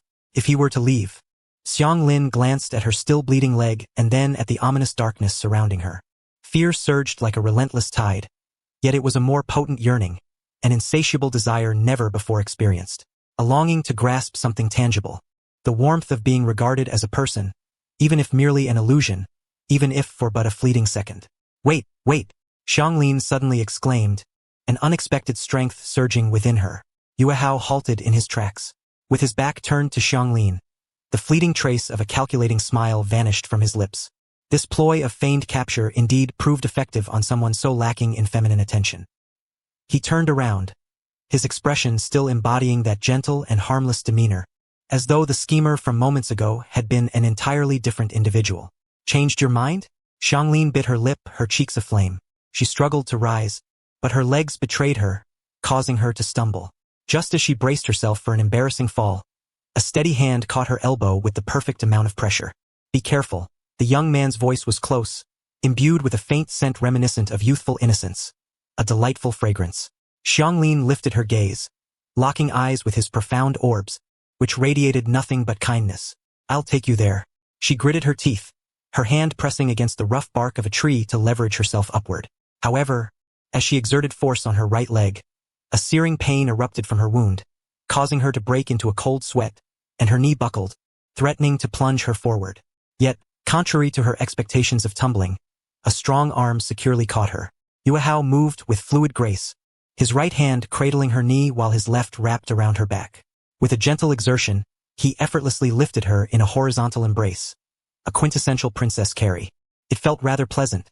The sensation of her body against his, vibrant and full of life. Ah! Xianglin gasped, the unexpected weightlessness inducing an instinctive reaction to clutch his neck. The distance between them vanished in an instant. The subtle, refreshing aroma emanating from the boy penetrated her senses, starkly contrasting the foul stench of sweat and blood that lingered on the men from her village, instead offering a comforting presence. Her face flushed with heat, as if aflame, her head spinning, her heart racing violently against her ribs. In her life, aside from being used as a mere blood bag, when had she ever been treated with such tenderness? She buried her face low, too shy to meet his gaze, her fingers tightly clutching the fabric of his shirt, her knuckles turning pale. "Let us go," he said, taking a step forward, only to sense the air behind him grow dense and charged. A prickling sensation akin to being watched enveloped him, reminiscent of the discomfort when Snake Maru had eyed him earlier. He paused, slightly tilting his head. There stood Hinata, a mere 2 steps away, her hands anxiously twisting together, her index fingers awkwardly poking at one another. Her pure white eyes were fixed intently on Xianglin nestled in Yuehao's arms, her lips forming a straight line. Though she spoke not a word, her expression was rife with indignation and jealousy, a palpable tension brewing in the air. A wave of realization struck Yuehao. Oh no! In his eagerness to win Xianglin's favor and reap rewards, he had entirely overlooked Hinata's presence. A potential disaster loomed. His mind raced, yet his face remained impassive, even breaking into a faint, troubled smile. He refrained from hastily explaining and instead turned to the side, where Akamaru was playfully gnawing on Chihiro. "Chihiro, why don't you take over?" Yuehao gestured towards the red-haired girl in his arms, his tone earnest. After all, it was not proper for a man to carry a woman this way. "You're our Team S assault specialist and possess great stamina." Chihiro, upon hearing this, shook her head vigorously, stepping back with an expression of disdain. "No way. Akamaru was just sneezing from the blood stench on her. He has been in a foul mood ever since." She pointed at the small dog growling atop her head, adding, "And I'm responsible for clearing the path. How can I fight if I'm carrying someone? I'm the primary damage dealer." "Woof!" Akamaru barked in agreement, clearly not fond of the red-haired girl. Yuehao sighed, turning his attention to Shizune, who had been silently standing in the shade. "Shizune." Before he could finish, a dark green beetle emerged from Shizune's collar, buzzing its wings and seemingly assessing its new surroundings. Xianglin, who had been shy moments ago, recoiled in terror at the sight of the menacing insect, shrinking further into Yuehao's embrace and emitting a soft whimper, her grip on his hand tightening. Shizune adjusted her sunglasses, her voice low and serious. "The insects I keep are highly sensitive to the scent of blood and can easily go out of control. For her safety, I advise against this." That was a convincing argument. Yuehao silently commended his 2 supportive teammates. He then turned back to Hinata, raising his hands in a gesture of helplessness, his eyes conveying innocence. "You see, Chihiro is unwilling, and Shizune is too intimidating." Yuehao shrugged, offering a teasing tone laced with charm. "We can't have Hinata carrying her, can we? She is too heavy. What if she gets exhausted? I would feel heartbroken." The mention of our Hinata, coupled with the final phrase of genuine concern, struck a precise chord.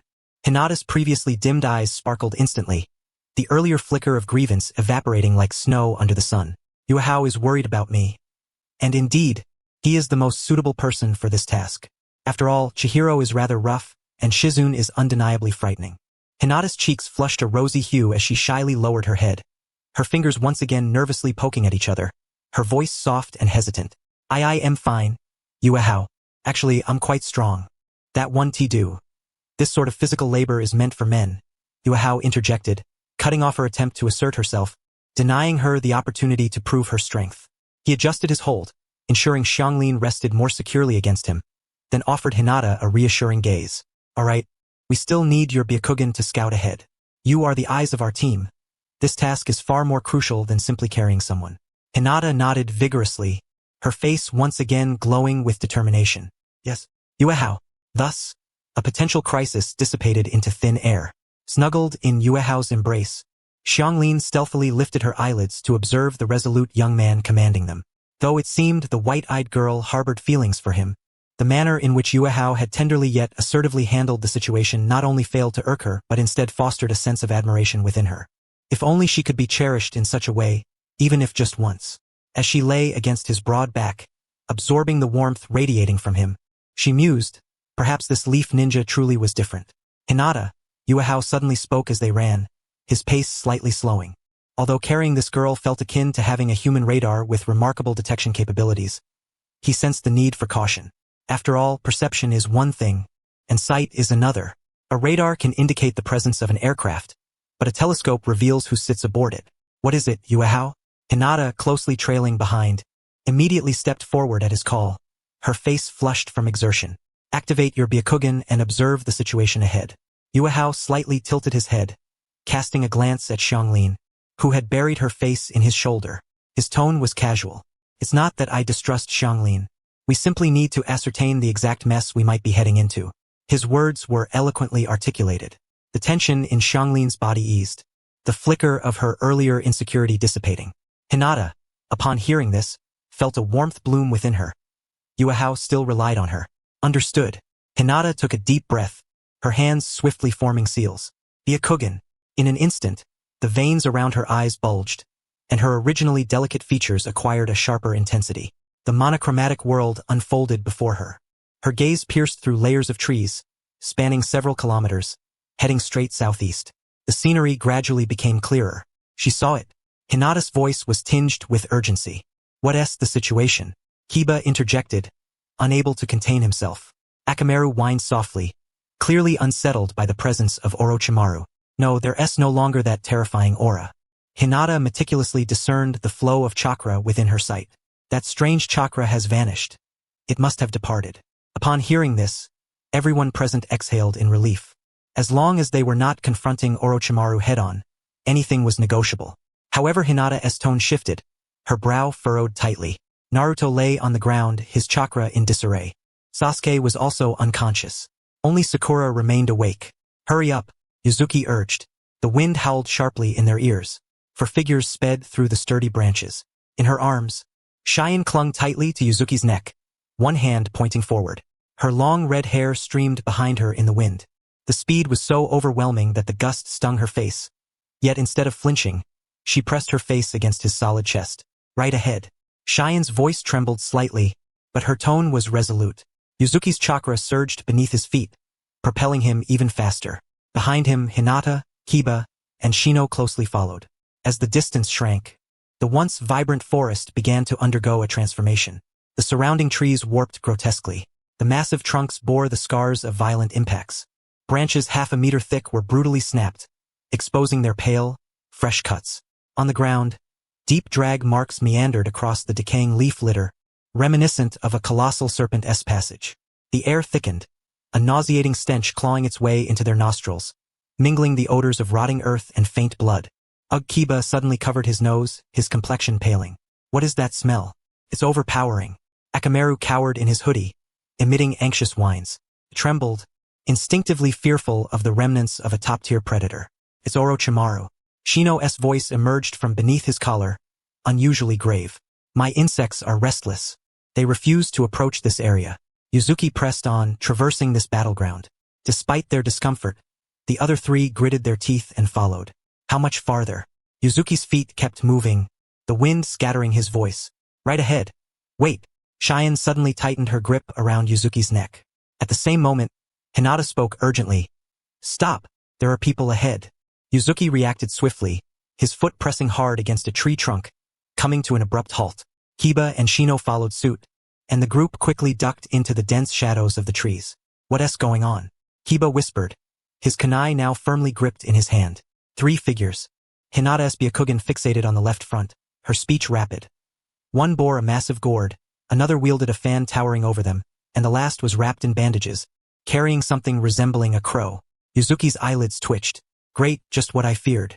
The 3 siblings from Tsunade, especially that one with the gourd and the panda-like eyes. Now I'm just a ticking time bomb.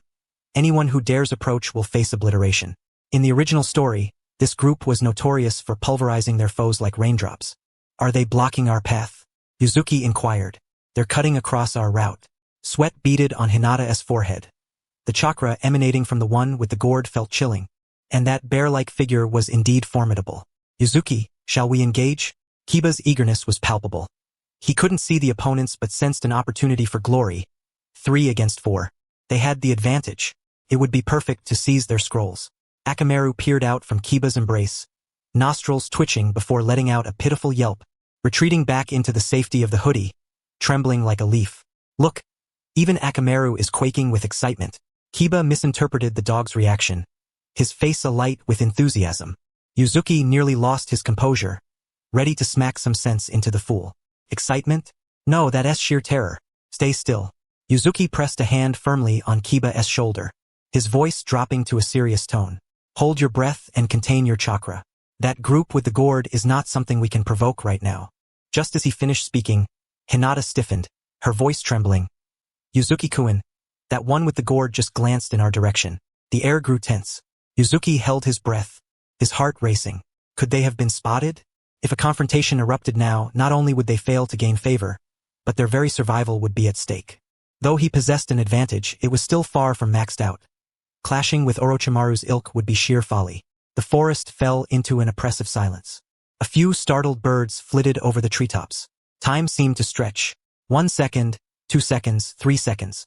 Each tick tested their endurance. Finally they moved on. Hinata exhaled deeply, her whole being slumping against the tree trunk. That was an overwhelming killing intent. In that fleeting moment, I felt as if my heart might stop.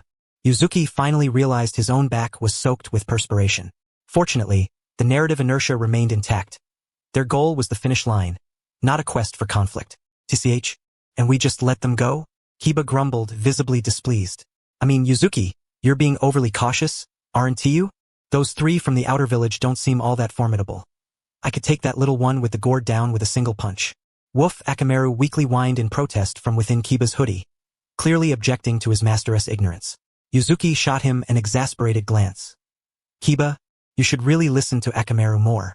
That gourd-wielding one is called Gaara. He is a cold-blooded killer. You throw a punch, and there is a good chance your arm will be crushed by sand, leaving you buried in the ground as fertilizer. Is it really that exaggerated? Kiba scoffed. Though seeing the serious expressions on Yuzuki and Hinata's faces, he refrained from pressing further. Shino adjusted his sunglasses, a single insect swirling at his fingertip. My insects warn me that direction is perilous. It would be prudent to steer clear. Alright, no need to lament over missed battles. Yuzuki readjusted Cheyenne on his back, shifting his stance as he directed his gaze forward. There will be a time for you to shine. I'm aware of the situation with Naruto. Besides the troubles Orochimaru left behind, 3 sound ninjas will also be coming to stir up trouble. Sound ninjas? Kiba's eyes brightened, his fists cracking with anticipation. This time, it can't be another monster, right? Not a monster, just some designated punching bags for you. A mischievous smile curled on Yuzuki's lips. Those 3 are quite devious. Perfect for you to hone your skills. Especially that one wrapped in bandages. He looks quite punchable. That's more like it. Kiba instantly revitalized, his expression brimming with battle fervor. I've been itching for a fight. What are we waiting for? Yuzuki's chakra surged beneath his feet, propelling him forward like an arrow released from a bow. Full speed ahead. If we lag, those punching bags will be snatched away. For figures darted through the forest, the earlier tension evaporating, replaced by an invigorating fervor. Before long, Cheyenne, who had been serving as their radar, suddenly lifted her head, her voice laced with urgency. We've arrived. Right beneath that tree root, Yuhao abruptly halted his steps. Under the influence of inertia, Xianglin hurriedly clung to him, striving to prevent herself from being flung away. However, this action caused her cheeks to flush involuntarily, her heart pounding vigorously within her chest. If only this stretch of road could extend indefinitely. Hinata gracefully landed beside them, her gaze sweeping over Xianglin, who remained tightly latched onto Hao's neck, a fleeting shadow of melancholy flickering in her eyes. She bit her lip, her fingers intertwining nervously in front of her. Yet she uttered not a word, silently activating her Byakugan to scan the surroundings with vigilance. Ahead loomed an ancient tree with a girth exceeding 10 meters, its roots intertwining and rising from the earth, forming a natural hollow. Within this hollow, Uzumaki Naruto lay supine in the furthest corner, his orange jacket tattered and worn. Beside him, Uchiha Sasuke sprawled on the ground, feverish due to the curse, 3 black tomo-like curse marks pulsating as if alive, slowly writhing. An icy, malevolent purple chakra seeped from the curse marks, attempting to erode his sanity. The contrasting forces of heat and cold transformed the hollow into a veritable hell. Before the two, a pink-haired girl knelt, Haruno Sakura. She was tending to Sasuke's forehead, her eyes red-rimmed and swollen, clearly having gone without sleep for an extended period. Upon hearing sounds from outside, Sakura's body jolted, akin to a startled bird. "Who?" she cried out, swiftly turning, her kunai trembling as it pointed towards the entrance, her eyes brimming with despair and fear. Were they enemies again? Were they those intent on killing Sasuke and Naruto? She had reached her limit.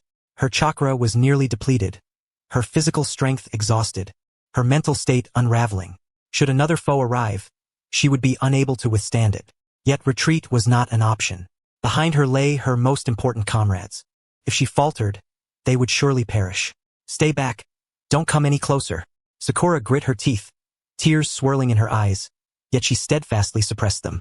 She was posturing, attempting to intimidate the approaching figure with her fierce demeanor. However, her trembling legs betrayed her. Yuhao observed the girl on the brink of collapse and sighed inwardly. This moment presented a splendid opportunity to enhance rapport. "Sakura, it's us." His warm voice pierced through the stagnant air of the hollow. Sakura froze, blinking her dry eyes vigorously, her gaze finally focusing on the boy standing at the threshold of light and shadow. With his tousled black hair, gentle brows and eyes, and the familiar attire of a leaf ninja, he was no enemy. It was Yuhao, the once underperforming student who had suddenly become formidable. Ho-kun. Sakura's voice trembled, her kunai clattering to the ground. The tension in her body relaxed entirely at the sight of her comrade. Haku, save them. Yuhao gently set Xianglin down on the ground before swiftly moving to Naruto's side, crouching to assess their condition. The aftermath of the Nine-Tails chakra wreaking havoc within Naruto's pathways, coupled with Orochimaru's 5-element seal, had completely severed Naruto's chakra flow. Turning his attention to Sasuke beside him, Yuhao noted the 3 tomo-like curse marks causing him to tremble uncontrollably. If left unattended, the curse would soon manifest, yet he believed neither would meet with dire consequences. "Haku, how is it?" Sakura knelt nearby, her grip on her clothing tightening, her knuckles pale. Her emerald eyes were laced with crimson veins, tears teetering on the brink of falling. "The situation is dire," Yuhao declared, rising. "Their chakra is nearly exhausted, and their bodily functions are deteriorating. Conventional medical ninjutsu cannot save them. We must immediately replenish them with high-purity life energy." Sakura's complexion drained of color, her body swaying as if on the verge of collapsing. Where could one find high-purity life energy within this forest of death? It was tantamount to a death sentence. However, Yuhao turned, his gaze softening as it fell upon Xianglin, who had been cowering at the entrance. "There is a way." Sakura abruptly lifted her head, following Hao's line of sight. "That red-haired girl with glasses?" Xianglin leaned against the tree, sensing their gaze and stiffening, a familiarity in those eyes. Hunger, greed, ulterior motives.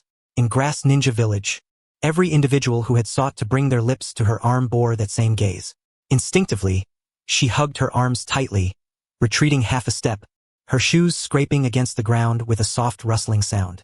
"Xianglin," Yuhao's voice was gentle, devoid of a commanding tone, merely a plea. "I know this is presumptuous, but at this moment only you can save them." Her pupils dilated, breath quickening, as she shook her head vehemently, her red hair flailing wildly. "No, I can't. Why should I save them? I don't know them. I refuse." She clutched her sleeves tightly, revealing a multitude of bite marks. Deep, shallow, new, and old, layered like some grotesque tattoo. Each moment of being bitten, the excruciating pain of chakra being forcibly extracted, the humiliation of being treated as mere sustenance. She wished to forget, to never endure such experiences again. Yuhao regarded her, neither angry nor impatient. He took a step forward. "Don't come closer," Xianglin screamed, pressing herself against the rough bark of the tree, with nowhere left to retreat. "Am I not following you all to survive? Don't force me." The atmosphere within the hollow became palpably tense. Sakura opened her mouth, wishing to plead, yet upon witnessing Xianglin's frightened demeanor, her words caught in her throat. Yuhao halted, refraining from advancing further, simply standing still, quietly observing the trembling girl before him. There was no trace of coercion in his gaze, only compassion, an understanding that seemed to pierce through her every ordeal. "I understand," he began, each word resonating clearly in Xianglin's ears. "I know what you have endured. Those people treated you as a tool, as a blood bag, as a disposable commodity." Xianglin trembled even more violently, tears welling in her eyes, yet she stubbornly bit her lip, refusing to let them fall. "But I am not like them," Yuhao continued, gesturing towards Hinata and Shino behind him. "They are my comrades. And those two lying on the ground are also my comrades.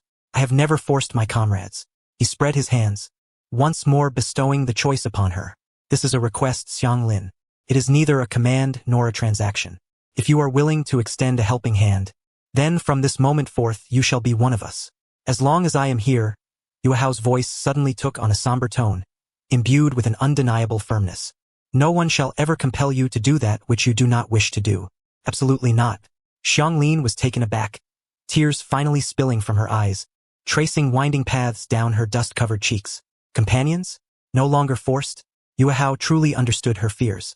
He was genuinely making a promise. If he were a deceiver, he could simply have seized her without a word. Why waste so many breaths? Xianglin sniffled, her gaze piercing through the blurred veil of tears, locking onto Yuehao's sincere eyes. She cast a glance at the nearly breathless Sakura beside her, as well as the two oblivious individuals sprawled on the ground. The icy fortress in her heart cracked open just a fraction. Truly, just this once? Xianglin's voice trembled with emotion. Yuehao nodded. Yet, in his heart, he thought, you will soon be begging me to consume. Yes, perhaps. Xianglin gritted her teeth, as if making a monumental decision.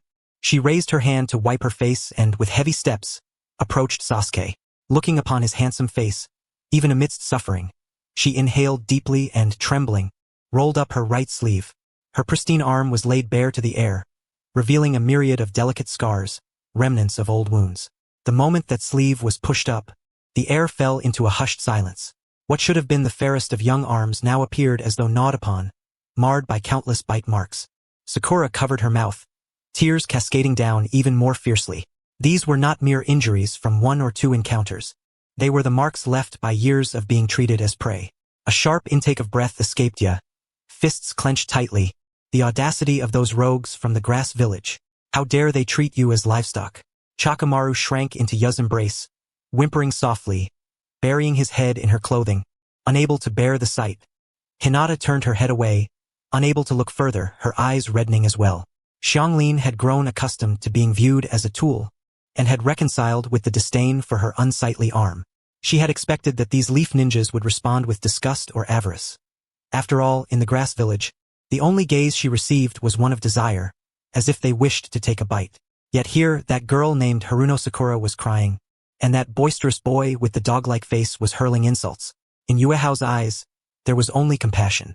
Unable to restrain her tears, Xianglin willingly extended her arm toward Sasuke's cracked lips. Let him bite. Yuehao stepped forward, not immediately allowing Sasuke to bite down, but instead reaching out his hand to gently grasp Xianglin's trembling wrist. His palm was warm, transmitting a continuous stream of strength. Do not fear. I am here by your side. Xianglin's heart skipped a beat. She opened her eyes, only to find herself entranced by Yuehao's profound gaze. In the next moment, the previously unconscious Sasuke seemed to catch the scent of flesh, abruptly snapping his mouth open and sinking his teeth into Xianglin's arm. Xianglin stifled a moan, her brow furrowing tightly. Her body instinctively wanted to pull away from the searing pain, but Yuehao firmly supported her elbow. He did not allow her to evade, nor did he let her shoulder the burden alone. With his other hand, he gently rested upon her head, tenderly stroking her vibrant red hair. Well done, Xianglin. You are their savior. Endure a little longer. It will soon pass. His deep voice resonated in her ear, imbued with an oddly soothing magic. Xianglin's tightly furrowed brow began to relax, and the pain in her arm seemed less unbearable. In its place was an unprecedented warmth, a sensation of being cared for. It turned out that even during the biting, one could feel warmth instead of cold indifference. There could be someone beside her, acknowledging her struggles. As chakra flowed into Sasuke, the strange high temperature radiating from him began to subside. The cursed seal was suppressed by his own chakra, halting its agitation. His breathing steadied, and Sasuke released his grip, sinking back down to the ground, falling into a deep slumber. Xianglin swayed slightly, her complexion paling. That bite had drained a significant amount of her energy. And another one. Yuehao supported her shoulder, preventing her from collapsing. Can you hold on? Xianglin glanced at Yuehao and nodded. Yes. She turned and offered her scarred arm, covered in bite marks, to Naruto. The same procedure, the same pain. Once again, that warm hand remained cradling her elbow, refusing to loosen its grip, until Naruto's pallor returned to a healthy hue and his snoring resumed. Xianglin finally reached her limit, her entire being going limp as she fell backward. She did not crash onto the hard ground. A sturdy embrace caught her. You have worked hard. Yuehao let her lean against his chest. Retrieving a soldier pill and a flask of water from his ninja tool pouch, he brought them to her lips. Eat something to regain your strength. Leaning against that solid chest, Xianglin mechanically chewed the soldier pill, her mind a tangled mess. It was over. This time it seemed she truly did not wish to leave. Thank you. I am so grateful to you all. Sakura knelt on the ground, wiping the sweat from Naruto and Sasuke while continuously bowing to Xianglin and Yuehao, her face smeared with tears and mucus. Yuehao waved his hand dismissively, signaling that there was no need for such gratitude. Ding! Host has successfully resolved the crisis of Team 7. Established a preliminary bond with Haruno Sakura, grateful savior. Bond value 15. Current bond value with Haruno Sakura, 15. Although she still likes Sasuke, you are her most reliable support. Ding! Bond value with Uzumaki Xianglin, 20. Current bond value with Uzumaki Xianglin, 25. Deeply reliant. You are the only light that regards her as a person. A subtle smile crept onto Yuehao's lips. Sakura's 15 was given far too readily. Indeed, the timely assistance was always more valuable than mere embellishments. As for Xianglin to receive an increment of 20, transforming her into a beacon of light, no wonder Sasuke developed feelings for her after just one act of kindness. How naive. After the conclusion of this ordeal in the Death Forest, this member of the Uzumaki clan, endowed with exceptional perception and healing abilities, would no longer be able to escape from his grasp. Ding! Haruno Sakura and Xianglin can check in. Would you like to check in immediately? Just as Yuehao was preparing to check in, the ever-vigilant oil girl Shino, stationed at the cave entrance, suddenly spoke up. The reflection of shadows from the depths of the forest danced upon her sunglasses. Someone is coming. 3 individuals. Yuehao retracted the smile from his lips, adjusting Xianglin, who was weakened in his arms, to a more comfortable position against the tree trunk, before standing upright. Gazing out into the dimly lit thicket beyond the cave, a thought arose. Had the sound ninja trio finally arrived? They would be better off as mere sandbags. Hinata, Kiba, prepare for action. Yuehao twisted his neck, producing a series of crisp cracks. Since there were those who wished to seize the moment amidst chaos, let them learn who the true marauders of this forest were. Yuehao did not immediately turn to confront the adversary. Instead, he crouched down, aligning his gaze with the tear-streaked face of Sakura. In his dark eyes, the reflection of her panicked expression was evident. Sakura, he spoke with a gravity devoid of jest, your mission is of utmost importance. Sakura hesitated, instinctively tightening her grip on the kunai in her hand. What can I do? Her voice trembled, the remnants of fear still coursing through her, making it arduous to even stand. Guard this place, Yuehao instructed, extending his hand to indicate the unconscious Naruto and Sasuke, then pointing to the weakened Cheyenne leaning against the wall. No matter what transpires outside, no matter how much noise there is, do not stray from their side. You are their last line of defense. Sakura bit her lip, her gaze falling upon Sasuke's pallid face. The weight of being the last line of defense dispelled some of her fear, replacing it with a sense of solemn responsibility. Furthermore, Yuehao continued, retrieving several explosive tags from his ninja tool pouch and placing them in her hands, set traps at the cave's entrance. Should anyone breach our defenses and invade? He paused, his eyes sharpening. Do not hesitate. Eliminate them. Sakura took a deep breath, nodding vigorously, the weakness in her gaze gradually fading. I understand, Haku. I will hold the line, even if it costs me my life. Satisfied, Yuehao patted her shoulder. Excellent. In extreme circumstances, when given a purpose, individuals can grow at an astonishing rate. Having ensured the safety of their rear, Yuehao stood and pivoted to face his team, his demeanor transforming instantaneously. The gentleness he had previously exuded vanished, replaced by a cold and meticulous seriousness befitting the impending battle. Next, we prepare for a fierce confrontation, he stated, his words slicing through the air with clarity. Our foes are ninjas from the Sound Village, adept at employing sound waves and air vibrations as their means of attack. They are exceedingly elusive and difficult to defend against. Kiba appeared momentarily stunned. Sound waves? Isn't it just a matter of covering your ears? Yuehao shook his head, retrieving a ball of white cotton from his pouch, a preparation made specifically for this moment before entering the Death Forest. He tore the cotton into small pieces and distributed them among his comrades. This cotton has been soaked in a special oil. Stuff it into your ears. Kiba received the cotton and brought it to his nose, catching a whiff of its peculiar scent. Does this really work? Cannot completely block out sound. Yuehao explained while demonstrating how to insert the cotton into their ear canals, but it can significantly diminish the high-frequency sound waves. Most importantly, prevents them from disrupting your chakra through sound. As long as your chakra remains undisturbed, you will only suffer minor physical injuries. Shino adjusted his sunglasses, accepting the cotton and silently inserting it into his ears.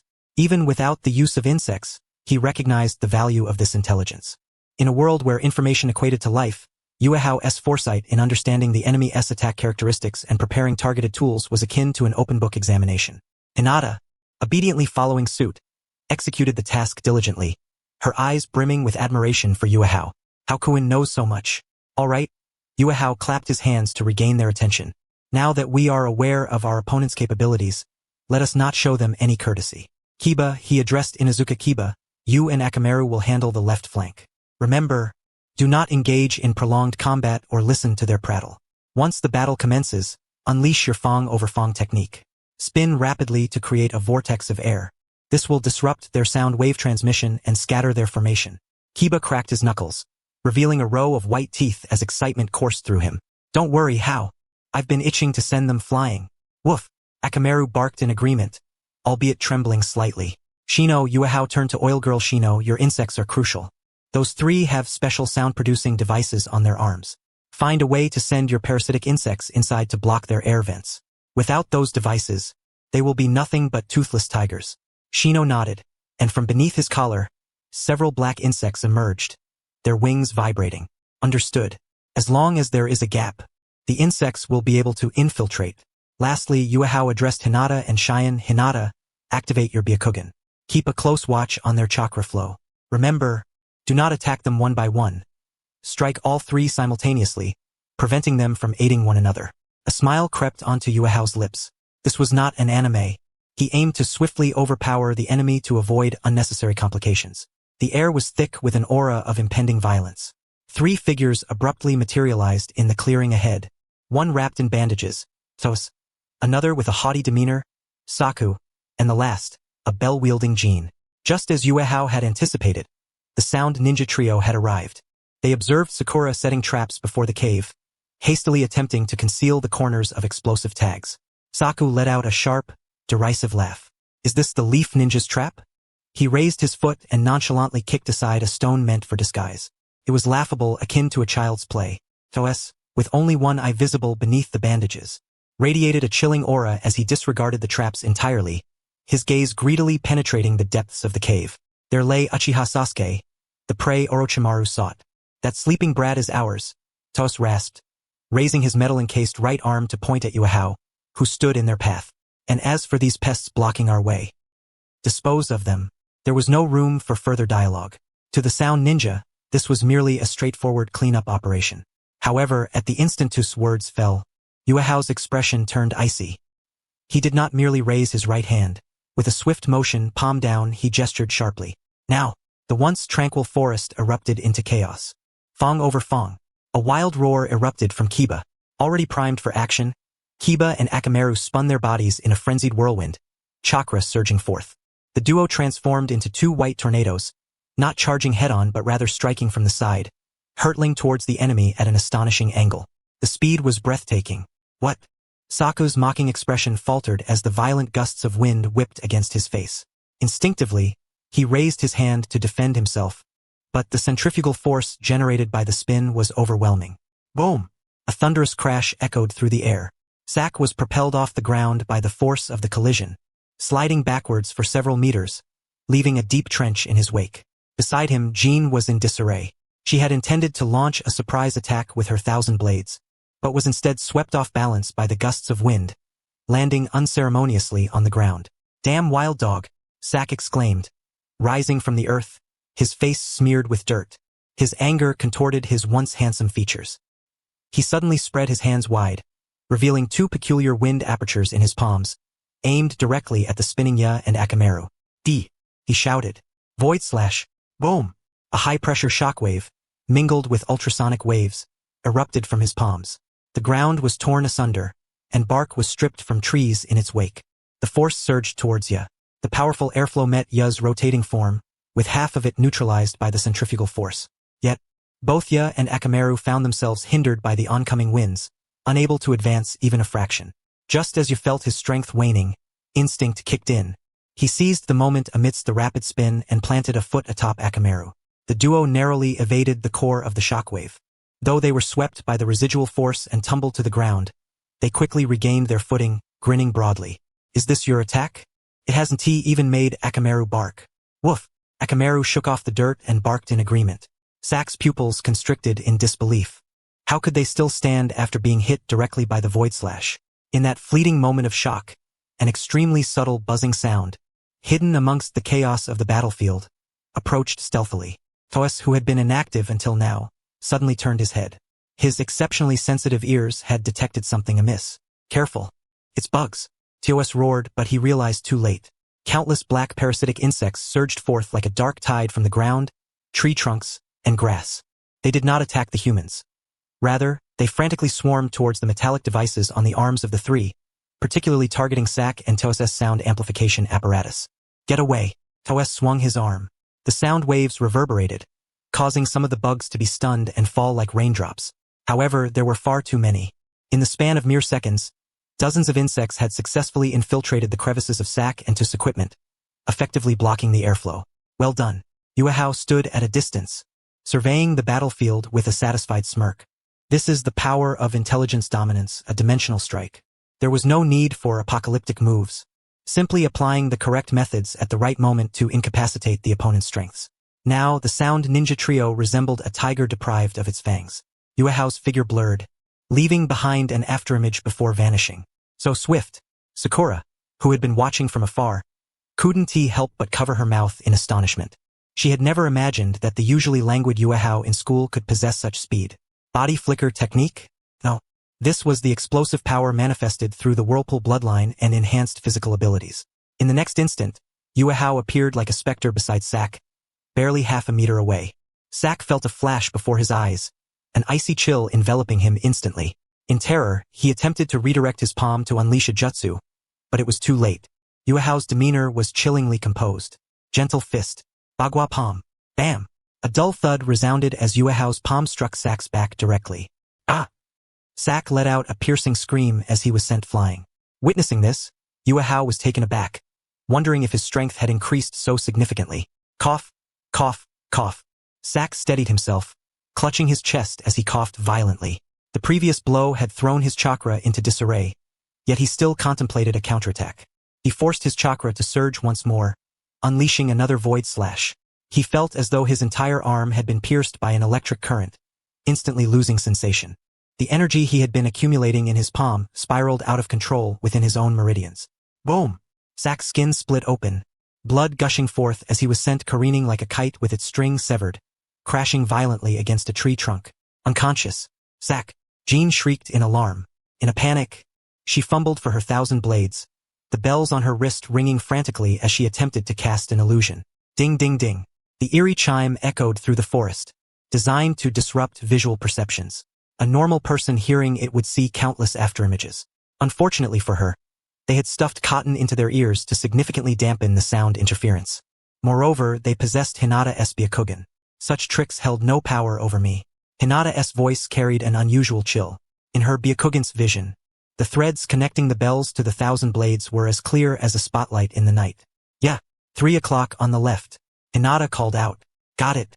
Although you could not hear her clearly, he understood her hand signals immediately.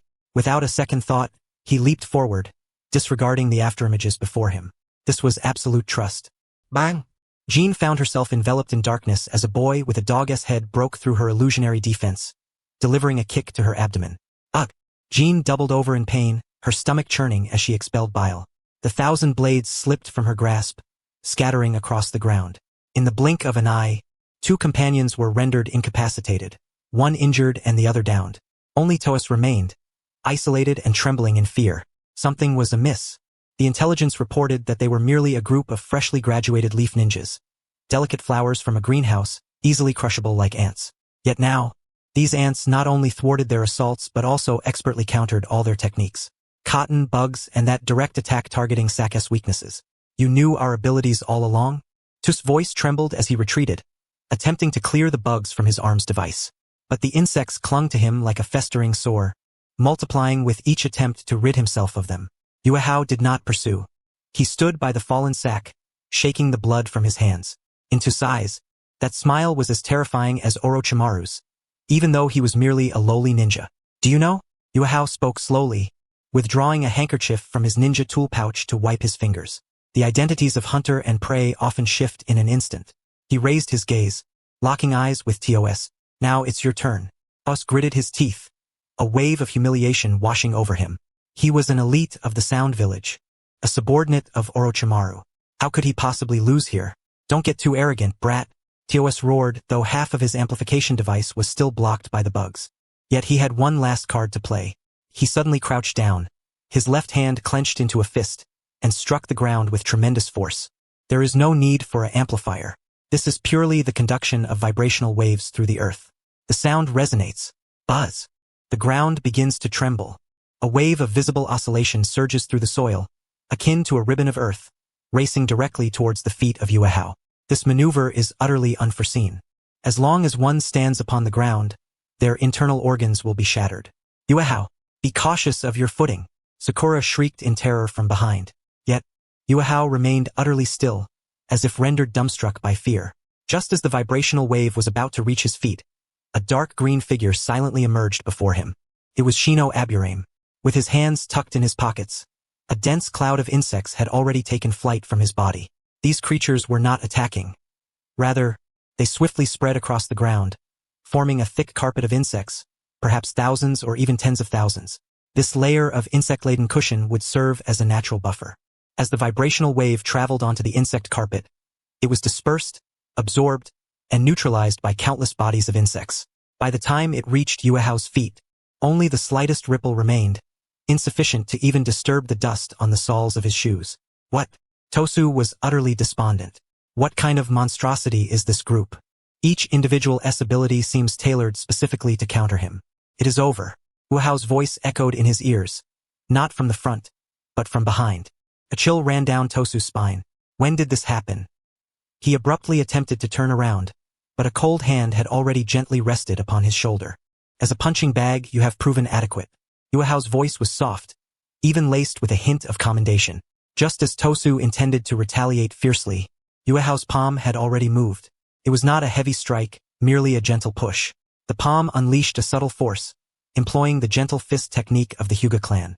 This seemingly light touch precisely severed the flow of chakra behind Tosu. Tosu felt his legs weaken, the power he intended to unleash dissipating instantaneously, causing him to stumble uncontrollably forward. He staggered directly towards Hinata. Hinata, catch! Yuehao dusted off his hands. This robust and resilient fellow is perfect for you to practice your newly acquired techniques on. Do not hold back. Tosu was infuriated as he stumbled forward. He was an elite sound ninja, a hidden trump card of Orochimaru, and now he was being treated as a target for a young girl to hone her skills? Damn it! Stop underestimating me! Tosu roared, forcing his energy, raising his still smoking right hand to counterattack. But what he faced was a pair of pure white eyes. Hinata took a deep breath. If this were in the past, she might have hesitated, she might have felt fear. But now Yuehao was watching her. The one who entrusted his back to her was eagerly anticipating her performance. She could not disgrace Yuehao, even if it was just a single strike. The veins at the corners of Hinata's eyes bulged slightly, her previously fragile demeanor completely vanishing. She stepped forward, striking a standard gentle fist stance. Yes, Yuehao. Just as Tosu swung his arm to smash down, Hinata made her move. Instead of retreating, she advanced. Her delicate palm deftly evaded the heavy sound wave amplifier, slicing into Tosu's inner circle like a butterfly flitting through flowers. The gentle fist technique. For palms. Crack, crack. Two crisp sounds echoed as her palms landed solidly upon the chakra points on Tosu's chest. Tosu's singular eye widened in shock as he expelled a mouthful of bile. Before he could react, Hinata's onslaught was like mercury spilling forth. 8 palms. Her palm shadows danced. Each strike landed on the chakra nodes.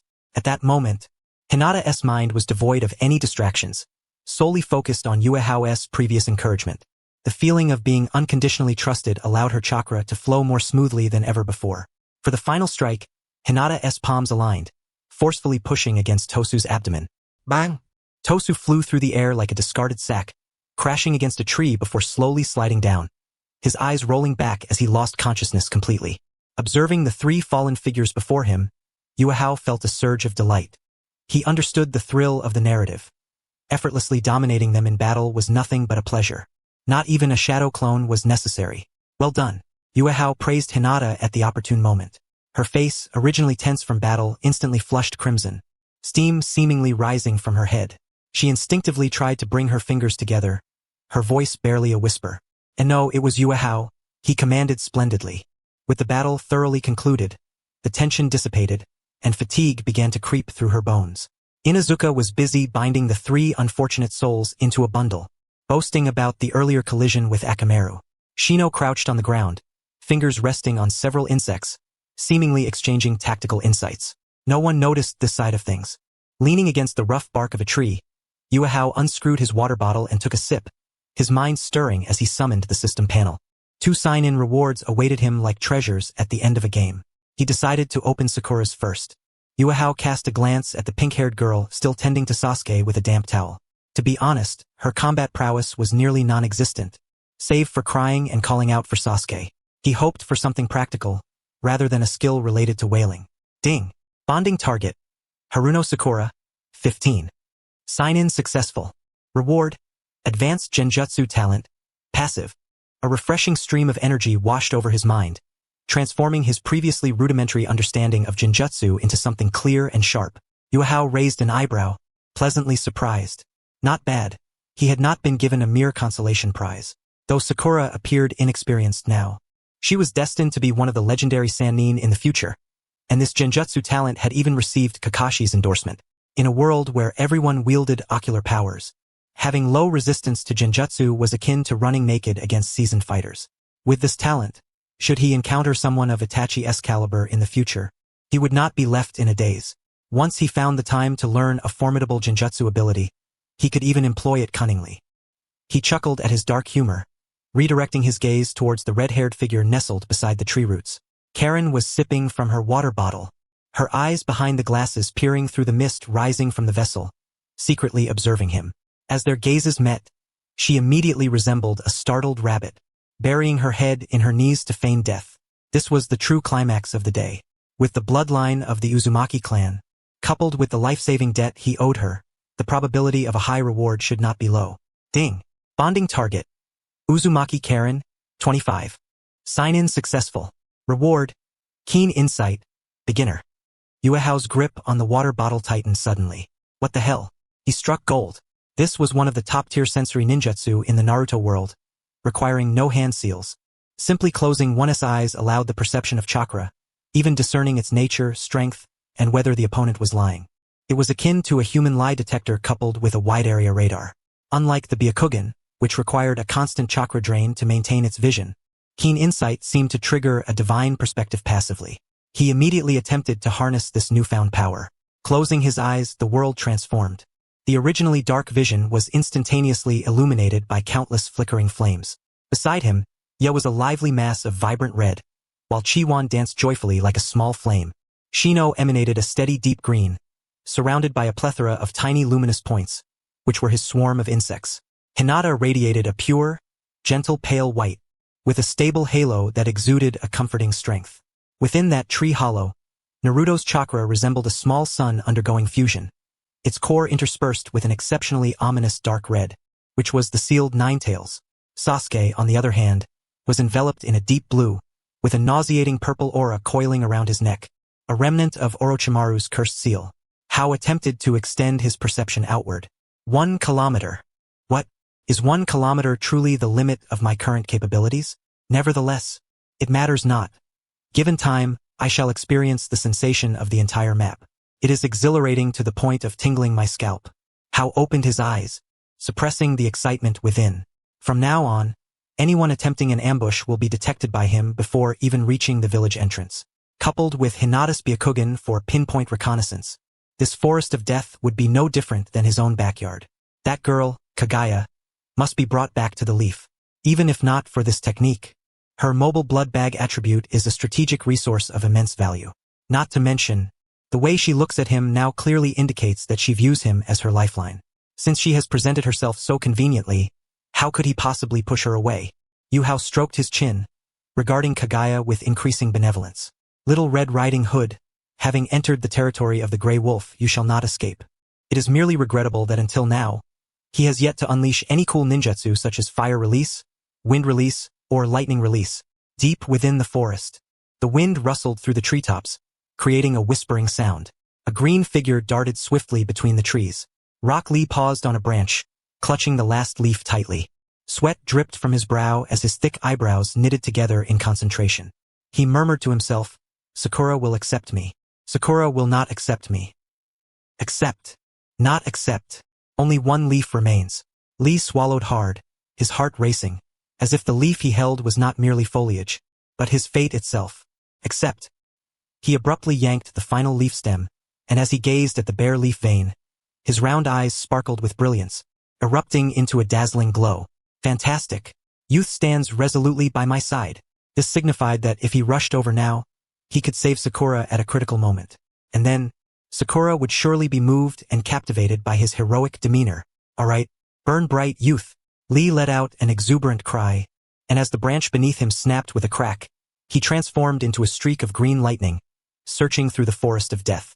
Suddenly, he heard the sounds of a skirmish ahead, which sent a jolt of excitement through him. Upon arriving nearby, hearing Sasuke's name further confirmed that it was Sakura's team. This was the perfect stage for him to showcase his prowess. Sakura, I'm coming. Regardless of who the enemy may be, he would protect her with his iron fists.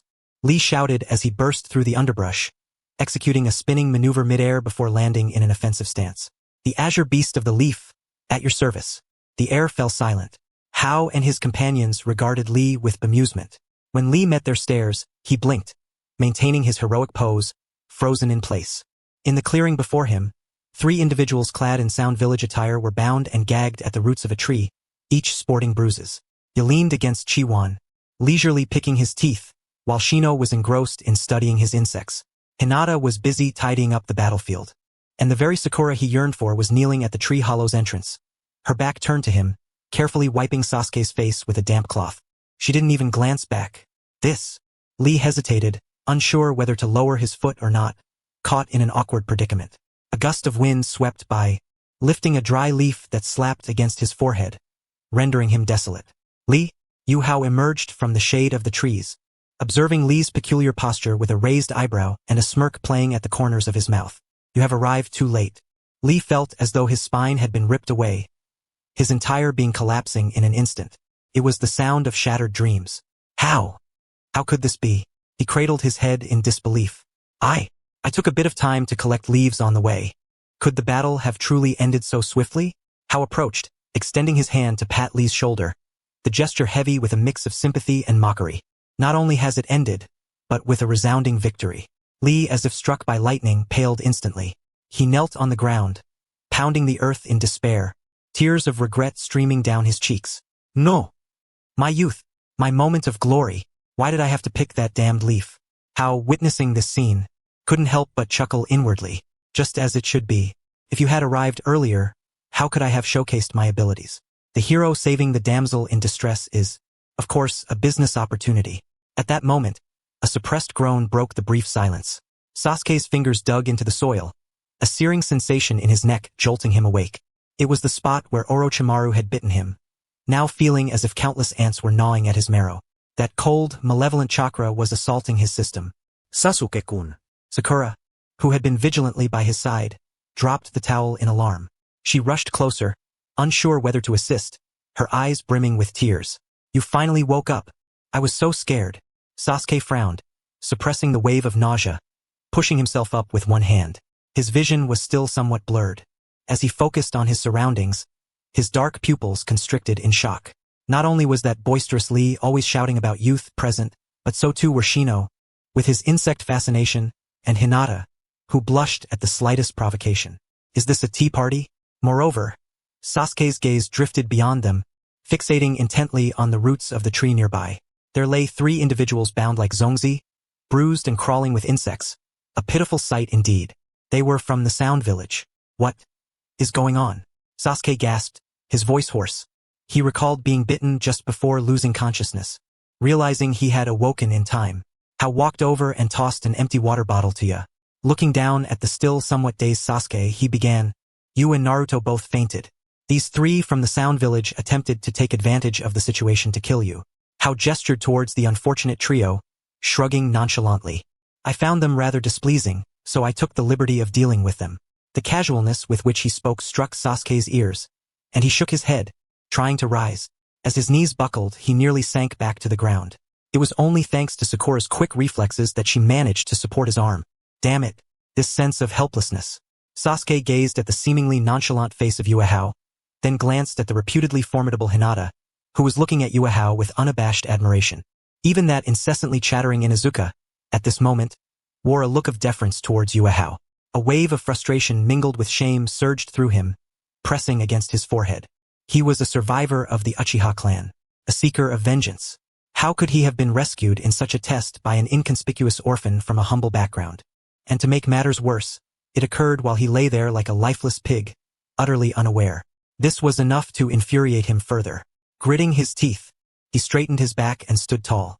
He cast a cold glance at the three unconscious sound ninjas before returning his gaze to Yuehao, whose expression reflected the arrogance that only surfaced when one was desperately attempting to mask overwhelming embarrassment and wounded pride.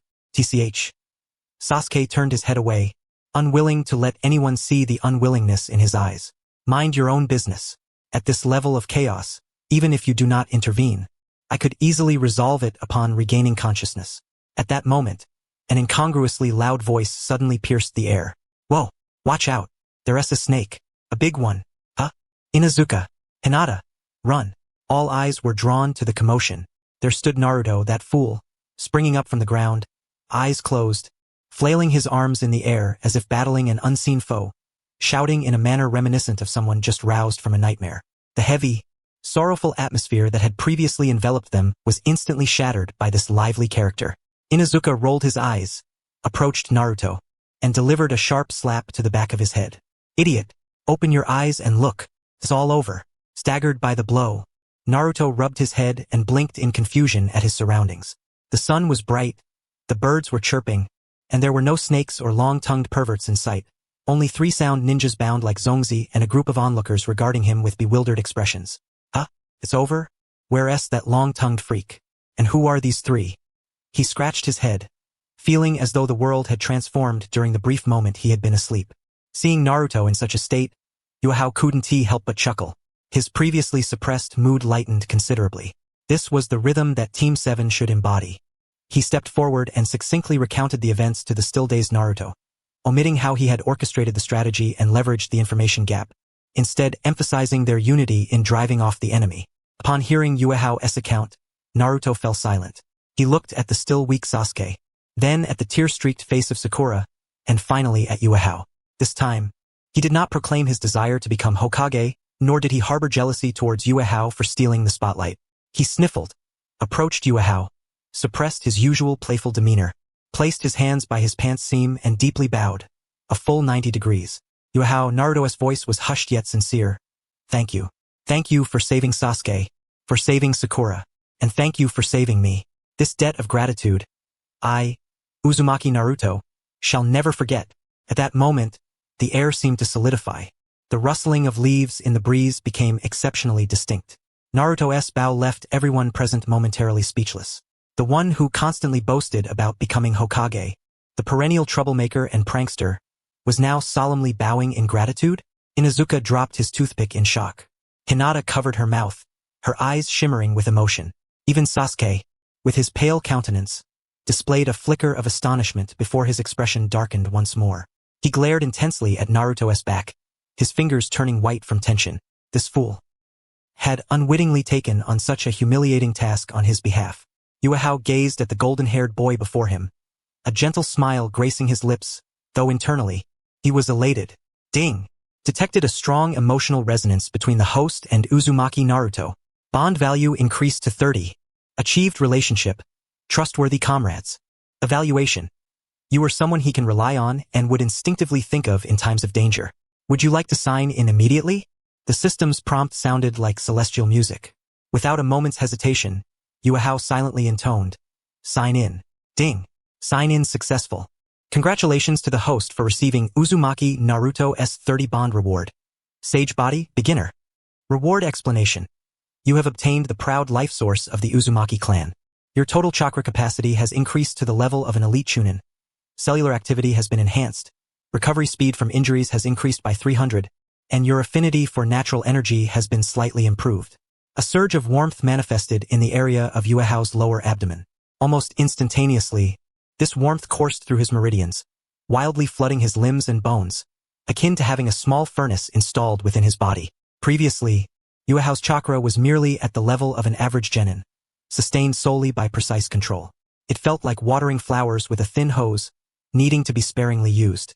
But now, that thin hose had transformed into a fire hydrant, an unending flow of chakra being extracted from every cell, celebrating and rejoicing. It was a leap in vitality. Yuehao felt his heart beating with newfound vigor. Thump, thump, thump. With each pulse, vibrant blood surged throughout his entire being, dissipating the remnants of fatigue from the earlier battle in an instant. Replacing it was a desire to engage in 300 more rounds of combat, filled with energy. Was this the physique of the Uzumaki clan? The intoxicating power was truly delightful. He felt as if he could challenge Tsunade to an arm wrestling match. Perhaps he was getting a bit carried away. Yuehao stifled the impulse to let out a triumphant shout. He took a deep breath, forcing the surging chakra within him to calm. Externally, he remained the same gentle and refined youth. He reached out and gently placed his hand on Naruto's shoulder. We are comrades. It is only natural for us to help one another. If the roles were reversed and I were lying there, I believe you would do the same for me, wouldn't you? Naruto suddenly lifted his head, his azure eyes misty.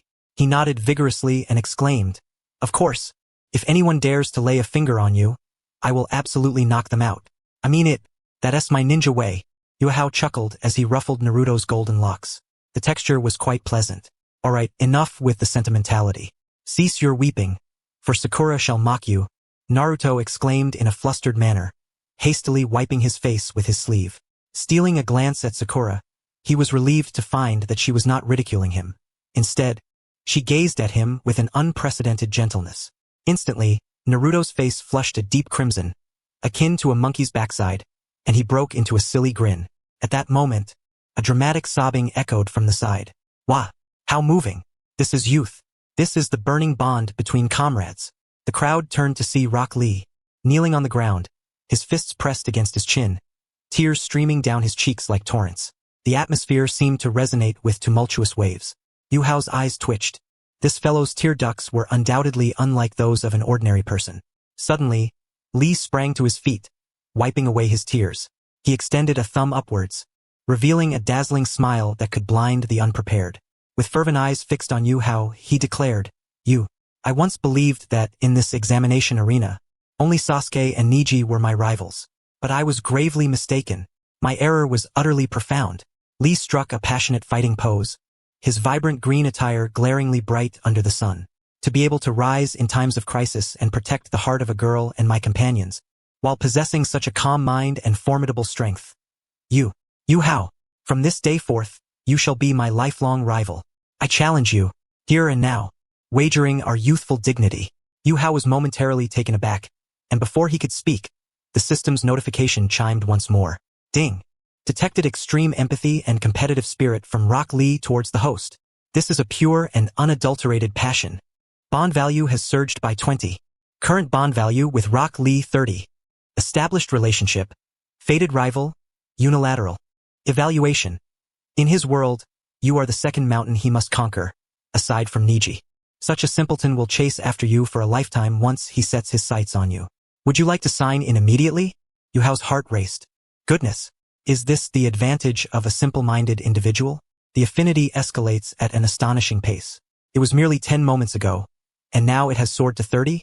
Rock Lee is truly a remarkable score booster. Sign in, Yuehao silently thought. Ding. Sign in successful. Congratulations, host. For obtaining a bond reward of 30 from Rock Lee, 8 gates. First 4 gates. Open gate, rest gate, life gate, and injury gate. Reward explanation. You have acquired the forbidden technique of the 8 gates, along with the methods to unlock them. Relevant muscle memory and acupoint impact techniques have been ingrained into your mind. In an instant, a torrent of information surged into Yuehao's consciousness. Not the mundane text, but a cascade of vivid images. Countless moments of striking acupoints, of muscles tearing, of experiences teetering on the edge of limits. How to channel chakra to impact the brain and unlock the gates, how to forcibly open the rest gate to exhaust stamina, how to unleash the life gate to flood the body with blood, turning it crimson. Each detail, every point of exertion was crystal clear, as if he had been training in this forbidden technique for decades. Yuhao's breath quickened slightly. The 8 gates. This is the pinnacle of taijutsu in the Naruto world, nearly delivering a finishing blow by the remarkable guy in the later stages. Although only the first 4 gates were granted, it is more than sufficient for the current phase of combat. Upon opening the injury gate, his speed and strength would be enough to overwhelm some chunin, and he could even exchange a few moves in front of a special jonin. However, before Yuhao could revel in his newfound capabilities, a line of red warning text abruptly appeared in his vision. Warning. Detected that the host's current physical strength is insufficient. Although endowed with the restorative powers of a beginner sage body, your bone density and muscle resilience have not reached the minimum standards required to unlock the life gate and injury gate. Safety recommendation. You may only unlock the first 2 gates, open gate, rest gate. Forcibly opening the 3rd gate, life gate, will result in severe bodily harm. Forcibly opening the 4th gate, injury gate, may lead to muscle rupture, bone shattering, or even lifelong disability. The spark of enthusiasm in Yuhao's heart was instantly doused with cold water, akin to purchasing a Ferrari only to discover it contained but a mere 2 ounces of fuel. This is the reality of having the software up to date while the hardware lags behind. Although he gained chakra and recovery abilities from the Sage Body, physical refinement is not something that can be accomplished overnight. It seems I must formulate a hellish physical training regimen for myself. Yuhao glanced at the eager Rock Lee and replied, "Right now, we must focus on completing the exam. Discussions can wait for another time." The sound of crushed leaves approached from the side, followed by the arrival of Tenten and Niji Hyuga. Tenten surveyed the chaotic scene and then glanced at the fervent Rock Lee, finally resting her gaze on the trio bound like rice dumplings. She exhaled in relief, realizing their worries were unfounded. Niji crossed his arms and scanned the crowd coolly, his gaze lingering on Yuhao for half a second before moving on. Boring skirmishes. Since there's nothing to be done, let us depart swiftly. Niji turned to leave, viewing even his contemporaries as rivals. Wasting time reminiscing during such moments was foolish. Niji, Rock Lee interjected, somewhat reluctant. He wished to engage Yuhao further in discussions about youthful topics. "We're leaving," Lee Tenten said, tugging at Rock Lee's backpack strap. "We still haven't gathered all the scrolls." Rock Lee could only glance back repeatedly, giving Yuhao a thumbs up. See you in the finals of the Chunin exam. I will always be watching you."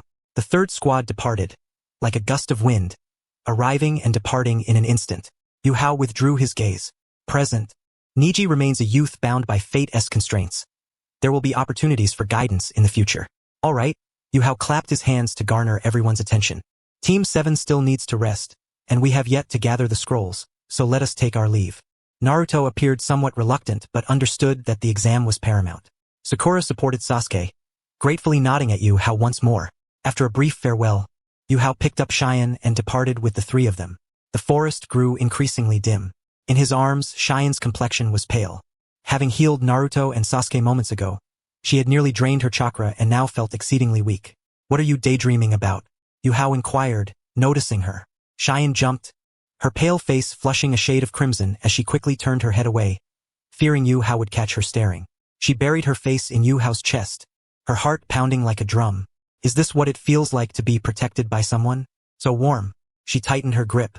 The voice of Yuhao resonated from his chest, sending a delightful tremor through Xianglin's ears. "We must accelerate," he declared. A group of them soared through the woods with astonishing speed. "Xianglin," Yuhao continued, "utilize your keen perception to sense the chakra within a 1-kilometer radius. Choose a route that avoids all encounters. We must hasten to the tower." Xianglin obediently complied, shutting her eyes. In her mind's eye, the world transformed into vibrant blocks of chakra. To the left front, 500 meters away, 3 potent chakra signatures emerged. To the right, 800 meters distant, a team was resting, their chakra faint. Yuhao's lips curled into a smirk. Is this the bliss of a human radar? It's akin to possessing a divine perspective.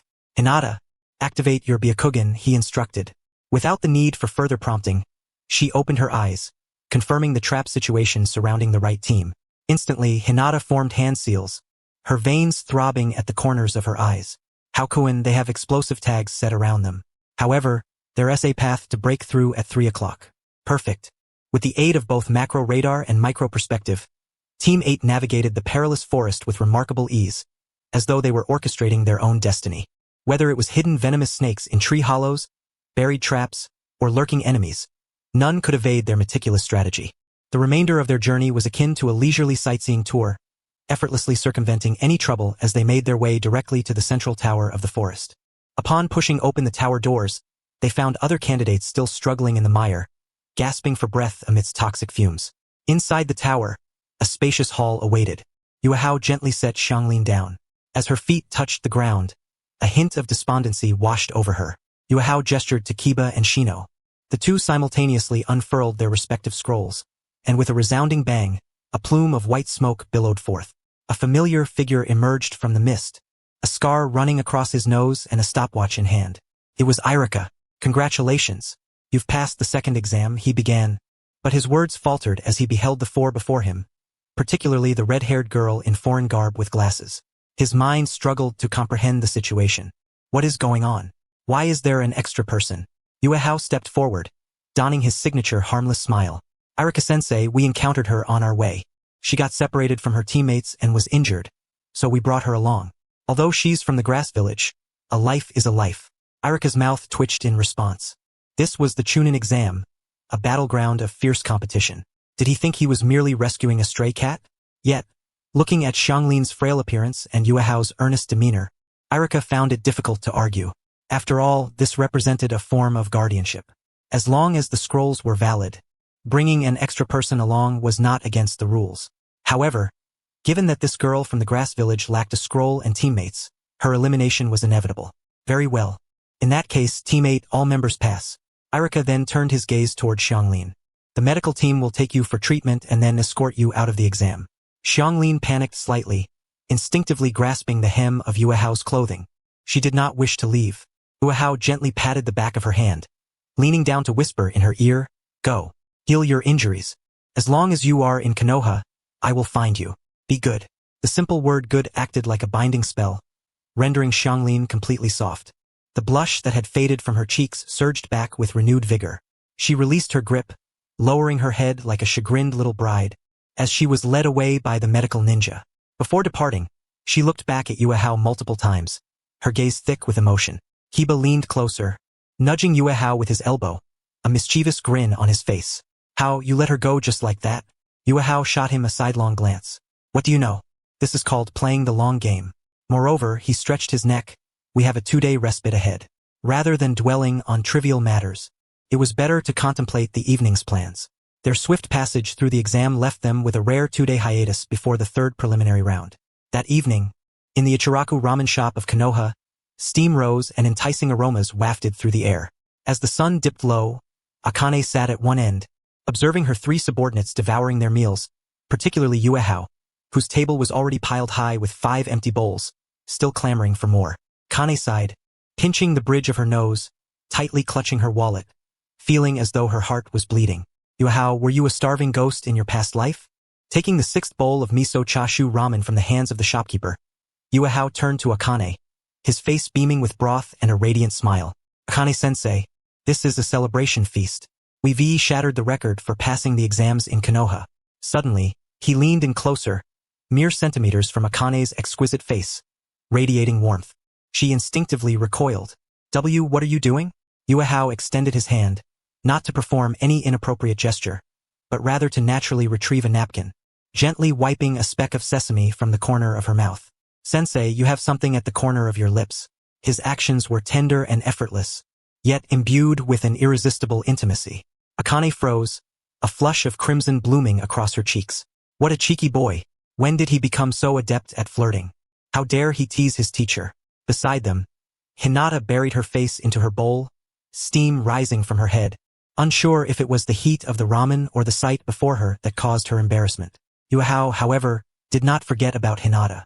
Skillfully twirling his chopsticks, he lifted a perfectly boiled, trembling soft-boiled egg, placing it into her bowl. "Here," he said softly, his voice just reaching her ears. Hinata's hands froze, her white eyes nearly bulging in surprise. Gazing at the enticing golden egg that had just joined her meal, she stole a glance at Yuehao. The inner turmoil she had felt moments ago dissipated. Her face warming as a blush crept down her neck to her ears. How Konan. She stammered, her voice as faint as a whisper, her fingers twitching, wanting to poke him, but realizing she still held her chopsticks, leaving her awkwardly suspended in midair. Don't be shy. I know you're not full yet. Yuahao smiled at her, his eyes sparkling as though he were gazing at a cherished pet hamster. This is just your second bowl. You're far from satisfying your appetite. Eat more, you need to grow. With her appetite exposed, Hinata could barely lift her head. She nearly buried her entire head into the bowl of steaming hot face, using the rising vapors to conceal the flush of her cheeks. Thank you, Haojuan, she murmured softly, delicately picking up the soft-boiled egg and taking a small bite. Although it tasted just as it always did at that moment, it melted in her mouth like honey, sweetness cascading down to her very core. Sitting nearby, Hinata watched this scene unfold, her grip on the chopsticks tightening slightly. This guy. Is he really flirting with her right in front of me? Though Hinata was indeed shy and rarely assertive, her complete trust and reliance on Yuahao was evident to all.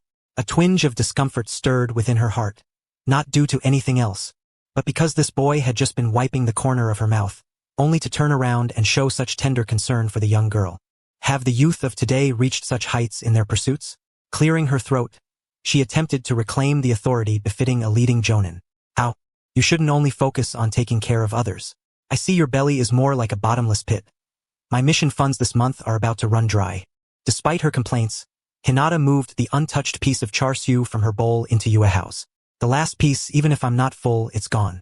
Yuahao unabashedly took a big bite, grinning broadly, revealing his teeth. At your command. You're the best. Teacher Hinata. Ding. Hinata's bond value. 6. Current bond value. 26.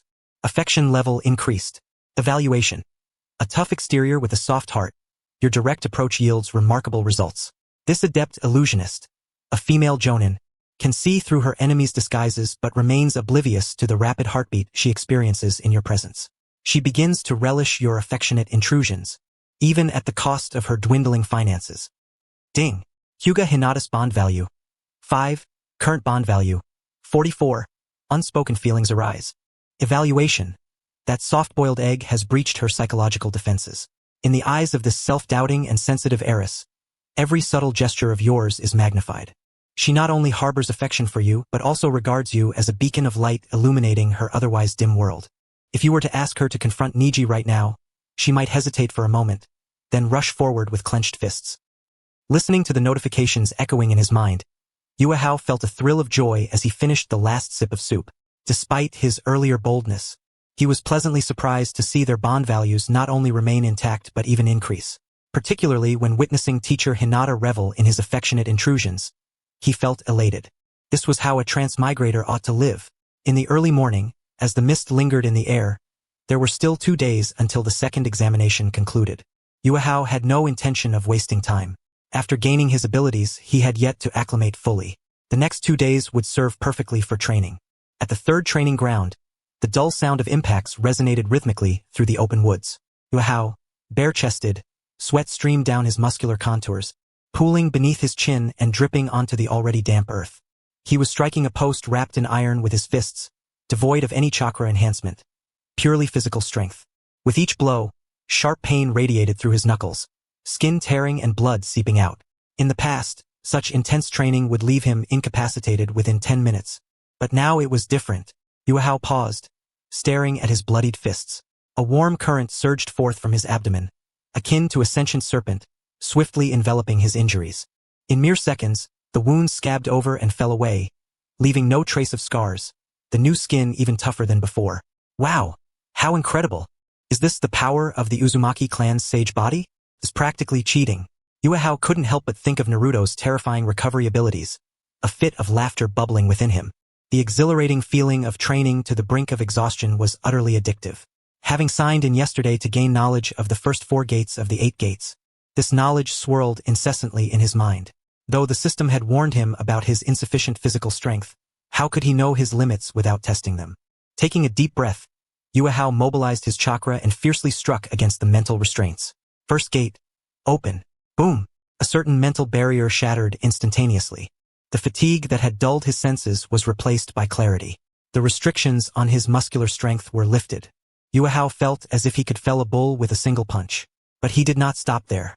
Second gate, rest gate, open.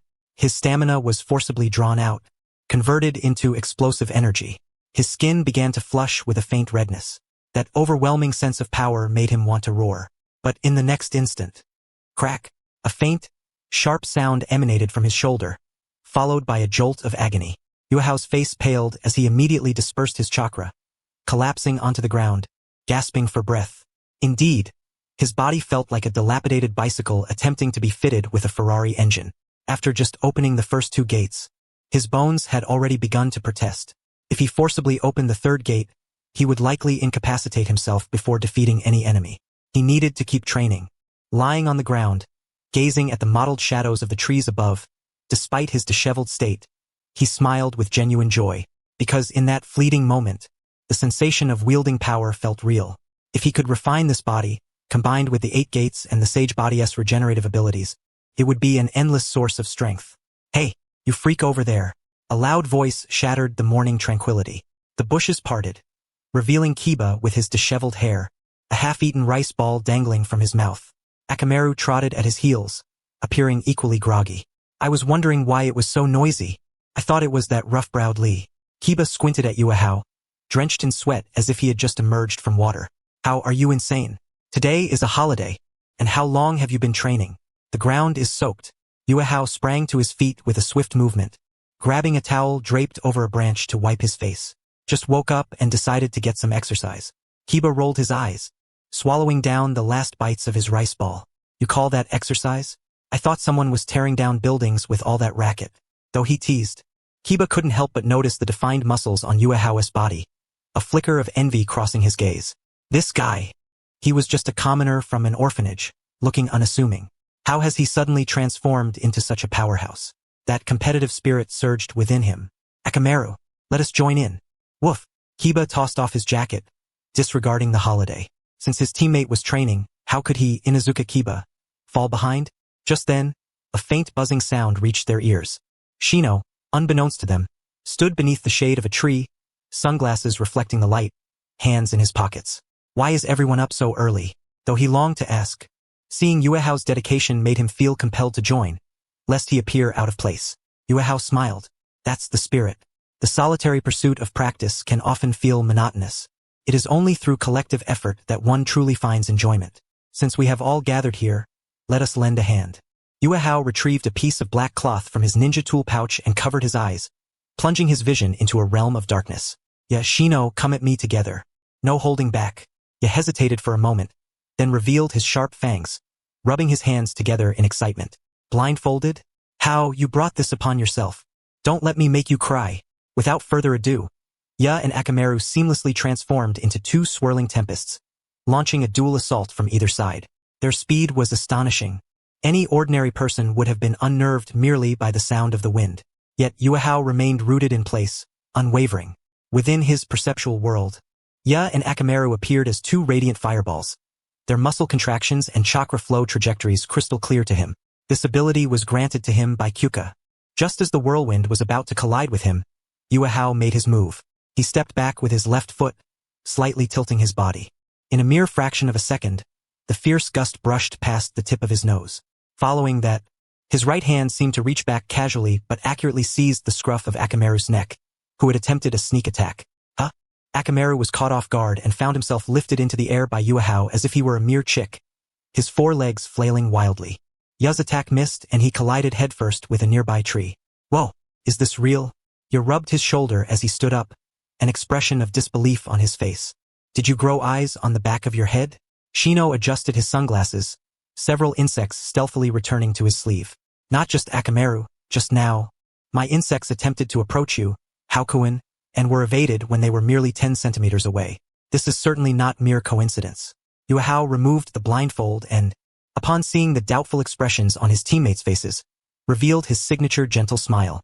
This is the result of special training. If you wish to learn, I can teach you how to predict.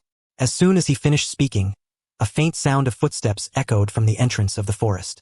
They were soft and cautious. Yuehao turned his head to find Hinata standing there, holding a food container. Upon meeting Yuehao's gaze, her signature surprise flickered in her eyes.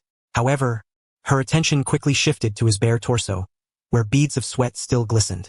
His muscles, though not overly exaggerated, were smooth and exuded a sense of strength. Hinata felt a warmth rise in her nose, her entire face flushing crimson as she hastily lowered her head, focusing on her toes. I just brought a bit of, this is for you, Haku, some healing ointment. Her voice dwindled, becoming nearly inaudible. Yuehao approached her naturally and accepted the items from her hands. Just in time, I was getting hungry after training. Under normal circumstances, Hinata would have hidden away, watching from a distance. But today, she observed the faint bruises on Yuehao's body, remnants from earlier collisions with the training posts. Though healing, they still appeared painful. Haku is so strong and yet puts forth such effort. What about me? Am I to remain hidden behind him, merely cheering him on? A wave of unprecedented crisis and shame surged within her. This cannot continue. Ho-kun. Hinata suddenly raised her head. For the first time, her pure white eyes showed no signs of evasion. Though still trembling, her gaze was resolute. Please, guide me. I wish to grow stronger. Yuehao was taken aback. He regarded Hinata, realizing that this girl was finally beginning to desire to break free from her cocoon. He set down the items in his hands, suppressing his smile to adopt a serious demeanor. Very well. Hinata, use the gentle fist against me. Do not hold back. Hinata assumed her stance, yet her movements were still tinged with hesitation. As a practitioner of the Hyuga gentle fist, each strike targets vital points, and she feared injuring Yuehao. Yuehao shook his head and stepped closer. What are you afraid of? What if standing before you was not me, but an enemy intent on killing? If I were to fall, and the enemy bypassed me to harm ya or Shino behind me? His voice was calm, yet each word struck Hinata's heart like a hammer. Look at me. Imagine that if you do not strike, I could die before you. The word jolted Hinata. Memories of the forest of death surged forth, where Yuehao had shielded her with his back. If Haku were to die. No, that absolutely cannot happen. Ha! Hinata's demeanor shifted. Her previously fragile aura transformed into one of fierce determination. Chakra coalesced in her palms, and with a swift motion, she unleashed a barrage of strikes. 8 trigrams, 32 palms. Bang! Bang! Bang! This time, she truly held nothing back. Each palm aimed directly at Yuehao's vital points with astonishing speed. Yuehao's eyes lit up. This was more like it.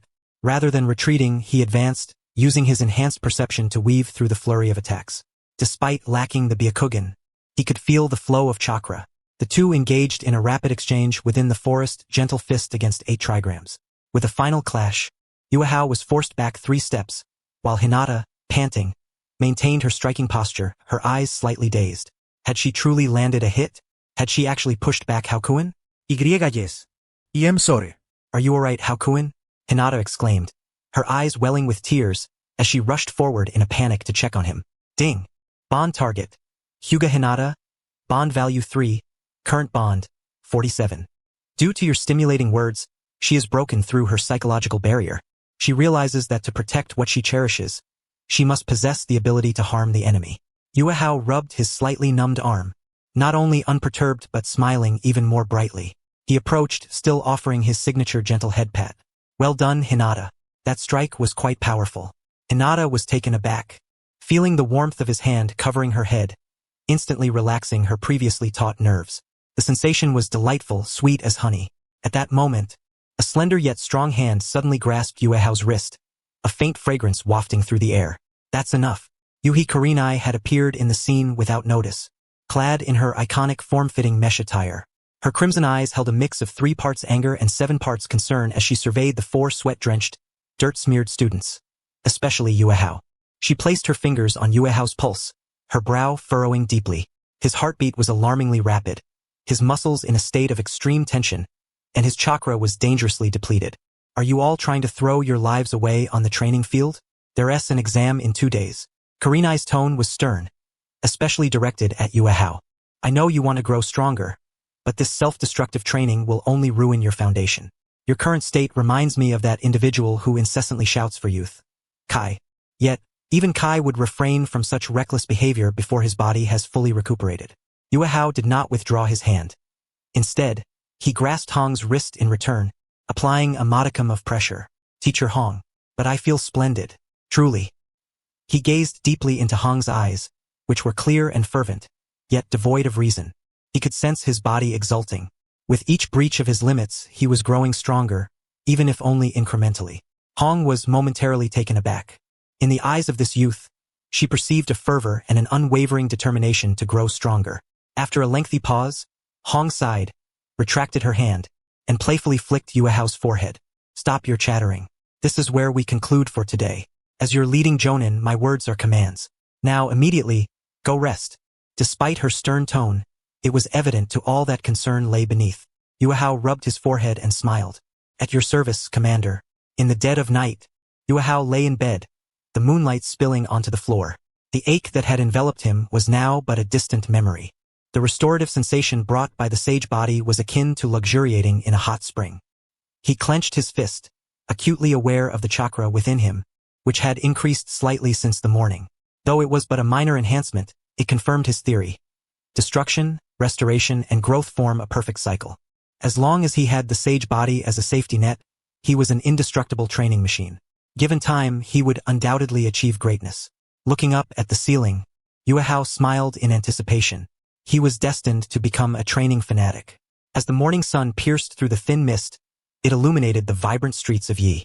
The intense training from the previous day still left a slight residual soreness in his body. Yet it did not dampen Yuehao's spirits. After completing his morning exercises, he recalled that Xianglin was still in the hospital. It was time to bolster his rapport with her. He held a meticulously arranged fruit basket in one hand and a freshly purchased bouquet of sunflowers in the other. The golden petals glistened with dew, standing out vibrantly in this ninja world steeped in the scent of smoke and battle. Why sunflowers? Because they symbolize sunshine, faith, and silence.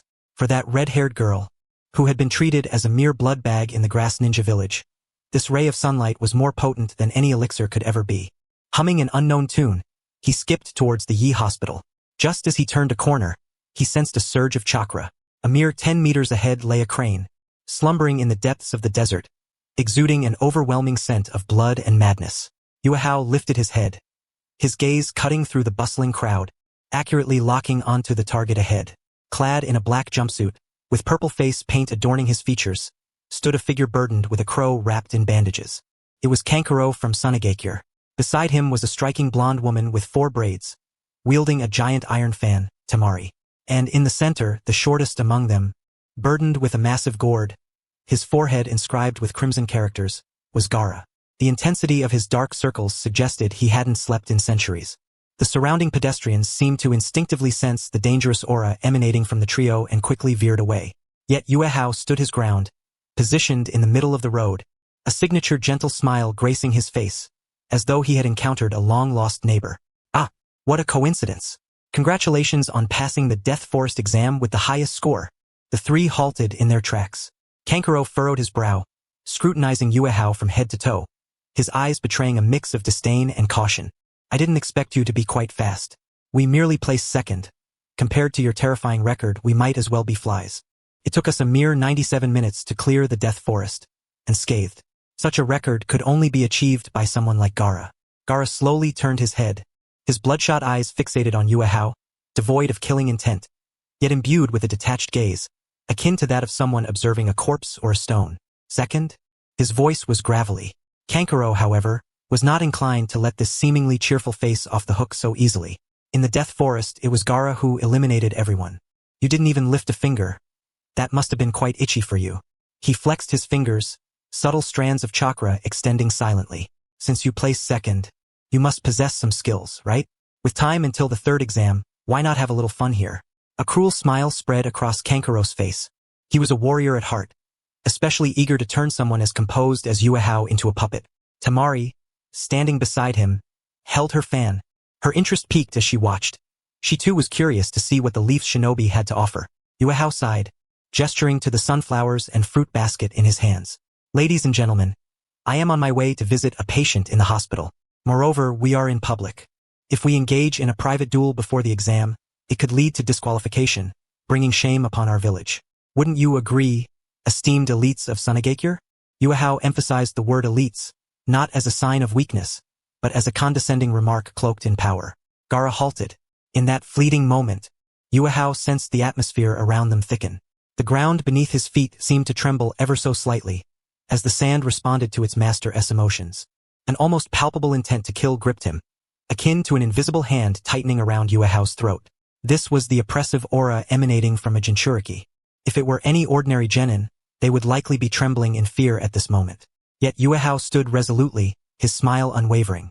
The whirlpool of his bloodline celebrated, and the vitality of the sage body surged within him, effortlessly countering this pressure. In Gaara's lifeless eyes, a flicker of intrigue emerged, a mixture of curiosity and interest. "You are not afraid of me?" Gaara inquired. Yuehao shrugged. "Why should I be afraid? We are all exam participants. We are not mortal enemies. Besides..." Yuehao leaned forward slightly, lowering his voice. "I can sense the monster within you clamoring for release. However, this cage is too small for you to unleash your full potential. Save your strength for the arena." Gaara's pupils contracted sharply. The massive gourd on his back seemed to quiver momentarily. He scrutinized Yuehao, as if to etch his face into his memory. "Don't die before that." With that cryptic statement he turned and walked away. Kankuro paused, a hint of dissatisfaction evident as he shot Yuehao a glare. "Consider yourself lucky, kid." Temari cast a final glance at the sunflowers in Yuehao's hand, a faint smile gracing her lips before she followed suit. As he gazed at the receding figures of the three individuals, Yuehao gently exhaled a breath laden with tension. A trickle of cold sweat dampened his attire, for after all, he was currently embroiled in the intense atmosphere of a BO, which undeniably bore its pressures. Nevertheless, there was an undeniable thrill in dancing on the edge of a blade. It seemed that the finals would prove to be quite exhilarating. However, with the plot now intermingled by his actions, he found himself uncertain of its direction. Regaining his composure, Yuehao continued his journey toward the hospital. Upon arriving at the Yi Hospital, he was greeted by the pervasive scent of disinfectant that filled the air. The front desk nurse was engrossed in organizing patient records, appearing somewhat preoccupied. "Excuse me, miss." A voice as warm and smooth as jade resonated above her. The nurse lifted her gaze to behold a youthful visage, fresh and clean. With smooth black hair and clear eyes, he cradled a vibrant bouquet of sunflowers in his arms. Instantly, her spirits lifted. The frustrations of overtime evaporated in an instant. "Ah, hello there," she stammered, hastily adjusting her hair. "How may I assist you?" Yuehao leaned slightly forward, resting upon the counter. This distance was perfectly measured, not too intrusive, yet intimate enough to convey his presence. "I would like to inquire about the girl with red hair from Grass Ninja Village who was admitted the day before yesterday. Which ward is she in?" "She is my friend." "Friend?" The nurse paused, taken aback. In this insular world of ninjas, friendships across villages were indeed a rarity. Yet, gazing into the sincerity of the boy's eyes, any suspicion dissipated. "Ah, you must be referring to the girl named Xianglin, correct?" The nurse swiftly flipped through her records. "She is in room 302. Just turn left at the end of the second floor." Yuehao nodded appreciatively. "Thank you, Mississippi. Your lipstick color is truly lovely today. Complements your complexion beautifully." This compliment sent a wave of delight through the nurse's heart. With that, Yuehao turned and made his way toward the staircase. Indeed, the central air conditioning was a marvel at any time. Arriving at the door of room 302, Yuehao refrained from pushing it open immediately. Instead, he peered through the glass window set into the door. The room was quite sparse, containing merely a bed and a table. There, nestled in the corner of the bed, was the red-haired figure, clad in loose hospital garb that made her appear exceptionally frail. She exuded an air of solitude and helplessness, reminiscent of a little kitten abandoned by the world. As he cautiously opened the door, its creaking hinges echoed harshly in the stillness of the room. Xianglin, startled like a frightened rabbit, abruptly lifted her head. Her crimson eyes were filled with wariness and fear, glistening with unshed tears. However, upon recognizing the person standing in the doorway, that wariness froze in an instant, only to be replaced by an overwhelming sense of disbelief and joy. Ho-kun, she exclaimed, instinctively attempting to leap from the bed. Yet, in her haste, she inadvertently tugged at her wounds. "Ah!" Xianglin gasped in pain, losing her balance and nearly falling.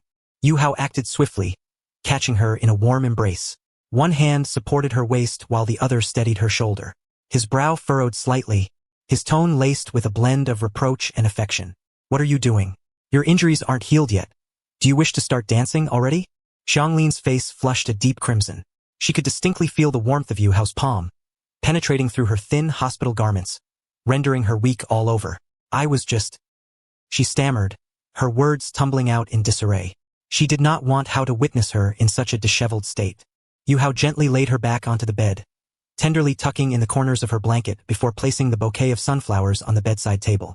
The golden blossoms instantly illuminated the pallid room. Xianglin stared at the bouquet, and her eyes brimmed with tears once more. Not from sorrow this time, but from something deeper. Is this for me? She whispered, her voice trembling.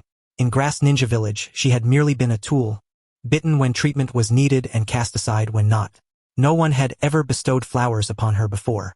Of course it's for you, Yu Hao replied, pulling a chair to sit beside her bed. He reached out, ruffling her slightly unruly red hair, which felt unexpectedly soft to the touch. I believe it resembles you, though it has weathered storms. As long as it receives sunlight, it will bloom brilliantly. Yu Hao's gaze locked onto hers, a penetrating stare that seemed to reach her very soul. It doesn't matter that no one has given you flowers before. From now on, as long as I am here, your room will always be adorned with flowers. Unable to contain herself any longer, tears streamed down Xianglin's cheeks like a cascade of pearls. She lunged into Yu Hao's embrace, grasping his clothing tightly as if to release a lifetime of pent-up grievances. Hakuin, woo-woo. Yu Hao gently patted her back, and at that moment, a notification chimed in his mind. Ding! Detecting a strong emotional dependence from the bond target, Xianglin of the Uzumaki clan. Bond value increased by 5. Current bond value, 30. Relationship achieved. Infatuated object. Evaluation. In this cold world, you are her only beacon of warmth. Her feelings for you have transcended gratitude, blossoming into a budding affection. Now, she is willing to do anything for you, including betraying her past. Would you like to check in? A surge of joy filled Yu Hao's heart. The bond value had reached the 30 mark. He wondered what treasures he might extract from this Uzumaki clan bloodline. Sign in. Ding. Sign in successful. Congratulations, host, for receiving a bond reward from Xianglin of the Uzumaki clan. Basic sealing technique of the Uzumaki clan, proficient. Reward explanation. You have obtained the knowledge of sealing techniques passed down through generations of the Uzumaki clan. Though only basic, this long-lost art is sufficient to make you a sought-after candidate for sealing classes in the current ninja world.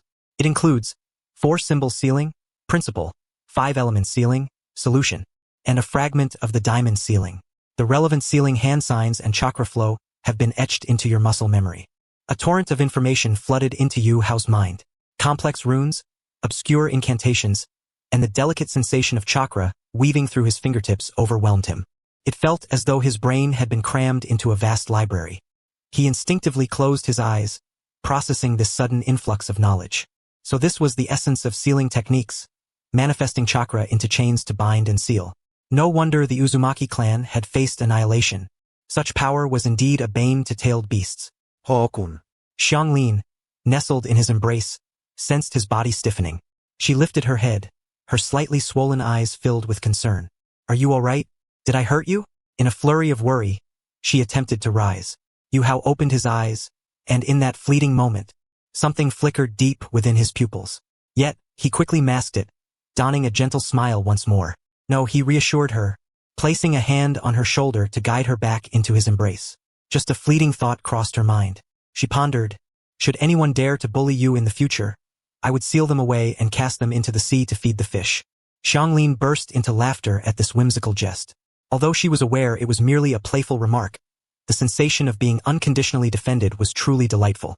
She nestled her face against Yu Hao's chest, listening to the steady, robust rhythm of his heartbeat. In that moment, she felt that she would willingly embrace death just to remain within that embrace. At the Hokage Tower, in the top-floor office, swirling smoke shrouded the rather modest space. The third Hokage, Sarutobi Hiruzen, sat behind a mountain of paperwork, holding his iconic pipe. He took a deep drag, exhaling white smoke that gradually obscured his face, which was marked by age spots. Yuhi Kurenai stood before the desk, still clad in her red and white ninja attire, yet her expression bore a much graver demeanor than usual. She held a thick scroll in her hands pertaining to Team 8, or rather, to the observations of Yu Hao. Speak your mind. The third Hokage's voice was slightly hoarse, imbued with the weariness and authority of one who has long dwelled in positions of power. What have you discerned regarding that child? Kurenai inhaled deeply, unfurling the scroll, her gaze falling upon the densely packed records. Her emotions were somewhat tumultuous. On one hand, as Yu Hao's mentor, she felt a swell of pride for her students' exceptional abilities. On the other hand, as a Leaf Village ninja, She bore the responsibility of reporting any potential destabilizing factors. The most notable observation was his social circle. Kurenai carefully selected her words. He exhibited an extraordinary level of concern for those around him. The third Hokage raised an eyebrow, tapping his pipe gently against the table. Who are they? Do share. Aside from the individuals you are already aware of, Hinata and Naruto, Kurenai paused. There is also Rock Lee, and that girl from the grass village, Uzumaki Shanglin. At the mention of her name, a subtle tremor laced Kurenai's tone. That girl is from another village, her status sensitive.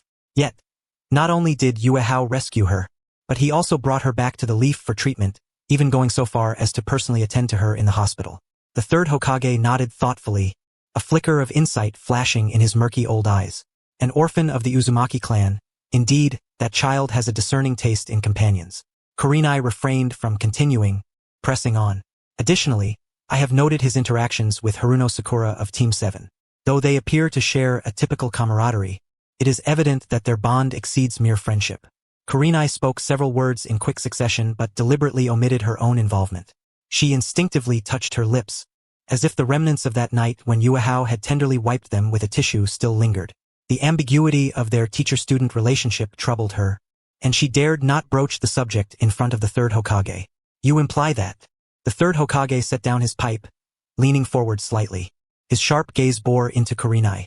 Is he deliberately drawing close to these individuals? Kurenai hesitated. I cannot say for certain. Perhaps.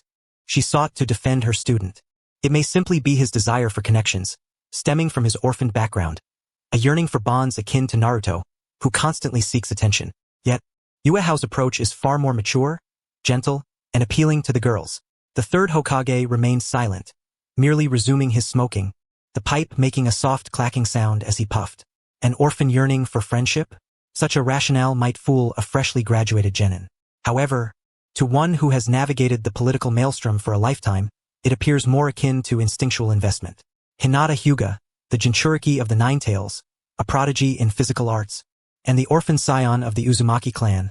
Each friend represents an undeniable strength or political capital. Can a 12-year-old truly possess such foresight? Or is it merely a product of nature? The third Hokage silently affixed a label of precociousness upon Yuehao. Beyond interpersonal relationships, he exhaled a plume of smoke, shifting the topic. What of his strength? The records from the Forest of Death cannot be attained solely through friendship. Moreover, Kurenai continued, he emerged in merely 3 days, seemingly unscathed, and even brought back an injured individual. Upon hearing this, Kurenai's expression turned markedly grave, tinged with disbelief. This is precisely what I wish to report. After exiting the Forest of Death, Yuehao commenced high-intensity physical training, the likes of which surpassed even the rigorous regimen of Might Guy's class.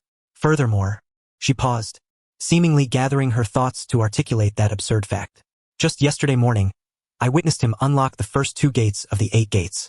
The third Hokage nearly dropped his pipe onto the desk, his half-lidded eyes widening in shock.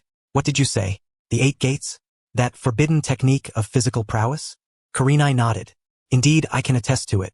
The opening gate releases mental constraints, while the rest gate drains physical strength. The characteristics of that chakra burst are unmistakable. Moreover, she inhaled deeply, unleashing a bombshell revelation. Prior to this, he had only sparred once with Rock Lee, but it is plausible that he sought further guidance from him afterward. A profound silence descended upon the office, broken only by the rhythmic ticking of the wall clock. The third Hokage reclined in his chair, his brow furrowed in deep contemplation. He engaged in a fight and learned the 8 gates? If that is the case, this transcends mere genius. It borders on the monstrous. It is, in fact, somewhat terrifying. The learning curve of the 8 gates is exceedingly steep, demanding exceptional physical prowess to withstand the backlash of chakra surges. Even a physical arts enthusiast like Might Guy took over a decade to master it. What makes Yuehao so special? Though he may have grown up in an orphanage, cultivating a resilient will, the strength of his body, a 12-year-old child whose bones have yet to fully develop, and who has not undergone rigorous training like Lee, how could he possibly endure the burdens of the 8 gates? He turned to Kurenai. Are you aware of the specifics of his training process? Kurenai shook her head. I discovered it by chance. I only saw him unlock 2 gates before he ceased. The third Hokage fell into silence. Kurenai could neither fabricate nor needlessly embellish the truth in this matter. In essence, the Leaf has produced a prodigious child capable of mastering forbidden techniques with but a glance. Moreover, This prodigy possesses an extraordinary knack for winning hearts. The third Hokage's fingers lightly drummed against the table, the rapid rhythm betraying his inner turmoil. Yuehao. The weight of that name within him surged rapidly, transforming from an ordinary, somewhat talented civilian ninja into a variable that must be monitored with utmost vigilance. If this had been in the past, he might be pleased to see that Yi has a successor. However, at this moment, Orochimaru is infiltrating, and the Chunin exams are at a critical juncture. Any slight variable could trigger a chain reaction. Alright. After a long pause, the third Hokage waved his hand, signaling that Hong could take her leave. Continue your observation, especially during the finals. Report to me immediately if you notice anything unusual or if he displays any strange abilities. Understood. Hong executed a bow and turned to exit the office. As the door closed behind her, the third Hokage pivoted his chair to gaze out the window. The fourth Hokage's visage on the Hokage rock shone brilliantly in the sunlight. Minato, the third Hokage, sighed. It seems that within this generation of genin, some remarkable youngsters have emerged. He picked up the file on Tsukiho from his desk, where a 2-inch photograph was affixed. In the image, the boy smiled with a gentle radiance, appearing harmless. Yet, in the eyes of the third Hokage, that smile seemed to conceal an unfathomable abyss of mist. Not only has he mastered the Hyuga's gentle fist, but he has also grasped the 8 gates of chakra. Such learning capabilities even reminded him of his wayward disciple, Orochimaru. I hope you do not tread that path, the third Hokage murmured, drawing a heavy circle next to Tsukiho's name with his pen. After parting with Katsu, Tsukiho returned to the training ground.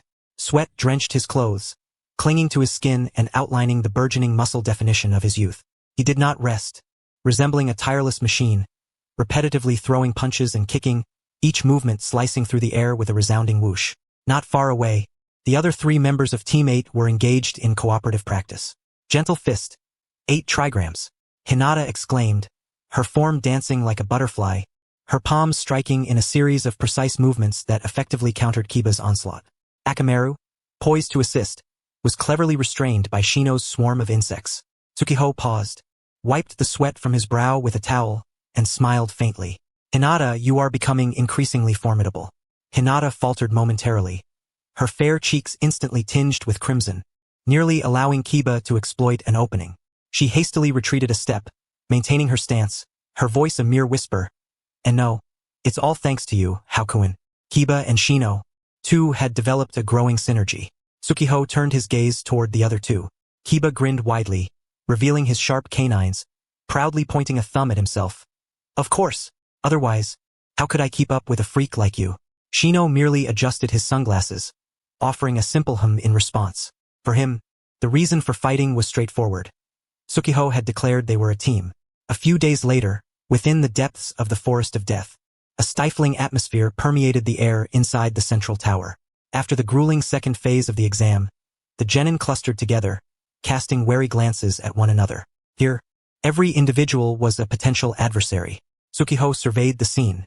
The number of participants matched his expectations, except for the absence of the trio from the Sound Village that lingered in his memory. The Leaf teams were well organized. Team 3, Hyuga Niji, Rock Lee, and Tenten. Niji's Byakugan scanned the area coldly. Lee brimmed with enthusiasm, while Tenten inspected her ninja tools. Team 7, Uzumaki Naruto, Uchiha Sasuke, and Haruno Sakura. Naruto bounced about, seemingly curious about everything, while Sasuke leaned against the wall, exuding coolness, and Sakura's gaze was entirely fixated on Sasuke. Team 8, Hyuga Hinata, Inuzuka Kiba, Aburame Shino, and himself. Team 10, the troublesome duo plus a chatterbox, Nara Shikamaru, Akimichi Choji, and Yamanaka Ino. Additionally, 2 former Leaf graduates, Akato Yoroi and Kenji Misumi, appeared as mere fodder. Tsukiho was acutely aware that these 2 were spies from the Sound Village, having just departed from Kabuto. The trio from the Sand Village stood out distinctly. The boy, burdened with a massive gourd, Gaara, emanated an ominous aura, his eyes filled with an unyielding murderous intent. His siblings, Temari and Kankuro, stood nearby. Tsukiho's gaze lingered on Gaara for a moment. A Jinchuriki of the One-Tail, a future Kazekage. A pitiable soul driven astray by his own desires. Just then, on the elevated platform, amidst swirling smoke, several figures emerged. Leading them was the third Hokage, Sarutobi Hiruzen. First and foremost, I extend my congratulations to all of you for passing the second phase of the Chunin exams. the third Hokage commenced his lengthy and formal address. Tsukiho stifled a yawn, pondering that this time could be better spent performing more weighted squats back home. After enduring the third Hokage's speech, a pallid, hollow-eyed man stepped forward. Special Jonin, Moonlight Guy. Tsukiho thought of the enchanting Yuzuki Yugao. It was time to strengthen their bond.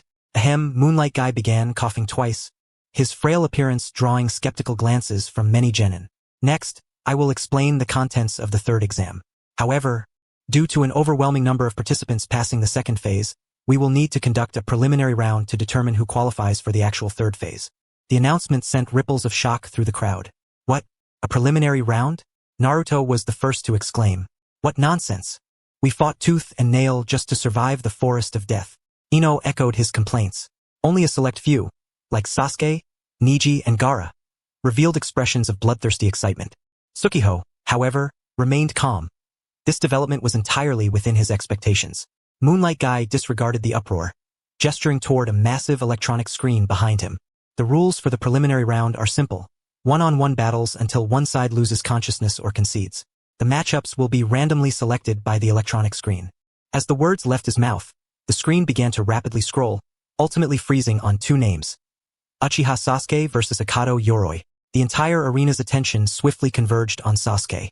Sakura cheered, Sasuke-kun, you can do it. Naruto, however, wore a disgruntled expression. TCH, why isn't it me first? Tsukiho felt little interest in this match. The outcome was a foregone conclusion. It was merely Orochimaru's experiment to test the power of his cursed seal. The battle commenced promptly. Akado Yoroi possessed a unique ability to absorb his opponent's chakra through touch. As soon as they clashed, Sasuke found himself at a disadvantage, feeling his strength wane and his movements grow sluggish. What's happening? Sakura exclaimed, her fists clenched in anxiety.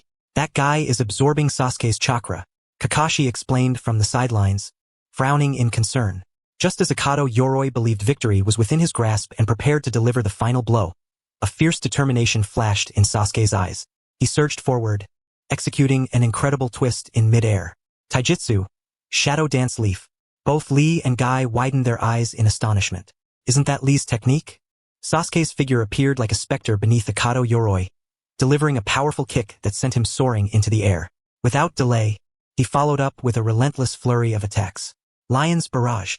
Boom! The crimson armor fell heavily to the ground, rendering its wearer unconscious on the spot. A profound silence enveloped the arena, as all present were left in awe by Sasuke's fluid and powerful taijutsu combo. Incredible, Naruto murmured, his eyes reflecting both astonishment and a hint of reluctance.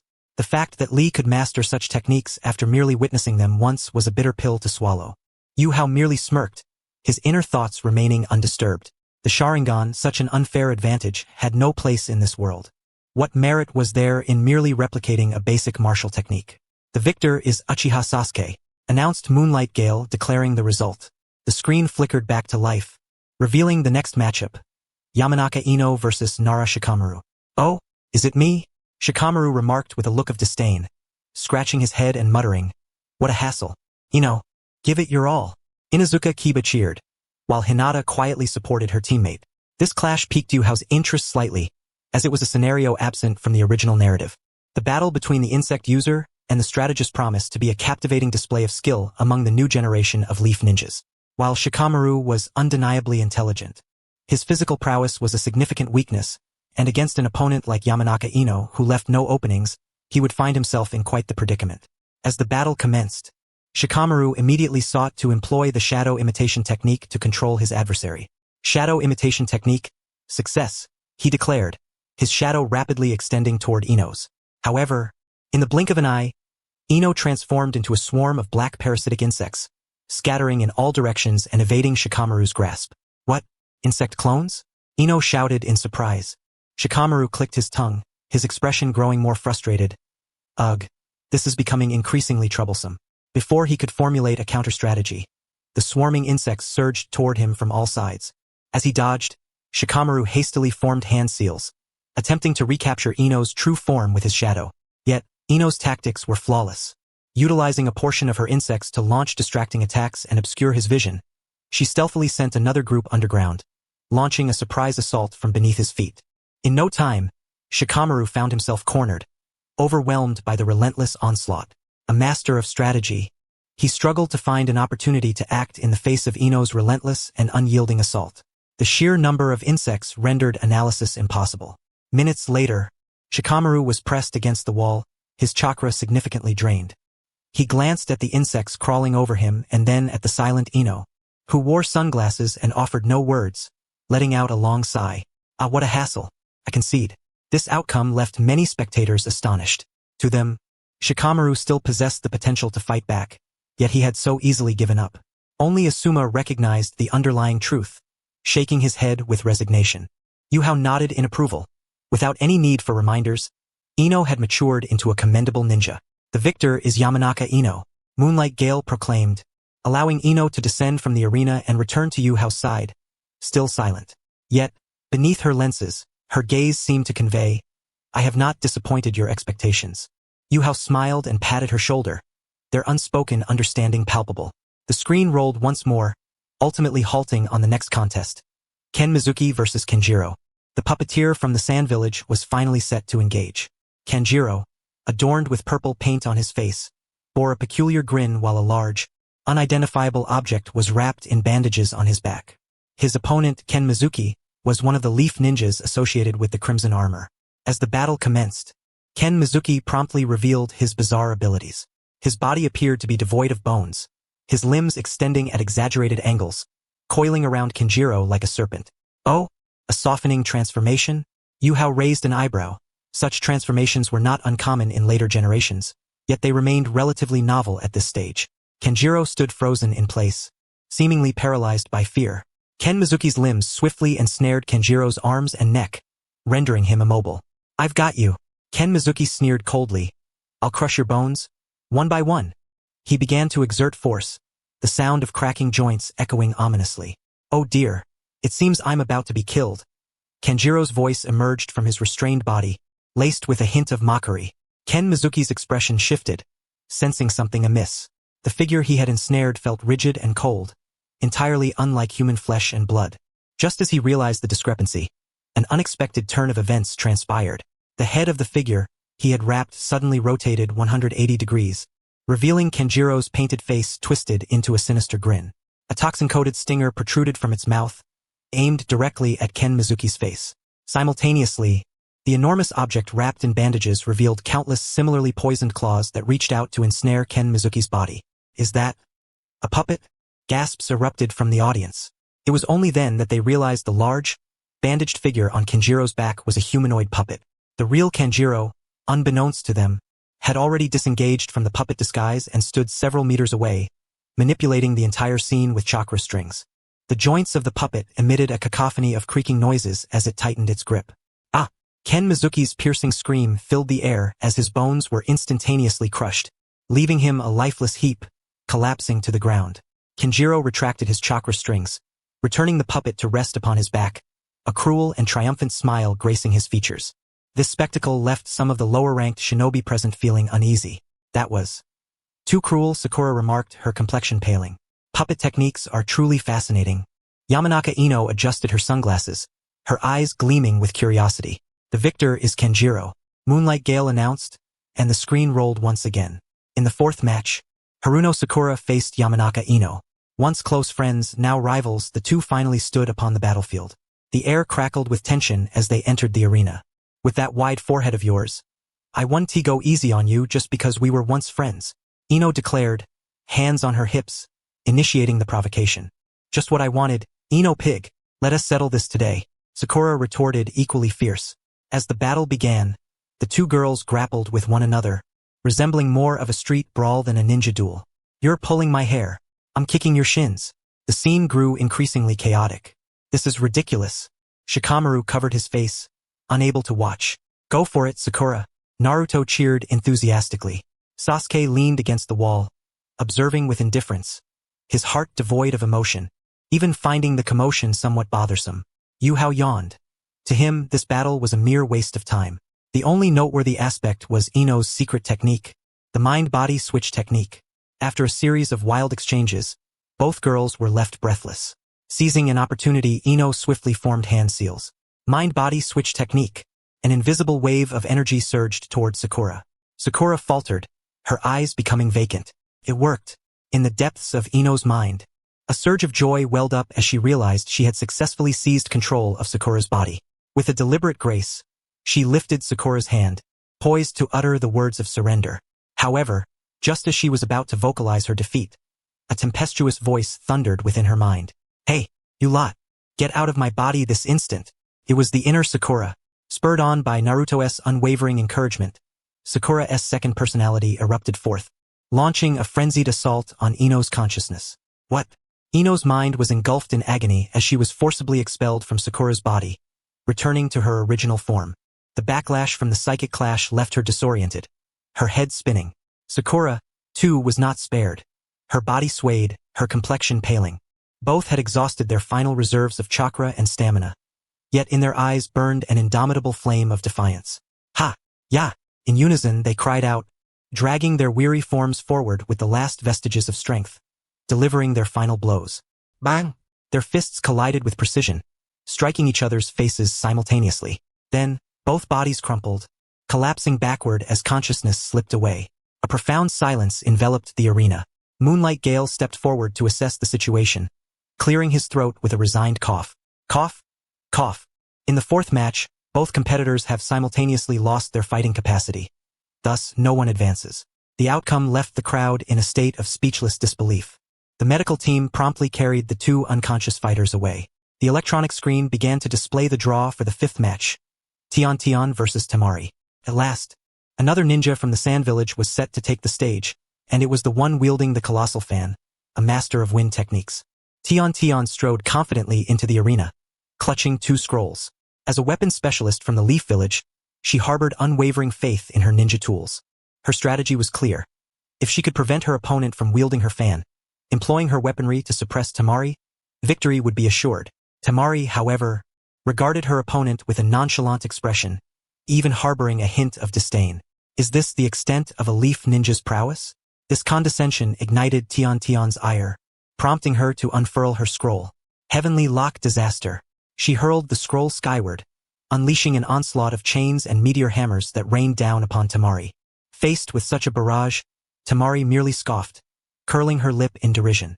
Gradually, she unfurled her iron fan, revealing a purple star emblazoned upon it. Wind Scythe Technique. With a mere flick of her wrist, a tempestuous cyclone erupted, conjuring innumerable sharp vacuum blades that not only deflected all incoming projectiles but also surged back toward Tian with even greater velocity. Tian's face blanched in shock as she leapt back to evade the onslaught. Yet the wind was too swift, leaving her limbs lacerated with crimson lines. How could this be? My weapons. Tian stared in disbelief at the scattered remnants of her tools. But the ordeal was far from over. A cruel smile spread across Temari's face as she fully unfurled her fan, revealing 3 stars. Allow me to demonstrate what true despair looks like. Summoning technique. Dance of the Slashing Wind. With another sweep of her fan, an even more ferocious gale was summoned, filled with countless minute vacuum blades that whistled ominously, engulfing the entire arena. Before Tian could react, she was swept into the maelstrom. Ah! A shriek escaped her lips as she was torn apart by the violent winds and razor-sharp blades, tossed into the air like a rag doll before crashing heavily onto the ground, unconscious. Temari folded her fan with indifference, casting not a glance at the bloodied Tian before turning away. The victor is Temari. Her decisive and merciless triumph cast an oppressive atmosphere over the entire tower. This woman from the Sand Village possessed terrifying strength. As Moonlight Gale's declaration echoed, the medical team rushed forward to carry the unconscious Tian away. Rock Lee, witnessing the grim fate of his comrade, clenched his fists tightly, a fire of youthful passion and rage igniting in his eyes. Meanwhile, the victor sauntered back to her team as if nothing had transpired, as if she had merely crushed an insignificant insect.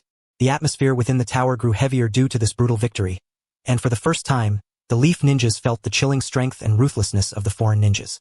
Next match. Moonlight Gale's voice resounded once more as the screen flickered rapidly. The tension in the air was palpable. Finally, the name settled. Uzumaki Naruto versus Inuzuka Kiba. Oh, it's finally my turn, Naruto exclaimed, leaping 3 feet into the air in excitement, pumping his fist as though victory were already within his grasp. Damn it, Naruto. This time, I'll make sure to beat you to a pulp. Kiba retorted defiantly, baring his fangs, while Akamaru barked in encouragement beside him. Kiba, be cautious, Yuhi Kurenai cautioned, pulling him back before he could leap into the fray. Watch out for Naruto's shadow clones and maintain your distance. He might use some unconventional tactics. Unconventional tactics? Kiba paused, then burst into laughter. Kurenai, you underestimate me. I can take down a loser like Naruto with a single move. As for his tricks, haha, what a joke. With that, Kiba thumped his chest confidently, leaping down from the high platform alongside Akamaru. Kurenai could only shake her head at his reckless abandon. He had tossed caution to the wind in his impulsive excitement. On the sidelines, she could only remain a spectator. Even if Kiba forgot her warnings, she could not intervene further. Let the match begin. With Moonlight Gale's command, Kiba and Akamaru immediately sprang into action, launching their assault. Ninja art. Four-legged technique. Kiba crouched low, his body transforming into that of a beast, his speed and strength dramatically enhanced. He and Akamaru, one on each flank, charged at Naruto like twin bolts of white lightning. Fong over Fong. The two whirled into a rapid cyclone, their combined force threatening to tear Naruto apart. Bang! Naruto barely had time to react before he was struck head-on, dissipating into a cloud of white smoke. What? A shadow clone? Kiba faltered momentarily. Just then, several Narutos erupted from all directions, surrounding Kiba and Akamaru. Fool! I'm right here. I'm the real one. One punch. As chaos reigned, Kiba's mind went blank, completely forgetting Kurenai's warning as he plunged into the fray of clones. Damn it! Which one is the real one? Kiba swung his fists, demolishing one clone after another, but more kept rushing in. Relying on his acute sense of smell, he attempted to locate the one that bore the strongest scent, but all the clones emitted identical aromas. This won't do. In the midst of the confusion, Kiba had a stroke of genius. He pulled out a soldier pill and tossed one to Akamaru before consuming another himself. Akamaru, let's go. In an instant, Akamaru's fur turned a vibrant red, and his demeanor became feral. Ninja art. Beast clone technique. With a loud bang, Akamaru transformed into a clone that mirrored Kiba perfectly. Double Fong over Fong. The two Kiba merged into one, morphing into a colossal white wolf, their size and ferocity magnified. Super Fong over Fong. The colossal swirling storm erupted from the ground, its power magnified several-fold. In an instant, it engulfed all of Naruto's shadow clones, tearing them into fragments. As the dust settled, only the true Naruto remained, gasping for breath as he lay on the ground. It's over. Trailing behind, the sinister grin of Kiba emerged as he disengaged from his form, charging towards the incapacitated Naruto, poised to deliver the final blow. However, just as he approached Naruto, a loud and eerie sound emanated from beneath him. An unbearable stench suddenly permeated the air. Ugh! Kiba halted abruptly, his expression frozen. For Kiba, a member of the Inuzuka clan with a sense of smell hundreds of times more acute than that of an ordinary person, this odor was akin to a devastating biological weapon. His mind went blank, his stomach churned violently, and stars danced before his eyes. Now's the moment. A glint of determination flashed in Naruto's eyes as he executed a swift maneuver, crossing his right index and middle fingers. Shadow clone technique. For Naruto's appeared, surrounding the dazed Kiba. Allow me to showcase my newly developed jutsu. One of the Narutos delivered a kick that sent Kiba soaring into the air. Vortex. The other two Narutos leaped from either side, unleashing a flurry of punches. Naruto. Finally, the original Naruto appeared above Kiba, utilizing his descent to deliver a powerful heel drop right into Kiba's abdomen. Continuous strike. Boom! Kiba crashed to the ground like a cannonball, his eyes rolling back as he succumbed to unconsciousness. The arena fell into a profound silence. Everyone was rendered speechless by this dramatic turn of events. Yuehao covered his face. Indeed, it unfolded just as anticipated. The victor is Uzumaki Naruto. The announcer, Moonlight Gale, proclaimed the result, stifling a laugh. The seventh match swiftly commenced. When the screen displayed Hyuga Hinata versus Hyuga Niji, the atmosphere in the venue grew tense. The ancient clan of the Leaf, the Hyuga family, faced off between the main and branch families. Hinata, Yuehao approached the young girl about to take the stage, his voice gentle yet resolute. Your current strength is still insufficient to overcome Niji. Do not feel too pressured, just do your best. Yuehao carefully advised. Niji's Byakugan can now discern chakra points in the body, so be cautious and do not let him seize your arm. Remember what I taught you. Use the flowing posture to deflect his strikes. Avoid direct confrontation. Hinata nodded earnestly, her once timid and hesitant white eyes now radiating an unprecedented determination. If you find yourself outmatched, surrender immediately. Do not push yourself too hard, Yuehao cautioned. Hinata remained silent, her gaze lingering on Yuehao, as if to convey, I will not let you down again. She turned, descending the steps one by one, stepping toward the center of the arena. Her petite figure now exuded a resolute aura. On the opposite side, Niji awaited her arrival. His Byakugan glinted with disdain and contempt. Yet, upon seeing Hinata approach, a flicker of surprise crossed his eyes. This gaze no longer belonged to the timid girl who trembled at the sight of him and struggled to articulate her words. Instead, it bore the spirit of a fighter, eager to prove herself. This was a stark contrast to the Hinata from a short while ago. Niji's gaze shifted past Hinata to Yuehao in the stands, his eyes turning icy.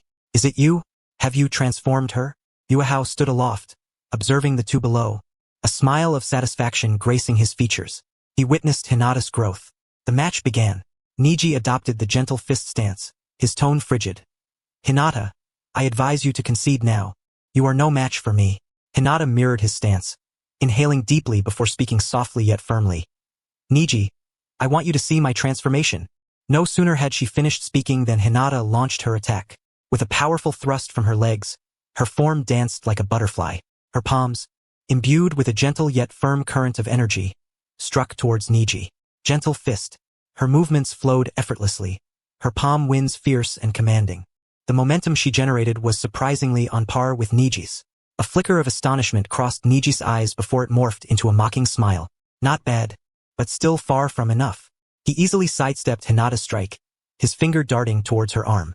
However, it was as though Hinata had anticipated his move. Her arm flowed like a boneless branch. She deftly evaded Niji's finger, redirecting his energy while her other hand aimed for his ribs. She had steadfastly remembered Yuehao's advice, refusing to let Niji easily capture her arm or strike her chakra points. Crack! A crisp sound of impact resonated. Niji was taken aback. His finger that aimed for Hinata's arm was deftly swatted away by her palm. How is this possible? How could her movements keep pace with my eyes? In the stands, Hinata's father, Hayashi, shot up from his seat, disbelief etched across his face. This daughter he deemed a failure was now displaying a mastery of the gentle fist that far exceeded his expectations. Wasn't she merely a practitioner of the gentle fist? Could it truly be Hinata? Karina Yuhi also covered her mouth, her eyes wide with shock. Go, Hinata! Naruto shouted, his voice hoarse. Although he could not comprehend the complex maneuvers, he sensed Hinata's current strength was formidable. Rock Lee joined in, pumping his fists. Burn youth! Hinata! In the arena, the two engaged in a rapid exchange of blows, having already exchanged dozens of moves. Hinata fully embraced Yuehao's teachings, her movements fluid like water. Whenever Niji's fierce attacks came her way, she deftly deflected them with minimal motion and at the most inventive angles, never engaging head-on. This was the result of Yuehao's Tai Chi lessons combined with her gentle fist training. Although her execution was still rough around the edges, it undoubtedly astounded everyone present. Hinata began to counterattack, employing equally cunning tactics that compelled Niji to defend himself. The more Niji fought, the more alarmed and furious he became. In his eyes, this seemingly frail branch family girl should have been easily subdued within a few moves, after which he could lecture her about the inevitability of fate. Yet now, she was engaging him blow for blow. This was an affront to his status as a genius. Useless! Niji roared in anger, his offensive becoming increasingly ruthless. No matter how much you struggle, you cannot escape your destiny as a failure. He accelerated his strikes, each palm faster than the last, each finger swifter than before. Hinata began to feel the pressure. Her chakra reserves paled in comparison to Niji's, and the prolonged high-intensity exchange had left her slightly breathless, beads of sweat forming on her forehead. Yet she gritted her teeth, her white eyes reflecting no signs of retreat. She could not afford to lose. At the very least, she could not yield so easily. It is not over yet, Hinata cried out, channeling every last bit of her chakra, charging once more towards Niji. 8 trigrams, gentle fist. This was the most powerful technique she could currently unleash. However, before Niji's all-seeing Byakugan, this technique revealed too many vulnerabilities. The depletion of her chakra slowed her movements. Too slow. Niji snorted coldly, advancing rather than retreating. His figure surged forward, his hand precisely targeting several crucial chakra points on Hinata's body before her attack could materialize. Bang! Bang! Bang! Hinata's movements abruptly froze, feeling her chakra flow severed instantaneously. Her body weakened, collapsing to the ground as she gasped for breath. She had lost. Ultimately, defeat was inevitable. Yet, her eyes remained luminous, devoid of a trace of regret. She had succeeded. She had demonstrated her transformation to all. The match is concluded. The victor is Hyuga Niji, announced Moonlight Gale. However, Niji showed no intentions of halting his advance. He approached Hinata, who was kneeling on the ground, his Byakugan filled with distorted fury and resentment. He could not accept it, could not fathom that this woman, whom he had looked down upon, dared to defy fate and even forced him into a grueling battle. This pent-up rage had to be unleashed. He sought to utterly shatter her spirit, but just as he raised his hand, poised to strike her heart, Kakashi, Yuhi Kurenai, Guy, and Moonlight Gale intervened. The Hyuga clan was also part of the Leaf. The clan's heiress must not suffer an accident here. The four swiftly restrained him. His hand hung suspended in mid-air, unable to descend. You have already won the match, Moonlight Gale admonished coolly. Only then did Niji withdraw his hand slowly, yet the anger within him had nowhere to go, becoming increasingly volatile. He cast a glance at Hinata, who was being assisted by the medical team, before locking his resentful gaze onto Moonlight How. This is all because of you. I will remember this debt. Moonlight How, unfazed by his hostility, merely approached Hinata. He gently ruffled her hair, offering encouragement. You have performed admirably. I am proud of you. This simple statement caused Hinata's eyes to well up with tears, all her grievances and fatigue evaporating in an instant. Ding! Hyuga Hinata bond value 5. Current bond value 52. The 8th match. Rock Lee vs. Gaara. Moonlight Gale's voice resonated once more. Finally, it was the turn of these two peculiar fighters. If all went as expected, Lee would undoubtedly be defeated. At this moment, Rock Lee was eagerly anticipating his turn to avenge his comrade. 10-10. Lee, Moonlight How called out to him. Gaara's defense relies on sand, not on himself. The sand possesses its own consciousness and will defend automatically, but its speed is not limitless. If you are fast enough, you can strike before it reacts. He paused, lowering his voice. If you fail, you will lose immediately. However, Moonlight How knew that, with Lee's impetuous nature, he would likely not heed this advice. As expected, after listening, Lee merely nodded vigorously, his fighting spirit soaring. How? Thank you for the suggestion. However, I intend to defeat him using my own methods, with my strongest taijutsu, honorably. With that, and without waiting for Moonlight How to say anything further, Rock Lee flipped and leapt into the arena. He aimed to achieve a resounding victory to affirm his path of perseverance. Moonlight How sighed, this impassioned fool. The match begins. Without a hint of hesitation, Rock Lee unleashed his speed in an explosive surge, akin to a green lightning bolt racing towards Gaara. Yet, as he neared Gaara, sand surged forth from the gourd like a living entity, forming a solid sand wall that obstructed his path. Lee's kick struck the sand wall, leaving only a shallow imprint, while he was sent staggering backward. Is this all you can muster? Gaara's voice was hoarse and frigid. His eyes filled with indifference, as if regarding a lifeless corpse. Hey! Lee grinned, revealing a set of white teeth, and then began to remove the weights strapped to his legs. As he tossed the weights to the ground, 2 resounding crashes echoed, leaving 2 deep indentations in the hard floor. The crowd gasped in astonishment. Everyone stared in disbelief, unable to comprehend that he had been fighting while encumbered by such heavy weights. In the next moment, Rock Lee's figure vanished from sight. Bang! Before Gaara could react, he received a powerful kick to the side of his face, sending him flying. The impenetrable sand had failed to defend in time. How is that possible? Gaara rose from the ground, gingerly touching his aching cheek, shock and disbelief flickering in his eyes for the first time. This was the first time he had ever been injured. Not enough. Rock Lee reappeared in front of him, kicking him high into the air. I will show you what the Leaf's Lotus is. Primary Lotus. In midair, he caught up to Gaara, binding him with bandages, and then, holding him head down, he spun rapidly before smashing him into the ground. Boom! A massive cloud of dust erupted. However, as the dust settled, only a huge sandball remained on the ground. With Rock Lee being flung away, the sandball slowly cracked open, revealing Gaara, unscathed, though his expression had grown even darker and more menacing.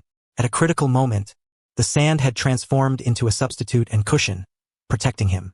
Rock Lee stared at his trembling arm.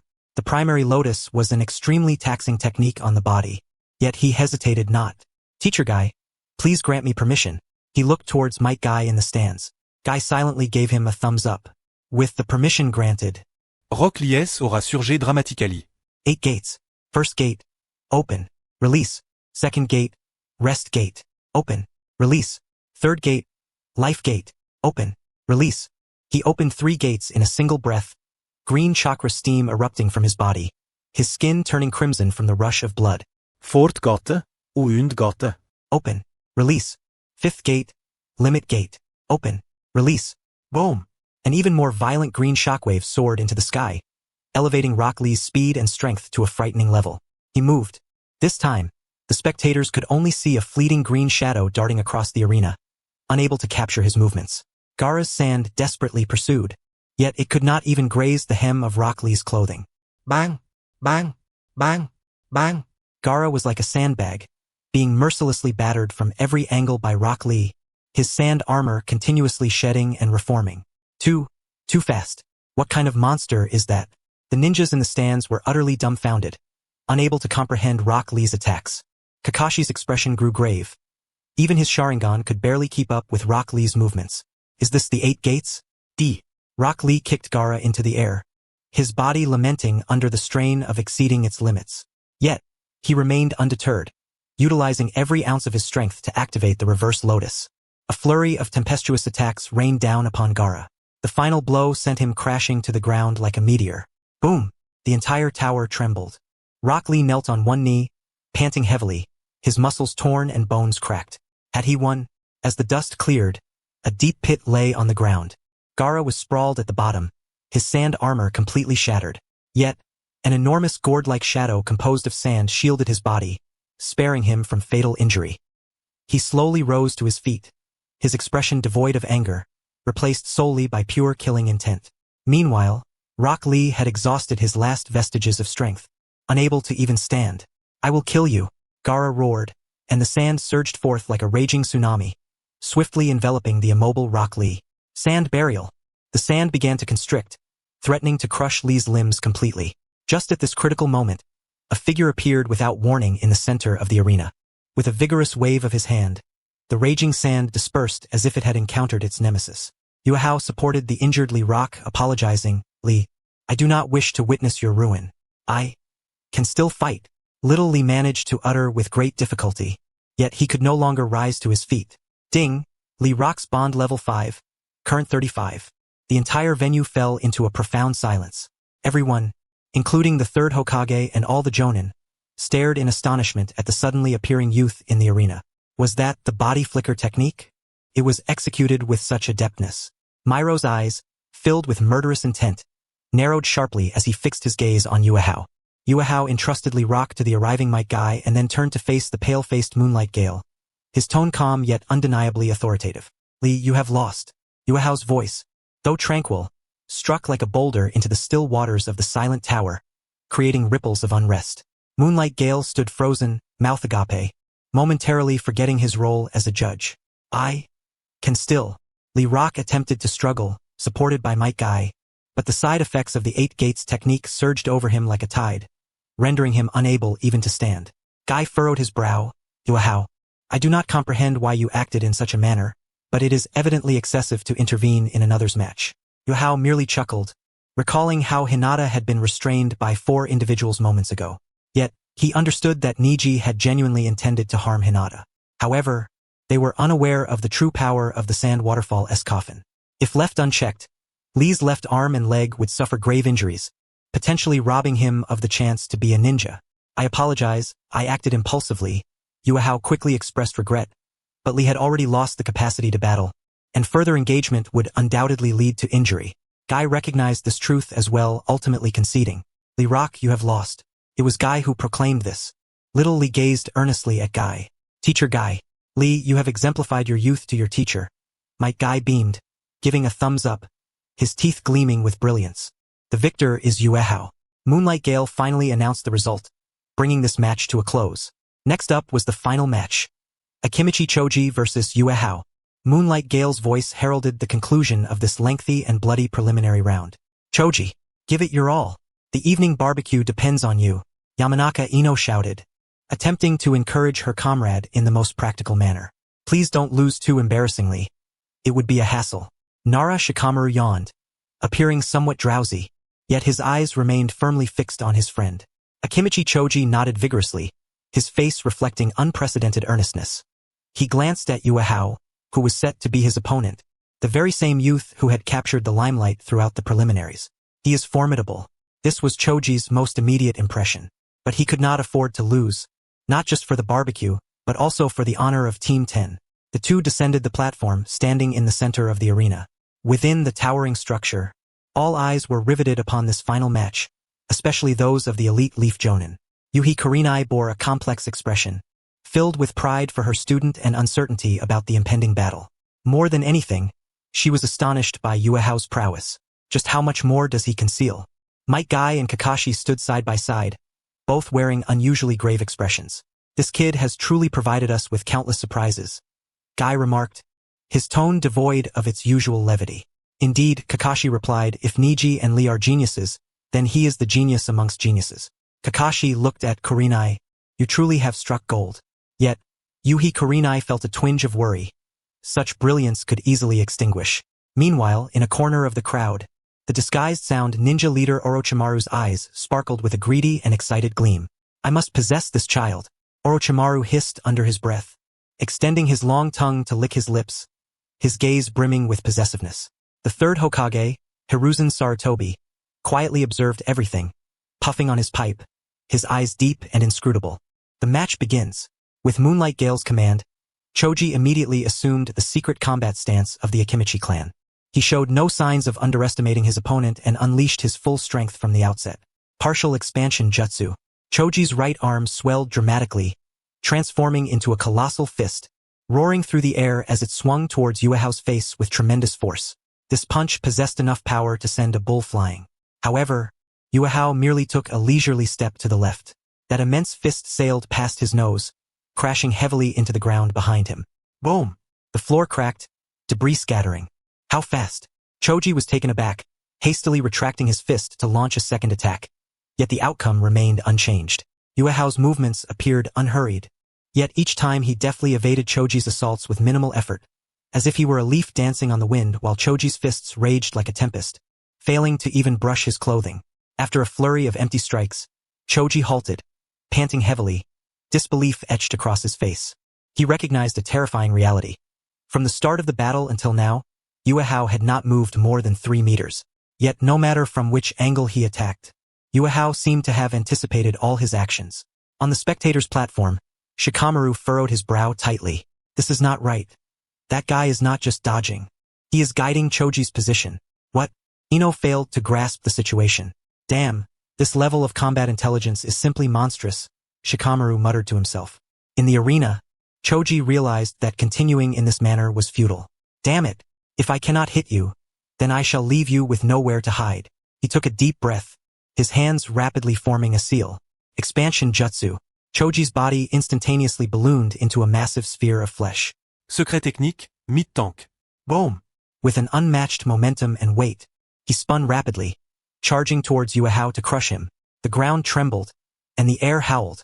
This was Akimichi Choji's strongest technique, a combination of destructive power and impact. As the colossal sphere, akin to a mini landslide, rolled towards him, everyone instinctively held their breath. Yet Yuehao's expression remained utterly unfazed. He did not even budge, merely standing there calmly. Just as the meat tank was about to collide with him, he moved.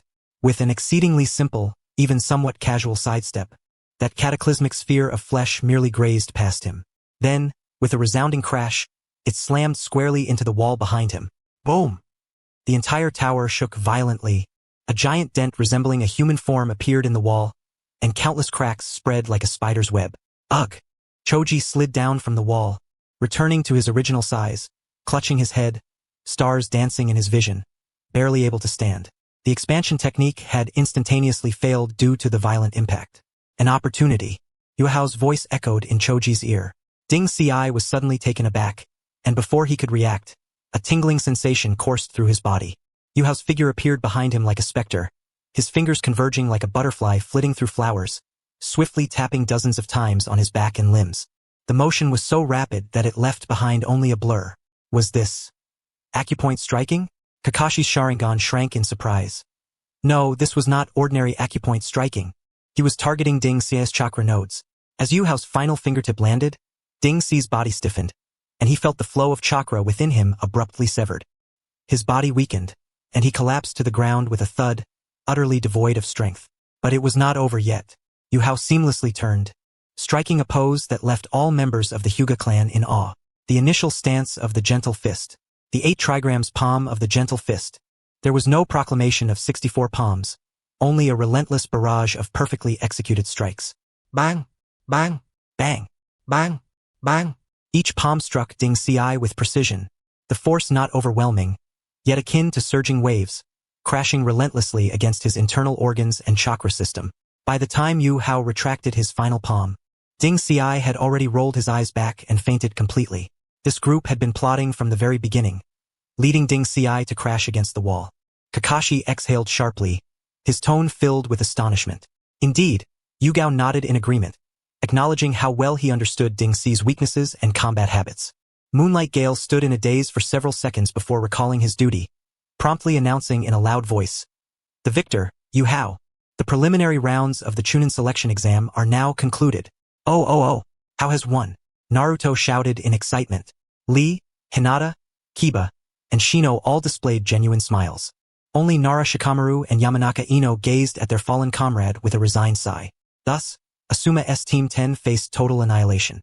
In light of this utterly predictable victory, Yu Hao did not exhibit much joy.